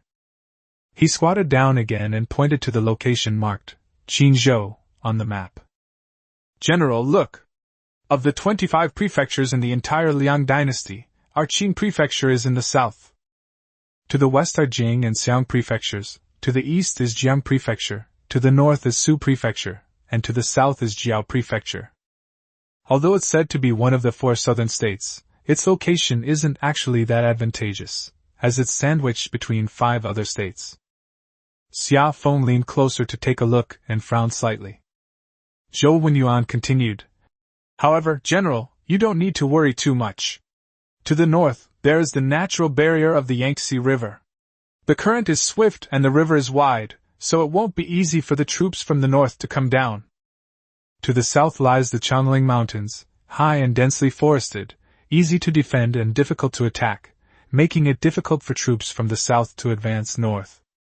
The real threats to Qingzhou come from Jing and Xiang in the west, and from the Yangtze River in the east. These 3 prefectures border Qingzhou and have no natural defenses. Any battle will be a head-on clash. Zhou Wenyuan drew a circle on the map with his finger, marking out the 4 counties of Qingzhou. Qingzhou consists of 4 prefectures: Hepu Prefecture, Yulin Prefecture, Kenwu Prefecture, and Nahai Prefecture. Our Yulin County is in the north. To the north is Hepu County, and to the south are Kenwu County and Nahai County. The South Sea Commandery isn't connected to us. There's a Kanwu Commandery in between. The prefectural capital is in Kenwu Commandery, which is right here. His finger touched the 2 characters, Kenwu, and pressed them down heavily. Xia Feng stared at the map, remaining silent for a moment. Sir, what do you think we should do now? Zhou Wenyuan straightened up and looked at Xia Feng. Recruit soldiers and horses, first occupy Yulin County, then Hepu County. While the state troops are tied up at Taishan Pass by Qinbaxian and cannot spare troops to deal with us, we should accelerate our development. Even if he deals with Qinbaxian later and then turns his attention to us, we won't be afraid. Taishan Pass? Xia Feng asked. Taishan Pass is located between Kenwu County and Nahai County, and is the only way for Nahai County to advance northward. According to the information we have received, the state troops have suffered repeated defeats, and the entire Nahai commandery has basically been occupied by Qinbaxian. The prefectural troops retreated to Taishan Pass, where they confronted Qinbaxian. However, they heard that Qinbaxian's power was expanding rapidly, and the prefectural troops were in a state of panic, fearing they wouldn't be able to hold out for long. Xia Feng thought for a moment, then asked again. Sir, how many soldiers are left in the prefecture? Zhou Wenyuan gestured on the map. The system of the Great Liang dynasty is that each prefecture has 20,000 regular troops. But this is just a number on paper. The northern border states have more soldiers and better equipment. The south is peaceful, so maintaining so many soldiers is pointless, so the actual number is less than 20,000. Qingzhou previously had a standing army of 20,000, with 10,000 stationed in Kenwu County, where the prefectural capital was located, and the remaining 10,000 divided equally among the 3 counties. Xia Feng did a quick mental calculation. So, our Yulin County only has a little over 3,000? A little over 3,000. Zhou Wenyuan nodded. Supporting soldiers requires money and grain, but the state government's money and grain have all been embezzled by corrupt officials. How can we support them? There aren't enough weapons either. 3,000 men would be lucky to have swords and spears, forget about bows and arrows, or leather armor. He paused, then said, So, our Yulin County now has at most 3,000 soldiers, half of whom are probably newly recruited, who have never fought a battle or seen blood. Most of the original veterans have been transferred to the front lines to fight Qinbaxian. Therefore, General, you don't need to worry about them coming to annihilate us. If they come, we'll wipe them out. If they don't come, we'll conserve our strength and wait for the right opportunity to strike directly. Xia Feng felt much more at ease after hearing this. Sir, should we send someone to contact Qinbaxian? Xia Feng continued to ask. Zhou Wenyuan thought for a moment, and shook his head. Not for now. He's busy fighting the state troops right now and can't take care of us. We're busy training our troops and securing territory. We can't afford to worry about him now. We'll discuss communication once both sides are firmly established. Contacting him now is premature. Xia Feng nodded. All right. Let's do as you say, sir. Recruit soldiers and horses, first take Yulin County, then Hepu County. While the prefecture is being held back by Qinbashan, let's hurry up. Note: all geographical locations are fictional and do not reflect reality. There are daily sign-in rewards, but some of them aren't very useful, so I don't write them down every day. Sometimes, the things I write down suddenly aren't something that pops up out of nowhere. They're rewards from previous days that I didn't write down. Chapter 63: The World. Zhou Wenyuan's finger moved north from Qinzhou, across the Yangtze River, across the Huai River, all the way to the northern border of Dalian. General, look here. He pointed to 5 states. Yun, Yu, Liao, Sha, and Ing. These 5 states have already been occupied by the barbarians. Xia Feng leaned closer to take a look, and his brows furrowed. Zhou Wenyuan sighed and continued. The refugees fled south in waves, bringing increasingly worse news. The first 2 prefectures lost were Yunzhou and Yuzhou. The imperial court sent troops to rescue them, but they failed and ended up losing Liaozhou as well. The defenders of Shuozhou and Yingzhou fled. The soldiers hadn't even arrived before the men ran away. No one cares about the common people. Those who could run away have run away, and those who couldn't. He paused, then didn't continue. Xia Feng remained silent for a while. What about the imperial court? Doesn't the imperial court care at all? Zhou Wenyuan gave a wry smile, drew his finger from the northern border southward, and pointed to the location of the capital. The imperial court? The imperial court is in dire straits. The troops in the north have been wiped out, and the troops in the south cannot be mobilized. Local officials, especially those with troops, became local tyrants. When imperial edicts are issued, people listen if they're happy, and ignore them if they're not. They obey orders but not decrees. That's the kind of people you describe. Zhou Wenyuan withdrew his finger and looked at Xia Feng. General, this tree of the great Liang dynasty is rotten from the root. It looks standing from the outside, but it's completely empty inside. A gust of wind could knock it over any day. Xia Feng didn't speak, staring at the map for a long time. Sir, are all these things you've heard from the refugees? Zhou Wenyuan nodded. This is roughly the situation, pieced together from what the refugees said, plus what I heard from the merchants and officials in the county town. But the refugees only knew what had happened a few months ago. They fled from the north, a journey that took anywhere from 1 or 2 months to half a year. By the time they reached us, the situation in the north had changed again. We don't know if the barbarians have occupied new prefectures or if the imperial court has lost any more territory. Xia Feng tapped his fingers twice on the table. Sir, what you said is exactly what I was thinking. The information we have now is all outdated. Not only are the news from the north outdated, but the news from the prefectural capital is also outdated. We know nothing about the outcome of the battle between Qinbashan and the state troops at Taishan Pass, whether the state government intends to send troops to suppress us, or the attitudes of the magistrates of the surrounding counties. Zhou Wenyuan looked at him, waiting for him to continue. Without news, we're like deaf and blind people. Xia Feng stood up and took a few steps around the room. The enemy has reached our doorstep, and we're still fast asleep. That won't do. Zhou Wenyuan nodded. The general is right. As the old saying goes, know yourself and know your enemy, and you will never be defeated. Right now we only know ourselves, but not our enemy. This is a big mistake.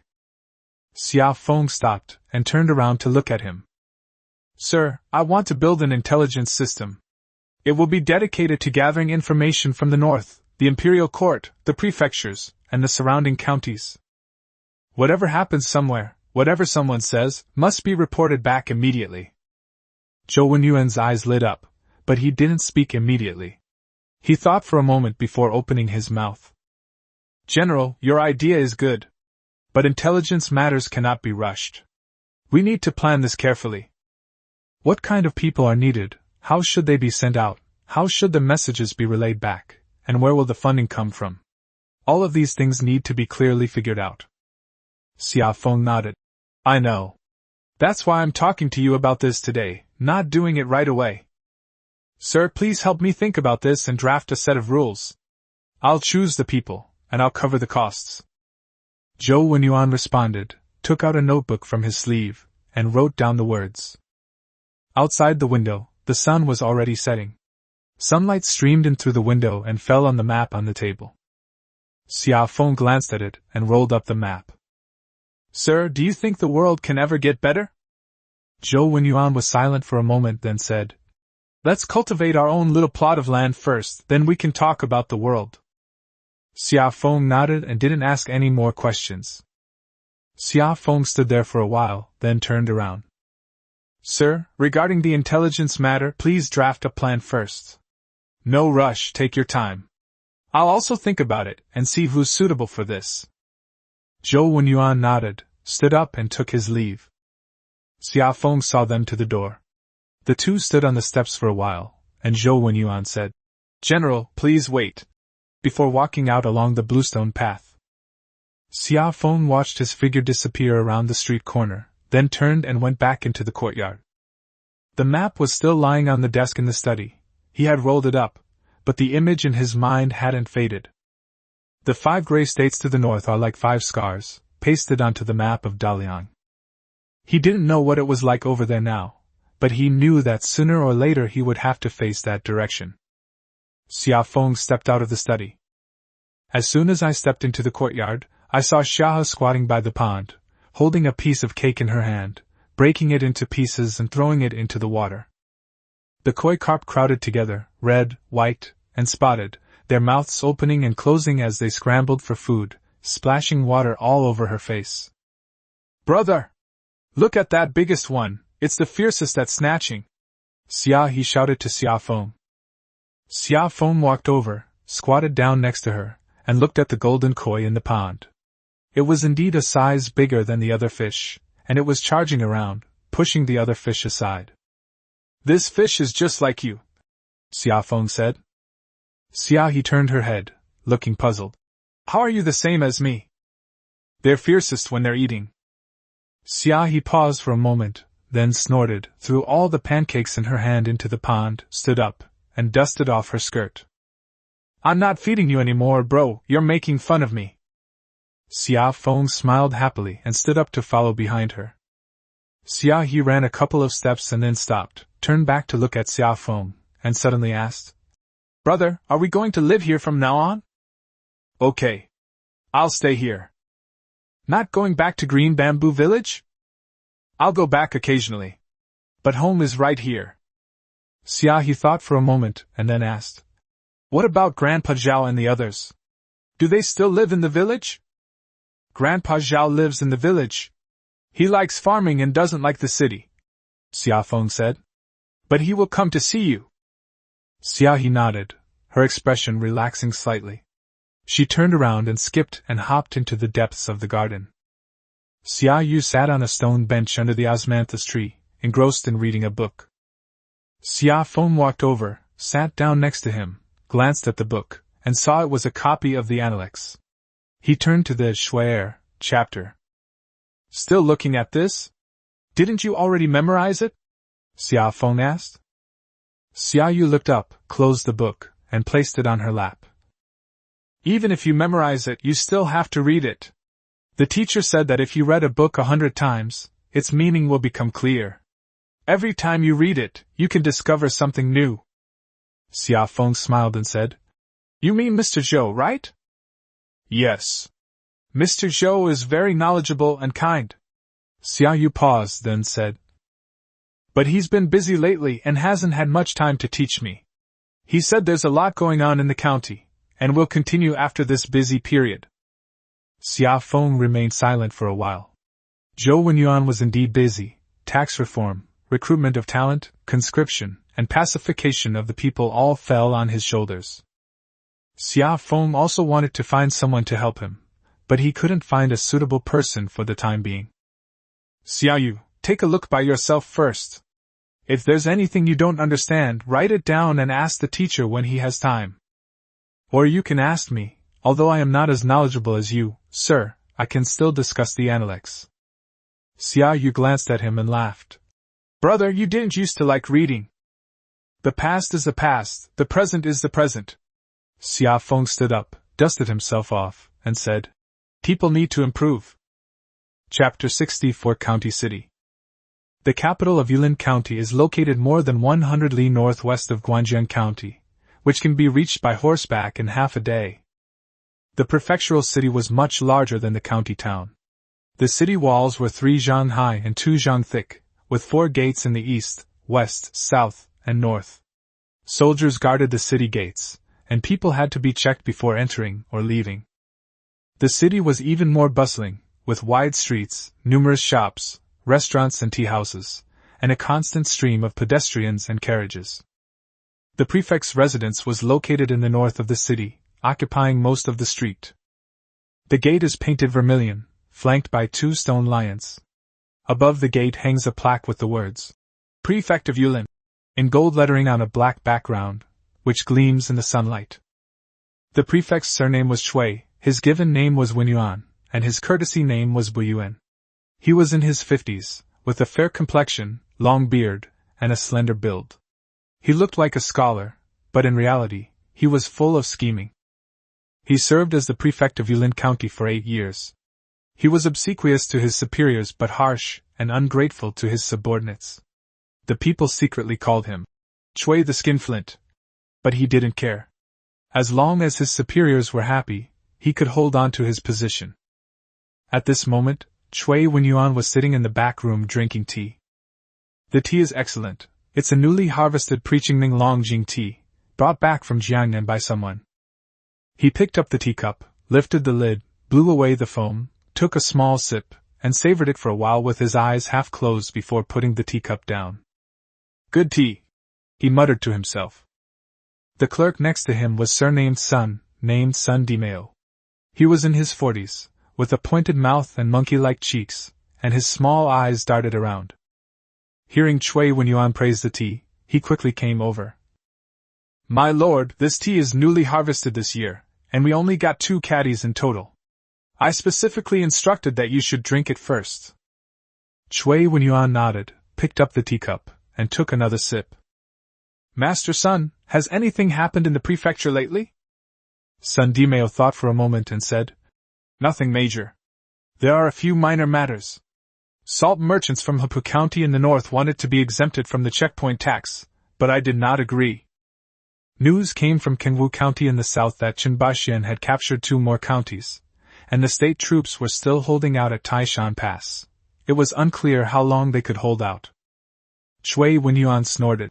Qinbaxian? What trouble can a peasant cause? Those generals of the state army are all good-for-nothings, they can't even beat a peasant. Sun Dimeo smiled ingratiatingly. What you say is true, sir. But Qinbaxian is indeed causing a lot of trouble. I heard he already has tens of thousands of troops under his command. Tens of thousands? Chui Wenyuan frowned. Where did he get so many people? Refugees, they're refugees who came from the north. They have no food, so we enlist them as soldiers and provide them with food.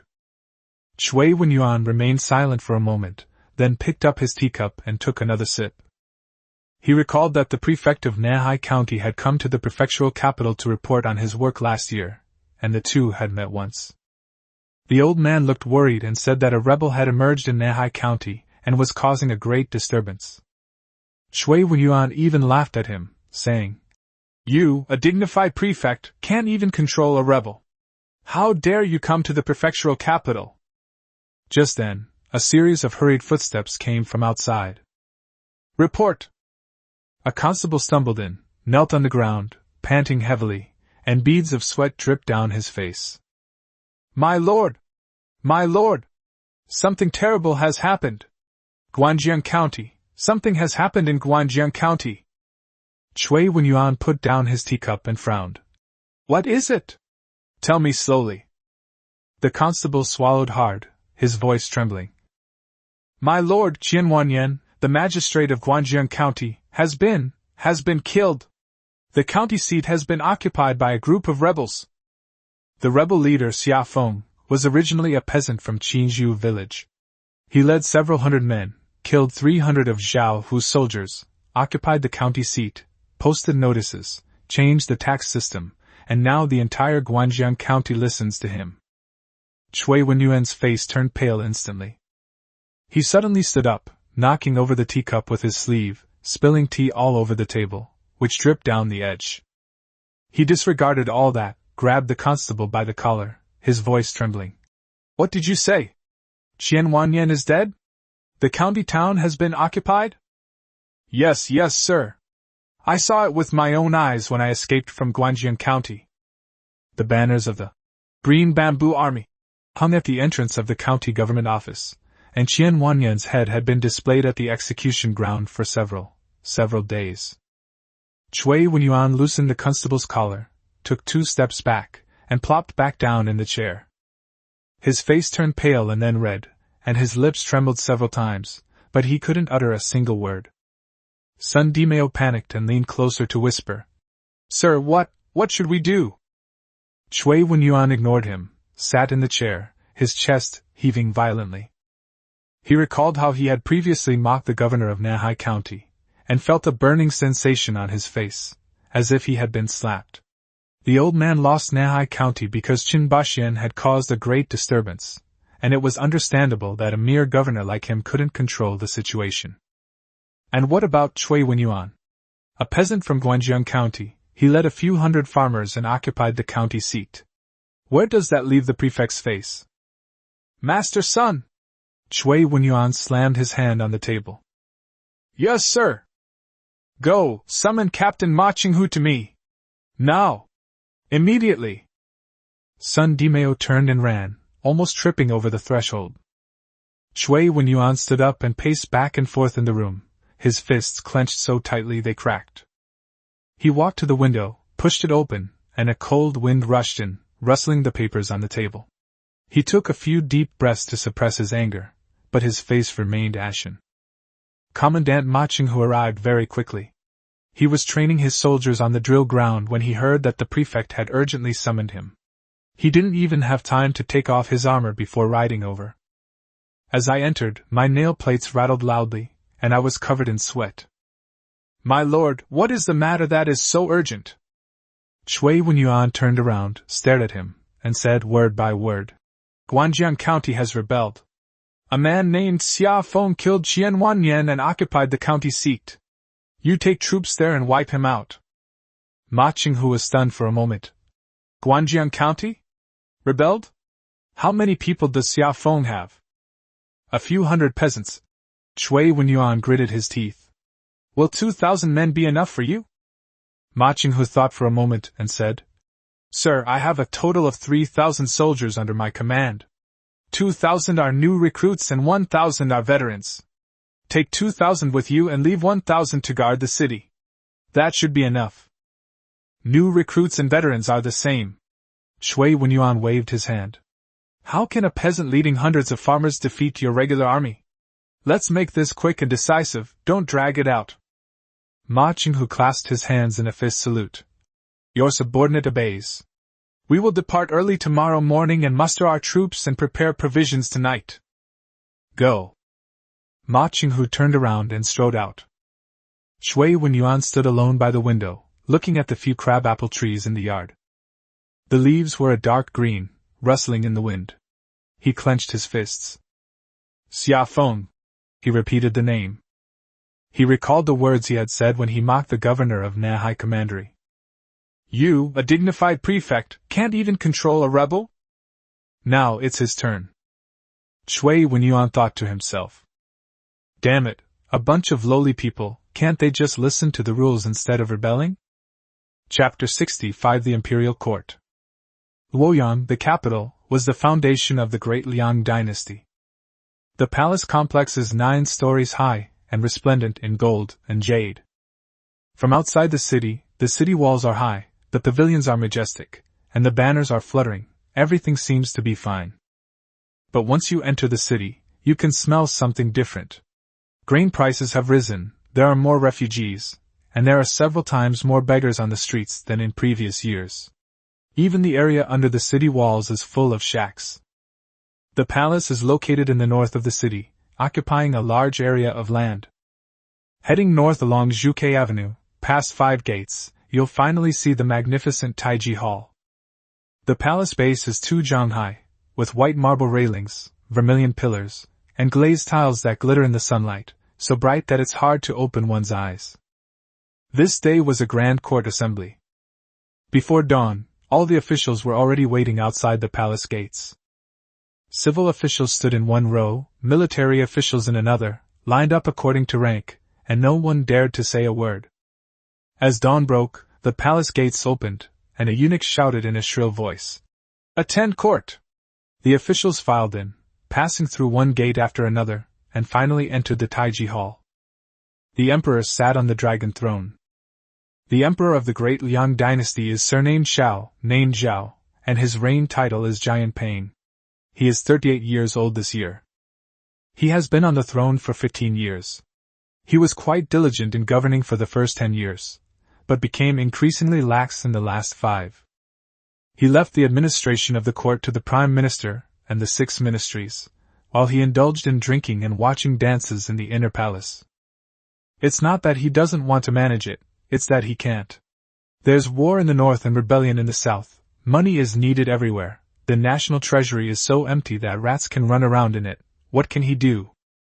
Long live the emperor! Long live the emperor! Long live the emperor! All the officials knelt on the ground. Rise! Xiao Zhao's voice was soft, with a lazy tone. The officials stood up and lined up on both sides. Prime Minister Chen Wenyuan stood at the very front. His hair and beard were all white, and he was over 70 years old. He was even a little unsteady on his feet. He was a veteran of 3 reigns, serving as prime minister since the time of the previous emperor. Xiao Zhao respected him to a certain extent, but that was all. Xiao Zhao might not necessarily listen to him. Speak if you have something to say, otherwise the court may adjourn, the eunuch shouted in a shrill voice. Minister of War Han Zhong was the first to step forward. He was in his 50s, with a dark face, and his voice was so loud that it shook the entire hall. Your Majesty! Urgent report from the northern frontier! The barbarian army has occupied 5 prefectures in succession. Yun, Yu, Liao, Shaw, and Ning have all fallen. The barbarians burned, killed, and looted, causing countless deaths and injuries among the people. Refugees fled south, overwhelming the counties and prefectures along the way. The hall fell silent instantly. Xiao Zhao frowned slightly, but did not speak. Han Zhong continued, Your Majesty, I request that you immediately mobilize a large army to march north, recover the lost territory, and drive out the barbarians. If this drags on any longer, the barbarians will cross the Yellow River. Lu Wenjiao, the Minister of Revenue, stepped forward. He was in his early 50s, with a fair complexion and no beard, and spoke slowly and deliberately, the complete opposite of Han Zhong. Minister Han, you say you're mobilizing troops, but which troops are you going to mobilize? The troops in the north are all wiped out, and we can't mobilize the troops in the south. What are you going to use to mobilize them? Han Zhong glared at him. If you don't have soldiers, recruit them. The great Liang dynasty has 20 million people. Can't you even recruit 100,000 soldiers? Recruiting soldiers costs money, training soldiers costs money, and fighting wars costs money, Lu Wenao said calmly. Minister Han, do you know how much silver is left in the national treasury? I'm not afraid to tell you, it's less than 500,000 taels. 500,000 taels of silver, what can that do? Enough to feed an army of 100,000 for several days. Han Zhong choked for a moment, his face turning bright red. So we're not going to fight?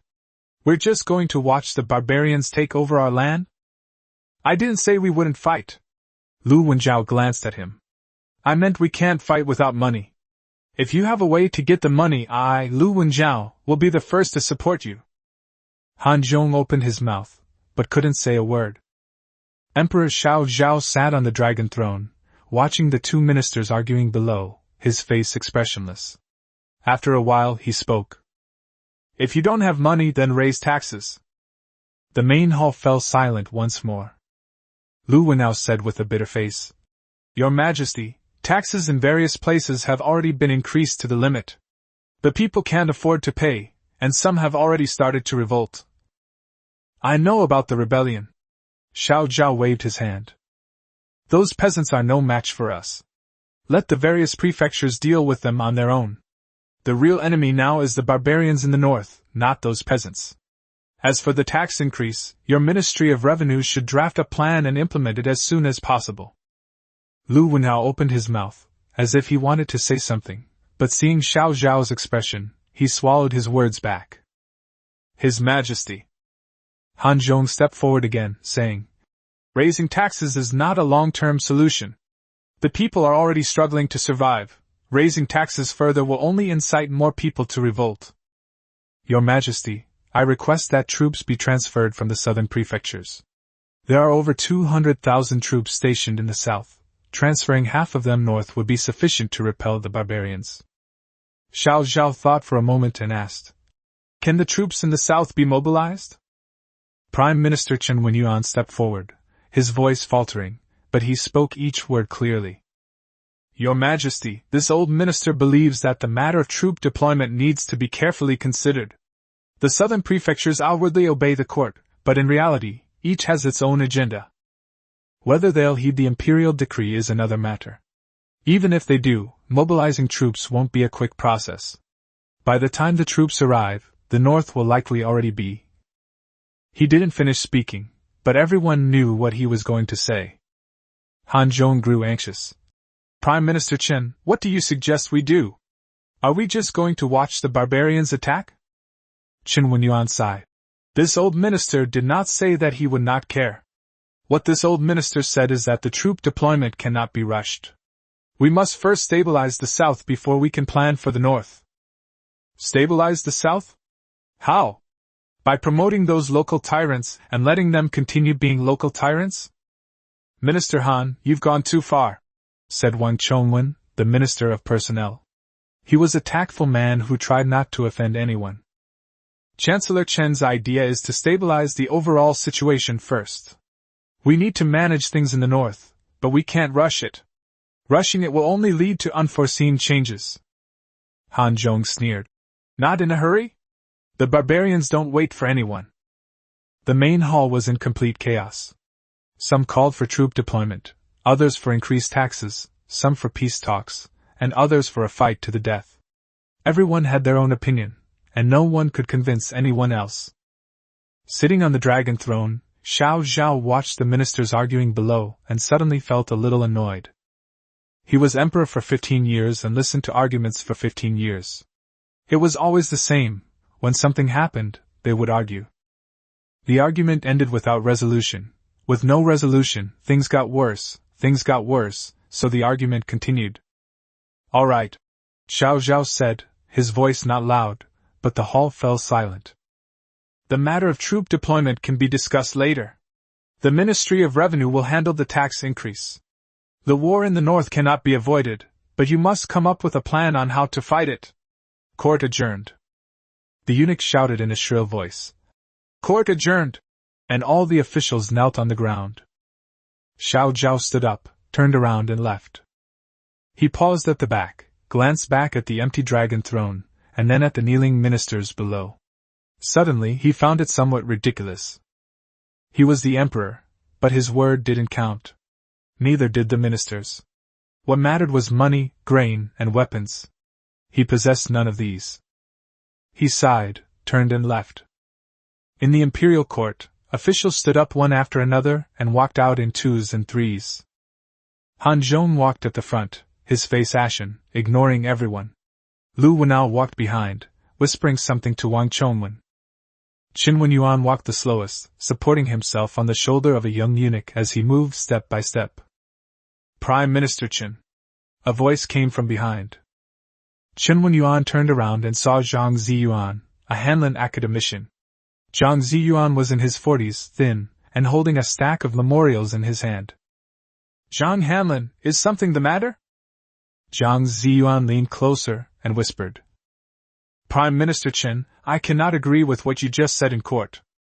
We can't mobilize troops from the south, and the barbarians from the north are attacking. How are we going to defend ourselves? Raise taxes? The people are already desperate. Raising taxes again will only lead to disaster sooner or later. Qin Wenyuan glanced at him and sighed. John Hanlon, I know all that you're saying, but tell me, what can be done? The imperial court had no money, no soldiers, and no food. Even a skilled cook can't cook without rice. Zhang Ziyuan was silent for a moment, then said, Prime Minister Qin, I have heard that there is already a rebellion in the south. It wasn't just Qinbaxian in Nehai Commandery. People in other prefectures and counties were also causing trouble. These people, though currently insignificant, would become a major problem sooner or later if the court didn't intervene. Qin Wenyuan waved his hand. Those peasants can't cause any trouble. Each prefecture can wipe them out on its own. The biggest problem now is the barbarians in the north. Zhang Ziyuan opened his mouth, as if to say something, but then swallowed it back. He knew Qin Wenyuan was right, but not entirely right.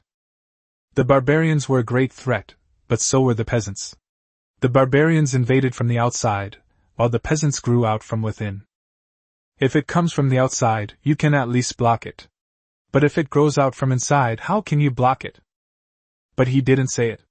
It wouldn't have mattered anyway. Chapter 66 Arrival. After the recruitment notice was posted, there was no response for the first few days. Xia Feng wasn't in a hurry. He knew that in this day and age, capable people wouldn't rush in just because they saw a notice.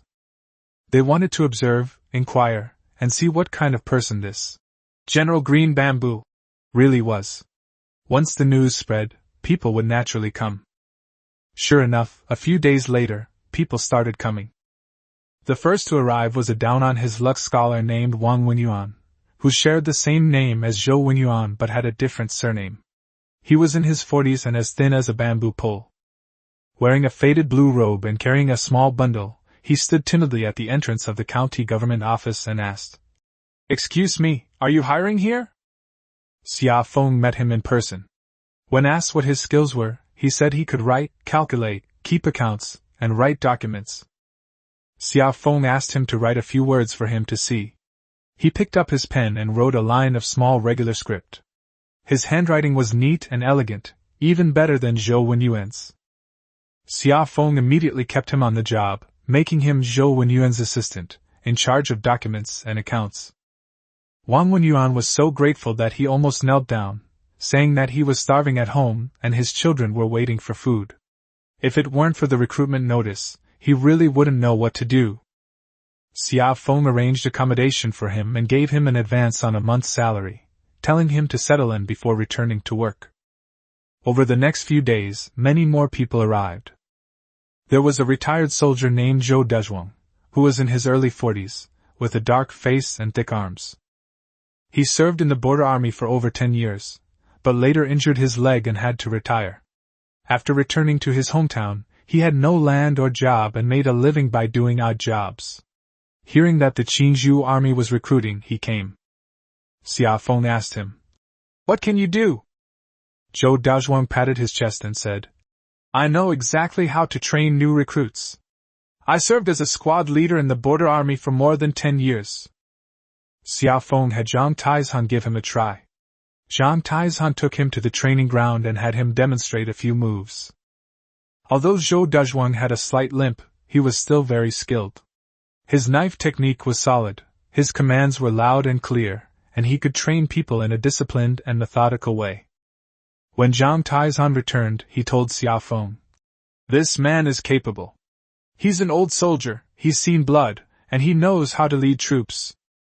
Xia Feng enrolled Zhou Dezhuang in the training camp and made him an instructor, specifically responsible for the basic training of new recruits. There was another doctor, surnamed Sun, named Sun Jisher, who was about 50 years old, had a goatee, and spoke slowly and deliberately. He once ran a pharmacy in the county town, but was later extorted by Qian Wanyan, and the shop could no longer operate, so he returned to the countryside. Hearing that Xia Feng had killed Qian Wanyan and posted a recruitment notice, he came. General, I may not have any other skills, but I do know how to treat illnesses. If the army is short of doctors, I am willing to serve you like a dog or a horse. Xia Feng was worried that there weren't many proper doctors in the army. He immediately kept Sun Jisher behind, putting him in charge of treating the wounded and sick in the army, and assigned several people to be his apprentices to help him collect herbs and prepare medicine. More and more people came, from all walks of life. Some knew how to raise horses, some knew how to repair weapons, some knew how to make armor, and some knew how to build bridges and pave roads. They weren't particularly skilled, but they were adequate for the current situation. Xia Feng accepted the list without question, instructing Zhou Wenyuan to register them and assign tasks according to their abilities. Zhou Wenyuan was extremely busy, but he looked happy. He said to Xia Feng, "General, at this rate, it won't be long before we can set up our framework.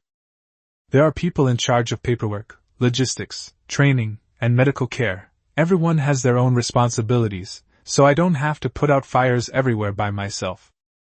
Xia Feng nodded, feeling much more at ease. But he didn't expect that the real rewards were yet to come. That afternoon, as the sun was already setting, Xia Feng was reading documents in his study when Zhao Daini came in to report. "Boss, someone's here outside. They want to see you." "Who is it?" Zhao Daini scratched his head, unsure how to describe it. "He looks like a scholar, but not quite. His clothes aren't great, but his demeanor is extraordinary. He speaks in a refined, scholarly manner, but his eyes are bright. He clearly isn't an ordinary person." Xia Feng put down his pen. "Let him in." The man was brought in. He was 27 or 28 years old, of medium build, either fat nor thin. He was wearing a slightly worn blue cloth robe, but it was very clean, with neat and tidy edges. He had a slender face, slightly high cheekbones, and a pair of bright eyes that looked at people without flinching or looking away, exuding an indescribable composure. He stood in the middle of the study, clasped his hands in a respectful but not arrogant manner, and said, "This humble subject, Lu Yun, greets General Xia." Xia Feng glanced at him, a thought flashing through her mind. This person was indeed unlike the others who had come before. It's not about how well he dresses or how handsome he looks, it's about the things in his bones, standing and sitting properly, speaking with neither arrogance nor servility, and having unwavering eyes. This is not the kind of magnanimity that ordinary people can possess. "Mr. Lu, please have a seat." Xia Feng gestured to the chair opposite him. Lu Yun sat down, his back ramrod straight. Xia Feng cut to the chase. "Where are you from, Mr. Lu?" "North." "What place is to the north?" Lu Yun paused for a moment, then said, "General, I cannot reveal my identity as a commoner for the time being. But I can assure you that I am neither a villain nor a spy for the imperial court. I came here after seeing the recruitment notice, hoping to find a job under the general's command." Xia Feng looked at him without saying a word.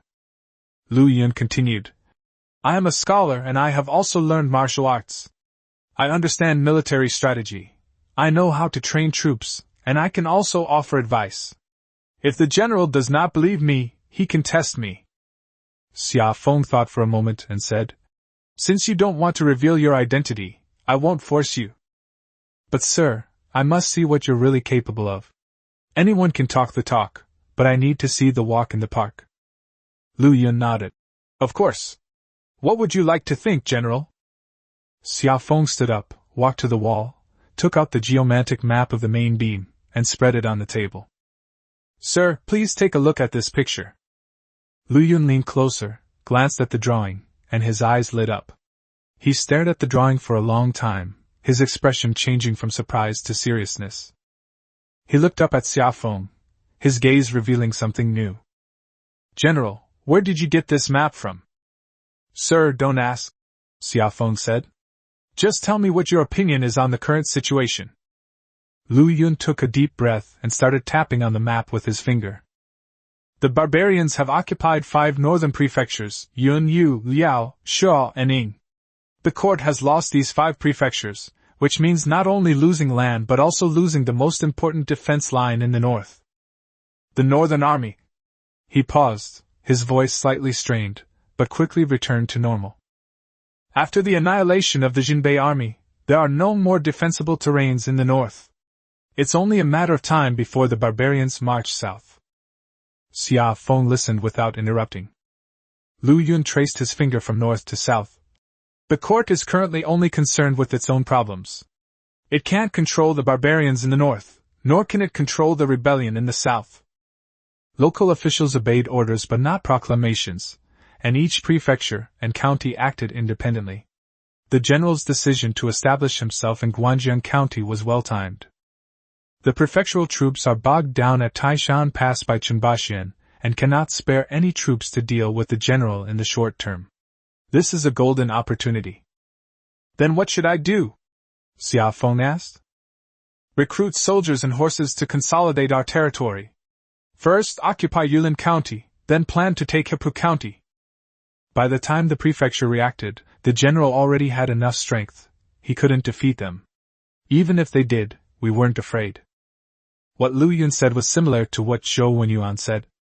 But he was more detailed and specific, explaining in great detail where defenses should be set up, where grain should be stored, how soldiers should be trained, and how they should be selected.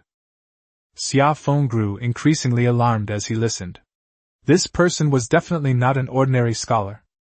His insights, his eloquence, and his understanding of military affairs were not learned from books, but honed through practical experience in real combat. Moreover, he was very familiar with the situation in the north, especially the Jinbei army, and his tone was noticeably different when he mentioned it. Mr. Lu, Xia Feng interrupted him. Who exactly are you? Lu Yun remained silent for a long time. He lowered his head, staring at the map on the table, his fingers unconsciously tracing the edge of the table. After a while, he raised his head and looked at Xia Feng. General, if I tell the truth, would you dare to take me in? You go first. Lu Yun took a deep breath, as if he had made a great decision. This humble citizen's surname is not Lu, but Hua. His given name is Qi. Xia Feng was taken aback. Hua Qi? He had never heard of that name before. Duke Xinghua Hua Zilong is my grandfather. Xia Feng's pupils suddenly contracted. Duke Xinghua Hua Zilong.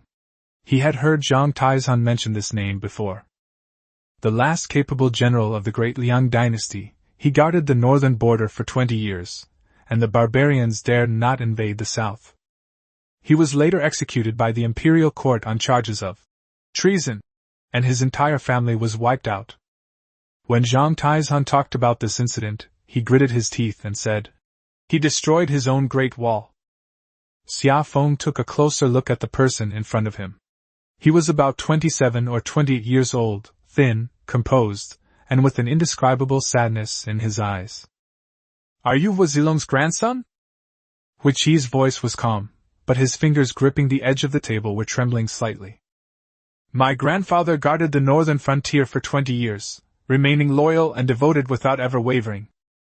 The court, heeding the slanderous words of treacherous officials, accused my grandfather of holding military power and plotting rebellion. An imperial edict was issued, ordering the execution of my entire family. I happened to be outside the city on business at the time, and escaped this fate. As he spoke, he stood up, straightened his clothes, and bowed deeply to Xia Feng. General, I changed my name and fled from the north all the way to the south, traveling thousands of miles. Upon arriving in Guanjiang County, they saw the general's recruitment notice. I didn't rush here. I stayed in the county town for a few days, saw the general's proclamation, observed his soldiers, and learned about the people under his rule. I felt that the general was someone I could entrust my affairs to. Xia Feng looked at him without saying a word. Hua Qiji stood up and looked directly at Xia Feng. General, I ask for nothing else. I only ask that you take me in and give me a place to stay. This humble subject is willing to serve the general with utmost loyalty. In the future, if the opportunity arises. He paused, then lowered his voice. If given the chance, I would like to seek justice for the Hua family. The study remained quiet for a long time. Xia Feng stood up, walked up to Hua Qi, reached out and patted his shoulder. Mr. Hua, please stay. Hua Qi paused for a moment, his eyes slightly reddening. He took a step back, clasped his hands in a fist salute, and bowed deeply. Thank you, General. Xia Feng helped him up, and the two sat down at the table. Mr. Hua, besides me, who else knows your identity? No. I only told the general. Then don't tell anyone yet. Continue using the name Lu Yun for now. We'll talk about it when the time is right. Huichi nodded. Thank you, General. Mr. Hua, I've heard about your grandfather's story.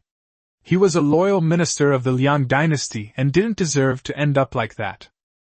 Huichi didn't speak, but he clenched his fists even tighter. Xia Feng turned around and looked at him. You'll work for me. One day I'll get justice for you. Chapter 67 Great Talent. On the third day after Huichi Lai came to seek refuge, another person arrived. This time, Zhao Dania led him in. As he walked, he kept turning back to look at the person behind him, his eyes filled with indescribable curiosity.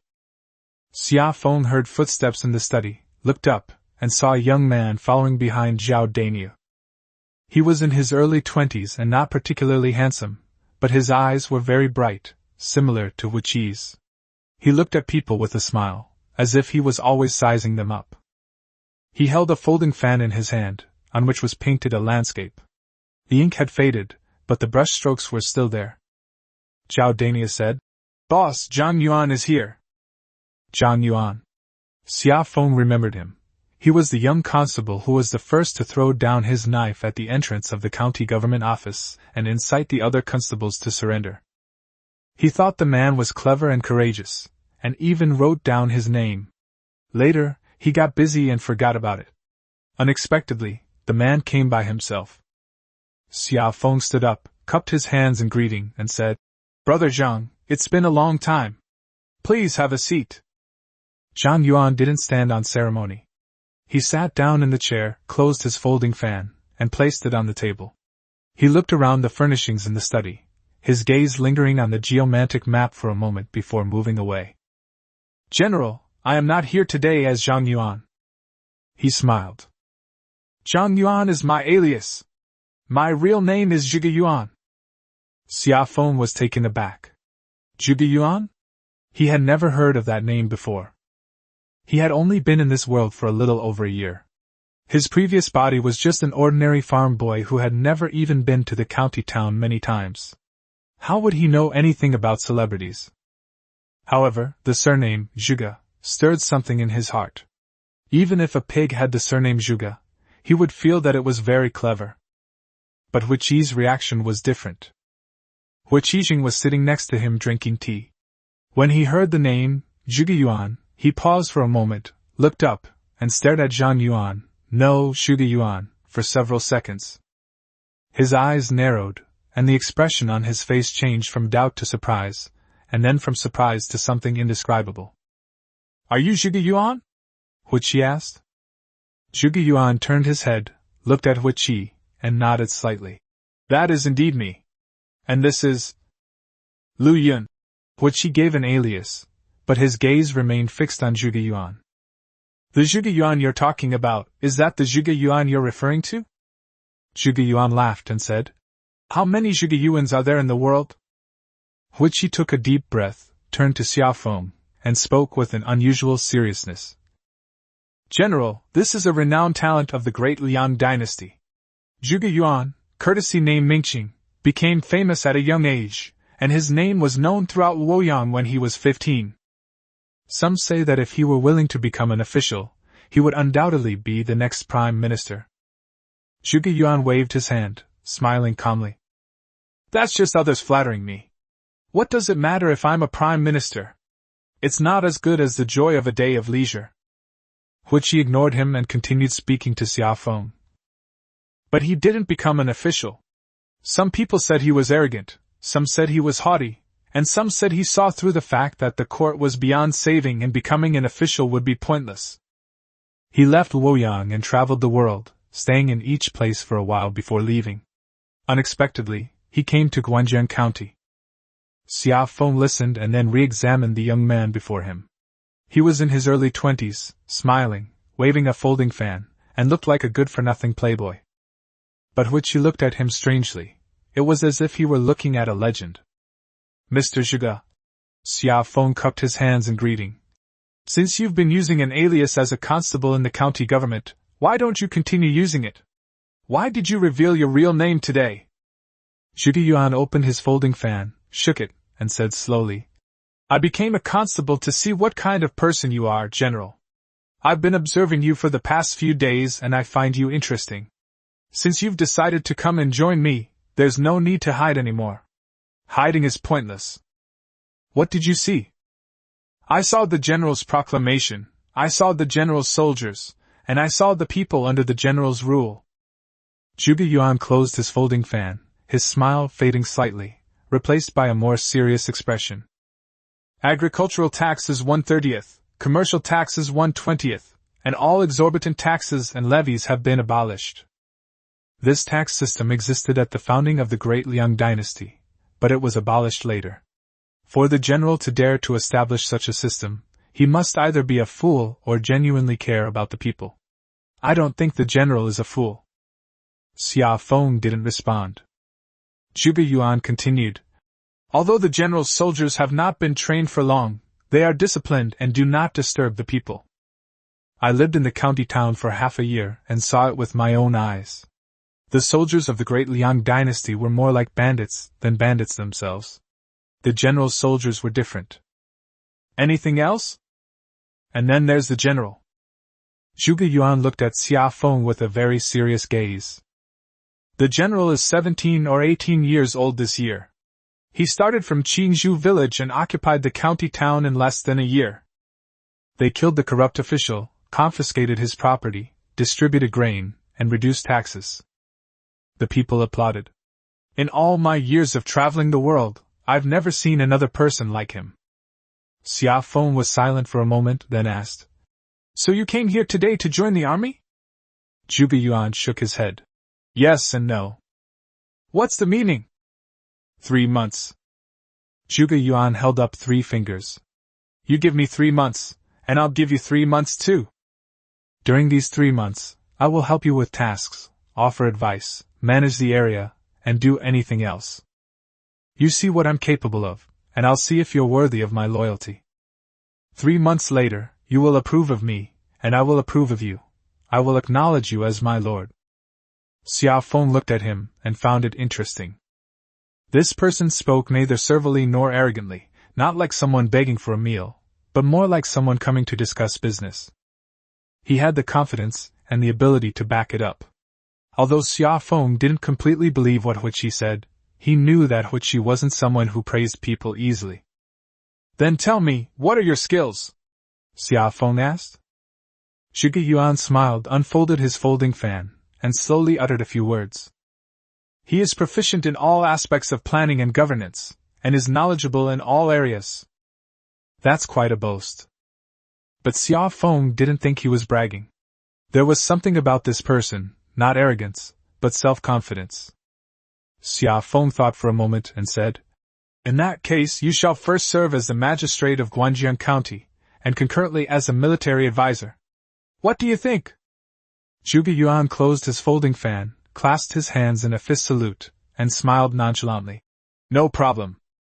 Xia Feng stood up, walked to the table, picked up a pen, and wrote a letter of appointment. Zhuge Yuan was appointed magistrate of Guanjiang County. Zhuge Yuan joined the army. He handed the paper to Zhuge Yuan, who took it, looked at it, folded it, and put it into his sleeve. General, aren't you afraid I won't do a good job? Zhuge Yuan asked. Xia Feng looked at him and said, 3 months. You said it. If you don't do a good job, I'll replace you. Zhuge Yuan smiled. He stood up, clasped his hands in a fist salute to Xia Feng, nodded to Huichi, and then turned and strode away. Huichi remained silent until Zhuge Yuan's footsteps faded into the distance before speaking. General, do you know just how capable Zhuge Yuan really is? Xia Feng shook his head. I don't know. But you know, your expression just now tells me that this person is not simple. Huichi took a deep breath and said, I heard of his reputation when I was in Luoyang. At the age of 15, he was lecturing at the Imperial Academy, and the scholars below listened with rapt attention.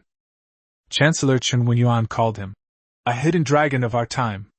If he had wanted to be an official, becoming a cabinet minister would have been a matter of time. But he didn't. Huichi paused, looking at Xia Feng with a complicated expression. General, do you know what it means that such a person is willing to come and serve you? Xia Feng didn't speak. It means that what you are doing is right. People with vision can see that. Mr. Hua, you say Zhuge Yuan is the sleeping dragon of our time. And what about you? What are you? She paused for a moment, then smiled. There was a hint of bitterness in that smile, but also a sense of relief. Me? I am Hua Zilong's grandson. The Hua family's revenge has not yet been avenged. Zhuge Yuan is the dragon, and I am the sword. A sword doesn't need to be clever, just sharp enough. Xia Feng turned around and looked at him. Okay. You are the sword, he is the dragon. I have both. Chapter 68 Night Owl. In the study, Zhou Wenyuan sat on the left, holding a stack of documents in his hands. Lu Yun sat on the right, his back straight and his eyes fixed straight ahead. Zhuge Yuan sat in the middle, his folding fan half open, slowly waving it, smiling as he looked at the bowl of tea on the table, as if it were some rare treasure. Xia Feng sat behind his desk, glanced at the three of them, and got straight to the point. I called you here today because there's something that can't be delayed any longer. He paused, his gaze sweeping across the three people's faces. Intelligence. Zhou Wenyuan put down the document, and Lu Yun's gaze sharpened for a moment. Zhuge Yuan stopped folding his fan, closed it, and placed it on the table. I mentioned this to Mr. Zhou a few days ago. At that time, I just had an idea and hadn't thought about it in detail. I've been thinking about this for the past few days, and I know we can't delay any longer. Without intelligence, we're like the deaf and blind. While others are attacking at our doorstep, we're still fast asleep. Xia Feng stood up, walked to the geomantic map hanging on the wall, and pointed to the location of Yulin County.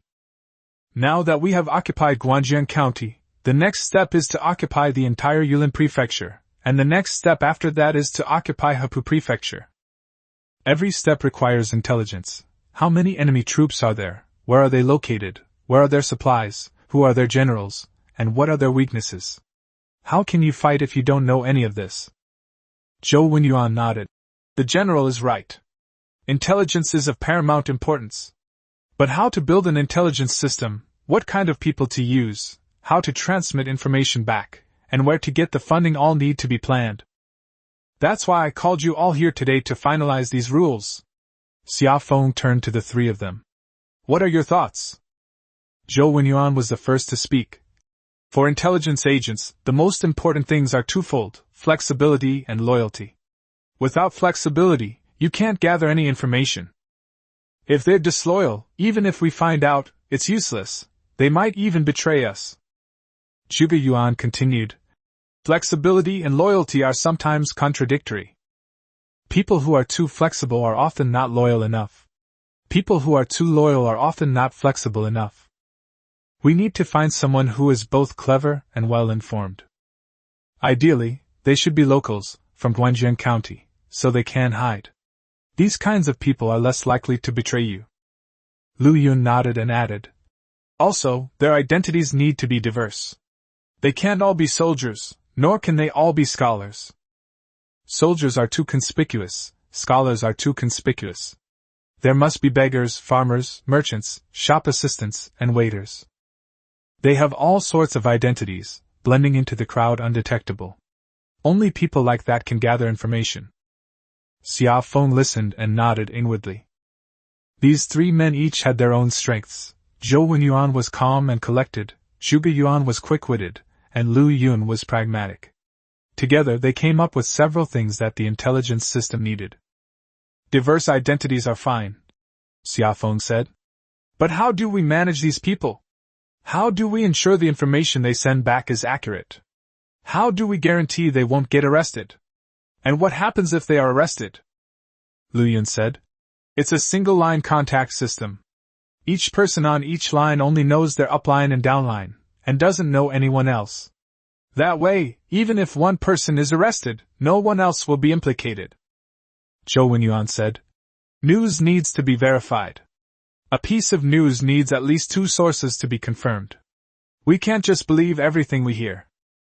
Zhuge Yuan said. What happens if you get caught? That's a difficult question to answer.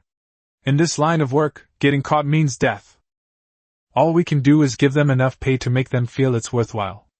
Also, if their families are implicated, we have to intervene. We have to see it through to the end. That's how we'll make them risk their lives. Xia Feng nodded and made a mental note of these points. How will the message get back? Relying on people to run it is too slow. It's more than 100 miles from the prefectural capital to Guanjiang County, and it would take 1 or 2 days for people to run it. By the time the message arrives, it will be too late. Zhuge Yuan unfolded his folding fan, shook it, and said, Carrier pigeon. Using carrier pigeons to send messages is fast. It's over 100 li, and it will arrive in half an hour. But carrier pigeons also have problems. They're vulnerable to hawks, nets, and interception. Important messages still rely on humans. Humans may be slower, but they're reliable. Lu Yun said, We can use 2 methods. Urgent messages can be sent by carrier pigeon, and non-urgent messages can be sent by people. The messages sent by carrier pigeon can then be verified by people. Double insurance. Xia Feng thought about it, and felt that this method was feasible. Who knows anything about carrier pigeons? Zhou Wenyuan said, I know a veteran who used to raise homing pigeons in the border army. I'll transfer him here later to be in charge of raising and training pigeons.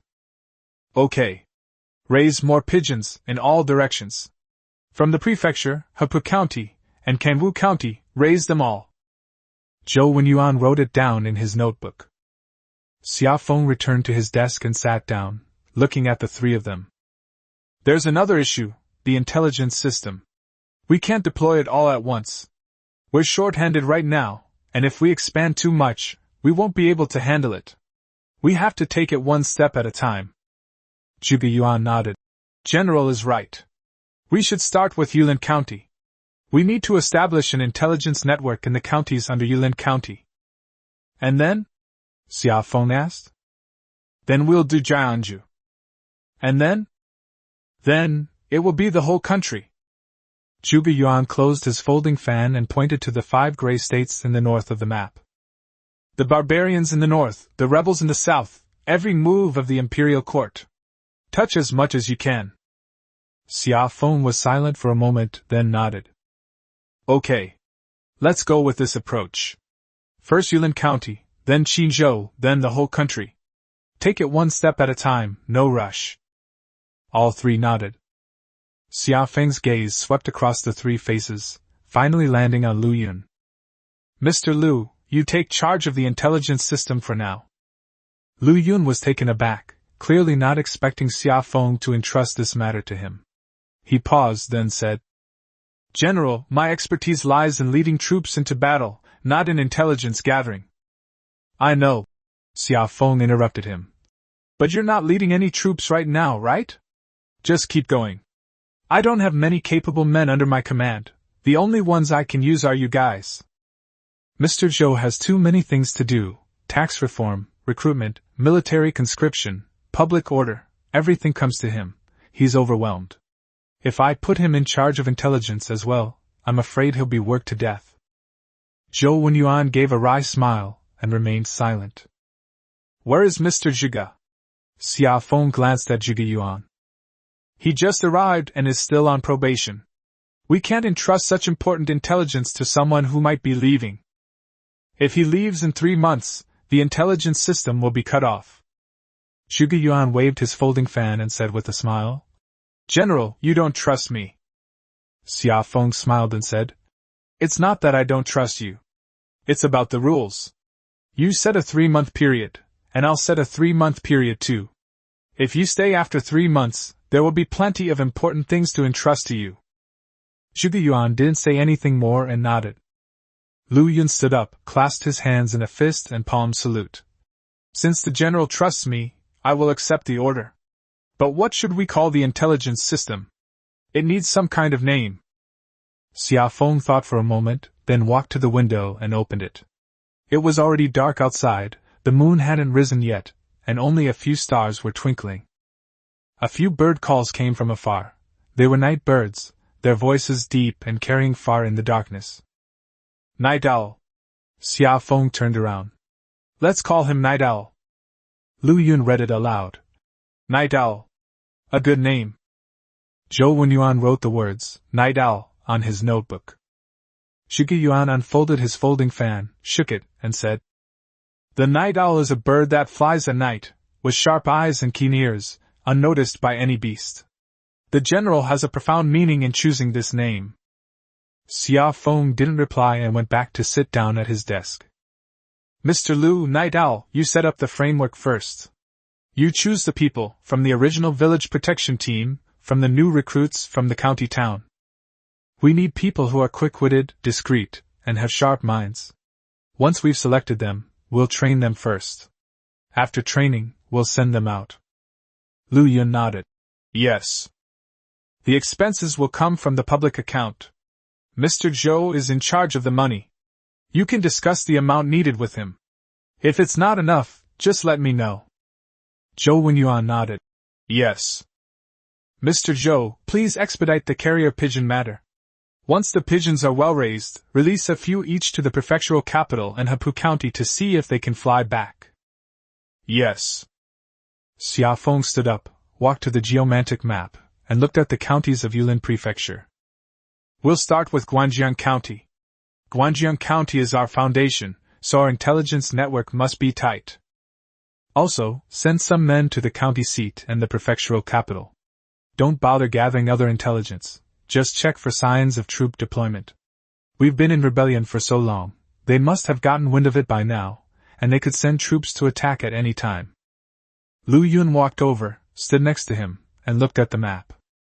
General, Guanjiang County is not large, and the framework can be set up quickly. I will send people over to the prefectural and state capitals immediately.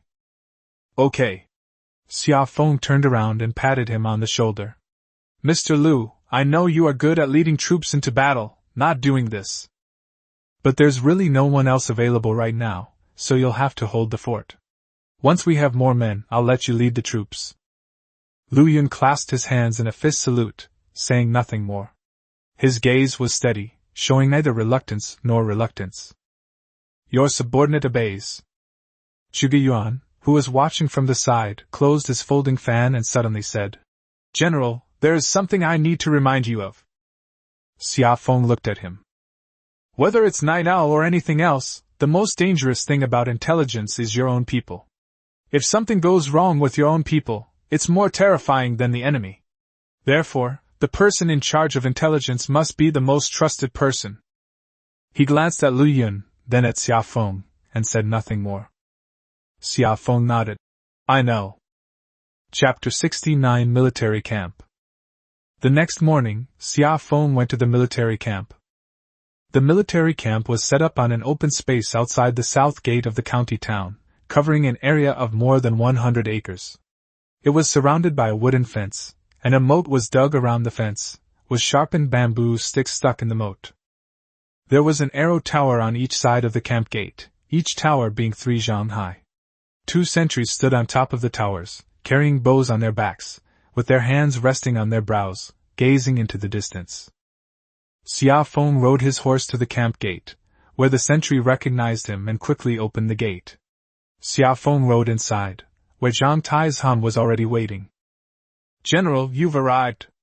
Zhang Taizhan clasped his hands in greeting. Perfect timing, we have new recruits graduating today, would you like to take a look? Xia Feng dismounted, tossed the reins to the guard beside him, and followed Zhang Taizhan inside. How many people have you hired? A little over 5,000. Still a bit short of 6,000, but it's enough. Xia Feng nodded. The camp was bustling with activity. The new recruits were training on various drill grounds, commands were being shouted one after another, and the sounds of swords and guns clashing mingled with the smell of dust and sweat. As Xia Feng walked past the training ground, he saw more than 100 new recruits practicing swordsmanship. Their movements were perfectly synchronized, and the blades gleamed in the sunlight. Reaching the center of the drill ground, Zhang Taizhan pointed to the surrounding barracks and said, 1,000 men were left inside the city to guard it, rotating daily. The remaining 4,000 were training outside the city. Those guarding the city aren't just standing around, they train during their rest periods. We can't let them be idle. If they are, they'll cause trouble. The rotation system needs to be well established. Some people can't always be in the city while others are always outside. Over time, people will feel resentful. Zhang Taizan nodded. It's settled. We'll rotate every 10 days, with 9 days of training outside the city and 1 day of guarding it. This way, we can take turns and neither of us will be at a disadvantage. Xia Feng nodded again. Although Zhang Taizan wasn't very well educated, he was skilled at managing soldiers, so he didn't need to worry about these matters. The two walked to the warehouse area. Zhang Taizan pushed open a large door, inside which weapons such as spears, swords, and shields were piled up neatly on wooden racks, row upon row, stretching as far as the eye could see. In another warehouse, chain mail was stacked neatly, reaching half a person's height. Xia Feng looked at the equipment, and felt much more at ease. The system had been giving him weapons and equipment these past few days, as if it knew he was training troops, spears, swords, shields, chain mail, one after another. He would extract a batch every day, pile it up in the warehouse, and let Zhang Taizan arrange the distribution himself. Have all the equipment been distributed? Xia Feng asked. It's made it. Zhang Taizan walked to a weapon rack, picked up a broadsword, drew it, and the blade gleamed, flashing briefly in the sunlight. General, look at this knife, the steel is so fine. In all my years of service, I've never seen such a good knife. Compared to this, the ones used by the government troops are just pieces of iron. He sheathed the knife, clapped his hands, and wore a smug expression. And that armor? General, guess how I issued it? Xia Feng looked at him. Inside is chain mail, outside is leather armor. Both are light armor, not heavy, and won't hinder movement. But the defense is doubled. Swords can't cut through them, arrows can't pierce them. Let me tell you, even the government troops aren't as arrogant as us. They're lucky if they have even one leather armor piece. Chainmail? That's only for officers. Here, ordinary soldiers each get 2. Xia Feng smiled and said, Enough is fine. Don't make the brothers feel it's too heavy or uncomfortable to wear. It's not heavy. Zhang Taizan patted his chest. I wear it myself, and I can still run fast. The brothers all say that wearing this makes them feel at ease. After leaving the warehouse, Zhang Taizan led Xia Feng eastward.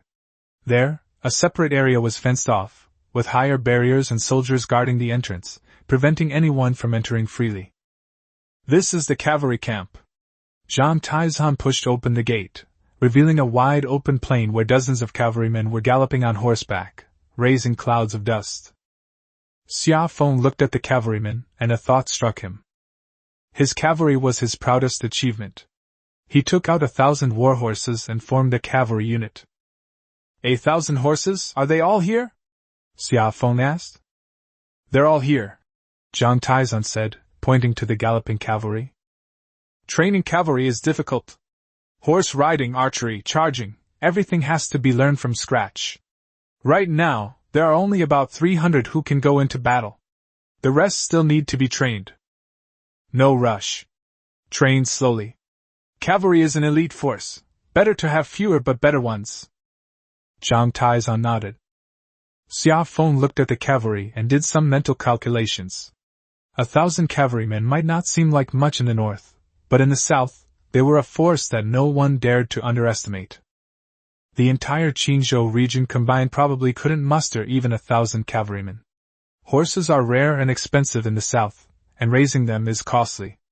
It's only because he has the system that he can afford to raise them. General, look over there. Zhang Taizan pointed to a group of soldiers in the distance. Those are sword and shield soldiers, specially trained in close combat. They block with their shields and slash with their swords, working together. Xia Feng looked over. More than 100 swordsmen and shield men were lined up in a square formation, shields held in front and swords protruding from behind the shields. They marched forward in unison, shouting commands. The sound of the shields colliding was loud and unsettling. Those are the spearmen over there, Zhang Taizan said, pointing to the other side. Special training in spear formations. The spears are 12 feet long, and the last one is the mobile spear. Xia Feng looked over. The pikemen were lined up in a dense formation, their pikes like a forest, their tips gleaming coldly in the sunlight. At the command, the front rank crouched down, and the back rank leveled their pikes, their movements perfectly synchronized. The archers are over there. Zhang Taizhan pointed to a field at the very back. They're there specifically for archery practice. Speed isn't the goal, accuracy is. If they can hit the target 6 or 7 times out of 10 within 150 paces, they'll be considered qualified. Xia Feng looked over.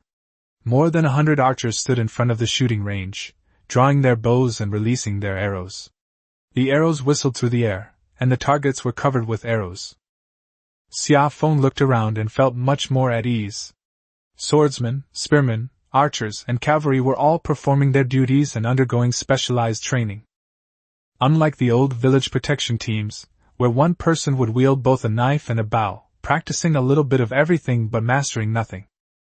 Now it's a regular army, with separate branches of service, each training its own way, but together they form a fighting force. Brother Taizhan, gather all the brothers together, Xia Feng said. I have a few words to say. Zhang Taizhan nodded and turned to relay the order. In no time, 4,000 people gathered on the drill ground. A dark mass of people, their formations perfectly aligned. The front row consisted of sword and shield soldiers, their shields standing upright on the ground and their swords resting on their shoulders. Behind them were spearmen, their spear tips pointing skyward, densely packed like a forest. Behind them were archers, with bows on their shoulders and quivers hanging from their waists. At the very back were the cavalry, their horses snorting and pawing the ground. 4,000 pairs of eyes were watching Xia Feng. Xia Feng walked up to the high platform and looked at the young faces below. He recognized some of them. They were elderly people from Qingzhou village who had fought alongside him since the village protection team. Some of them he couldn't name. They were newly recruited soldiers, chosen from among the refugees or from the countryside. Whether they knew him or not, these people entrusted their lives to him. Brothers! Xia Feng shouted. Why did you join the army? No one answered. Some people fight for food, some for pay, and some for advancement. All of these are valid reasons. How can you fight a war if you don't have enough to eat? Who would be willing to risk their life without pay? Only by striving for advancement can you have a future. Xia Feng paused, his gaze sweeping from left to right. But I want to tell you, joining the army isn't just about these things. Joining the army is about protection. Protect your parents, protect your wives and children, protect your fellow villagers. Think about it, back in the countryside, when corrupt officials bullied you, when bandits bullied you, did you dare to speak up? No. Why? Because you didn't have a knife. His voice grew louder. Now you have knives. Not just knives, but also guns, bows, armor, and horses. Who gave you these things? It was I who gave you these things. But what I gave you wasn't weapons, it was courage. So you would have the courage to stand up and not let others bully you. The drill ground fell even quieter. 4,000 pairs of eyes were fixed on him, not blinking. You must remember why you are fighting. It is not for me, Xia Feng, but for yourselves, for your families, and for the poor people like you. Who are you fighting for? It is so that there will be no more corrupt officials bullying people, and no more bandits harming people. Who supports you? It's the common people. The taxes they pay and the food they grow feed you. Every grain of rice you eat comes from the hands of ordinary people. Therefore, you must live up to the value of this meal. The summer breeze paused for a moment, and the voice deepened. There's one more thing I need to make clear to you.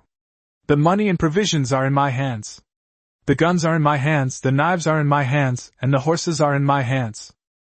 Listen to my orders. I'll tell you where to attack, and you'll attack there. It's not that I don't trust you, it's that I don't trust this world. In this world, whoever has the army calls the shots. Only when I'm in charge can you have enough to eat and avoid being bullied. If my word doesn't count, you'll still be the same lowly peasants who are trampled underfoot. He's finished speaking. The drill ground remained quiet for a while. Then someone shouted, Green Bamboo Army! Victory! 4,000 people joined in the shouting. Green Bamboo Army! Victory! Green Bamboo Army! Victory! The sound was deafening, carrying far and wide. The birds in the trees outside the camp gate were startled and flew away, circling in the sky, too afraid to land. Xia Feng stood on the high platform, looking down at the soldiers wielding swords and spears. 5,000 people, 5,000 lives. He would lead these people to fight his way out. Pay the pay, Xia Feng said to Zhang Taizan. Zhang Taizan nodded, waved his hand, and several soldiers carried baskets of silver and bags of rice onto the stage. Xia Feng personally distributed the gifts, 1 battalion at a time. Each soldier went up to the platform, received a token containing 1 tael of silver and 100 caddies of white rice from him, and then went to the back to collect the actual goods. Some people's hands trembled when they received the silver, while others cried when they received the white rice. A young soldier took the silver and rice tokens, knelt down with a thud, and kowtowed to Xia Feng. General, my father and mother starved to death. If I had this silver and this rice, they wouldn't have died. Xia Feng helped him up and patted him on the shoulder. Live well.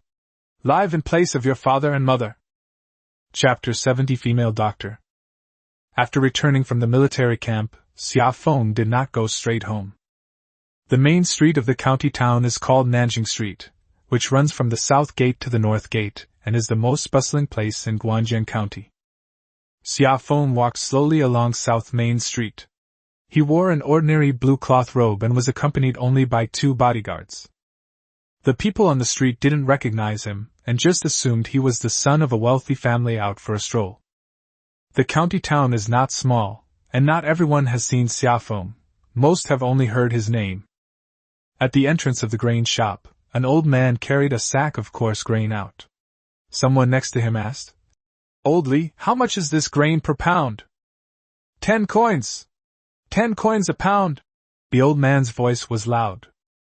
The price had risen to 18 coins before, but it has now dropped to 10 coins. The Qingzhou army opened its granaries and released grain, which brought the price down. Xia Feng was very happy to hear this. The price of grain was able to come down because, firstly, he opened the granaries and sold the grain that had been confiscated from Qian Wanyan in the official granaries. Secondly, he secretly took grain from the system and restocked the warehouses. The common people didn't know any of this. They only knew that grain prices had dropped and life was better. The streets were getting more and more crowded. Stalls selling vegetables, cloth, cakes, and groceries lined up one after another, their shouts rising and falling. An old man selling candied hawthorns walked past Xia Feng, carrying a straw target covered with bright red candied hawthorns that glistened in the sunlight. Several children followed behind, watching longingly. The old man chuckled and picked 2 bunches, handing them to them. "Take it and eat it, it's free." "Thank you, Grandpa." The children cheered and ran away.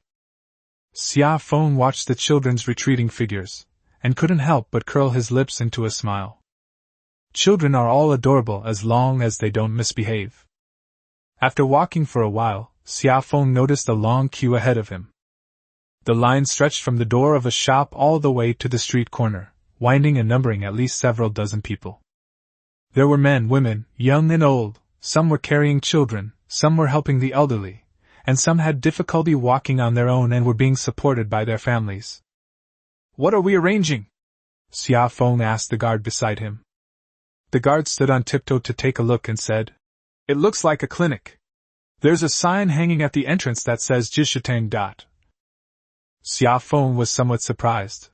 He knew all the pharmacies in Guangjiang County. There was one on South Street and one on North Street, both long-established brands.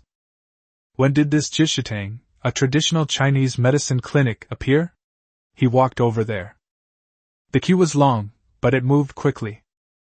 The person in front of me came out after their appointment, carrying a bag of medicine in their hand. An old lady came out muttering, "This doctor is great. He examines patients carefully, and the medicine is inexpensive. I got 3 doses of medicine, and it only cost me 20 coins. Xia Feng followed the line and finally saw the entrance to the shop. There was a table by the door, and behind the table sat a young woman who was taking the pulse of an old man.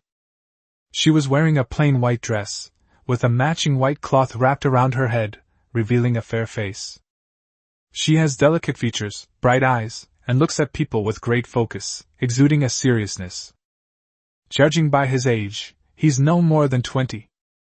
Xia Feng was stunned for a moment. A female doctor. He'd lived in Guangjiang County for so long and had never seen a female doctor before. It's not that it doesn't exist, it's just that it's rare.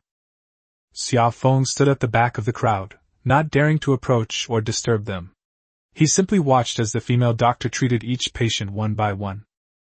She was very skilled at taking pulses. She placed 3 fingers on the patient's wrist, closed her eyes, and opened them after a while.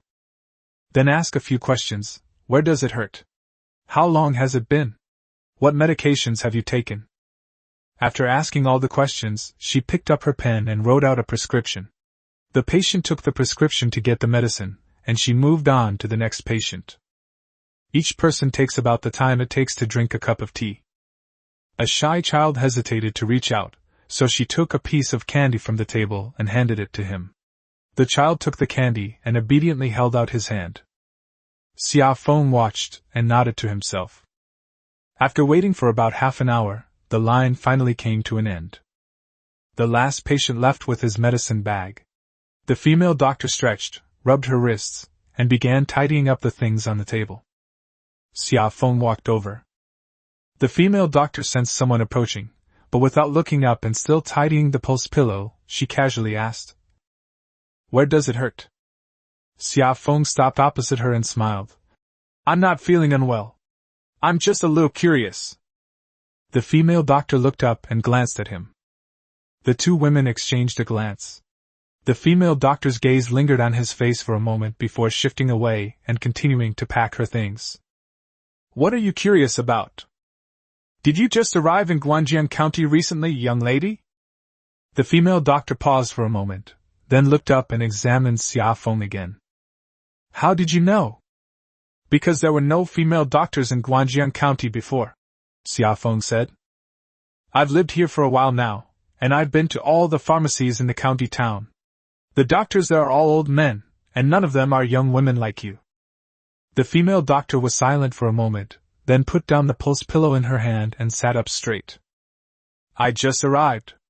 I came from the north, got separated from my family on the way, and ended up here all by myself."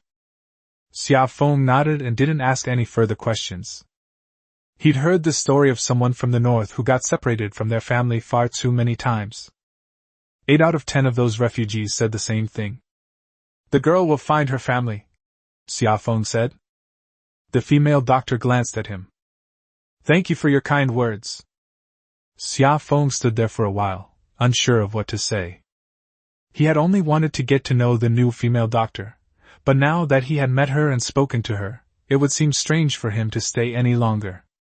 "Then I won't bother you any longer, young lady. If you need any help in the future, you can come to the county office to find me." The female doctor's eyes flickered, and she looked him over again, this time more carefully. "You are General Xia?" Xia Feng smiled, neither denying nor admitting it. He cupped his hands in a respectful gesture, then turned and left. The female doctor sat behind the table, watching his figure disappear around the street corner, and remained stunned for a long time. Then he lowered his head and continued packing. The shop assistant peeked out from the shop and whispered, "Boss, who is that person? I don't recognize him." She put the pulse pillow into the medicine box and closed the lid. "He might have mistaken me for someone else." The waiter glanced at her face and didn't dare ask any more questions. As Xia Feng walked back, he was still thinking about the female doctor.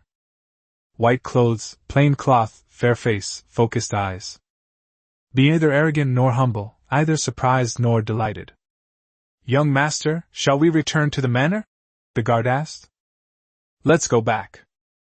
As he passed by the county government office, he saw Zhuge Yuan standing on the steps, talking to several clerks. Zhuge Yuan also saw him and clasped his hands in a respectful greeting from afar. Xia Feng nodded, but didn't go over and continued walking. "When I got home, Xia he was playing in the yard. seeing Xiao Feng return. "Brother, you're back."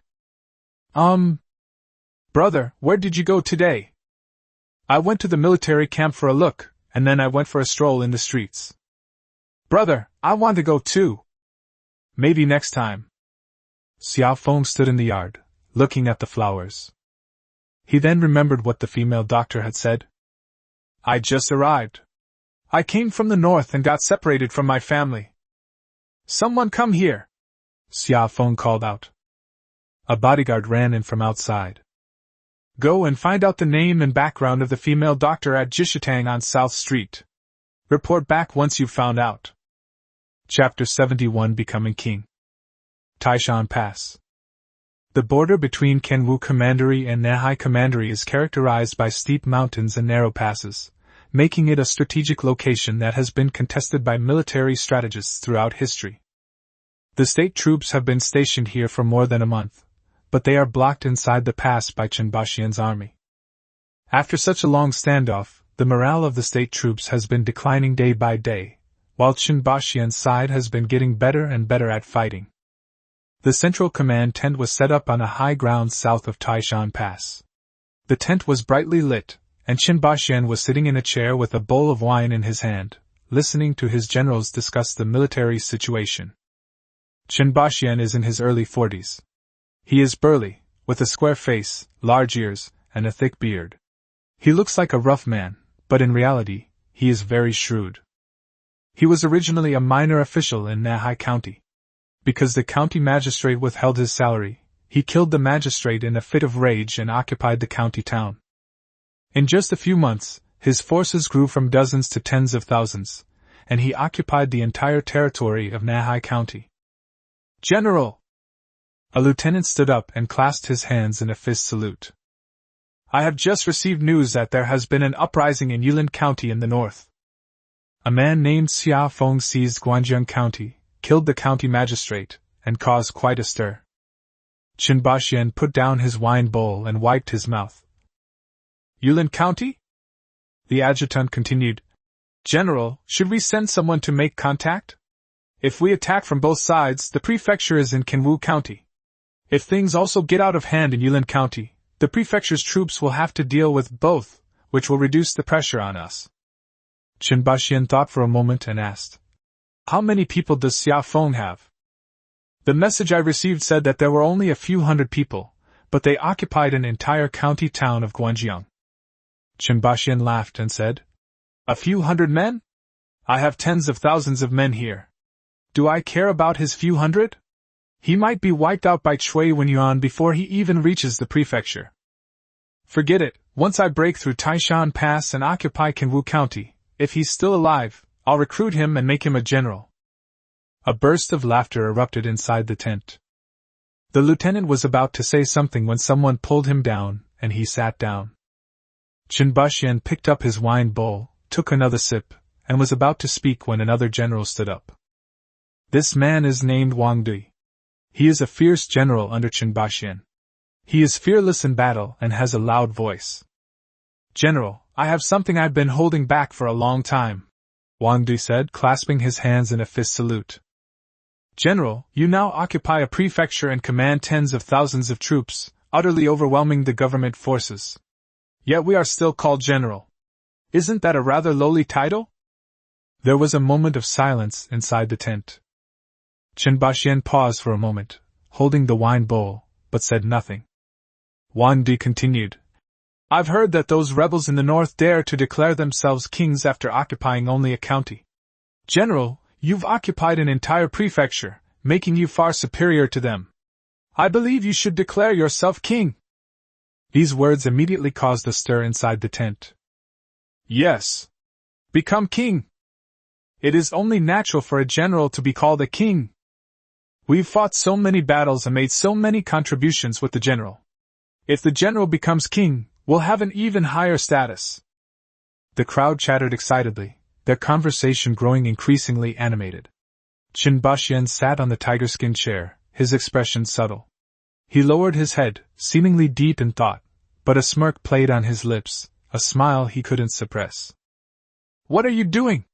What are you doing?" Chen Baxian raised his head, put on a serious expression, and reached down to press the door open. I was just a lowly official, running errands for the county magistrate. I owe everything I have today to your hard work. To be king? I'm not worthy of that title. Wang Di became anxious. General, if you're not worthy, who is? We tens of thousands of people only respect you. If you don't become king, who will? Someone else shouted. If it weren't for the fact that the territory is still a bit smaller, the general should just declare himself emperor. The moment the words, "Proclaim yourself emperor," were uttered, the tent erupted in cheers. Yes! Declare yourself emperor! If the general becomes emperor, we will be the founding heroes. May he be granted a title and a high-ranking position, bringing glory to his ancestors. The crowd grew increasingly excited, and several people had already knelt down, clasped their hands, and shouted, "Please, General, declare yourself emperor! Please, General, declare yourself emperor!" Chunbushian stood up, paced back and forth in the tent a couple of times, a wry smile on his face, and waved his hand as he said, "You people, you've really ruined me. I had no intention of doing this, but you forced me to." Despite saying that, his steps were light, and the bitter smile on his face couldn't hide the light in his eyes. More and more people knelt inside the tent, until finally everyone except one person knelt down. The man sat in the corner of the tent and looked like a scholar. He was Chunbushian's strategist, Lin Yuantu, who had followed Chunbushian since the beginning of his uprising. Lin Yuan neither knelt nor shouted, he simply sat there, holding a bowl of tea in his hand, slowly sipping it. Wang Di noticed him, glared at him, and asked, "Mr. Lin, why aren't you kneeling?" Lin Yuan put down his teacup, glanced at him, then at Chunbushian, and slowly began to speak. "General, I have a few words to say, but I'm not sure if I should." Chunbushian was feeling quite pleased with himself for being flattered by everyone. Hearing Lin Yuan speak, he felt a little displeased, but he still nodded and said, "Please speak, sir." Lin Yuan stood up, straightened his clothes, and walked into the tent. "General, are we really strong enough to be kings or emperors? A prefecture with tens of thousands of people seems like a lot. But has the general considered this? Although the court is weak, it hasn't completely collapsed. There are barbarians to the north, and the court can't attend to us, that's a fact. But if the general were to declare himself king, things would be different. Even if the court couldn't attend to the matter, it would still have to put on a show. What if they sent troops from other prefectures to suppress us? Could we withstand that?" The tent fell silent. Wang Di's face darkened as he glared at Lin Yuan. "Mr. Lin, what do you mean by this? Are you saying that a general is not worthy of being called a king?" Lin Yuan ignored him and continued to say to Chunbushian, "General, the imperial court has not completely collapsed yet. What we should do is develop ourselves, consolidate our territory, recruit soldiers and horses, and wait until we are strong enough before planning anything big. Instead of angering the court and inviting a large army for the empty title of king, it would be too late for regrets then." Wang Di slammed his fist on the table and stood up. "Nonsense! I think you're a spy. A spy sent by the imperial court." "Yes. A spy," several people nearby echoed. Lin Yuan looked at Wang Di, a mocking smile playing on his lips. He shook his head, turned to Chunbushian, and clasped his hands in a fist salute. "General, that's all I have to say. Whether you listen or not is up to you." All eyes inside the tent were on Chunbushian. Chunbushian stood in front of the chair, his expression shifting several times. He glanced at Lin Yuan, then at the generals kneeling on the ground, and remained silent for a long while. I know. Chunbushian waved his hand and laughed. "We can talk about becoming king later. Let's take Taishan Pass and occupy Kanwu County first, then we can discuss it." Lin Yuan knew that these words were meaningless. Saying he would say it later meant he hadn't made a definitive statement. Given Chunbushian's personality, with so many people praising him, he's bound to become king sooner or later. He sighed, clasped his hands in a fist salute, and retreated to sit down in the corner of the tent. Wang Di and the others were somewhat disappointed that Chunbushian did not agree on the spot, but they dared not press him further. The group drank and chatted for a while longer before dispersing. Chen Baxian sat alone in the tent, picked up a wine bowl, and drank it all in one gulp. To become king. He had long wanted to become king, but no one had ever brought it up, so he couldn't bring himself to say it. He was overjoyed when Wang Di brought it up today and wished he could agree on the spot. But Lin Yuantu's words were not without reason. It was indeed a bit too early to declare himself king now. Wait a little longer, Chen Baxian muttered to himself. It's not too late to declare myself king after we take Kanwu County. Chapter 72 The Enemy is Coming. A rare day of leisure. When Xia Feng got up in the morning, he didn't go to the study, the military camp, or the county government office. He changed into some old, casual clothes and played with Xia Yu and Xia He in the yard. Xia He has recently become obsessed with kicking shuttlecocks. The shuttlecocks are made of chicken feathers, with a few copper coins hanging from the bottom, and they make a clattering sound when kicked. She could only kick it a few times before it fell, but she would pick it up and keep kicking it, her little face turning rosy from playing. Brother, look, I can kick 5 now! After Xia He finished kicking the last one, the shuttlecock flew into the air. She caught it, and proudly showed it to Xia Feng. Xia Feng sat on the stone bench, clapping with a smile. Amazing, amazing, one more than yesterday. Xia Yu was reading a book next to her sister. When she heard her sister's voice, she looked up at her, then looked down again and continued reading. He was no longer reading the Analects, but a copy of the Zhuozhuan, a gift from Zhou Wenyuan. The book was thick, and the print was small, but he read it with great interest. When he encountered something he didn't understand, he would make a mark next to it with a pen and ask Zhou Wenyuan about it when he had time. Looking at his younger brother and sister, Xia Feng suddenly felt a little guilty. Since capturing the county town, he has been so busy that he has never had a moment to spare, either in the military camp, the county government office, or his study reading documents. I only come back occasionally, and it's just a quick meal before I leave again. The number of times I can quietly spend time with them like today is very limited. Xiaoyu, stop looking and come play shuttlecock with Xiaohe, Xia Feng called out. Xiaoyu looked up at the book in her hand, then at Xia Feng, hesitated for a moment, closed the book, placed it on the stone table, and walked over. He took the shuttlecock and tried to kick it a few times, but his movements were very clumsy. The shuttlecock either flew off course or he couldn't kick it at all. Xia He laughed from the side. My second brother is so stupid, he's not even as good as me. Xia Yu wasn't annoyed and handed the shuttlecock to Xia Feng. Brother, you kick one too. Xia Feng stood up, took the shuttlecock, and kicked it a few times. He wasn't very good at it, a little better than Xia Yu, but far worse than Xia He. The three of them were playing shuttlecock in the yard, their laughter coming in bursts. Just as the game was in full swing, footsteps came from outside the courtyard gate. A bodyguard walked in, clasped his hands in greeting, and said, General, Mr. Liu has arrived and says he has something important to discuss. Xia Feng returned the shuttlecock to Xia He, wiped his hands, and the smile on his face faded somewhat. Liu Yun's arrival must mean something important. He glanced at his younger siblings, said nothing, and strode out. Liu Yun stood outside the courtyard gate, his expression more solemn than usual. General, we just received a message. Liu Yun lowered his voice. The county town has sent troops. 2,000 men, led by Commandant Ma Qinghu. They're probably coming for us. Xia Feng paused for a moment, then nodded. Let's go to the county government office.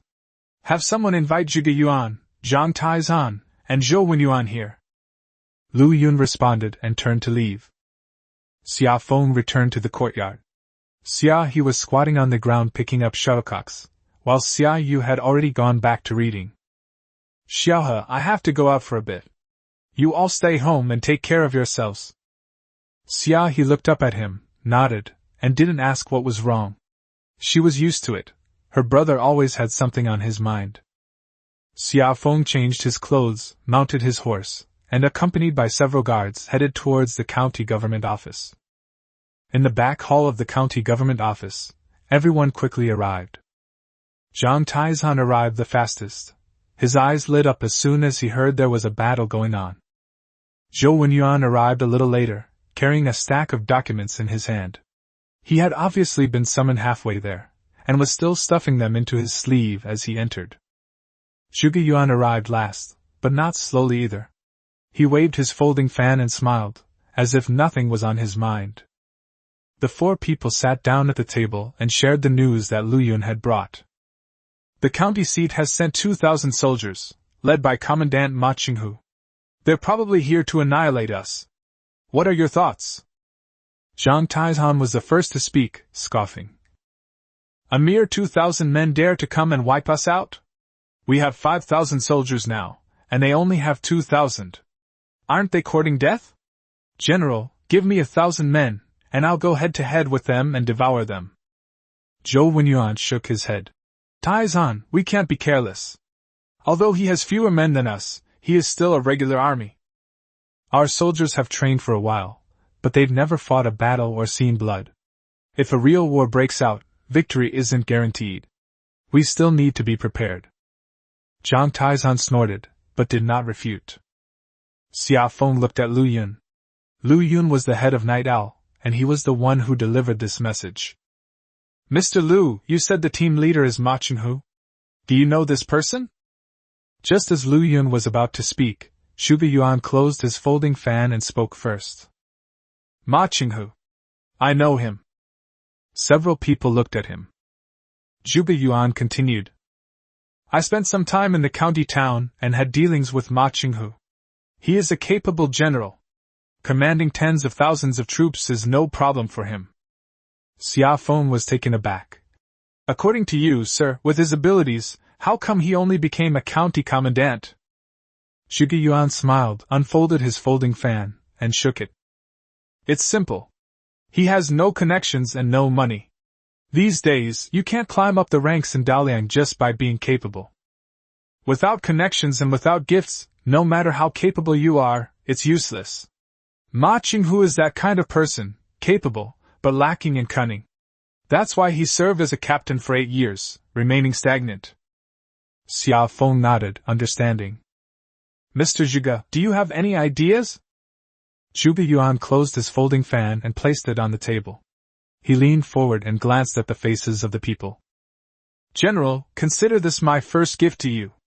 I helped you capture these 2,000 men and the capable General Ma Qinghu without losing a single soldier.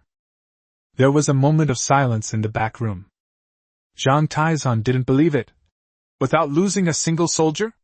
How did you take it? With your mouth? Zhuge Yuan ignored him and looked at Xia Feng.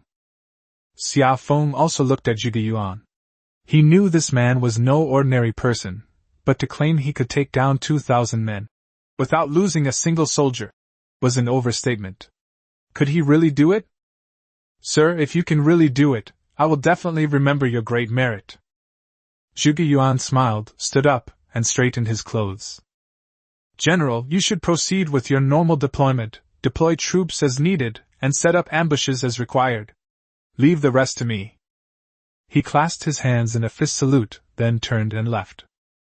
He swayed the folding fan in his hand, as if he were going to a banquet, not to fight a war. Zhang Taizhan watched his retreating figure and snorted. Can this guy be trusted? Xia Feng didn't answer. He didn't know either. But he wanted to see what Zhuge Yuan's abilities were, and whether he was as powerful as the rumors suggested. Brother Taizhan, deploy defenses as usual. Move 2,000 men to an ambush location in the north of the city. Don't underestimate the enemy, and don't let your guard down. Make sure the city's defense supplies are ready as well. Zhang Taizhan nodded, stood up, and left. Zhou Wenyuan and Lu Yun also stood up and went about their respective tasks. Chapter 73, Abandon Darkness and Turn to Light. On the main road leading from the county seat to Guanjiang County, a long procession of 2,000 men marched in. Ma Qinghu rode his horse in the middle of the procession. He was dressed in full armor, with a long sword at his waist and a hard bow hanging beside his saddle.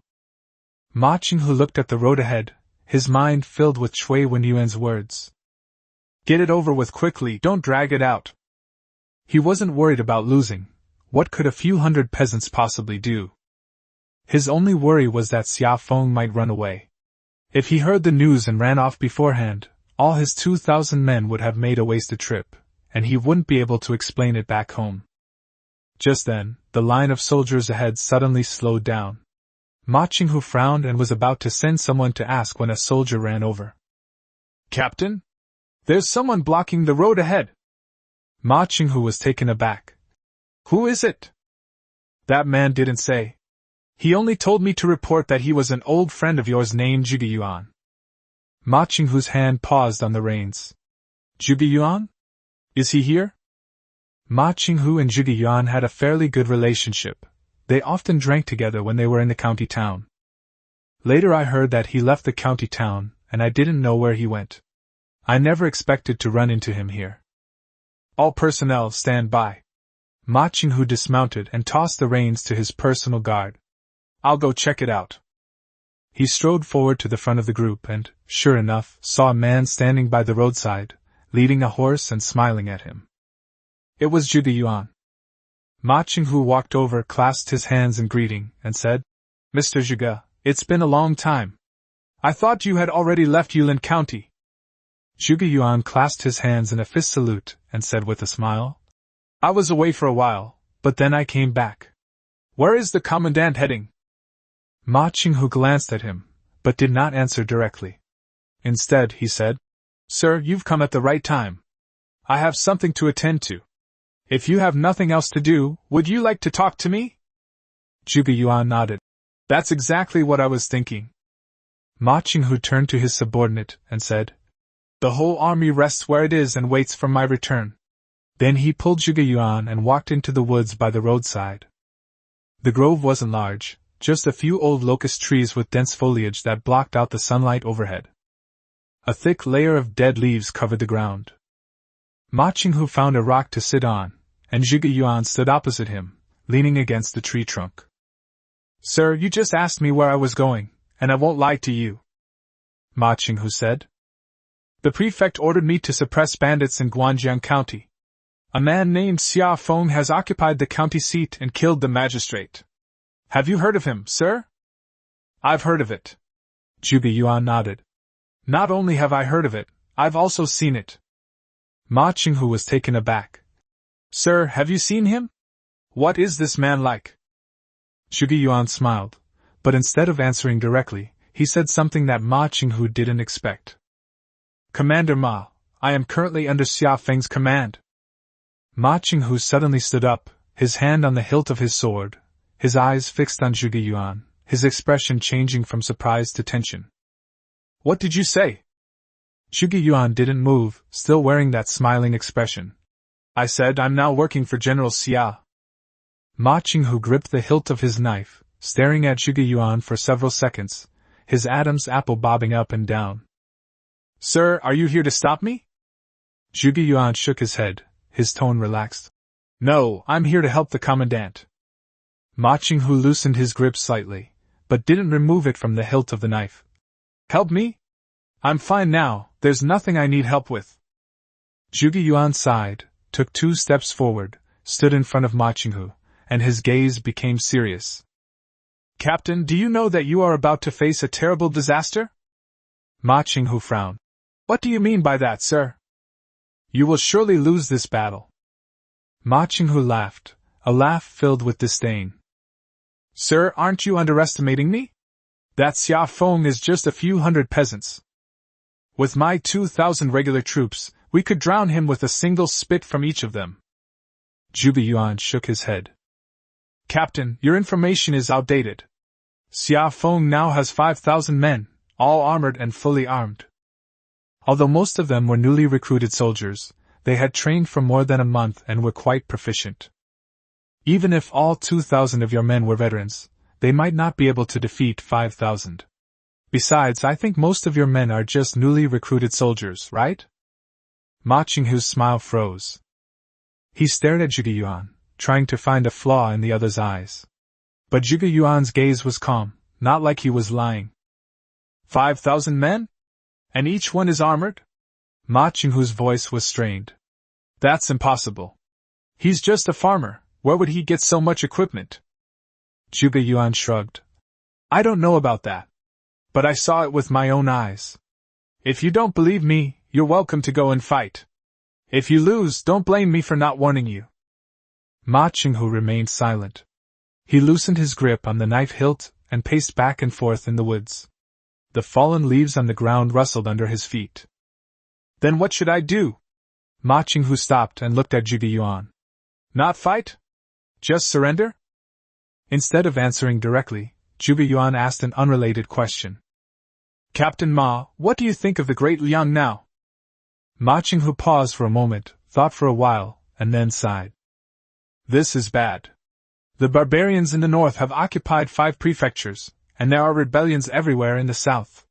The imperial court can't control them, and each prefecture and county is governing itself. To put it bluntly, this imperial court probably won't last much longer. Zhuge Yuan nodded. The commandant understands as well. The great Liang is currently in a precarious state, and its collapse is only a matter of time. During my time in Guanjiang County, I witnessed Xia Feng's actions, reducing taxes and levies, recruiting talented individuals, and strengthening the military. Although young, this man possesses great ambition and talent. Yulin County will be his for the taking sooner or later. He looked at Ma Qinghu with a sincere gaze. Captain, think about it. If you insist on fighting against Xia Feng and lose, Cui Wenyuan will not forgive you. Even if you win, Cui Wenyuan won't be grateful to you. You've served under him for 8 years and you're still just a captain. What has he given you? Has he promoted you? Has he increased your salary? Ma Qinghu fell silent. Zhuge Yuan continued. A great Liang dynasty that is bound to collapse sooner or later, and a new force that is currently weak but has unlimited potential. Which one do you choose? Xia Feng's side is short-staffed right now. If you go there now, you'll be a veteran. If things succeed in the future, you will be a founding father. General Xia will definitely be rewarded for your contributions. I can guarantee that. Look at yourself now, under Cui Wenyuan's command. You're still just a lowly captain. You'll only ever be a captain, no matter how hard you work. Ma Qinghu lowered his head and remained silent for a long time. The woods were quiet, with only the sound of the wind rustling through the leaves, like someone whispering. Am I just going to surrender like this? Ma Qinghu raised his head, his voice somewhat hoarse. Zhuge Yuan laughed. What do you mean by surrendering? You mean abandoning darkness and turning to the light. Ma Qinghu gave a wry smile. Sir, you have such a silver tongue, you can talk the dead back to life. Zhuge Yuan put away his smile and said seriously. Captain, I'm not going to beat around the bush with you anymore. Go back now and fight General Xia. You won't win. Go back and report to Cui Wenyuan that you couldn't win, and Cui Wenyuan won't spare you. You only have one path. He paused, looking into Ma Qinghu's eyes. Bring your men and surrender. Ma Qinghu was silent for a moment, then asked, So what should I do? Just lead the troops there like this? Zhuge Yuan shook his head. You can't just go like this. You need to bring a generous gift to gain a foothold with General Xia. What wonderful gift! Zhuge Yuan looked at Ma Qinghu and said, word by word. The county town. You take your troops back, capture the county town, and hand it over to the Qingzhou army. Ma Qinghu's pupils suddenly contracted. Are you crazy? There are soldiers in the county town. Even if there aren't many, there are still 1,000 men. My 2,000 men can take the county town, but there will be many casualties. Zhuge Yuan shook his head. No need to fight. Take your troops back and say you've returned from suppressing the bandits. The city gate guards won't stop you. Once inside the city, they'll surround the prefect's residence and arrest Cui Wenyuan. The soldiers in the city were leaderless and would not resist. Not a single soldier would die. Ma Qinghu stared at Zhuge Yuan for a long time, fine beads of sweat appearing on his forehead. Sir, are you asking me to sell Cui Wenyuan? It's not about selling. Zhuge Yuan shook his head.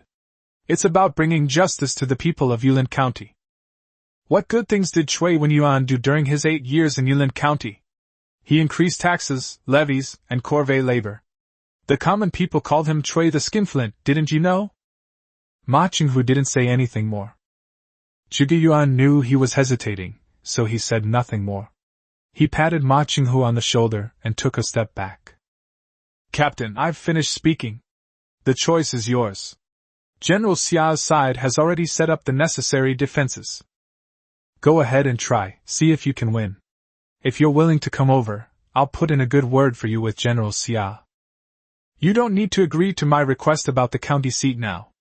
Go back and think about it first. Once you've made up your mind, send someone to deliver a message to me. After saying that, he turned to leave. Please wait, sir. Ma Qinghu called out to him. Zhuge Yuan stopped but did not turn around. Sir? Ma Qinghu's voice was a little hoarse. How much time do you have for me? Zhuge Yuan turned around and looked at him. 3 days. General Xia's army will not move within 3 days. If you haven't heard from us in 3 days, then pretend we never met. Ma Qinghu nodded and said nothing more. Zhuge Yuan led his horse out of the woods. When he reached the edge of the woods, he stopped, turned back, and said something. Captain, I'll be waiting for you under General Xia's command. After saying that, he mounted his horse and rode away. Chapter 74 Decision. After Zhuge Yuan's figure disappeared at the end of the road, Ma Qinghu stood in the woods for a while longer. The wind blew by, the leaves rustled, and a few withered leaves swirled and landed on his shoulder. He didn't move or say anything. My mind was filled with the words Zhuge Yuan had said. You can't beat him, Cui Wenyuan won't let you off the hook, De Liang won't last much longer. These words buzzed around my ears like flies. He stood there for an unknown amount of time before finally taking a step and walking back to the main road. The team of 2,000 people is still resting in place. Some soldiers sat on the ground drinking water, some leaned against trees dozing off, and some chatted in hushed tones. Several lieutenants were gathered together, talking about something. When they saw Ma Qinghu return, they all stood up, but none of them dared to come up and ask. Ma Qinghu's expression was grim, everyone could see it. With a sullen face, he walked silently to the middle of the group and mounted his horse. Captain, are we still going? The lieutenant in the vanguard ran over and asked. Ma Qinghu glanced at him, then looked at the road leading to Guanzhong County ahead, and remained silent for a moment. Stay put. Don't move. The lieutenant was taken aback for a moment, but dared not ask any further questions. He responded and turned to relay the order. Ma Qinghu's eyes swept across the crowd and found someone. Ma Dongyang. Ma Dongyang was squatting by the roadside eating dry rations when he saw Ma Qinghu waving at him. He quickly stuffed the rations into his clothes and ran over. Captain, what is it? Ma Qinghu didn't say anything, dismounted, and walked towards the woods by the roadside. Ma Dongyang followed behind, feeling a little puzzled, but didn't ask. Once inside the woods, where no one could see him, Ma Qinghu stopped and turned around. Ma Dongyang stood in front of him. He noticed that Ma Qinghu's expression was different. He looked serious, as if something important was weighing on his mind. Ma Qinghu remained silent for a moment before speaking. Xiaoyang, there's something I'd like to ask for your opinion on. Ma Dongyang was slightly taken aback. He hadn't expected him to call him Xiaoyang. In the military camp, he was a captain, and Ma Dongyang was a lieutenant. In private, Ma Qinghu called him Dongyang, and only when they were alone together would he call him Xiaoyang. This is not a conversation between superiors and subordinates. It's a conversation between an older brother and his younger brother. Ma Dongyang and Ma Qinghu are from the same village. Ma Dongyang followed Ma Qinghu since childhood and had an extremely good relationship with him. They were not blood brothers, but their relationship was even closer than that of blood brothers. Ma Dongyang quickly said, Brother, please speak. Leaning against the tree trunk, Ma Qinghu told Ma Dongyang everything Zhuge Yuan had said.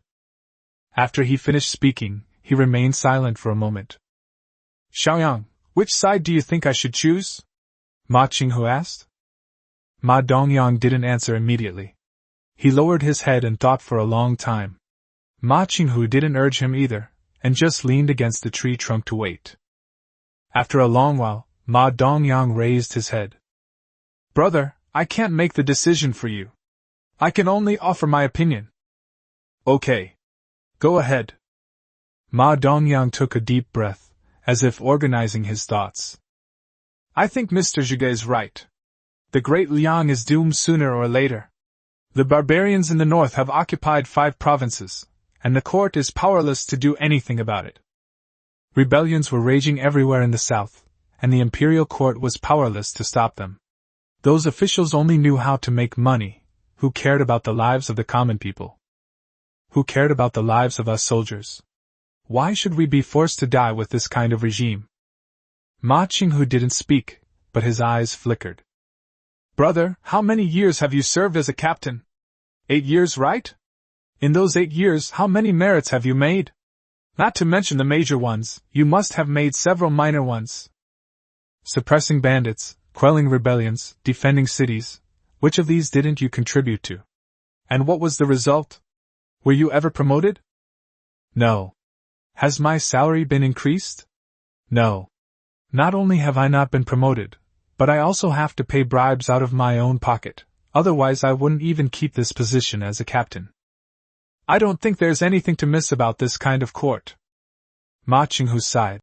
I know all that you're saying. But rebellion means execution. If we fail, all of us brothers will be finished. Ma Dongyang looked at him with a sincere gaze. Brother, you can't just think about failure. You can also think about what if you succeed? If you succeed, you'll be a founding hero, granted a noble title and high rank, bringing glory to your ancestors. He paused, then lowered his voice. Brother, in a person's life, there are only a few chances to change one's fate. If you seize the opportunity, your life will turn around. If you don't, your life will remain the same. Look at those founding nobles. Which one of them didn't risk having their entire family executed to achieve their goals? At worst, they would just die. Who can escape death? It's just a matter of dying sooner or later. But if you can achieve something significant, then it's all worth it. Ma Qinghu looked at Ma Dongyang with a strange expression in his eyes. It was as if he was seeing this younger brother who had been with him for more than 10 years for the first time. Xiaoyang, when did you come to this realization? Ma Dongyang smiled, a bitter smile tinged with his own. Brother, it's not that I understand, it's that I've seen too much. In all these years in the county town, I've seen enough of the ugly faces of those officials. Those with real talent can't get promoted, while those without buy their way into office. In their eyes, those of us who work so hard are nothing but dogs. I don't want to be a dog anymore.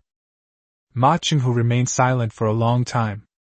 Ma Qinghu straightened up, dusted himself off, and looked at Ma Dongyang. Okay. Xiaoyang, let's do it your way. Let's give it a shot. Ma Dongyang's eyes lit up immediately, and the corners of his mouth turned up. Big brother, have you made up your mind? It's decided. Ma Dongyang clasped his hands in a fist salute, took a step back, and spoke a little louder than before. Commander, I am willing to follow you through fire and water without hesitation. Ma Qinghu looked at him, a smile appearing on his lips.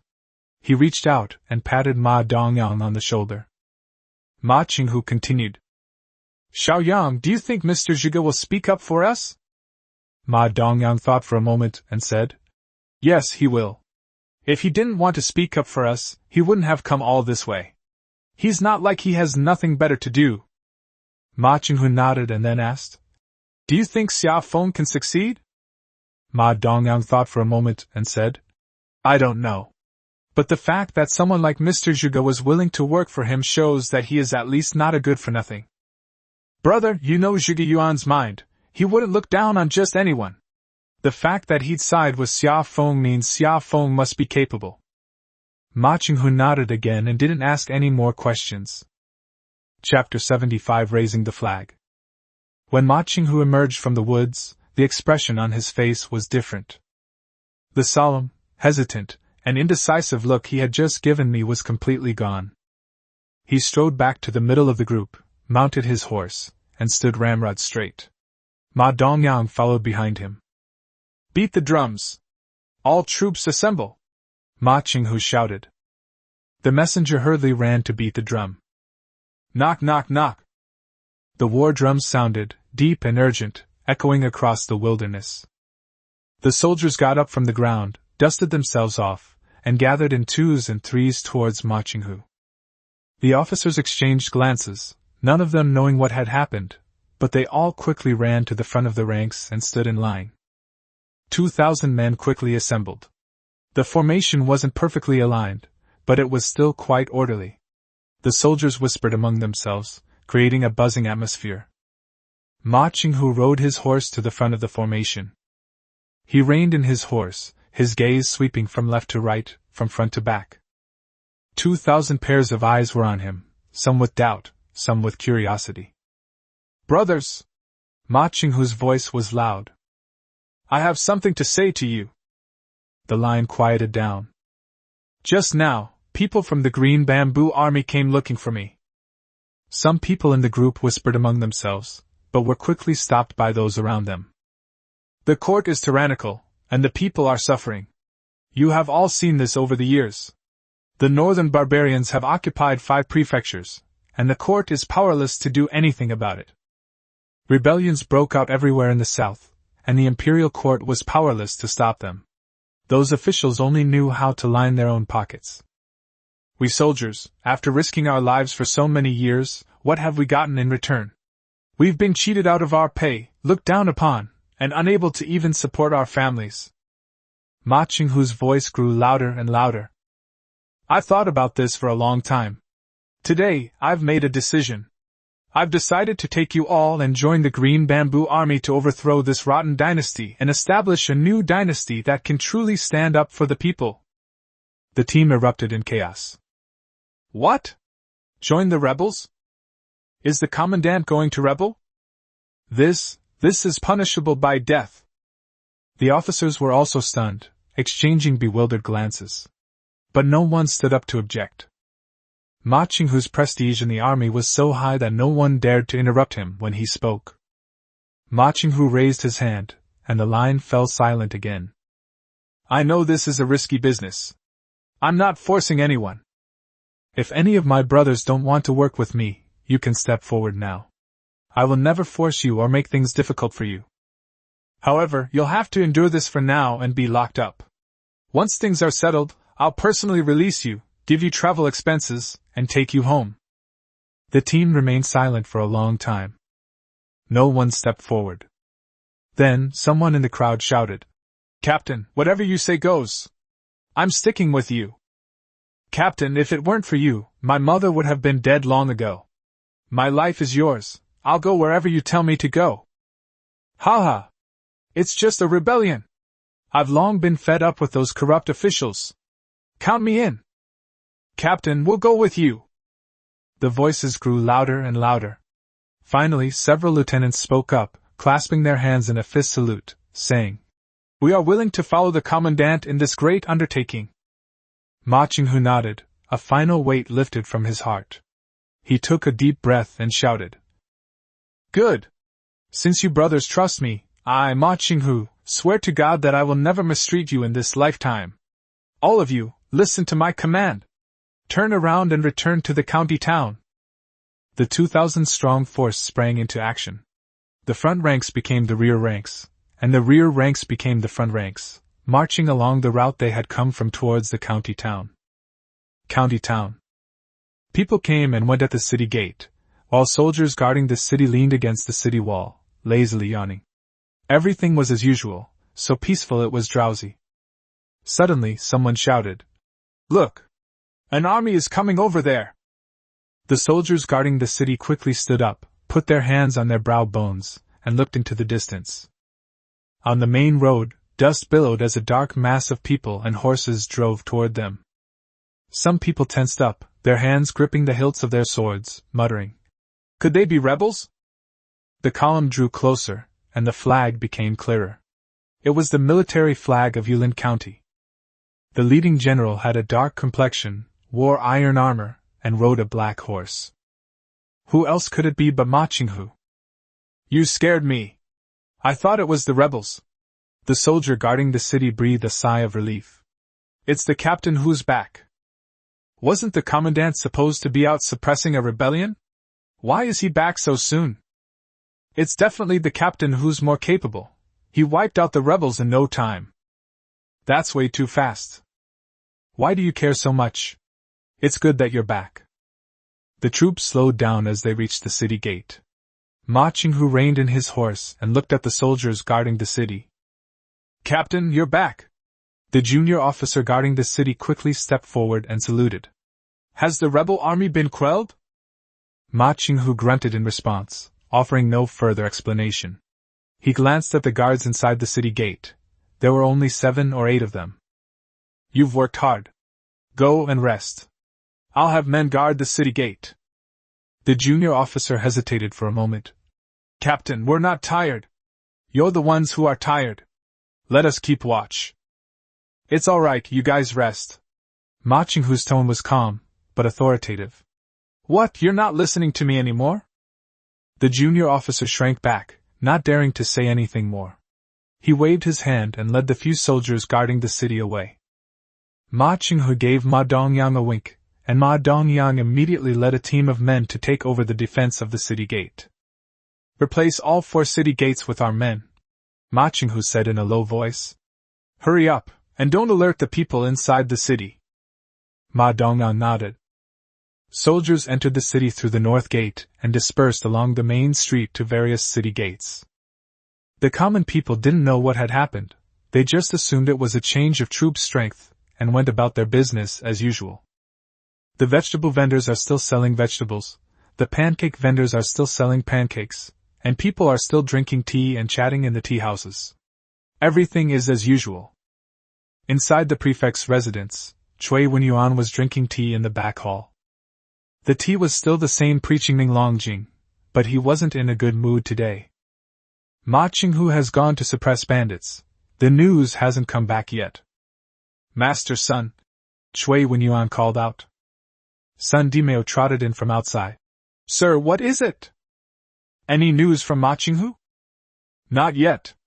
But don't worry, sir, 2,000 against a few hundred, there won't be any problems. Cui Wenyuan nodded, picked up the teacup, and took a sip. The tea was a little cold, so he frowned and put the teacup down. Just then, a constable ran in and reported. Sir, Commandant Ma has returned. Oh? Cui Wenyuan's eyes lit up. You're back so soon? It seems the suppression of the rebellion went smoothly. The constable hesitated for a moment, then said, Sir, I feel something is amiss. What's wrong? Commander Ma's army didn't look like they had been in battle. They were clean, without blood, and their armor plates were undamaged. Moreover, Commandant Ma replaced all the guards at the 4 city gates with his own men. Cui Wenyuan picked up his teacup and took another sip, saying nonchalantly, Isn't this normal? The city gates are under his jurisdiction anyway. But sir, I still feel something is not right. All right. Cui Wenyuan waved his hand impatiently. What's wrong with that? You're overthinking it. Ma Qinghu has been with me for 8 years. He's not that kind of person. Go ahead, just keep an eye on things. The constable wanted to say something, but after glancing at Cui Wenyuan's expression, he swallowed his words, bowed, and withdrew. Cui Wenyuan leaned back in his chair, picked up the bowl of cold tea and drank it all in one gulp, muttering to himself. It's just suppressing bandits, what could possibly happen? Chapter 76 Taking the City. After the garrison at all 4 city gates was rotated, Ma Qinghu did not stop. He led 500 elite soldiers straight to the prefect's mansion. A group of 500 people marched down the main street, their steps precise and their demeanor menacing. The people on the road quickly moved to both sides, some hiding in shops, others standing close to the wall, no one daring to look for more than a second. What's going on? What happened again? I don't know. Wasn't it just a shift change? Why are they heading to the governor's mansion again? Stop asking, get out of the way. The gates of the prefect's mansion were wide open, and 2 guards stood at the entrance. They could see Ma Qinghu leading his troops from afar. Commander Ma! Commander Ma? What is this? Ma Qinghu ignored them, waved his hand, and the soldiers behind him rushed forward, pushed the 2 constables aside, and directly occupied the gate. The rest of the people split into several groups and surrounded the prefect's mansion from both sides, blocking both the front and back gates completely. You guard the door, no one is allowed to go in or out. The rest of you come in with me. Ma Qinghu strode into the prefect's mansion and walked along the bluestone path toward the back hall. When the servants and maids in the back hall saw him burst in with his soldiers, they screamed and scattered in all directions, and no one dared to stop them. In the back room, Cui Wenyuan was sitting in a chair, holding a teacup in his hand, with an impatient expression on his face. He heard a commotion outside and was about to call Master Sun to go out and take a look when the curtain was lifted and Ma Qinghu walked in. Cui Wenyuan was stunned for a moment. What he saw was not a captain, but Ma Qinghu, who was wearing iron armor, had a long sword at his waist, and was followed by a squad of fully armed soldiers. The soldiers blocked the entrance completely, their swords drawn, gleaming coldly. Commander Ma? Cui Wenyuan's voice was tense. What are you doing? Who gave you permission to bring your troops in? Ma Qinghu stood in front of him, looking at him without saying a word. Cui Wenyuan's heart skipped a beat, but he maintained his official demeanor and slammed his hand on the table. I'm asking you a question. Are you trying to rebel? Ma Qinghu finally spoke, his voice calm. That's right. I'm going to rebel. Cui Wenyuan's face turned pale instantly. He opened his mouth, as if to say something, but it felt like something was blocking his throat, and he couldn't utter a single word.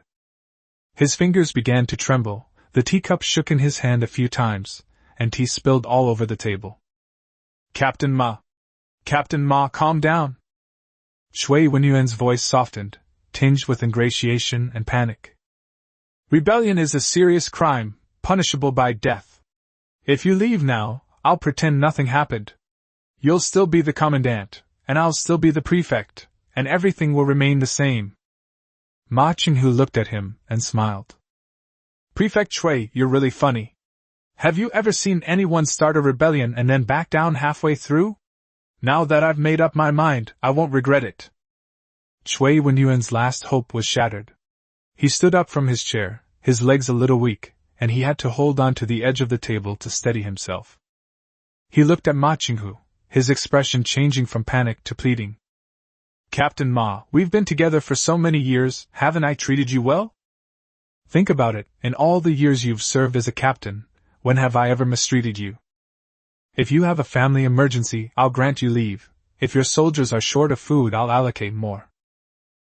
Please spare my life for this sake. I'll give you anything you want, silver, I have silver. 10,000 taels, no, 20,000 taels. 20,000 taels of silver, all yours. Spare my life, and I'll leave tonight and never return to Yulin County. Ma Qinghu's smile vanished, replaced by a cold expression. Cui Wenyuan, how dare you say you're not bad to me? I served as a captain for 8 years, and you withheld my military pay and embezzled my merits. I won a battle, and the report says it was due to your excellent command. But if my soldiers died in battle, you must keep half of the compensation money for their families. Did I say anything to you? No. I held back. He took 2 steps forward, stood in front of Cui Wenyuan, and looked down at him. You're telling me now that you've been good to me? If I ransacked your house, wouldn't all that money be mine? Why would I need you to give it to me? Cui Wenyuan's face turned completely pale. His lips trembled, and he wanted to say something, but Ma Qinghu was already impatient. Guards! Take him away! 2 soldiers stepped forward, one on each side, and grabbed Cui Wenyuan, dragging him away. Cui Wenyuan was dragged a few steps, then suddenly struggled and turned back to shout. Ma Qinghu! You will die a horrible death! The imperial court will not let you off! You wait! Your whole family will suffer a terrible fate! Ma Qinghu didn't turn around, his back to him. Take him away! Lock him up, don't let him escape! Cui Wenyuan was dragged away, the cursing grew fainter and fainter, and finally disappeared at the end of the corridor. The back room fell silent. Ma Qinghu stood in the empty main room, staring at the half-spilled bowl of tea on the table, for a while. Then he turned around and walked out of the back room. In the courtyard, Ma Dongyan had already directed his men to take full control of the prefect's residence. The maids, servants, clerks, and scribes, none of them escaped. They were all gathered in the front yard, squatting on the ground, their hands covering their heads, trembling with fear. Ma Qinghu walked to the front yard, glanced at the people, and said to Ma Dongyang, "Bring Master Sun over." Sun Dimeo was pulled out of the crowd by 2 soldiers. He was so frightened that he could not stand. When he was dragged in front of Ma Qinghu, he knelt down with a thud and kowtowed repeatedly. "Captain, spare me! Captain, spare me! I didn't do anything, Cui Wenyuan ordered me to do it." Ma Qinghu glanced at him, ignored him, and said to Ma Dongyang, "Send men to ransack Cui Wenyuan's house. Master Sun knows where the storeroom is, so have him lead the way. But remember, don't touch a single tael of silver. We're joining the Green Bamboo Army, so we must follow the rules. Inventory everything, leave it untouched." Ma Dongyang nodded. "Understood. Also, lock up Cui Wenyuan and all these people. Especially Cui Wenyuan, don't let him escape, and don't let him die. We'll deal with him when General Xia arrives." "Clear." Ma Qinghu thought for a moment and said, "In addition, immediately send someone on horseback to Guanjiang County to report the situation here to the Qingzhou Army. Tell General Xia that Yulin County has been captured, Cui Wenyuan is imprisoned, and the city is stable. Please ask him to come to the county as soon as possible to take charge of the situation." Ma Dongyang clasped his hands in a fist salute. "Your subordinate will take care of it immediately." He turned and walked into the courtyard, picked out 2 clever soldiers, and sent them on fast horses to Guanjiang County to deliver a message. The 2 soldiers received their orders, took their horses, and left the prefectural governor's mansion through a side gate, galloping away. Standing on the steps of the prefectural government office, Ma Qinghu looked at the prisoners squatting on the ground in the courtyard, and then at the flags of his own people that had been replaced on the city wall in the distance. The weight in his heart finally lifted. "Ma Dongyang," he called out. "Exist. You will personally oversee the confiscation of property. Search every room thoroughly, and make sure nothing is missing from the register. Gold, silver, jewelry, calligraphy and paintings, land deeds, and grain, all must be catalogued." Ma Dongyang clasped his hands and said, "Yes. Don't worry, Commandant, if anything goes wrong, you can hold me responsible." Chapter 77 Good News. When Zhuge Yuan returned to Guanjiang County, the sun was already setting. He had been riding a horse all day, and was covered in dirt and dust. But he was in good spirits, and when he dismounted, he walked briskly with a slight smile on his lips. He strode into the county government office. He asked the clerk and learned that Xia Feng was in the backyard, so he went straight there. The backyard wasn't big, with a few locust trees, a stone table, and a few stone benches. Xia Feng was sitting on a stone bench, and Zhou Wenyuan was sitting opposite him, with a pot of tea in front of them. "General!" Zhuge Yuan walked in and clasped his hands in greeting. Xia Feng looked up and saw Zhuge Yuan, somewhat surprised. He originally thought that Zhuge Yuan would take at least a day or 2 to leave, but he didn't expect him to return on the same day. Looking at Zhuge Yuan's face, although he was covered in dust, there was a smile in his eyes, so he knew that things had been done well. "Sir, you're back so soon? It seems everything went smoothly. Please have a seat, sir," Xia Feng said, standing up. Zhuge Yuan didn't stand on ceremony. He sat down, picked up the teapot on the table, poured himself a bowl of tea, drank most of it in one gulp, and wiped his mouth. "Ma Qinghu has already agreed to submit his application. Although he hasn't said it out loud yet, he has already made up his mind."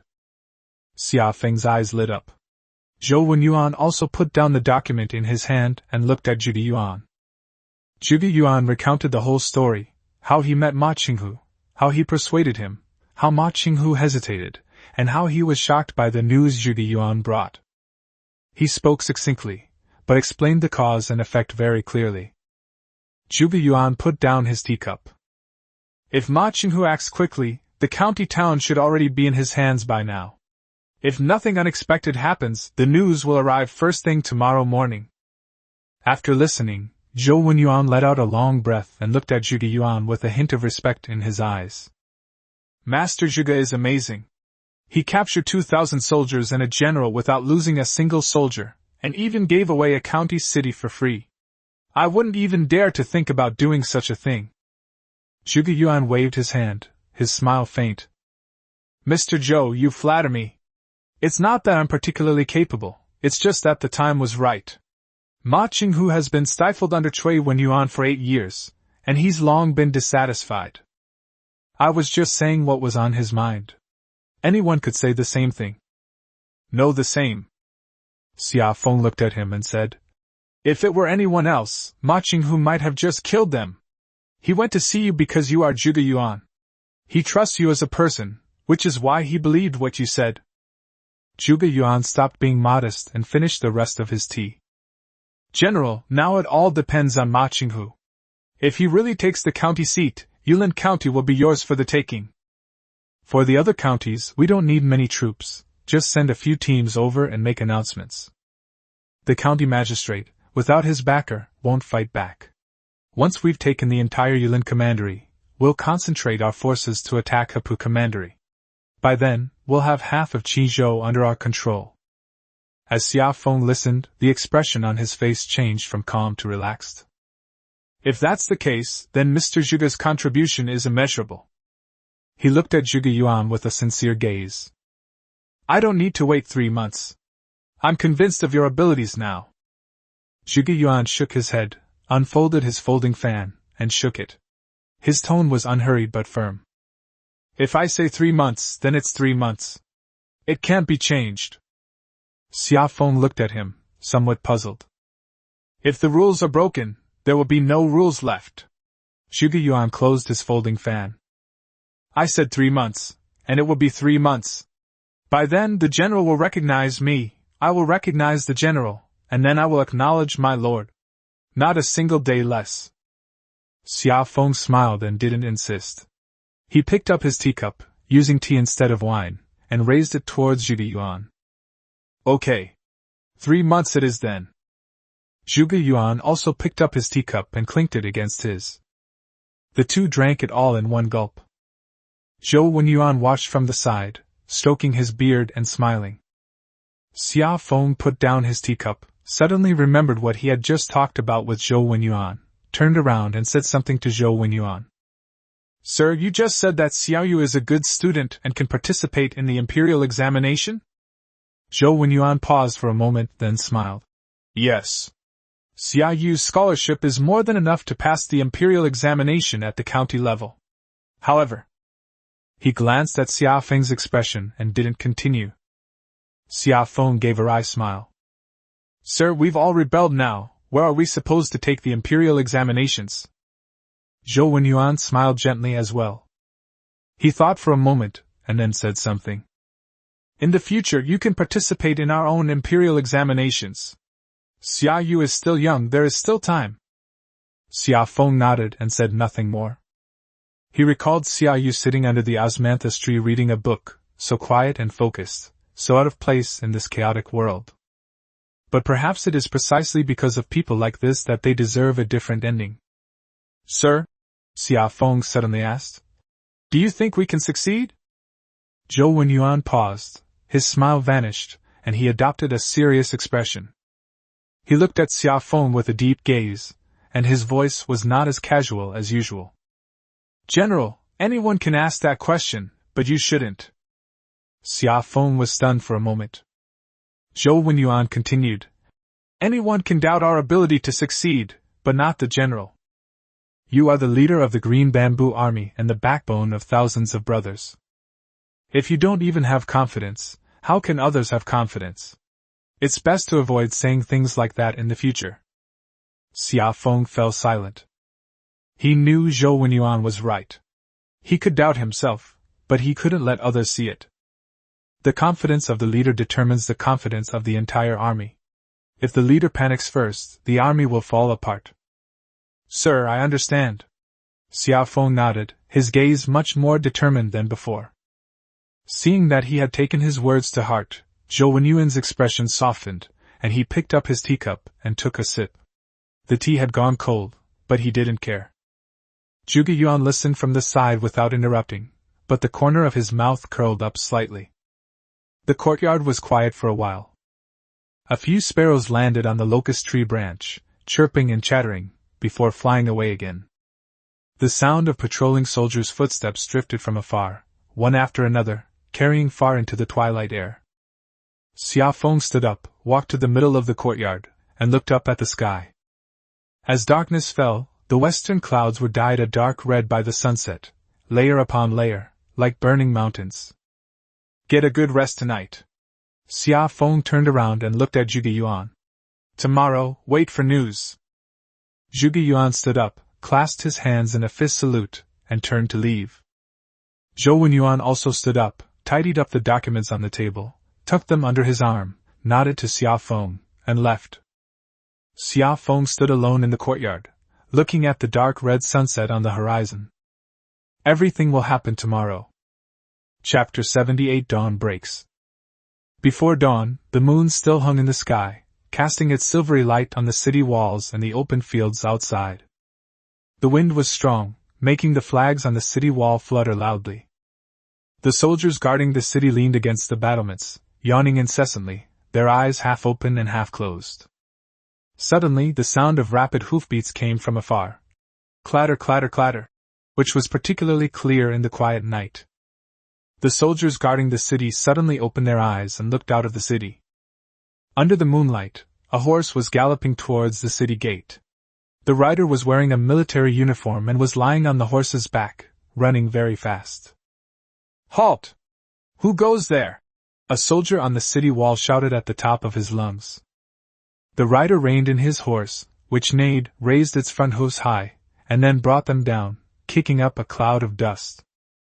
He raised his head and shouted towards the city walls. Brothers on the city wall, I am a messenger under Commandant Ma Qinghu. Commandant Ma has decided to join the Qinzhou army and has taken the city. He has ordered me to come and report this. The soldiers on the city wall were stunned. He was just a lowly soldier guarding the city, unaware of Ma Qinghu or the concept of surrendering or not surrendering. He scratched his head and shouted down. Brother, you rest first, I'll go report right away. He turned and descended the city wall, then jogged off to find his superiors. He reported the matter up the chain of command, eventually reaching Zhou Wenyuan. Zhou Wenyuan was organizing documents in his study, having not slept all night. There were too many things to do, recruiting soldiers, collecting grain, pacifying the people. He had to review every single one of them.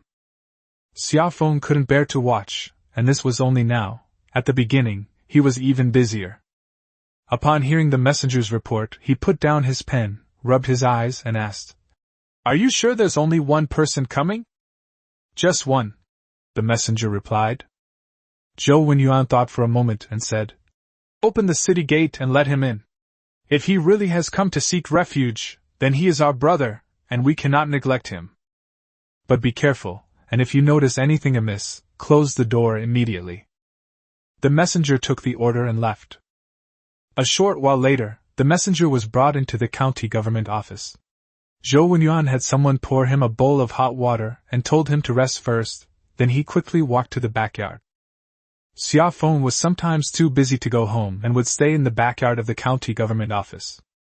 Xia Feng had already gone to sleep. Zhou Wenyuan walked to his door, hesitated for a moment, and then knocked. General, it's me. There was a rustling sound coming from inside, and then the door opened. Xia Feng was wearing an overcoat, her hair was a little messy, but her eyes were bright, and she didn't look like she had just woken up. Sir, what's the matter so late? Zhou Wenyuan smiled and said, General, it's not late. It will be dawn soon. News has come from the county town that it has been captured. Xia Feng was taken aback for a moment, then smiled and said, So fast? Mr. Zhuge, this trip was worthwhile. Let Ma Qinghu's men tell us the specifics. Zhou Wenyuan said, stepping aside. They're waiting up ahead. Xia Feng nodded, tying his belt as he walked outside. After taking 2 steps, he stopped again. Sir, that messenger has been running all night. Let him rest well and we'll talk to him again at dawn. We can't neglect people. Zhou Wenyuan nodded. The general is right. We have already arranged accommodations for him, so he can get some sleep first. Xiao Feng said nothing more and followed Zhou Wenyuan to the front hall. The two sat down on chairs, and a guard brought them tea. Xiao Feng picked up his teacup, took a sip, and glanced out the window. The sky was still dark, and the moon was round, hanging on the treetops, big and white. I can't sleep.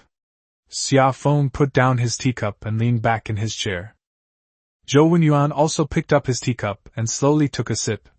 Since the general can't sleep, this old man will keep you company and talk to you. All right. Xiao Feng smiled. Sir, do you really think Xiao Yu will be able to take the imperial examinations in the future? Zhou Wenyuan put down his teacup and said seriously. Yes, he can. Xiao Yu's scholarship is outstanding among his peers. Once we have established ourselves and hold our own imperial examinations, he will definitely pass. To establish our own imperial examinations. Xiao Feng muttered to himself, then smiled. Sir, you've really thought ahead. Not far. Zhou Wenyuan shook his head. Once we take Yulin County, we'll be a force to be reckoned with.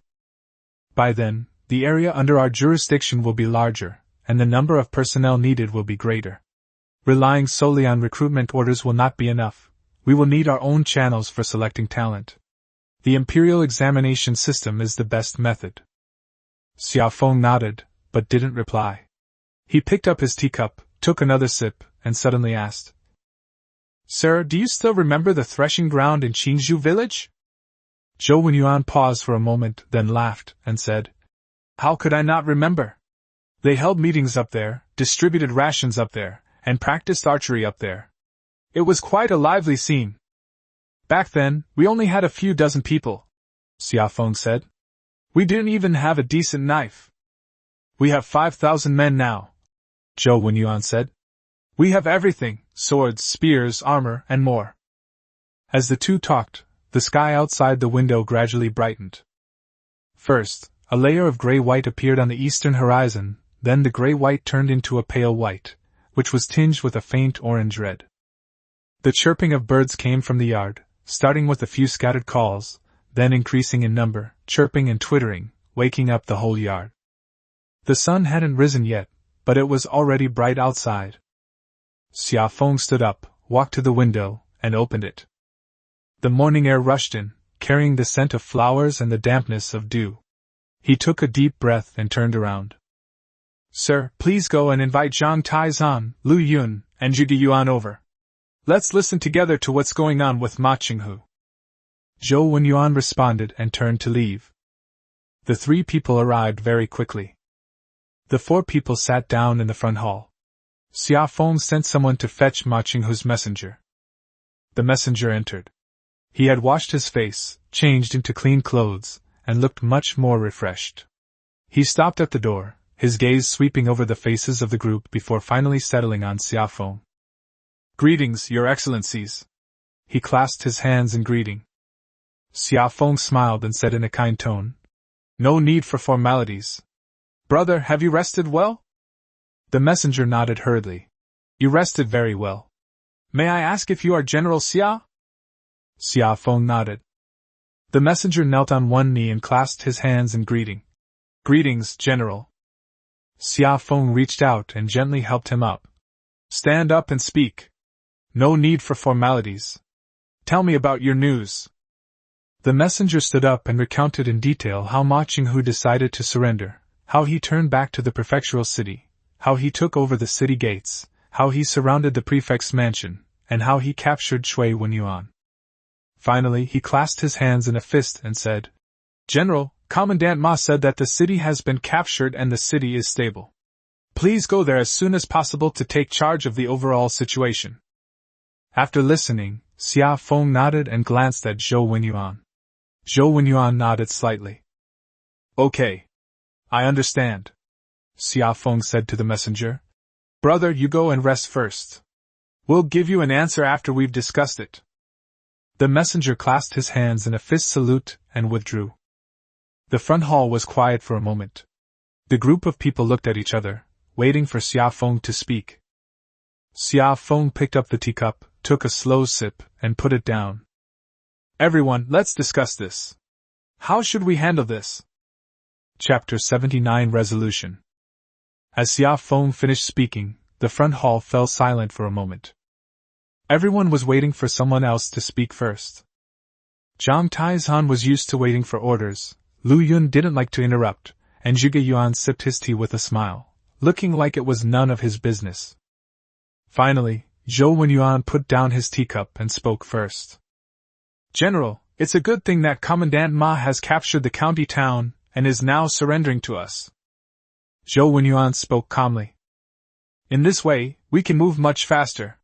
We can take over the entire Yulin County very quickly, saving time and effort, and preserving our military strength. Xia Feng nodded, waiting for him to continue. Zhou Wenyuan paused, then changed the subject. However, one should always be wary of others. I believe in Mr. Zhuge's abilities, and I also believe the news he brings back. But you can't judge a book by its cover. Ma Qinghu has 3,000 soldiers, which is no small number. We need to be careful. He glanced at Zhuge Yuan, his eyes filled with a hint of apology, as if afraid that Zhuge Yuan might feel offended. Zhuge Yuan smiled, picked up his teacup, and raised it towards him, indicating that he didn't mind. Zhou Wenyuan continued. What I mean is, when you go to take over the county town, you can't bring too few soldiers. The city can be attacked again, but the general's safety cannot be compromised in any way. I suggest that the general not go there yet. Let me and General Taizhan lead the troops to completely control the city, take over its defenses, and settle Ma Qinghu's troops. Then you can go there, General. After he finished speaking, he looked at Xia Feng. Xia Feng did not answer immediately, but turned to Zhuge Yuan. Zhuge Yuan put down his teacup, smiled, and spoke in a relaxed tone. Mr. Zhou is right. People's hearts are unpredictable. Although I have a lot of confidence in Ma Qinghu, just in case, I will follow Mr. Zhou's advice. Taking more troops is not a bad thing. If Ma Qinghu is truly willing to surrender, seeing our strong and well-equipped army will only make him more devoted. If it's a feigned reaction, they won't dare to make a move when they see we're on guard. Xia Feng nodded. With his two advisors in agreement, he no longer needed to hesitate. Then it's settled. Xia Feng's gaze swept over the group. Take 3,000 soldiers to the county seat. 500 cavalry and 2,500 infantry. Leave 2,000 soldiers to guard Guanjiang County. Zhang Taizhan had been listening intently the whole time. When Xia Feng said the number, he did some mental calculations and then smiled. That's enough. 3,000 men, fully equipped, plus 500 cavalry. If a fight really breaks out, who's afraid of whom? Xia Feng glanced at him. We're not going to fight, we're going to take over. Let's not start a war. Taking the county seat without losing a single soldier would be the best outcome. If a war breaks out, the common people will suffer, and the city's resources will be damaged. Zhang Taizhan nodded, his smile fading. Understood. I'll lead the troops over there to stabilize the situation first. I'll treat Ma Qinghu politely. If he cooperates, everything is negotiable. But if he tries anything funny, he won't. Zhuge Yuan interjected. Ma Qinghu isn't stupid. Now that he's come this far, he won't turn back. General Taizhan, rest assured, there won't be any fighting this time. Zhang Taizhan glanced at him but did not refute him. Xia Feng continued. If Ma Qinghu is truly loyal, then 3,000 soldiers and a prefecture city would be a great achievement. What do you all think we should do? This problem is more difficult than the previous one. If the reward is too great, it cannot be increased later. If the reward is too small, it will discourage those who have pledged allegiance. The way rewards were bestowed was also particular. A real position or an honorary title? Silver or land? Fame or substance? Everyone fell silent. Zhuge Yuan didn't speak, but picked up his teacup and slowly drank it, his gaze fixed on the window. He knew it was inappropriate for him to say such things.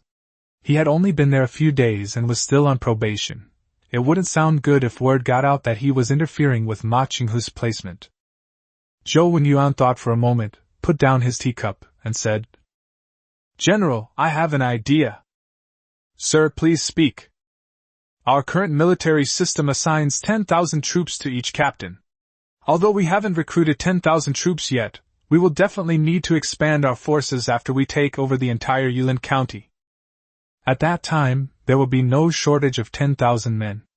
It would be better to give Ma Qinghu the position of captain and let him manage the 3,000 men who have surrendered. His original rank was commandant, in charge of 3,000 men. Now he's been promoted to colonel, which is a nominal promotion, so he won't have any complaints. Xia Feng thought for a moment and nodded. Captain? In the military system of the Green Bamboo Army, the rank of colonel is currently second only to general and deputy general. Zhang Taizhan was a deputy general, and his subordinates were colonels. Giving Ma Qinghu the rank of colonel means placing him in the third highest position in the army. That's not a low position. That's the arrangement, Xia Feng said. For now, the captain will command 3,000 troops. We'll add more when we expand the army. In addition, take a portion of the confiscated silver and reward them with some gold and jewels. The exact amount is up to you, sir. Zhou Wenyuan nodded, took out a small notebook from his sleeve, and wrote it down. Zhang Taizhan listened from the side without saying a word. He had no problem with Ma Qinghu, nor did he feel that the captain had stolen his thunder. Taizhan, Xia Feng called out. Exist. Go and organize the troops. 3,000 men, prepare rations, water, and fodder. Check the weapons, armor, and horses. Depart in 1 hour. Zhang Taizhan stood up, clasped his hands in a fist salute, and said, I'll go right now. Then he strode out. Zhou Wenyuan also stood up. General, I will also go and make preparations. This trip will involve taking over the city's defenses, settling the surrendered soldiers, inventorying the treasury, and posting notices to reassure the people.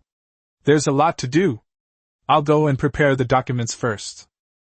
Thank you for your hard work, sir. Zhou Wenyuan smiled and said, It's no trouble at all. If this is done, Yulin County will be ours. It's worth it. He then strode away. Xia Feng, Lu Yun, and Zhiga Yuan were the only 3 people left in the front hall. Xia Feng picked up his teacup and took a sip. Military matters, Mr. Lu, please handle them for now. Xia Feng looked at Lu Yun. Keep a close eye on things during this time. Don't stop working with Night Owl, keep gathering information. Especially in Hepu County, any disturbance must be reported immediately. Lu Yun clasped his hands in a fist salute. Understood. Rest assured, General. Please handle the political affairs first, Mr. Zhuge, Xia Feng said, turning to Zhuge Yuan. With Mr. Zhou away, I'm entrusting the affairs of the county to you. Keep an eye on recruitment, pacification of the people, granaries, and taxes. If there's anything you're unsure about, we can discuss it together. Zhuge Yuan closed his folding fan, clasped his hands in a fist salute, and said with a smile. Of course. Xia Feng glanced at him and smiled. He knew this person wouldn't let him down. Lu Yun stood up, nodded to Xia Feng and Zhuge Yuan, and turned to leave. Zhuge Yuan didn't leave immediately. He unfolded his folding fan again, shook it, and watched Lu Yun's figure disappear through the courtyard gate. Suddenly he said, Mr. Lu is a capable person. Xia Feng nodded. The business he's in charge of is something no one else could have handled. Zhuge Yuan didn't say anything more. He stood up, straightened his clothes, and clasped his hands in a fist salute to Xia Feng. General, I'm going to the county government office. There's been a lot of paperwork piling up these past few days, so I'll take advantage of Mr. Zhou's absence to clear it out. Go. Zhuge Yuan turned and left. Xia Feng was the only one left in the lobby. He leaned back in his chair and closed his eyes for a while. The sun was already high in the sky, and sunlight streamed in through the doorway, making the blue brick floor shine. An hour later, the 3,000-strong army marched out of Guanjiang County. Zhang Taizhan rode his horse ahead. Zhou Wenyuan rode a horse alongside him. The procession of 3,000 people stretched out in a long line, raising clouds of dust that blotted out the sky. Xia Feng stood on the city wall, watching the procession walk away into the distance. Chapter 80 Entering the City. It was getting dark. The city gates of the prefecture were tightly closed. Soldiers stood on the city wall, and torches were lit, illuminating the wall brightly. Although Ma Ching-hu captured the county town, he did not relax the martial law. No one was allowed to enter or leave the 4 city gates. Everything would be decided after the Qinzhou army arrived. The soldiers guarding the city leaned against the battlements, gazing into the distance. As dusk settled, the distant mountains and trees became indistinct shadows, their boundaries blurred. Suddenly a soldier shouted, "Someone's coming!" Several people looked into the distance at the same time. In the twilight, 10 fast horses were galloping towards the city gate, their hooves clattering rapidly, growing ever closer. The soldiers guarding the city immediately stood up straight. "Who goes there?" shouted the soldiers on the city wall. The cavalrymen below reined in their horses, and the leader raised his head and shouted towards the city walls. "We are the Green Bamboo Army. The main force will arrive shortly. Please report to Commander Ma." The soldiers on the city wall exchanged glances, some nodded, and then turned and ran down the wall. The prefectural government office was brightly lit. Ma Ching-hu sat in the main hall. Ma Dongyang sat to his left, and several subordinate generals sat in a row, chatting casually. "Captain, when will the Green Bamboo Army arrive?" Ma Dongyang asked. Ma Ching-hu put down his teacup, glanced at him, and said, "It should be soon." Ma Dongyang nodded, then asked again after a while, lowering his voice. "Captain, what position do you think the Green Bamboo Army will assign you?" The hall fell silent for a moment. Several lieutenants pricked up their ears and glanced in Ma Ching-hu's direction. Ma Ching-hu shook his head. "No matter what position we hold, since we've chosen this path, let's see it through to the end. Don't overthink it." Just as Ma Dongyang was about to say something more, he heard hurried footsteps outside. A messenger trotted in and knelt on one knee. "Captain? 10 riders have arrived outside the city, claiming to be the vanguard of the Green Bamboo Army." Ma Ching-hu suddenly stood up. "They're here." He placed his teacup on the table. "Pretty quick. How many people are there?" "There are only 10 riders outside the city now, but they said the main force will arrive soon." Ma Ching-hu nodded and waved his hand. "I understand, you can go back now." The messenger withdrew. Ma Ching-hu turned around and looked at his subordinates. Ma Dongyang had already stood up, and several of his lieutenants had also stood up, all waiting for him to speak. "Let's go." Ma Ching-hu straightened his armor and strode out. "Since we've decided to join the Green Bamboo Army, we should show proper respect. Everyone, follow me out of the city to greet them." The crowd filed out. At the entrance of the prefectural government office, Ma Ching-hu mounted his horse, followed by Ma Dongyang and several subordinate generals. "The city gates have been opened." Ma Ching-hu rode out of the city gate and stopped by the roadside. Ma Dongyang and his subordinates stood behind him in a line. As dusk fell, the 10 riders remained waiting in the distance. Seeing the city gate open, they did not rush in but sat upright on their horses, motionless. Ma Ching-hu approached the 10 riders. The leading soldier dismounted, clasped his hands in greeting, and asked, "May I ask if you are Commandant Ma?" "That's right." Ma Ching-hu glanced at him and asked, "What's your position?" The soldier spoke calmly and respectfully. "I am merely a squad leader, sent to deliver a message. The main army will arrive shortly. Please wait a moment, Captain." "Team leader." Ma Ching-hu nodded, his impression of the Green Bamboo Army deepening once again. A quartermaster, wearing 2 layers of armor and riding a tall horse, spoke neither servilely nor arrogantly, and acted with propriety and restraint. The army's foundation was much stronger than he had imagined. "How many soldiers did General Xia send?" Ma Ching-hu asked. 3,000. No sooner had he finished speaking than a commotion arose in the twilight in the distance. The first to appear was a troop of cavalrymen holding torches high, the torches forming a line, like a fire dragon swimming in the darkness. Then came the rapid sound of horses' hooves, growing louder and closer, and the ground began to tremble slightly. Ma Ching-hu narrowed his eyes, staring at the fire dragon. 500 riders charged out from the twilight. The warhorse was tall, with its mane flying. 500 horses, 500 people, in neat formation, with the distance between the horses almost equal. The thunderous sound of hooves in the dust, shrouded in a grey haze by the torchlight, surged from behind the cavalry like a moving cloud. The officers behind Ma Qinghu remained silent. Ma Dongyang took half a step forward, his eyes narrowed to slits, and his Adam's apple bobbed up and down. Ma Qinghu didn't move, but the fingers gripping the reins tightened slightly.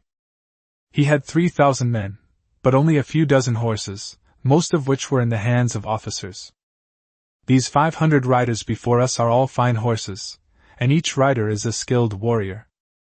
He suddenly realized that his 3,000 men were far from being good enough.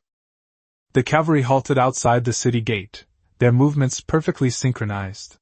The reining in of their horses, the stopping, the lining up, all were executed in one fluid motion, as if commanded by a single person. Next came the infantry. 2,500 men emerged from the dust, their footsteps thundering, the front rank of swordsmen and shield men moving in unison. The spearmen in the middle, spearheads pointing skyward. The archers in the back row carried their bows on their shoulders and their quivers on their waists. As they walked, the sound of arrows clashing together was both subtle and frequent. The procession stopped outside the city gate. Ma Qinghu looked at the soldiers' faces.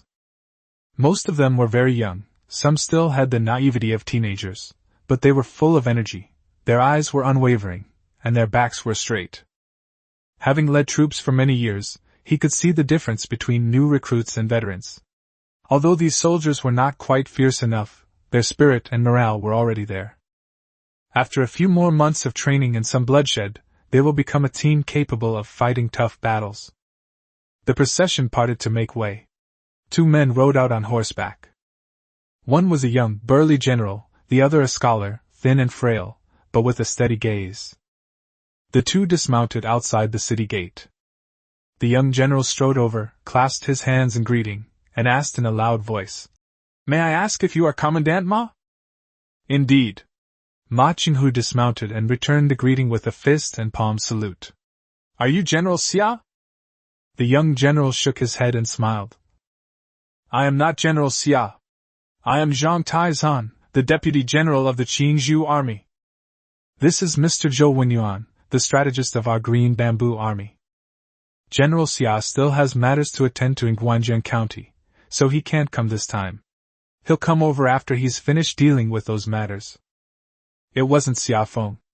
Ma Qinghu's heart sank slightly, but he didn't show it on his face. He clasped his hands in a fist and said, "This humble general pays his respects to General Zhang and military advisor Shou." Zhou Wenyuan stepped forward, reached out and took his arm, smiling kindly. "Commander Ma, there's no need for such formalities. You came to join the Qingzhou army and surrendered the city. General Xia will remember this merit. He asked me to tell the captain that as long as the captain is truly loyal to the Green Bamboo Army, General Xia will never treat you unfairly." Ma Qinghu bowed slightly. "This humble general dares not. This humble general merely did what he was supposed to do." Zhou Wenyuan glanced at him, and nodded. He glanced sideways at the city gate, then at the soldiers holding torches on the city wall, and asked casually, "Captain, may we enter the city now?" Ma Qinghu nodded quickly and gestured for them to enter. "Very well. Welcome the Green Bamboo Army into the city." He mounted his horse, and Ma Dongyang and his officers followed suit.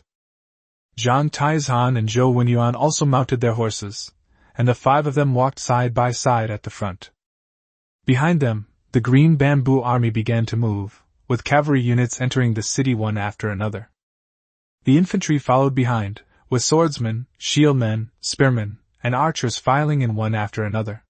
The torchlight illuminated the entire city gate as if it were daytime. Ma Qinghu rode on his horse, walking to Zhang Tieshan's right.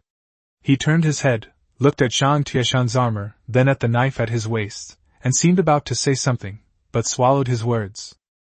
Zhang Taizhan sensed his gaze, turned his head to look at him, and didn't say anything, but his lips twitched slightly, as if waiting for him to speak. Ma Qinghu thought for a moment, and then asked, "General Zhang, there is something I don't understand." Please speak. The armor, swords, bows, and horses of the Green Bamboo Army are far superior to those of the government troops. May I ask, where did these things come from? Zhang Taizan didn't answer, but glanced at Zhou Wenyuan. Zhou Wenyuan smiled and picked up the conversation. Captain Ma, you'll find out where these things came from later. Now you only need to know one thing. If you follow the Green Bamboo Army, you will never lack food or clothing, nor will you lack weapons or ammunition. General Xia's troops have no hungry soldiers, nor do they go into battle with broken swords. As for the rest, don't worry, you'll understand in time. Ma Qinghu didn't ask any more questions. The procession continued onward.